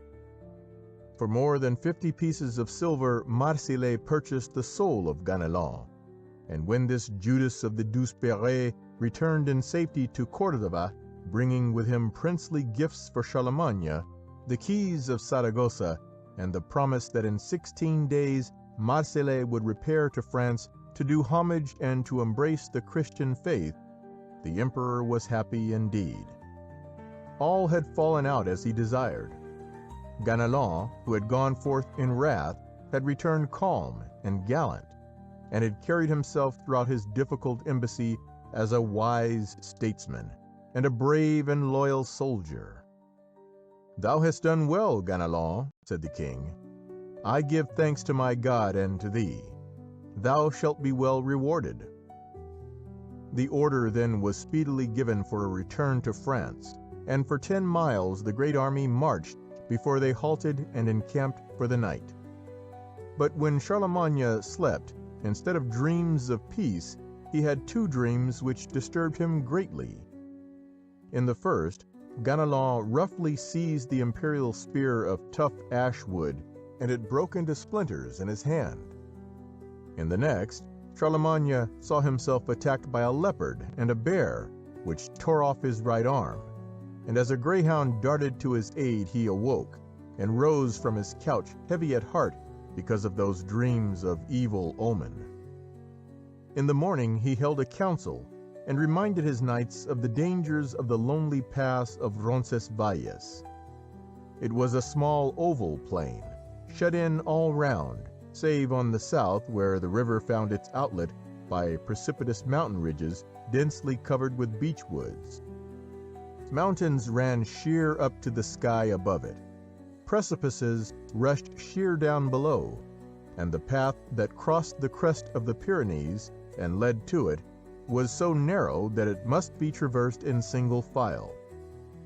The dangers for the rear guard naturally seemed to Charlemagne to be the greatest, and to his Douzeperes he turned, as before, for counsel. "Who then shall command the rear guard?" he asked. And quickly Ganelon answered, "Who but Roland?" Ever would he seek the post where danger lies. And Charlemagne, feeling he owed much to Ganelon, gave way to his counsel, though with heavy forebodings in his heart. Then all the other Douzeperes, save Ganelon, said that, for love of Roland, they would go with him and see him safely through the dangers of the way. Loudly they vaunted his bravery. For dread of death he hid never his head. Leaving them behind with 20,000 men, and with Ganelon commanding the vanguard, Charlemagne started. "Christ keep you," he said on parting with Roland. "I betake you to Christ." And Roland, clad in his shining armor, his lordly helmet on his head, his sword Durendala by his side, his horn Oliphant slung round him, and his flower-painted shield on his arm, mounted his good steed Veillantif, and holding his bright lance with its white pennon and golden fringe in his hand, led the way for his fellow knights and for the other Franks who so dearly loved him. Not far from the pass of Roncesvalles he saw, gleaming against the dark side of the purple mountain, the spears of the Saracens. 10,000 men under Sir Gauthier were sent by Roland to reconnoiter. But from every side the heathen pressed upon them, and every one of the 10,000 were slain, hurled into the valley far down below. Gauthier alone, sorely wounded, returned to Roland to tell him, ere his life ebbed away, of the betrayal by Ganelon, and to warn him of the ambush. Yet even then they were at Roncesvalles, and the warning came too late. Afar off, amongst the beech trees, and coming down amongst the lonely passes of the mountains, the Franks could see the gleam of silver armor, and Oliver, well knowing that not even the most dauntless valor could withstand such a host as the one that came against them, besought Roland to blow a blast on his magic horn, that Charlemagne might hear and return to aid him. And all the other Douzeperes begged of him that thus he would call for help. But Roland would not listen to them. "I will fight with them that us hath sought, and or I see my breast blood through my harness run, blow never horn, for no help then." Through the night they knew their enemies were coming ever nearer, hemming them in. But there were no night alarms, and day broke fair and still. There was no wind, there was dew on the grass, dew dimmed the flowers, and amongst the trees the birds sang merrily. At daybreak the good Bishop Turpin celebrated Mass and blessed them, and even as his voice ceased, they beheld the Saracen host close upon them. Then Roland spoke brave words of cheer to his army, and commended their souls and his own to Christ, who suffered for us pains sore, and for whose sake they had to fight the enemies of the cross. Behind every tree and rock a Saracen seemed to be hidden, and in a moment the whole pass was alive with men in mortal strife. Surely never in any fight were greater prodigies of valor performed than those of Roland and his comrades. 12 Saracen kings fell before their mighty swords, and many a Saracen warrior was hurled down the cliffs to pay for the lives of the men of France whom they had trapped to their death. Never before in one day did one man slay so many as did Roland and Oliver his friend. A Roland for an Oliver was no good exchange, and yet a very fair one, as the heathen quickly learned. Red was Roland, red with bloodshed, red his corslet, red his shoulders, red his arm, and red his charger. In the thickest of the fight he and Oliver came together, and Roland saw that his friend was using for weapon and dealing death blows with the truncheon of a spear. "Friend, what hast thou there?" cried Roland. "In this game 'tis not a distaff, but a blade of steel thou needest. Where is now Hauteclair, thy good sword, golden hilted, crystal pommelled?" "Here," said Oliver. "So fight I that I have not time to draw it, "Friend," quoth Roland, "more I love thee ever henceforth than a brother." When the sun set on that welter of blood, not a single Saracen was left, and those of the Frankish rear guard who still lived were very weary men. Then Roland called on his men to give thanks to God, and Bishop Turpin, whose stout arm had fought well on that bloody day, offered up thanks for the army, though in sorry plight were they, almost none unwounded, their swords and lances broken, and their hauberks rent and blood-stained. Gladly they laid themselves down to rest beside the comrades whose eyes nevermore would open on the fair land of France. But even as Roland was about to take his rest, he saw descending upon him and his little band a host of Saracens, led by Marsile himself. 100,000 men, untired and fiercely thirsting for revenge, came against the handful of wearied, wounded heroes. Yet with unwavering courage, the Franks responded to their leader's call. The war cry of the soldiers of France, "Montjoie! Montjoie!" rang clear above the fierce sound of the trumpets of the Saracen army. "Soldiers of the Lord," cried Turpin, "be ye valiant and steadfast, for this day shall crowns be given you midst the flowers of paradise.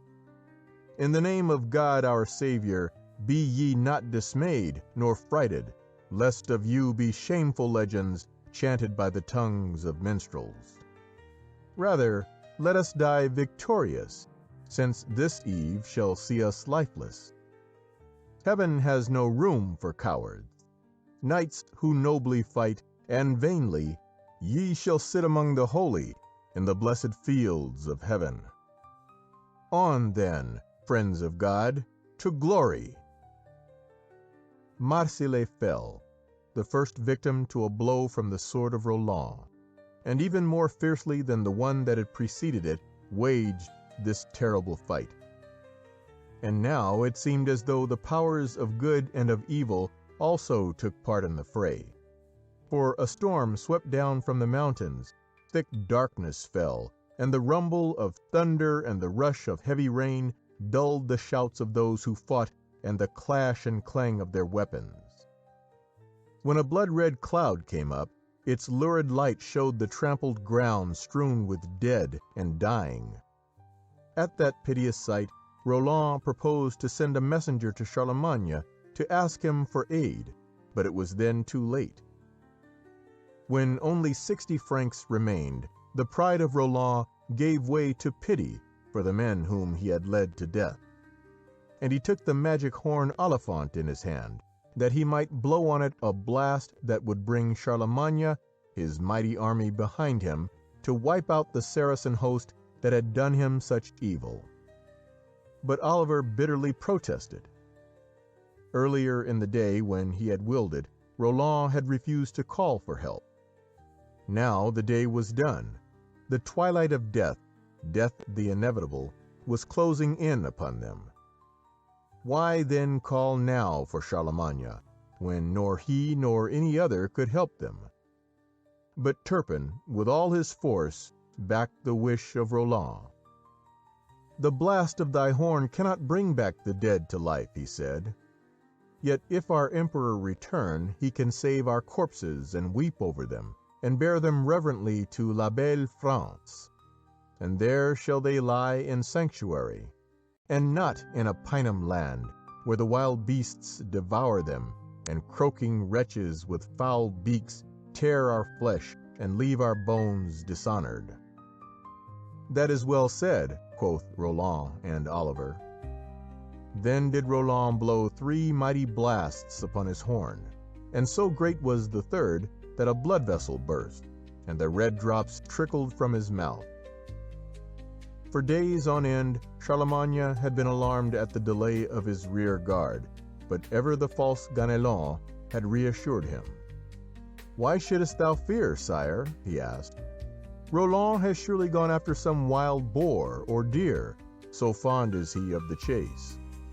But when Roland blew the blast that broke his mighty heart, Charlemagne heard it clearly, and no longer had any doubt of the meaning of its call. He knew that his dreams had come true, and at once he set his face towards the dire pass of Roncesvalles, that he might even at the 11th hour save Roland and his men. Long ere Charlemagne could reach the children of his soul, who stood in such dire need, the uncle of Marsile had reached the place of battle with a force of 50,000 men. Pierced from behind by a cowardly lance, Oliver was sobbing out his life's blood.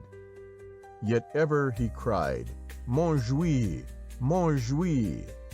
And each time his voice formed the words, a thrust from his sword or from the lances of his men drove a soul down to Hades. And when he was breathing his last, and lay on the earth, humbly confessing his sins and begging God to grant him rest in paradise, he asked God's blessing upon Charlemagne, his lord the king, and upon his fair land of France, and, above all other men, to keep free from scathe his heart's true brother and comrade, Roland, the gallant knight. Then did he gently sigh his last little measure of life away, and as Roland bent over him, he felt that half of the glamour of living was gone. Yet still so dearly did he love Aude the Fair, the sister of Oliver, who was to be his bride, that his muscles grew taut as he gripped his sword, and his courage was the dauntless courage of a furious wave that faces all the cliffs of a rocky coast in a winter storm, when again he faced the Saracen host. Of all the Douzeperes, only Gautier and Turpin and Roland now remained, and with them a poor little handful of maimed men-at-arms. Soon a Saracen arrow drove through the heart of Gautier, and Turpin, wounded by 4 lances, stood alone by Roland's side. But for each lance thrust he slew 100 men, and when at length he fell, Roland, himself sorely wounded, seized once more his horn and blew upon it a piercing blast.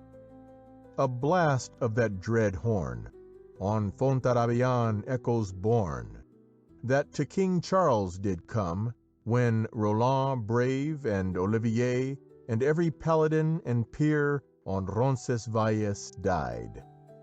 Sir Walter Scott. That blast pierced right into the heart of Charlemagne, and straightway he turned his army towards the pass of Roncesvalles, that he might succor Roland, whom he so greatly loved. Yet then it was too late. Turpin was nearly dead. Roland knew himself to be dying. Villantif, Roland's faithful warhorse, was enduring agonies from wounds of the Paynim arrows, and him Roland slew with a shrewd blow from his well-tried sword. From far, far away the hero could hear the blare of the trumpets of the Frankish army, and at the sound, what was left of the Saracen host fled in terror. He made his way blindly, painfully, to where Turpin lay, and with fumbling fingers took off his hauberk and unlaced his golden helmet. With what poor skill was left to him, he strove to bind up his terrible wounds with strips of his own tunic, and he dragged him, as gently as he could, to a spot under the beech trees where the fresh moss still was green. "Ah, gentle lord," said Roland, "give me leave to carry here our comrades who are dead, whom we so dearly loved.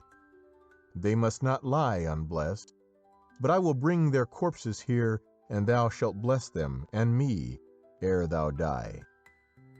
"Go," said the dying priest, "but soon return.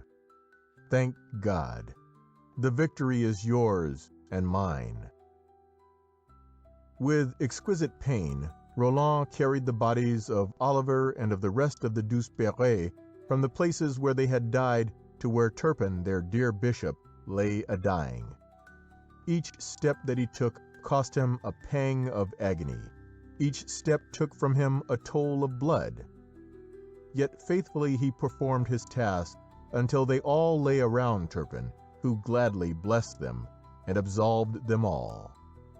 and then the agony of soul and of heart and body that Roland had endured grew overmuch for him to bear, and he gave a great cry, like the last sigh of a mighty tree that the woodcutters fell, and dropped down, stiff and chill, in a deathly swoon.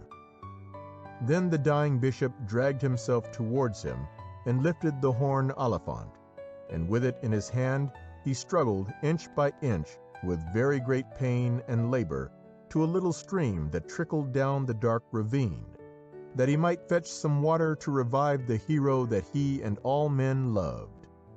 But ere he could reach the stream, the mists of death had veiled his eyes.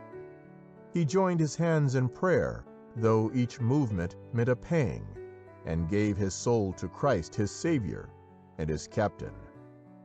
And so passed away the soul of a mighty warrior and a stainless priest. Thus was Roland alone amongst the dead, when consciousness came back to him. With feeble hands he unlaced his helmet and tended to himself as best he might. And as Turpin had done, so also did he painfully crawl towards the stream. There he found Turpin, the horn Oliphant, by his side, and knew that it was in trying to fetch him water that the brave bishop had died. And for tenderness and pity the hero wept. Alas, brave priest, fair lord of noble birth, thy soul I give to the great King of heaven. May thy fair soul escape the pains of hell, and paradise receive thee in its bowers. Then did Roland know that for him also there was no other way but death. With dragging steps he toiled uphill a little way, his good sword Durendala in one hand, and in the other his horn Oliphant.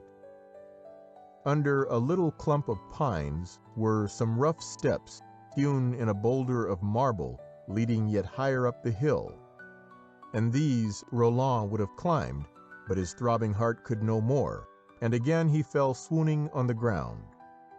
A Saracen who out of fear had feigned death saw him lying there, and crawled out of the covert where he lay concealed. "It is Roland, the nephew of the Emperor," he joyously thought, and in triumph he said to himself, "I shall bear his sword back with me." But as his pagan hand touched the hilt of the sword and would have torn it from Roland's dying grasp, the hero was aroused from his swoon. One great stroke cleft the Saracen's skull and laid him dead at Roland's feet. Then to Durendala Roland spoke, "I surely die, but ere I end, let me be sure that thou art ended too, my friend. For should a heathen grasp thee when I am clay, my ghost would grieve full sore until the judgment day." More ghost than man he looked, as with a mighty effort of will and of body he struggled to his feet and smote with his blade the marble boulder. Before the stroke, the marble split asunder as though the pickaxe of a miner had cloven it. On a rock of sardonyx he strove to break it then, but Durendala remained unharmed. A third time he strove, and struck a rock of blue marble with such force that the sparks rushed out as from a blacksmith's anvil. Then he knew that it was in vain, for Durendala would not be shattered. And so he raised Oliphant to his lips, and blew a dying blast that echoed down the cliffs and up to the mountain tops, and rang through the trees of the forest. And still to this day do they say, when the spirit of the warrior rides by night down the heights and through the dark paths of Roncesvalles, even such a blast may be heard, waking all the echoes and sounding through the lonely hollows of the hills. Then he made confession, and with a prayer for pardon of his sins and for mercy from the God whose faithful servant and soldier he had been unto his life's end, the soul of Roland passed away. With hands devoutly joined, he breathed his last. God sent his cherubim, Saint Raphael, Saint Michel de Péril. Together with them, Gabriel came. all bring the soul of Count Roland to paradise. Ah oui.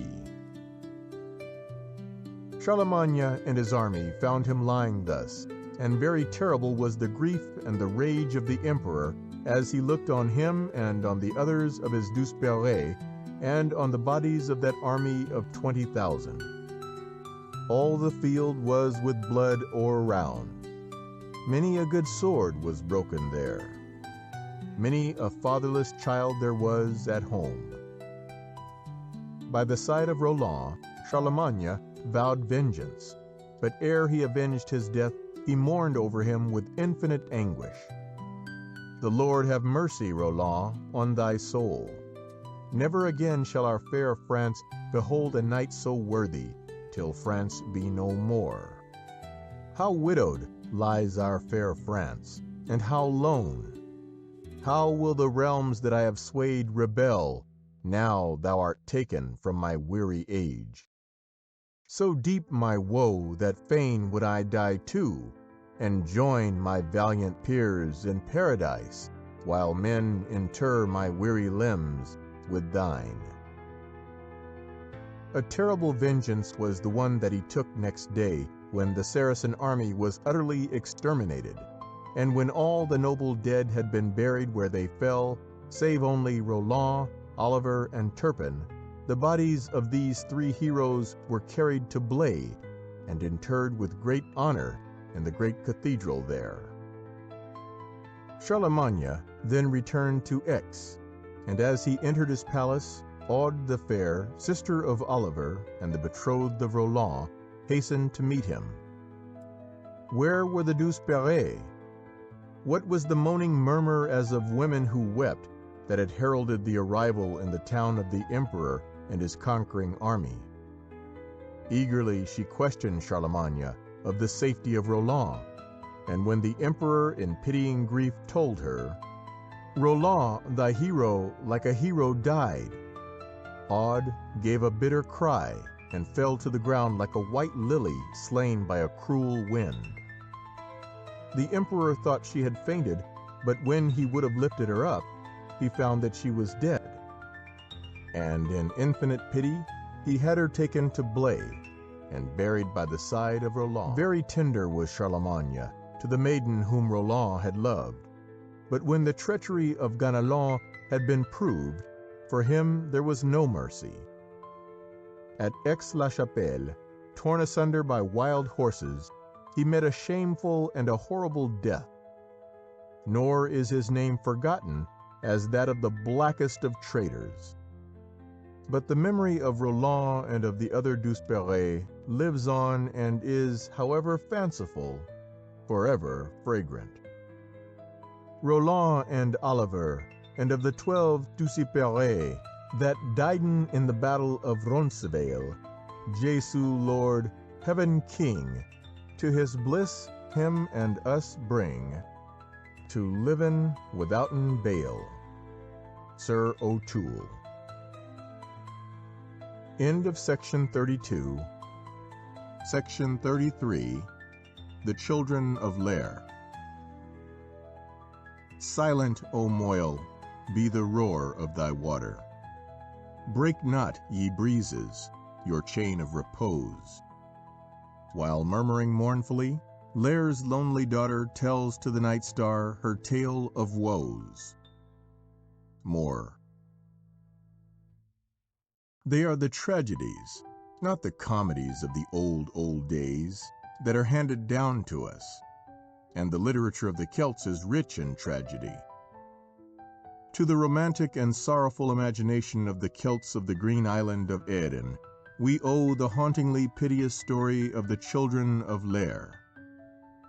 In the earliest times of all, when Ireland was ruled by the Dedanans, a people who came from Europe and brought with them from Greece magic and other arts so wonderful that the people of the land believed them to be gods, the Dedanans had so many chiefs that they met one day to decide who was the best man of them all, that they might choose him to be their king.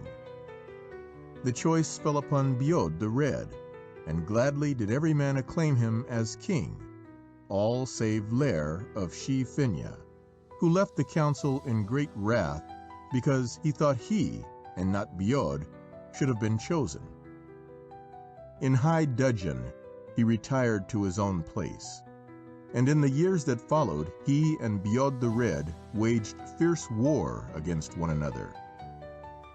At last a great sorrow came to Lair, for after an illness of 3 days, his wife, who was very dear to him, was taken from him by death. Then Beod saw an opportunity for reconciliation with the chief whose enemy he had no wish to be, and to the grief-stricken husband he sent a message. "My heart weeps for thee, yet I pray thee to be comforted. In my house have I 3 maidens, my foster daughters, the most beautiful and the best instructed in all Erin. Choose which one thou wilt for thy wife, and own me for thy lord, and my friendship shall be thine forever." And the message brought comfort to Lair, and he set out with a gallant company of 50 chariots, nor ever halted until he had reached the palace of Beod the Red at Loch Derg on the Shannon. Warm and kindly was the welcome that Lair received from his overlord. And next day, as the 3 beautiful foster daughters of Beod sat on the same couch as his queen, Beod said to Lair, "Behold my 3 daughters, choose which one thou wilt." And Lair answered, "They are beautiful, but Eve is the eldest, so she must be the noblest of the 3. I would have her for my wife." That day he married Eve, and Lair took his fair young wife back with him to his own place, She Finya, and happy were both of them in their love. To them in course of time were born a twin son and a daughter. The daughter they named Finola, and the son Aid.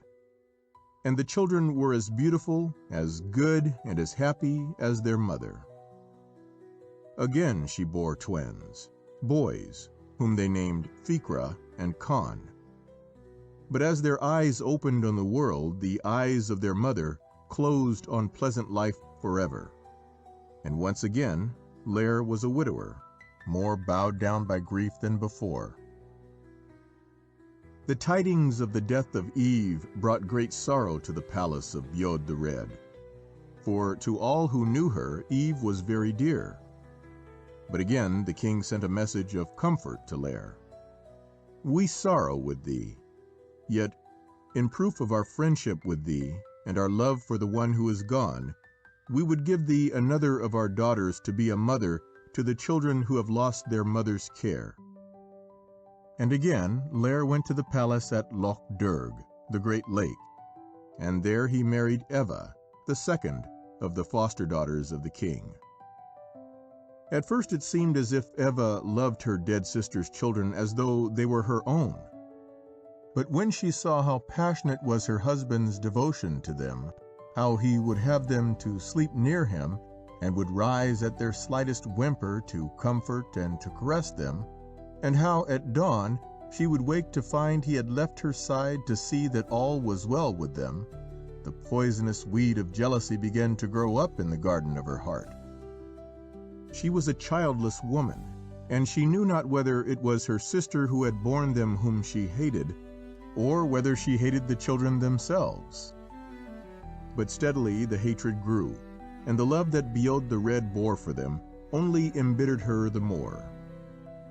Many times in the year he would come to see them, many times would take them away to stay with him.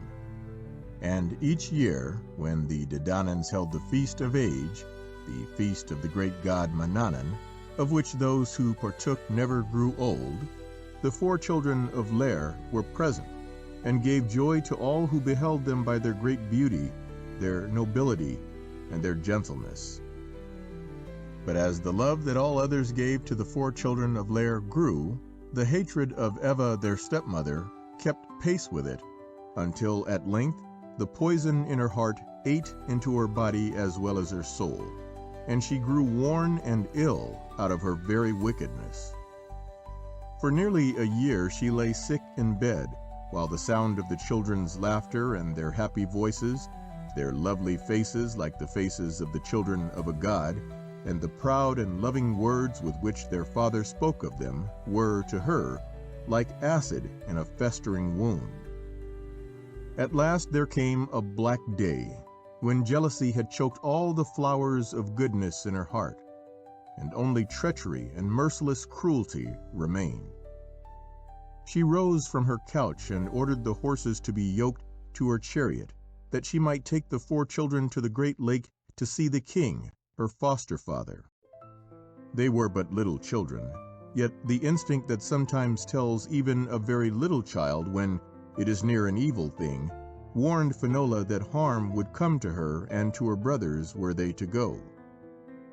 It may also have been, perhaps, that she had seen, with the sharp vision of a woman-child, the thing to which Lair was quite blind, and that in a tone of her stepmother's voice, in a look she had surprised in her eyes, she had learned that the love that her father's wife professed for her and for the others was only hatred, cunningly disguised.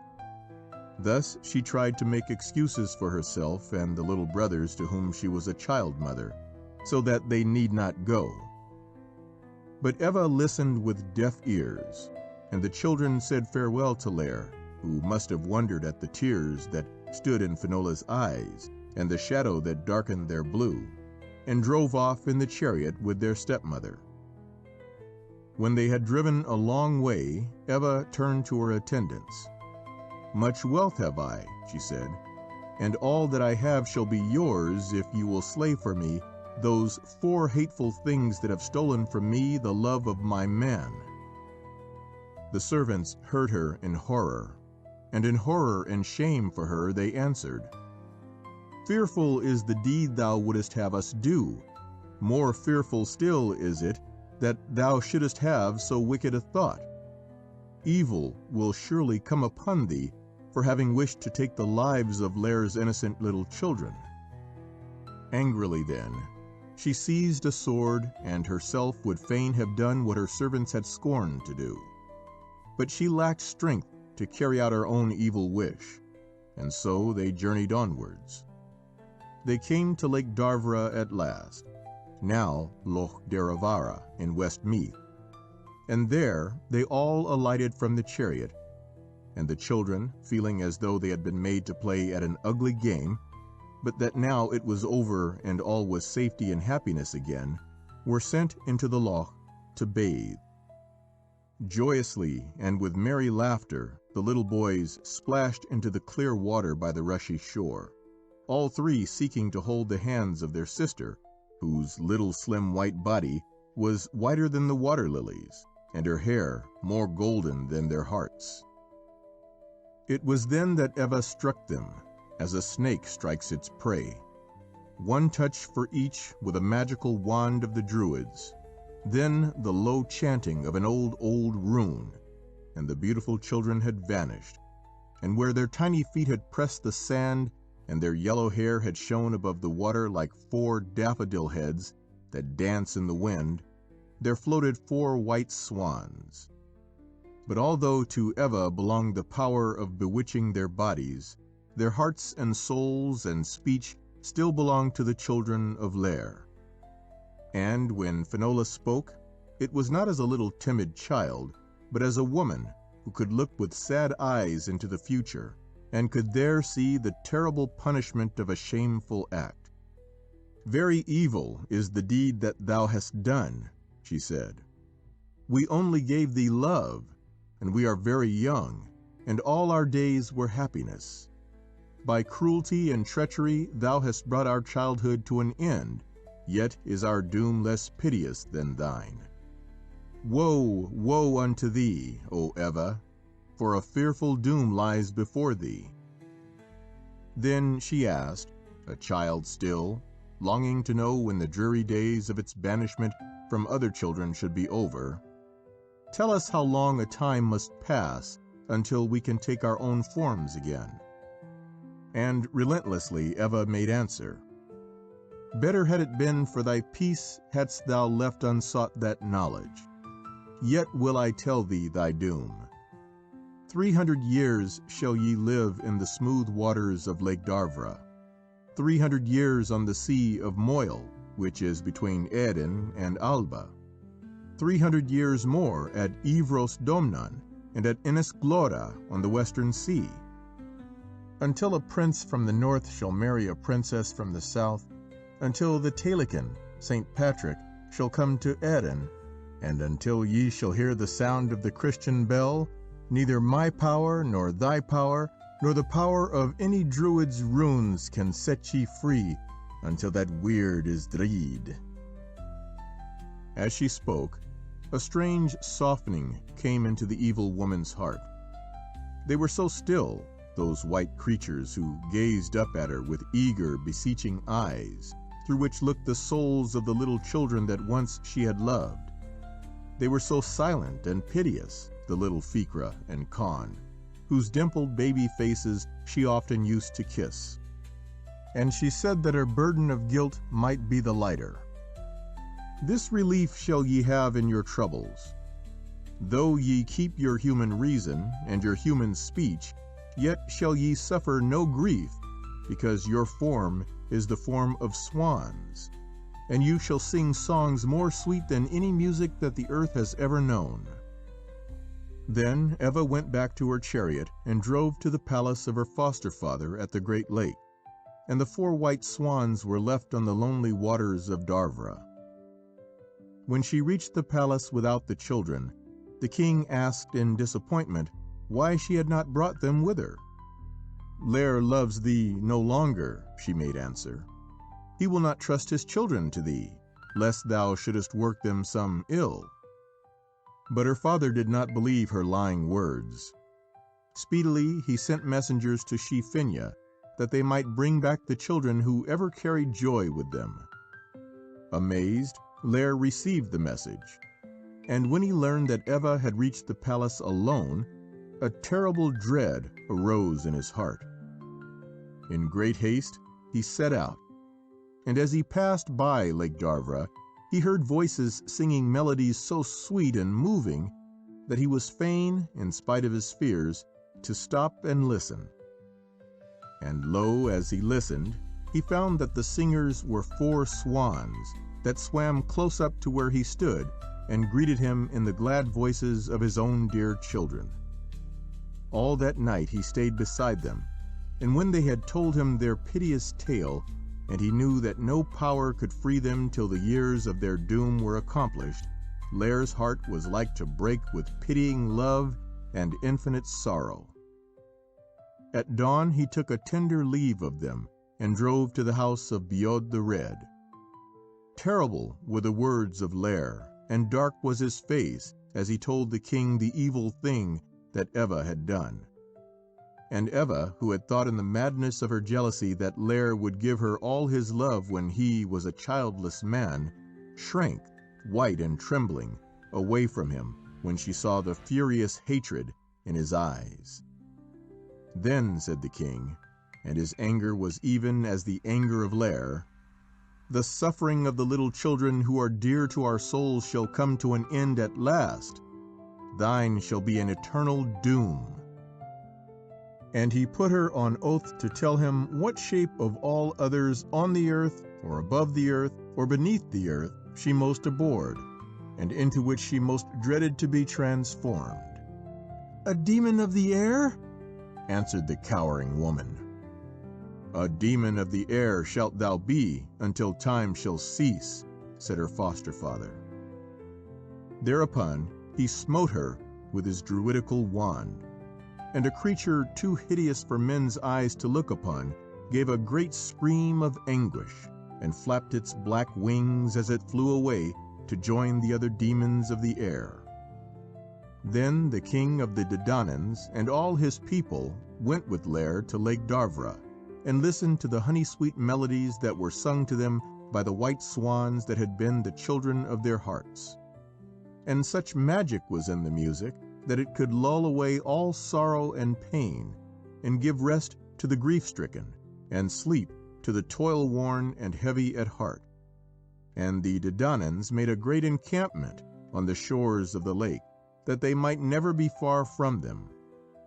There, too, as the centuries went by, came the Milesians, who succeeded the Dadanans in Eden, and so for the children of Lair 300 years passed happily away. Sad for them and for Lair, and for all the people of the Dadanans, was the day when the years at Darvra were ended, and the 4 swans said farewell to their father and to all who were so dear to them, spread their snowy pinions, and took flight for the stormy sea. They sang a song of parting that made grief sit heavy on the hearts of all those who listened.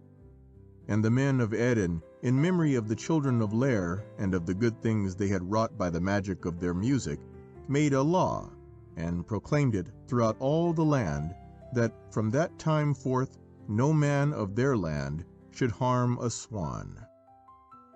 Weary were the great white wings of the children of Lair when they reached the jagged rocks by the side of the fierce grey sea of Moyle, whose turbulent waves fought angrily together. And the days that came to them there were days of weariness, of loneliness, and of hardship. Very cold were they often, very hungry, and yet the sweetness of their song pierced through the vicious shriek of the tempest and the sullen boom and crash of the great billows that flung themselves against the cliffs or thundered in devouring majesty over the wrack-strewn shore like a thread of silver that runs through a pall. One night, a tempest drove across and down the Sea of Moyle from the northeast and lashed it into fury.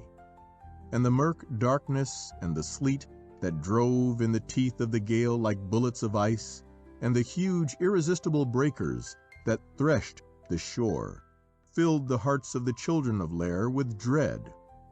For always they had desired love and beauty, and the ugliness of unrestrained cruelty and fury made them sick at soul. To her brothers Finola said, "Beloved ones, of a surety the storm must drive us apart. Let us then appoint a place of meeting, lest we never look upon each other again." And, knowing that she spoke wisely and well, the 3 brothers appointed as their meeting place the rock of Carricknarone. Never did a fiercer storm rage on the sea between Alba and Eden than the storm that raged that night. Thunderous, murky clouds blotted out stars and moon, nor was there any dividing line between sky and sea, but both churned themselves up together in a passion of destruction. When the lightning flashed, it showed only the fury of the cruel seas, the shattered victims of the destroying storm. Very soon the swans were driven one from another and scattered over the face of the angry deep. Scarcely could their souls cling to their bodies while they struggled with the winds and waves. When the long, long night came to an end in the grey and cheerless dawn, Finola swam to the rock of Carricknarone. But no swans were there, only the greedy gulls that sought after wreckage, and the terns that cried very dolorously. Then great grief came upon Finola, for she feared she would see her brothers never more. But first of all came Conn, his feathers all battered and broken, and his head drooping. And in a little Ficra appeared, so drenched and cold and beaten by the winds that no word could he speak. And Finola took her younger brothers under her great white wings, and they were comforted and rested in that warm shelter. "If aid would only come," she said, "then should we be happy indeed." And even as she spoke, they beheld aid sailing towards them like a proud ship with its white sails shining in the sun. And Finola held him close to the snowy plumage of her breast, and happiness returned to the children of Lair. Many another tempest had they to strive with, and very cruel to them were the snow and biting frosts of the dreary winters. One January night there came a frost that turned even the restless sea into solid ice. And in the morning, when the swans strove to rise from the rock of Carricknarone, the iron frost clung to them and they left behind them the skin of their feet, the quills of their wings, and the soft feathers of their breasts. And when the frost had gone, the salt water was torture for their wounds. Yet ever they sang their songs, piercing sweet and speaking of the peace and joy to come. And many a storm-tossed mariner by them was lulled to sleep, and dreamt the happy dreams of his childhood, nor knew who had sung him so magical a lullaby. It was in those years that Finola sang the song which a poet who possessed the wonderful heritage of a perfect comprehension of the soul of the Gael has put into English words for us. Happy our father Lair afar, with mead and songs of love and war. The salt brine and the white foam, with these his children have their home. In the sweet days of long ago, soft-clad we wandered to and fro. But now cold winds of dawn and night pierce deep our feathers thin and light. Beneath my wings my brothers lie when the fierce ice winds hurtle by. On either side and 'neath my breast Lair's sons have known no other rest. Fiona MacLeod, William Sharp. Only once during those dreary 300 years did the children of Lair see any of their friends. When they saw, riding down to the shore at the mouth of the Bann, on the north coast of Erin, a company in gallant attire, with glittering arms and mounted on white horses, the swans hastened to meet them. And glad were their hearts that day, for the company was led by 2 sons of Beod the Red, who had searched for the swans along the rocky coast of Erin for many a day, and who brought them loving greetings from the good king of the Dedannans, and from their father Lair. At length, the 300 years on the Sea of Moyle came to an end, and the swans flew to Ivros Domnann and the Isle of Glora in the western sea. And there they had sufferings and hardships to bear that were even more grievous than those that they had endured on the Sea of Moyle. And one night the snow that drifted down upon them from the ice was scourged on by a northwest wind. And there came a moment when the 3 brothers felt that they could endure no more. But Finola said to them, "It is the great God of truth, who made both land and sea, who alone can succor us. For he alone can wholly understand the sorrows of our hearts. Put your trust in him, dear brothers, and he will send us comfort and help." Then said her brothers, "In him we put our trust." And from that moment the Lord of heaven gave him his help, so that no frost, nor snow, nor cold, nor tempest, nor any of the creatures of the deep could work them any harm.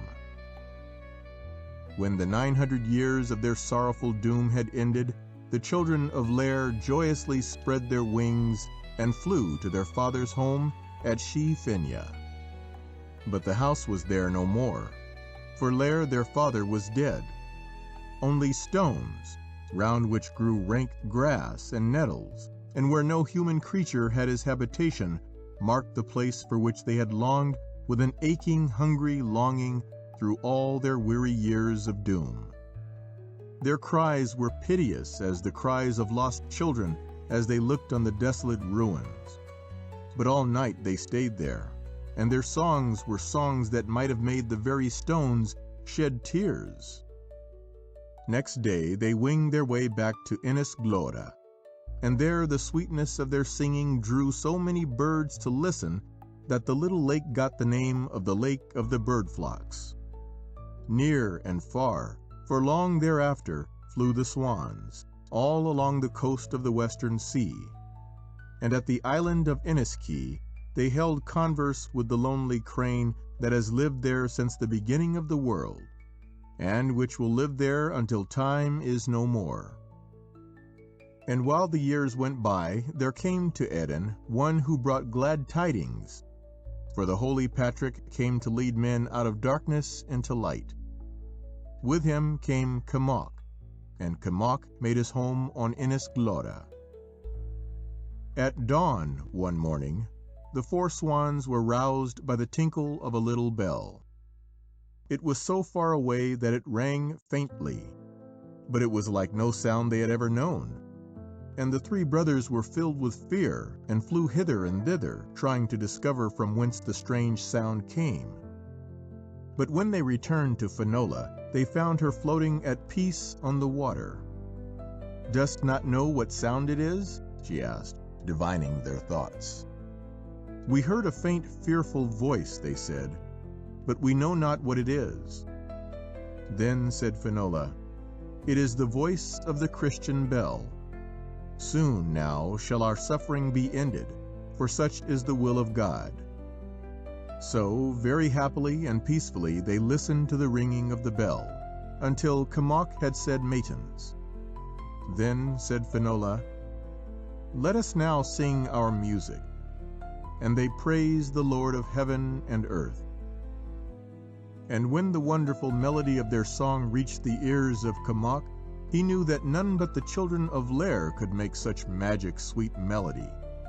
So he hastened to where they were, and when he asked them if they were indeed the children of Lair, for whose sake he had come to Innisglora, they told him all their piteous tale.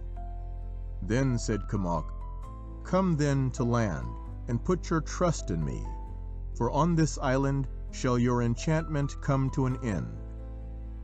And when most gladly they came, he caused a cunning workman to fashion 2 slender silver chains. One he put between Finola and Aid, and the other between Ficra and Con.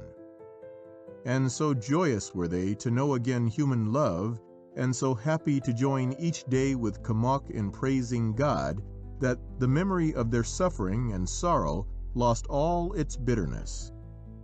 Thus, in part, were the words of Eva fulfilled. But there had yet to take place the entire fulfillment of her words. Decca, a princess of Munster, had wed Largwin, king of Connaught. And when news came to her of the wonderful swans of Camach, nothing would suffice her but that she should have them for her own. By constant beseeching, she at length prevailed upon Largwin to send messengers to Camach demanding the swans. When the messengers returned with a stern refusal from Camach, the king was angry indeed. How dared a mere cleric refuse to gratify the whim of the queen of Largwin of Connaught? To Innisglora he went, post-haste, himself. "Is it true that ye have dared to refuse a gift of your birds to my queen?" he asked in wrath. And Camach answered, "It is truth." Then Largwin, in furious anger, seized hold of the silver chain that bound Finola and Aid together, and of the chain by which Con and Ficra were bound, and dragged them away from the altar by which they sat, that he might take them to his queen. But as the king held their chains in his rude grasp, a wondrous thing took place. Instead of swans, there followed Largwin a very old woman, white-haired and feeble, and 3 very old men, bony and wrinkled and gray. And when Largwin beheld them, terror came upon him, and he hastened homeward, followed by the bitter denunciations of Camach.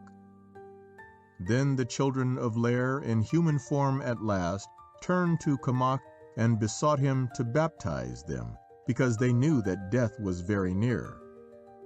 "Thou art not more sorrowful at parting from us than we are to part with you, dear Camach," they said. And Finola said, "Bury us, I pray you, together." As oft in life my brothers dear were soothed by me to rest, Ficra and Con beneath my wings, and Aid before my breast.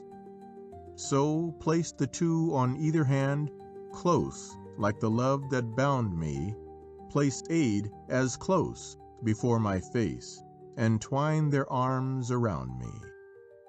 Joyce. So Camach signed them in holy baptism with the blessed cross. And even as the water touched their foreheads, and while his words were in their ears, death took them. And as they passed, Camach looked up and behold, 4 beautiful children, their faces radiant with joy, and with white wings lined with silver, flying upwards to the clouds. And soon they vanished from his sight, and he saw them no more. He buried them as Finola had wished, and raised a mound over them, and carved their names on a stone. And over it he sang a lament, and prayed to the God of all love and purity, a prayer for the pure and loving souls of those who had been the children of Lair. End of The Children of Lair. Section 34. Deirdre. Her beauty filled the old world of the Gael with a sweet, wonderful, and abiding rumor. The name of Deirdre has been as a harp to 1,000 poets. In a land of heroes and brave and beautiful women, how shall one name survive? Yet to this day, and forever, men will remember Deirdre. Fiona MacLeod. So long ago that it was before the birth of our Lord, so says tradition, there was born that morning star of loveliness, unhappy Helen of a western land, who is known to the Celts of Scotland as Darthul, to those of Ireland as Deirdre. As in the story of Helen, it is not easy, or even possible in the story of Deirdre, to disentangle the old facts of actual history from the web of romantic fairy tale that time has woven about them. Yet so great is the power of Deirdre, even unto this day, that it has been the fond task of those men and women to whom the Gael owes so much, to preserve and to translate for posterity the tragic romance of Deirdre the Beautiful and the sons of Usna. In many ancient manuscripts, we get the story in more or less complete form. In the Advocates' Library of Edinburgh, in the Glenmason manuscript, we get the best and the fullest version, while the oldest and the shortest is to be found in the 12th century Book of Leinster. But those who would revel in the old tale and have Deirdre lead them by the hand into the enchanted realm of the romance of misty ancient days of our Western Isles must go for help to Fiona MacLeod, to Alexander Carmichael, to Lady Gregory, to Dr. Douglas Hyde, to W.F. Skene, to W.B. Yeats, to J.M. Synge, and to those others who, like true descendants of the Druids, possess the power of unlocking the entrance gates of the green islands of the blessed. Conchubar, or Connor, ruled the kingdom of the Ultonians, now Ulster, when Deirdre was born in Éden. All the most famous warriors of his time, heroes whose mighty deeds live on in legend, and whose title was the Champions of the Red Branch, he gathered round him, and all through Éden and Alba rang the fame of the warlike Ultonians. There came a day when Connor and his champions, gorgeous in their gala dress of crimson tunic with brooches of inlaid gold and white-hooded shirt embroidered in red gold, went to a feast in the house of one called Felim. Felim was a bard, and because not only was his arm in war strong and swift to strike, but because in peace his fingers could draw the sweetest of music from his harp, he was dear to the king. As they feasted, Connor beheld a dark shadow of horror and of grief fall on the face of Cathbad, a druid who had come in his train and saw that his aged eyes were gazing far into the unseen. Speedily he bade him tell him what evil thing it was that he saw. And Cathbad turned to the childless Felim and told him that to his wife there was about to be born a daughter, with eyes like stars that are mirrored by night in the water, with lips red as the rowan berries and teeth more white than pearls, with a voice more sweet than the music of fairy harps. A maiden, fair, tall, long-haired, for whom champions will contend. and mighty kings be envious of her lovely, faultless form. For her sweet sake, he said, more blood should be spilt in Eden than for generations and ages past, and many heroes and bright torches of the gales should lose their lives. For love of her, 3 heroes of eternal renown must give their lives away. The sea in which her starry eyes should mirror themselves would be a sea of blood, and woe unutterable should come on the sons of Eden. Then up spoke the lords of the Red Branch, and grimly they looked at Phelim the harper. If the babe that thy wife is about to bear is to bring such evil upon our land, better that thou shouldest shed her innocent blood ere she spills the blood of our nation. And Phelim made answer, It is well spoken. Bitter it is for my wife and for me to lose a child so beautiful, yet shall I slay her that my land may be saved from such a doom. But Conor the king spoke then, and because the witchery of the perfect beauty and the magic charm of Deirdre was felt by him even before she was born, he said, She shall not die. Upon myself I take the doom. The child shall be kept apart from all men until she is of an age to wed. Then shall I take her for my wife, and none shall dare to contend for her. His voice had barely ceased when a messenger came to Phelim to tell him that a daughter was born to him, and on his heels came a procession of chanting women bearing the babe on a flower-decked cushion.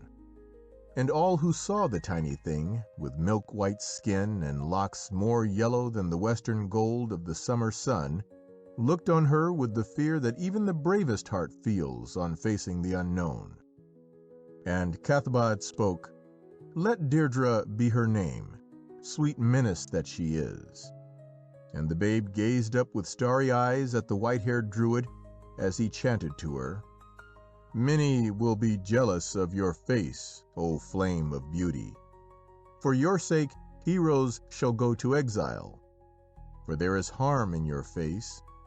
It will bring banishment and death on the sons of kings. In your fate, O beautiful child, are wounds and ill-doings and shedding of blood.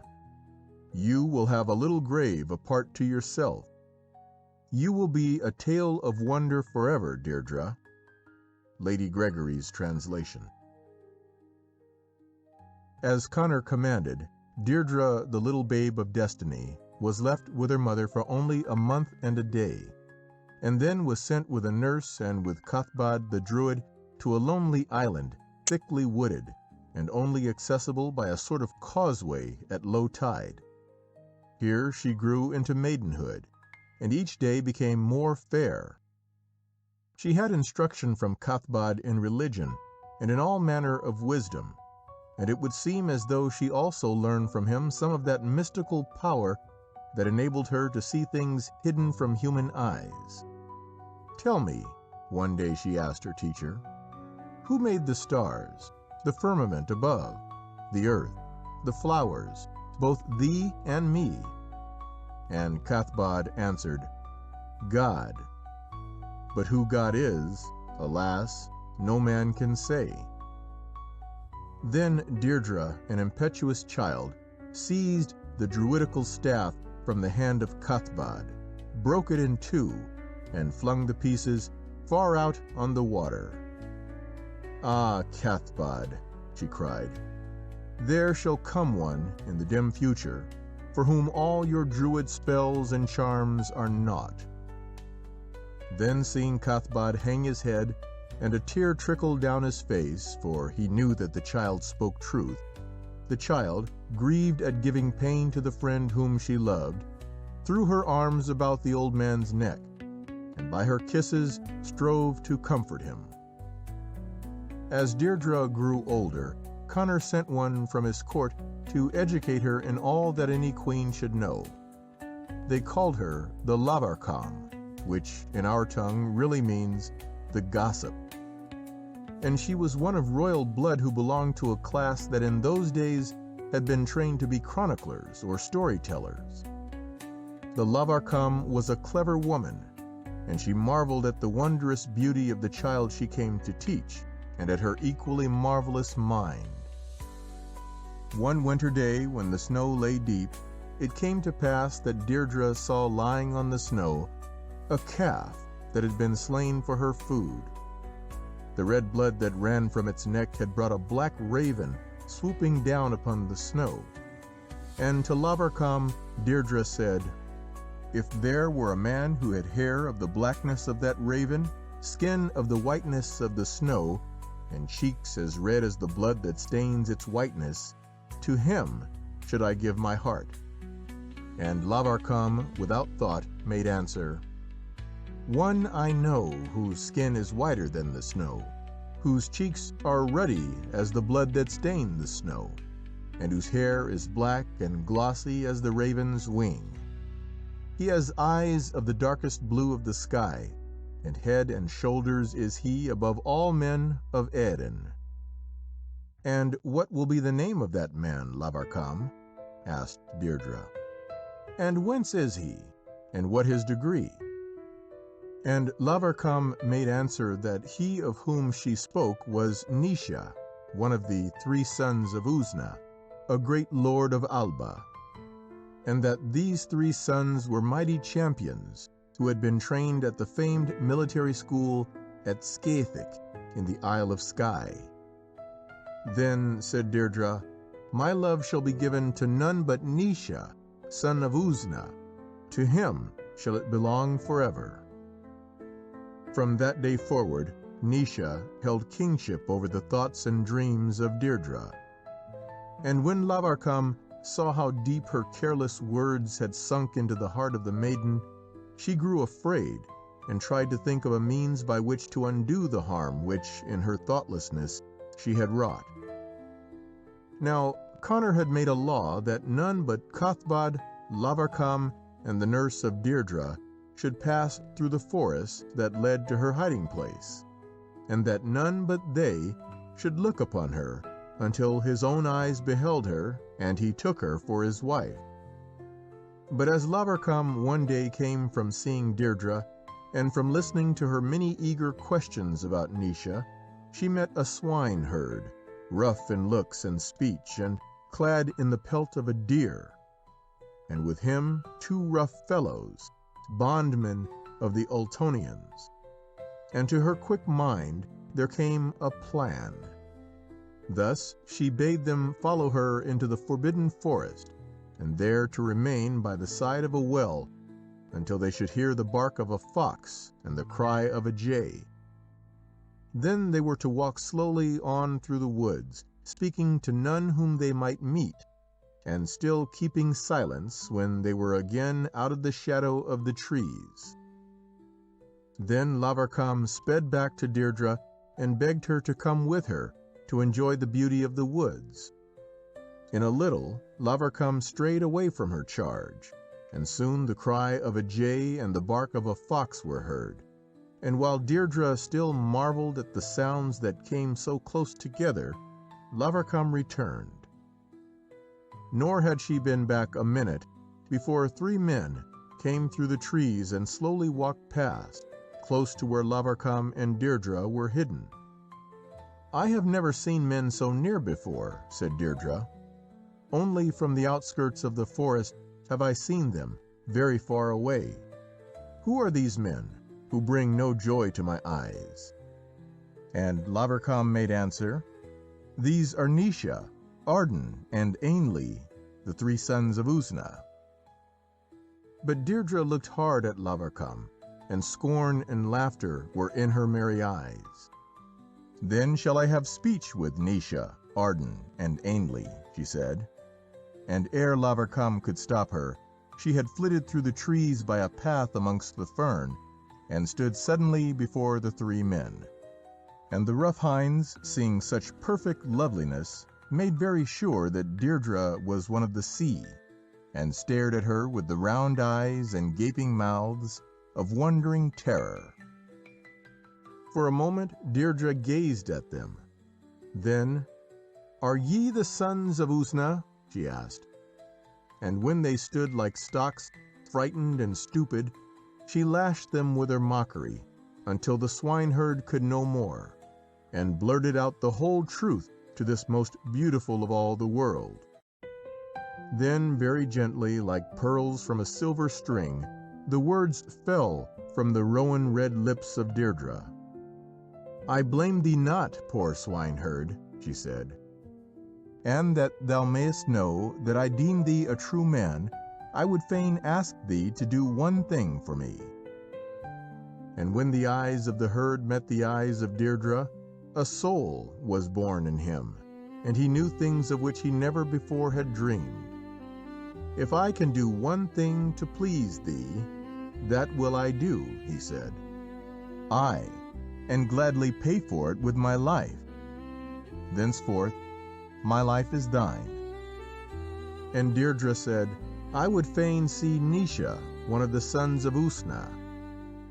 And once more the swineherd said, "My life is thine." Then Deirdre, seeing in his eyes a very beautiful thing, stooped and kissed the swineherd on his weather-beaten, tanned forehead. "Go then," she said, "to Naoise. Tell him that I, Deirdre, dream of him all the night, and think of him all the day, and that I bid him meet me here tomorrow, an hour before the setting of the sun." The swineherd watched her flit into the shadows of the trees, and then went on his way through the snowy woods, that he might pay with his life for the kiss that Deirdre had given him. Sorely puzzled was Lavarcam over the doings of Deirdre that day, for Deirdre told her not a word of what had passed between her and the swineherd.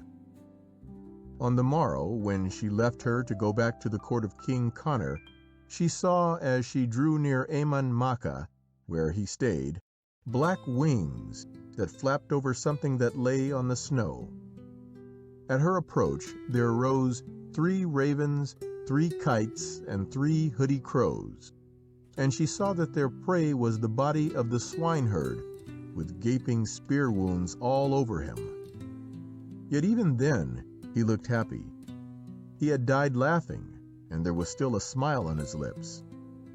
Faithfully had he delivered his message, and when he had spoken of the beauty of Deirdre, rumor of his speech had reached the king, and the spears of Conor's men had enabled him to make true the words he had said to Deirdre, "I will pay for it with my life." In this way was shed the first blood of that great sea of blood that was spilt for the love of Deirdre, the beauty of the world.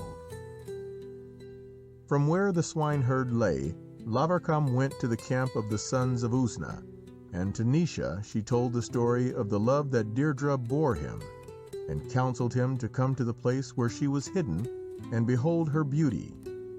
And Naoise, who had seen how even a rough clod of a hind could achieve the noble chivalry of a race of kings for her dear sake, felt his heart throb within him. "I will come," he said to Lavarcam. Days passed, and Deirdre waited, very sure that Naoise must come to her at last. And one day she heard a song of magical sweetness coming from the trees. 3 voices sung the song, and it was as though one of the sea played a harp to cast a spell upon men.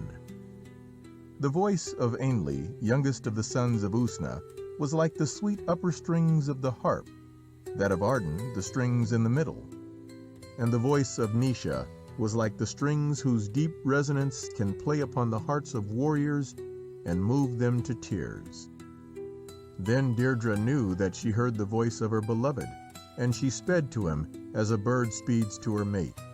Even as Lavarcam had told her was Naoise, eldest of the sons of Usna, but no words had been able to tell Naoise of the beauty of Deirdre.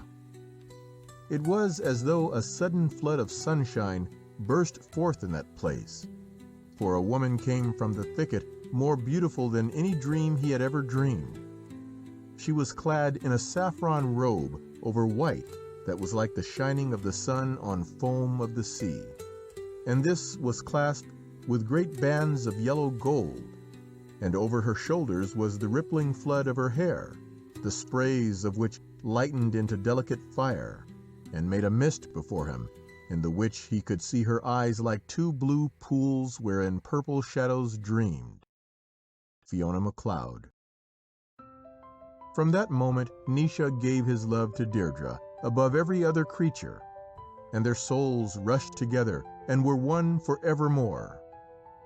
It was for them the beginning of a perfect love, and so sure were they of that love from the very first moment that it seemed as though they must have been born loving one another. Of that love they talked, of the anger of Connor when he knew that his destined bride was the love of Naoise, and together they planned how it was best for Deirdre to escape from the furious wrath of the king who desired her for his own. Of a sudden, the hands of Naoise gripped the iron-pointed javelin that hung by his side, and drove it into a place where the snow weighed down the bracken. "Is it a wolf?" cried Deirdre. And Naoise made answer, "Either a dead man, or the mark of where a man has lain hidden thou wilt find under the bracken." And when they went to look, they found, like the clap of a hare, the mark of where a man had lain hidden, and close beside the javelin that was driven in the ground there lay a wooden-hilted knife. Then said Naoise, "Well, I knew that Connor would set a spy on my tracks. Come with me now, Deirdre, else may I lose thee forever." And with a glad heart Deirdre went with him, who was to be her lord, and Naoise took her to where his brothers awaited his coming. To Deirdre both Ainle and Arden swiftly gave their lifelong allegiance and their love, but they were full of forebodings for her and for Naoise, because of the certain wrath of Connor the king. Then said Naoise, "Although harm should come, for her dear sake I am willing to live in disgrace for the rest of my days." And Arden and Ainle made answer, "Of a certainty evil will be of it. Yet though there be, thou shalt not be under disgrace as long as we shall be alive. We will go with her to another country. There is not in Erin a king who will not bid us welcome." Then did the sons of Usna decide to cross the Sea of Moyle, and in their own land of Alba to find a happy sanctuary. That night they fled, and with them took 3 times 50 men, 3 times 50 women, 3 times 50 horses, and 3 times 50 greyhounds. And when they looked back to where they had had their dwelling, they saw red flames against the deep blue sky of the night, and knew that the vengeance of Connor had already begun. And first they travelled round Erin, from Isa to Ben Eter, and then in a great black galley they set sail. And Deirdre had a heart light as the white-winged sea-birds, as the men pulled at the long oars and sang together a rowing song. And she leaned on the strong arm of Naoise, and saw the blue coastline of Erin fading into nothingness. In the bay of Eros, on the eastern shores of the island of Mull, they found their first resting place. But there they feared treachery from a lord of Apen, for the starry eyes of Deirdre were swift to discern evil that the eyes of the sons of Usna could not see.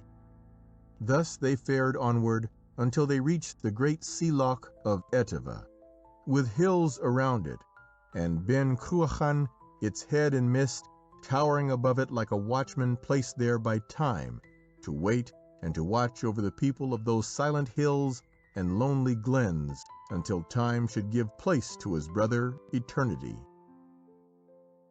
Joy was in the hearts of the 3 sons of Usna when they came back to the home of their fathers. Usna was dead, but beyond the falls of Lora was still the great Dun, the vitrified fort, which he had built for himself and for those who should follow him. For Deirdre then began a time of perfect happiness. Naoise was her heart, but very dear to her also were the brothers of Naoise, and each of the 3 vied with one another in their acts of tender and loving service. Their thrice 50 vassals had no love for Alba, and rejoiced when their lord Nisha allowed them to return to Aerin. But the sons of Usna were glad to have none to come between them and their serving of Deirdre, the queen of their hearts. Soon she came to know well each little bay, each beach, and each little lonely glen of Loch Etive.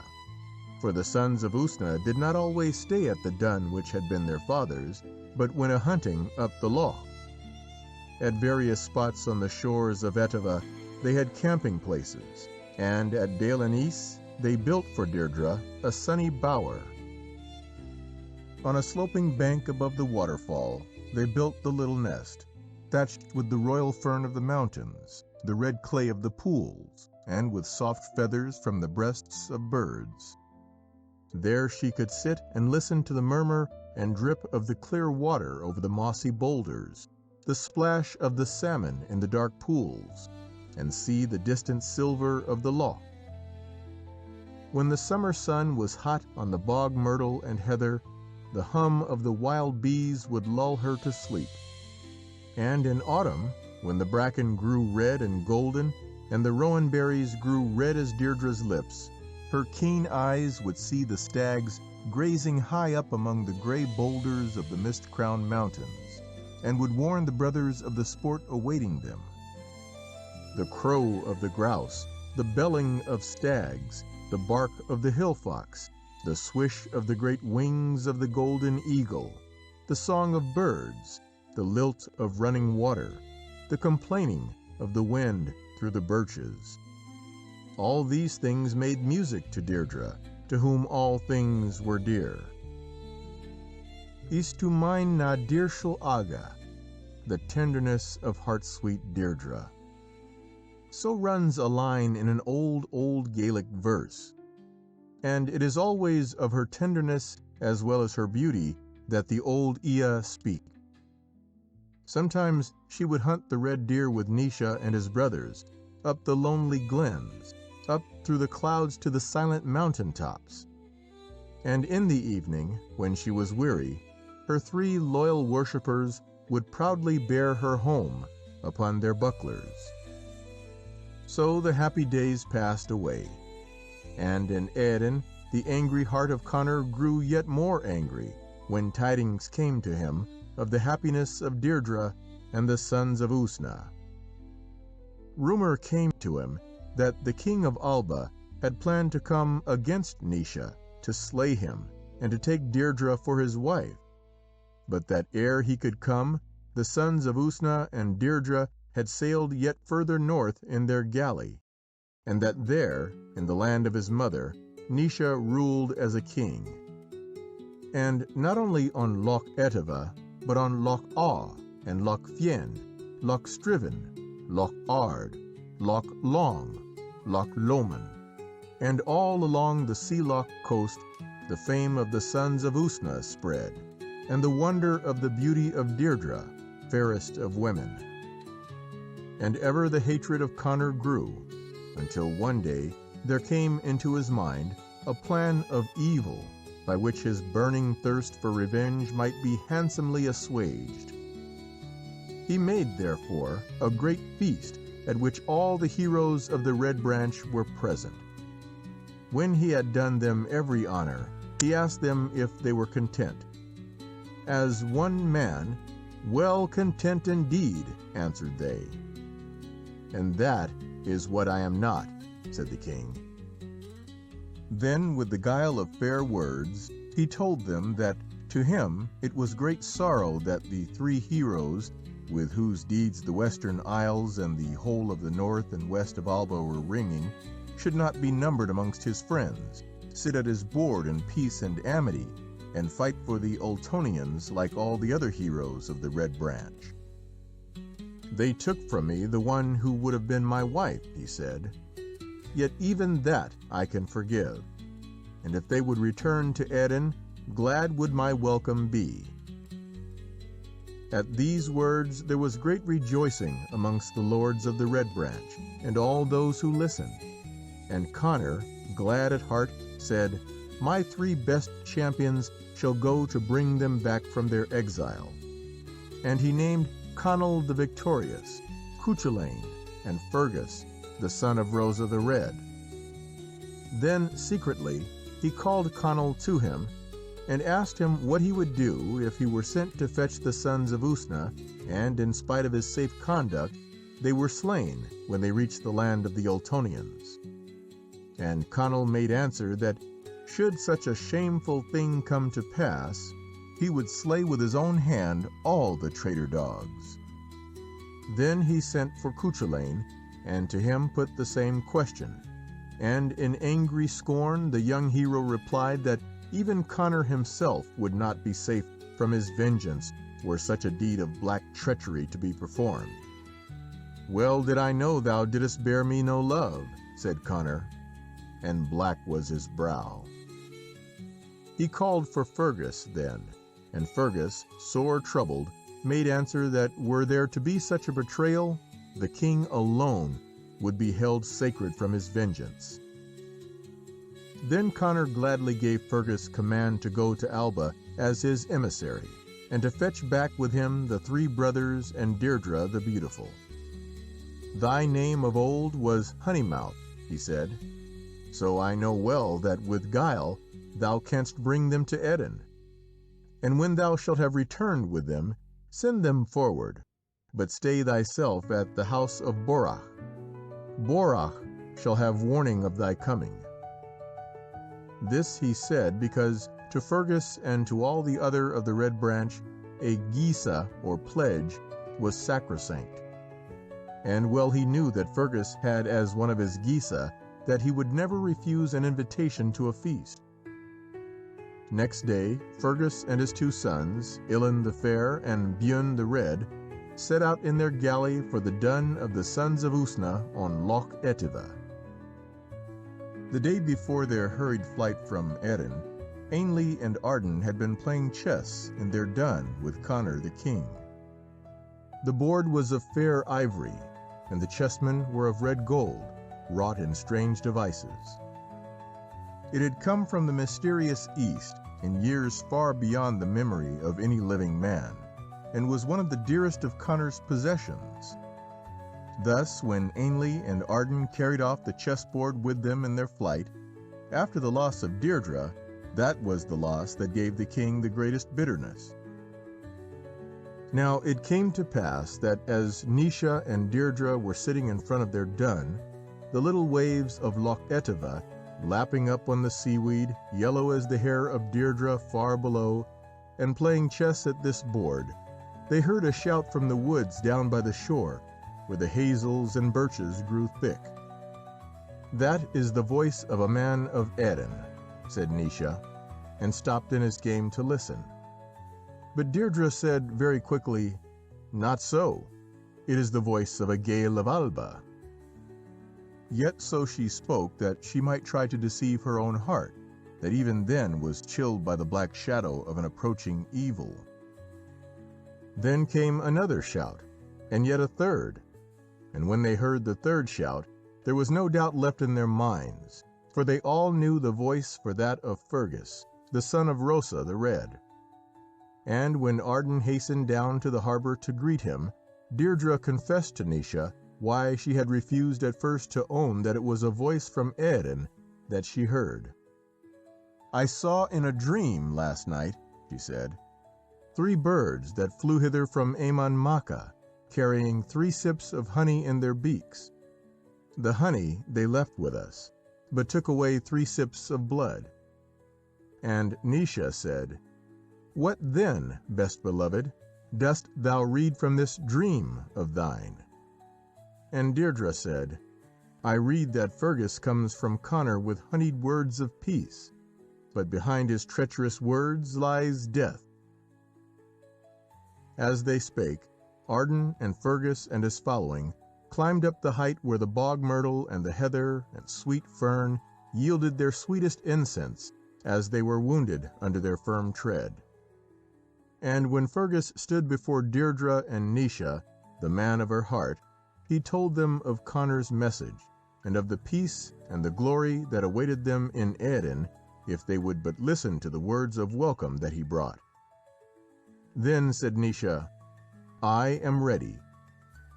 but his eyes dared not meet the sea-blue eyes of Deirdre, his queen. "Knowest thou that my pledge is one of honor?" asked Fergus. "I know it well," said Naoise. So in joyous feasting was that night spent, and only over the heart of Deirdre hung that black cloud of sorrow to come, of woe unspeakable. When the golden dawn crept over the blue hills of Loch Etive, and the white-winged birds of the sea swooped and dived and cried in the silver waters, the galley of the sons of Usna set out to sea. And Deirdre, over whom hung a doom she had not the courage to name, sang a song at parting, the Lay of Deirdre. Beloved land, that eastern land, Alba with its wonders. Oh, that I might not depart from it, but that I go with Naoise. Beloved is Dunfiga and Dunfin, beloved the Dun above them. Beloved is Innisdraigen, and beloved Dun Sweeney. Kilhun, O Kilhun, where Ainley would alas resort. Too short, I deem, was then my stay with Ainley in Odied Alban. Glenlade, O Glenlade, I used to sleep by its soothing murmur. Fish and flesh of wild boar and badger was my repast in Glenlade. Glenmason, O Glenmason, high its herbs, fair its boughs. Solitary was the place of our repose on grassy Invermason. Glenech, O Glenech, there was raised my earliest home. Beautiful its woods on rising when the sun struck on Glenech. Glenurken, O Glenurken, it was the straight glen of smooth ridges. Not more joyful was a man of his age than Naoise in Glenurken. Glendarued, O Glendarued, my love each man of its inheritance. Sweet the voice of the cuckoo on bending bough on the hill above Glendarued. Beloved is Draigen and its sounding shore. Beloved is the water o'er the pure sand.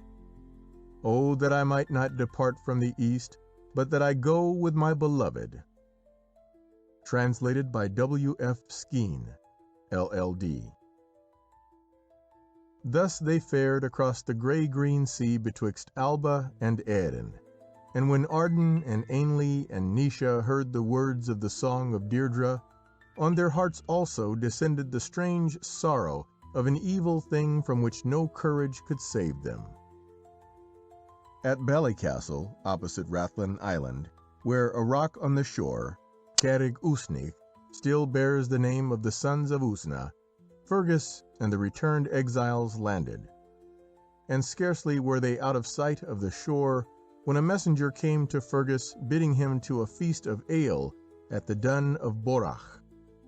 Then Fergus, knowing well that in this was the hand of Connor and that treachery was meant, reddened all over with anger and with shame. But yet he dared not break his gaze, even although by holding to it the honor he had pledged to the three brothers for their safe conduct and that of Deirdre was dragged through the mire. He therefore gave them his sons for escort and went to the feast at the Dun of Borach, full well knowing that Deirdre spoke truth when she told him sadly that he had sold his honor. The gloomy forebodings that had assailed the heart of Deirdre ere they had left Loch Etive grew ever the stronger as they went southwards. She begged Naoise to let them go to some place of safety, and there wait until Fergus had fulfilled his Geza and could rejoin them and go with them to Eamon Macha. But the sons of Usna, strong in the knowledge of their own strength, and simply trustful of the pledged word of Connor and of Fergus, laughed at her fears and continued on their way. Dreams of dread portent haunted her sleep, and by daytime her eyes in her white face looked like violets in the snow. She saw a cloud of blood always hanging over the beautiful sons of Usna, and all of them she saw, and Elin the Fair, with their heads shorn off, gory and awful. Yet no pleading words could prevail upon Naoise. His fate drove him on. "To Aman Macha we must go, my beloved," he said. "To do other than this would be to show that we have fear, and fear we have none." Thus, at last, did they arrive at Aman Macha, and with courteous welcome Connor sent them word that the house of the heroes of the Red Branch was to be theirs that night. And although the place the king had chosen for their lodgment confirmed all the intuitions and forebodings of Deirdre, the evening was spent by in good cheer, and Deirdre had the joy of a welcome there from her old friend Lavarcam. For to Lavarcam, Connor had said, "I would have thee go to the house of the Red Branch, and bring me back tidings if the beauty of Deirdre has waned, or if she is still the most beautiful of all women." And when Lavarcam saw her, whom she had loved as a little child, playing chess with her husband at the board of ivory and gold, she knew that love had made the beauty of Deirdre blossom, and that she was now more beautiful than the words of any man or woman could tell. Nor was it possible for her to be a tool for Connor when she looked in the starry eyes of Deirdre, and so she poured forth warning of the treachery of Connor, and the sons of Usna knew that there was truth in the dreams of her who was the queen of their hearts. And even as Lavarcam ceased, there came to the eyes of Deirdre a vision such as that of Cathbad the Druid on the night of her birth. "I see 3 torches quenched this night," she said, "and these 3 torches are the 3 torches of valor among the Gael, and their names are the names of the sons of Usna.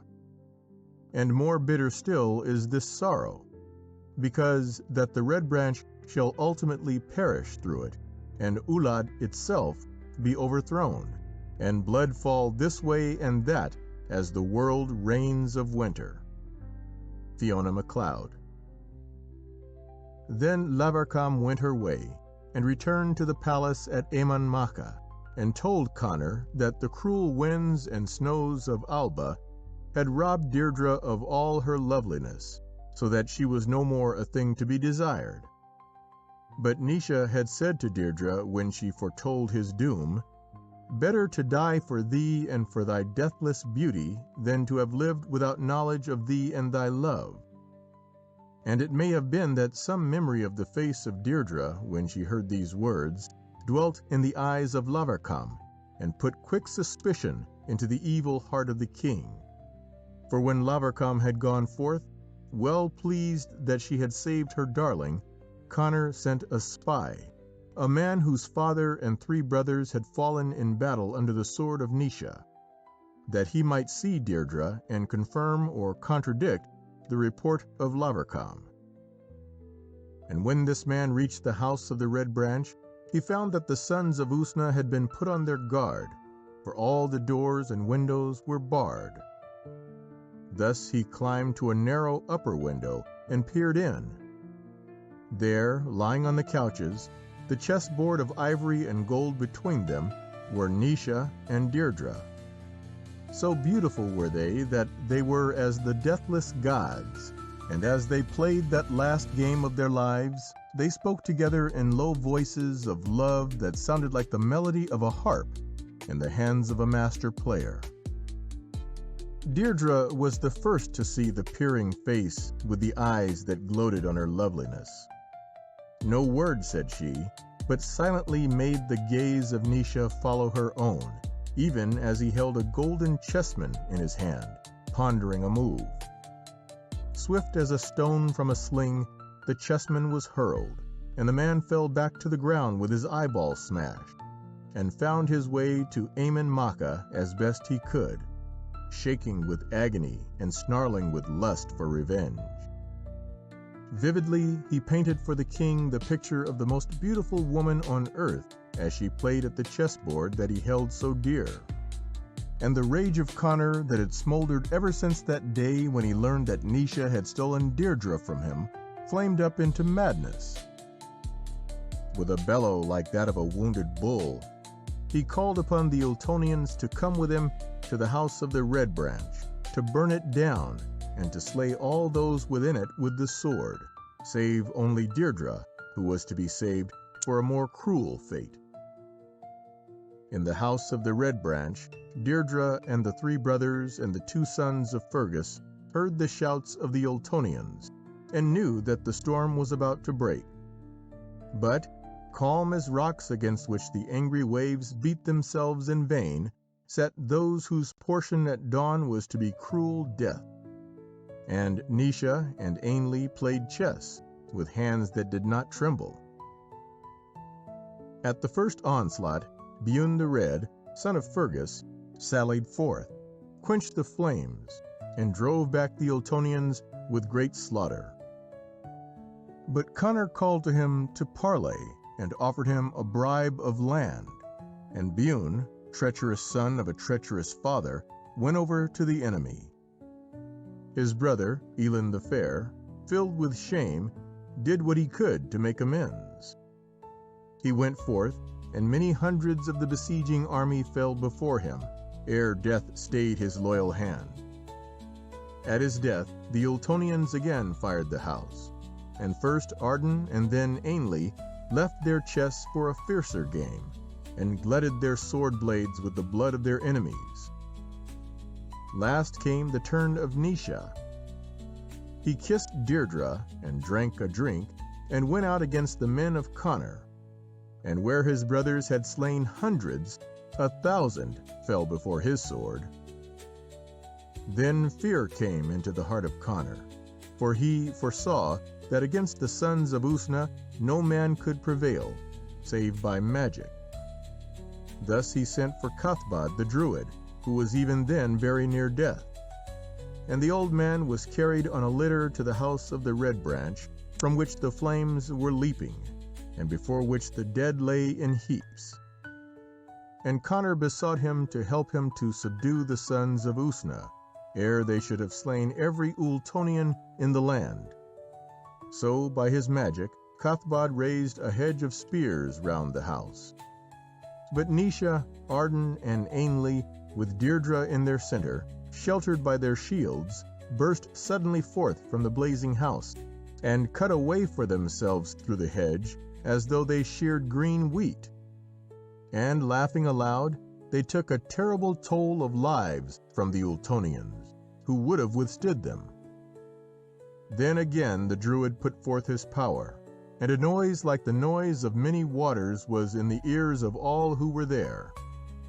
So suddenly the magic flood arose that there was no chance of escape for the sons of Usna. Higher it mounted, ever higher, and Naoise held Deirdre on his shoulder and smiled up in her eyes as the water rose past his middle. Then, suddenly as it had come, the flood abated, and all was well with the Ultonians, who had sheltered on a rising ground. But the sons of Usna found themselves entrapped in a morass where the water had been. Conor, seeing them in his hands at last, bade some of his warriors go and take them. But for shame no Ultonian would go. And it was a man from Norway who walked along a dry spit of land to where they stood, sunk deep in the green bog. "Slay me first," called Arden, as he drew near, sword in hand. "I am the youngest, and, who knows, my death may change the tide of fate." And Ainley also craved that death might be dealt to him the first. But Naoise held out his own sword, the Retaliator, to the executioner. "Manannan, the son of Lair, gave me my good sword," he said. "With it strike my dear brothers and me one blow only, as we stand here like 3 trees planted in the soil. Then shall none of us know the grief and shame of seeing the other beheaded." And because it was hard for any man to disobey the command of Naoise, a king of men, the Norseman reached out his hand for the sword. But Deirdre sprang from the shoulder of Naoise and would have killed the man ere he struck. Roughly he threw her aside, and with one blow he shore off the heads of the 3 greatest heroes of Alba. For a little while there was a great stillness there, like the silence before the coming of a storm. And then all who had beheld the end of the fair and noble sons of Usna broke into great lamentation. Only Connor stood silent, gazing at the havoc he had wrought. To Cuchulainn, the mighty champion, a good man and a true, Deirdre fled, and begged him to protect her for the little span of life that she knew yet remained to her. And with him she went to where the head of Naoise lay, and tenderly she cleansed it from blood and from the stains of strife and stress, and smoothed the hair that was black as a raven's wing, and kissed the cold lips again and again. And as she held it against her white breast, as a mother holds a little child, she chanted for Naoise, her heart, and for his brothers, a lament that still lives in the language of the Gael. Is it honor that ye love, brave and chivalrous Ultonians? Or is the word of a base king better than noble truth? Of a surety ye must be glad, who have basely slain honor in slaying the 3 noblest and best of your brotherhood. Let now my beauty that set all this warring aflame, let now my beauty be quenched as a torch that is spent. For here shall I quench it, here where my loved one lies. A torch shall it be for him still through the darkness of death. Fiona Macleod's translation. Then, at the bidding of Cuchulainn the Ultonian, 3 graves were dug for the brothers. But the grave of Naoise was made wider than the others. And when he was placed in it standing upright, with his head placed on his shoulders, Deirdre stood by him and held him in her white arms, and murmured to him of the love that was theirs, and of which not death itself could rob them. And even as she spoke to him, merciful death took her, and together they were buried. At that same hour a terrible cry was heard. The red branch perisheth! Ulad passeth! Ulad passeth! And when he had so spoken, the soul of Cathbad the Druid passed away. To the land of the Ultonians there came on the morrow a mighty host, and the red branch was wiped out forever. Eamon Macha was cast into ruins, and Connor died in a madness of sorrow. And still, in that land of Erin where she died, still in the lonely cleuchs and glens, and up the mist-hung mountainsides of Loch Etive, where she knew her truest happiness, we can sometimes almost hear the wind sighing the lament, Deirdre the beautiful is dead, is dead. I hear a voice crying, crying, crying. Is it the wind I hear, crying its old weary cry, time out of mind? The grey wind weeps, the grey wind weeps, the grey wind weeps. Dust on her breast, dust on her eyes, the grey wind weeps. Fiona Macleod. End of Deirdre. Recording by James K. White, Chula Vista. End of A Book of Myths by Jane Lang. We hope you enjoyed tonight's Sleep audiobook. If you liked this audiobook and want to listen to more, please check out our channel at Sleep Audiobooks. And if you prefer to listen to each story individually, they will also be uploaded to our secondary channel at Sleep Chapters.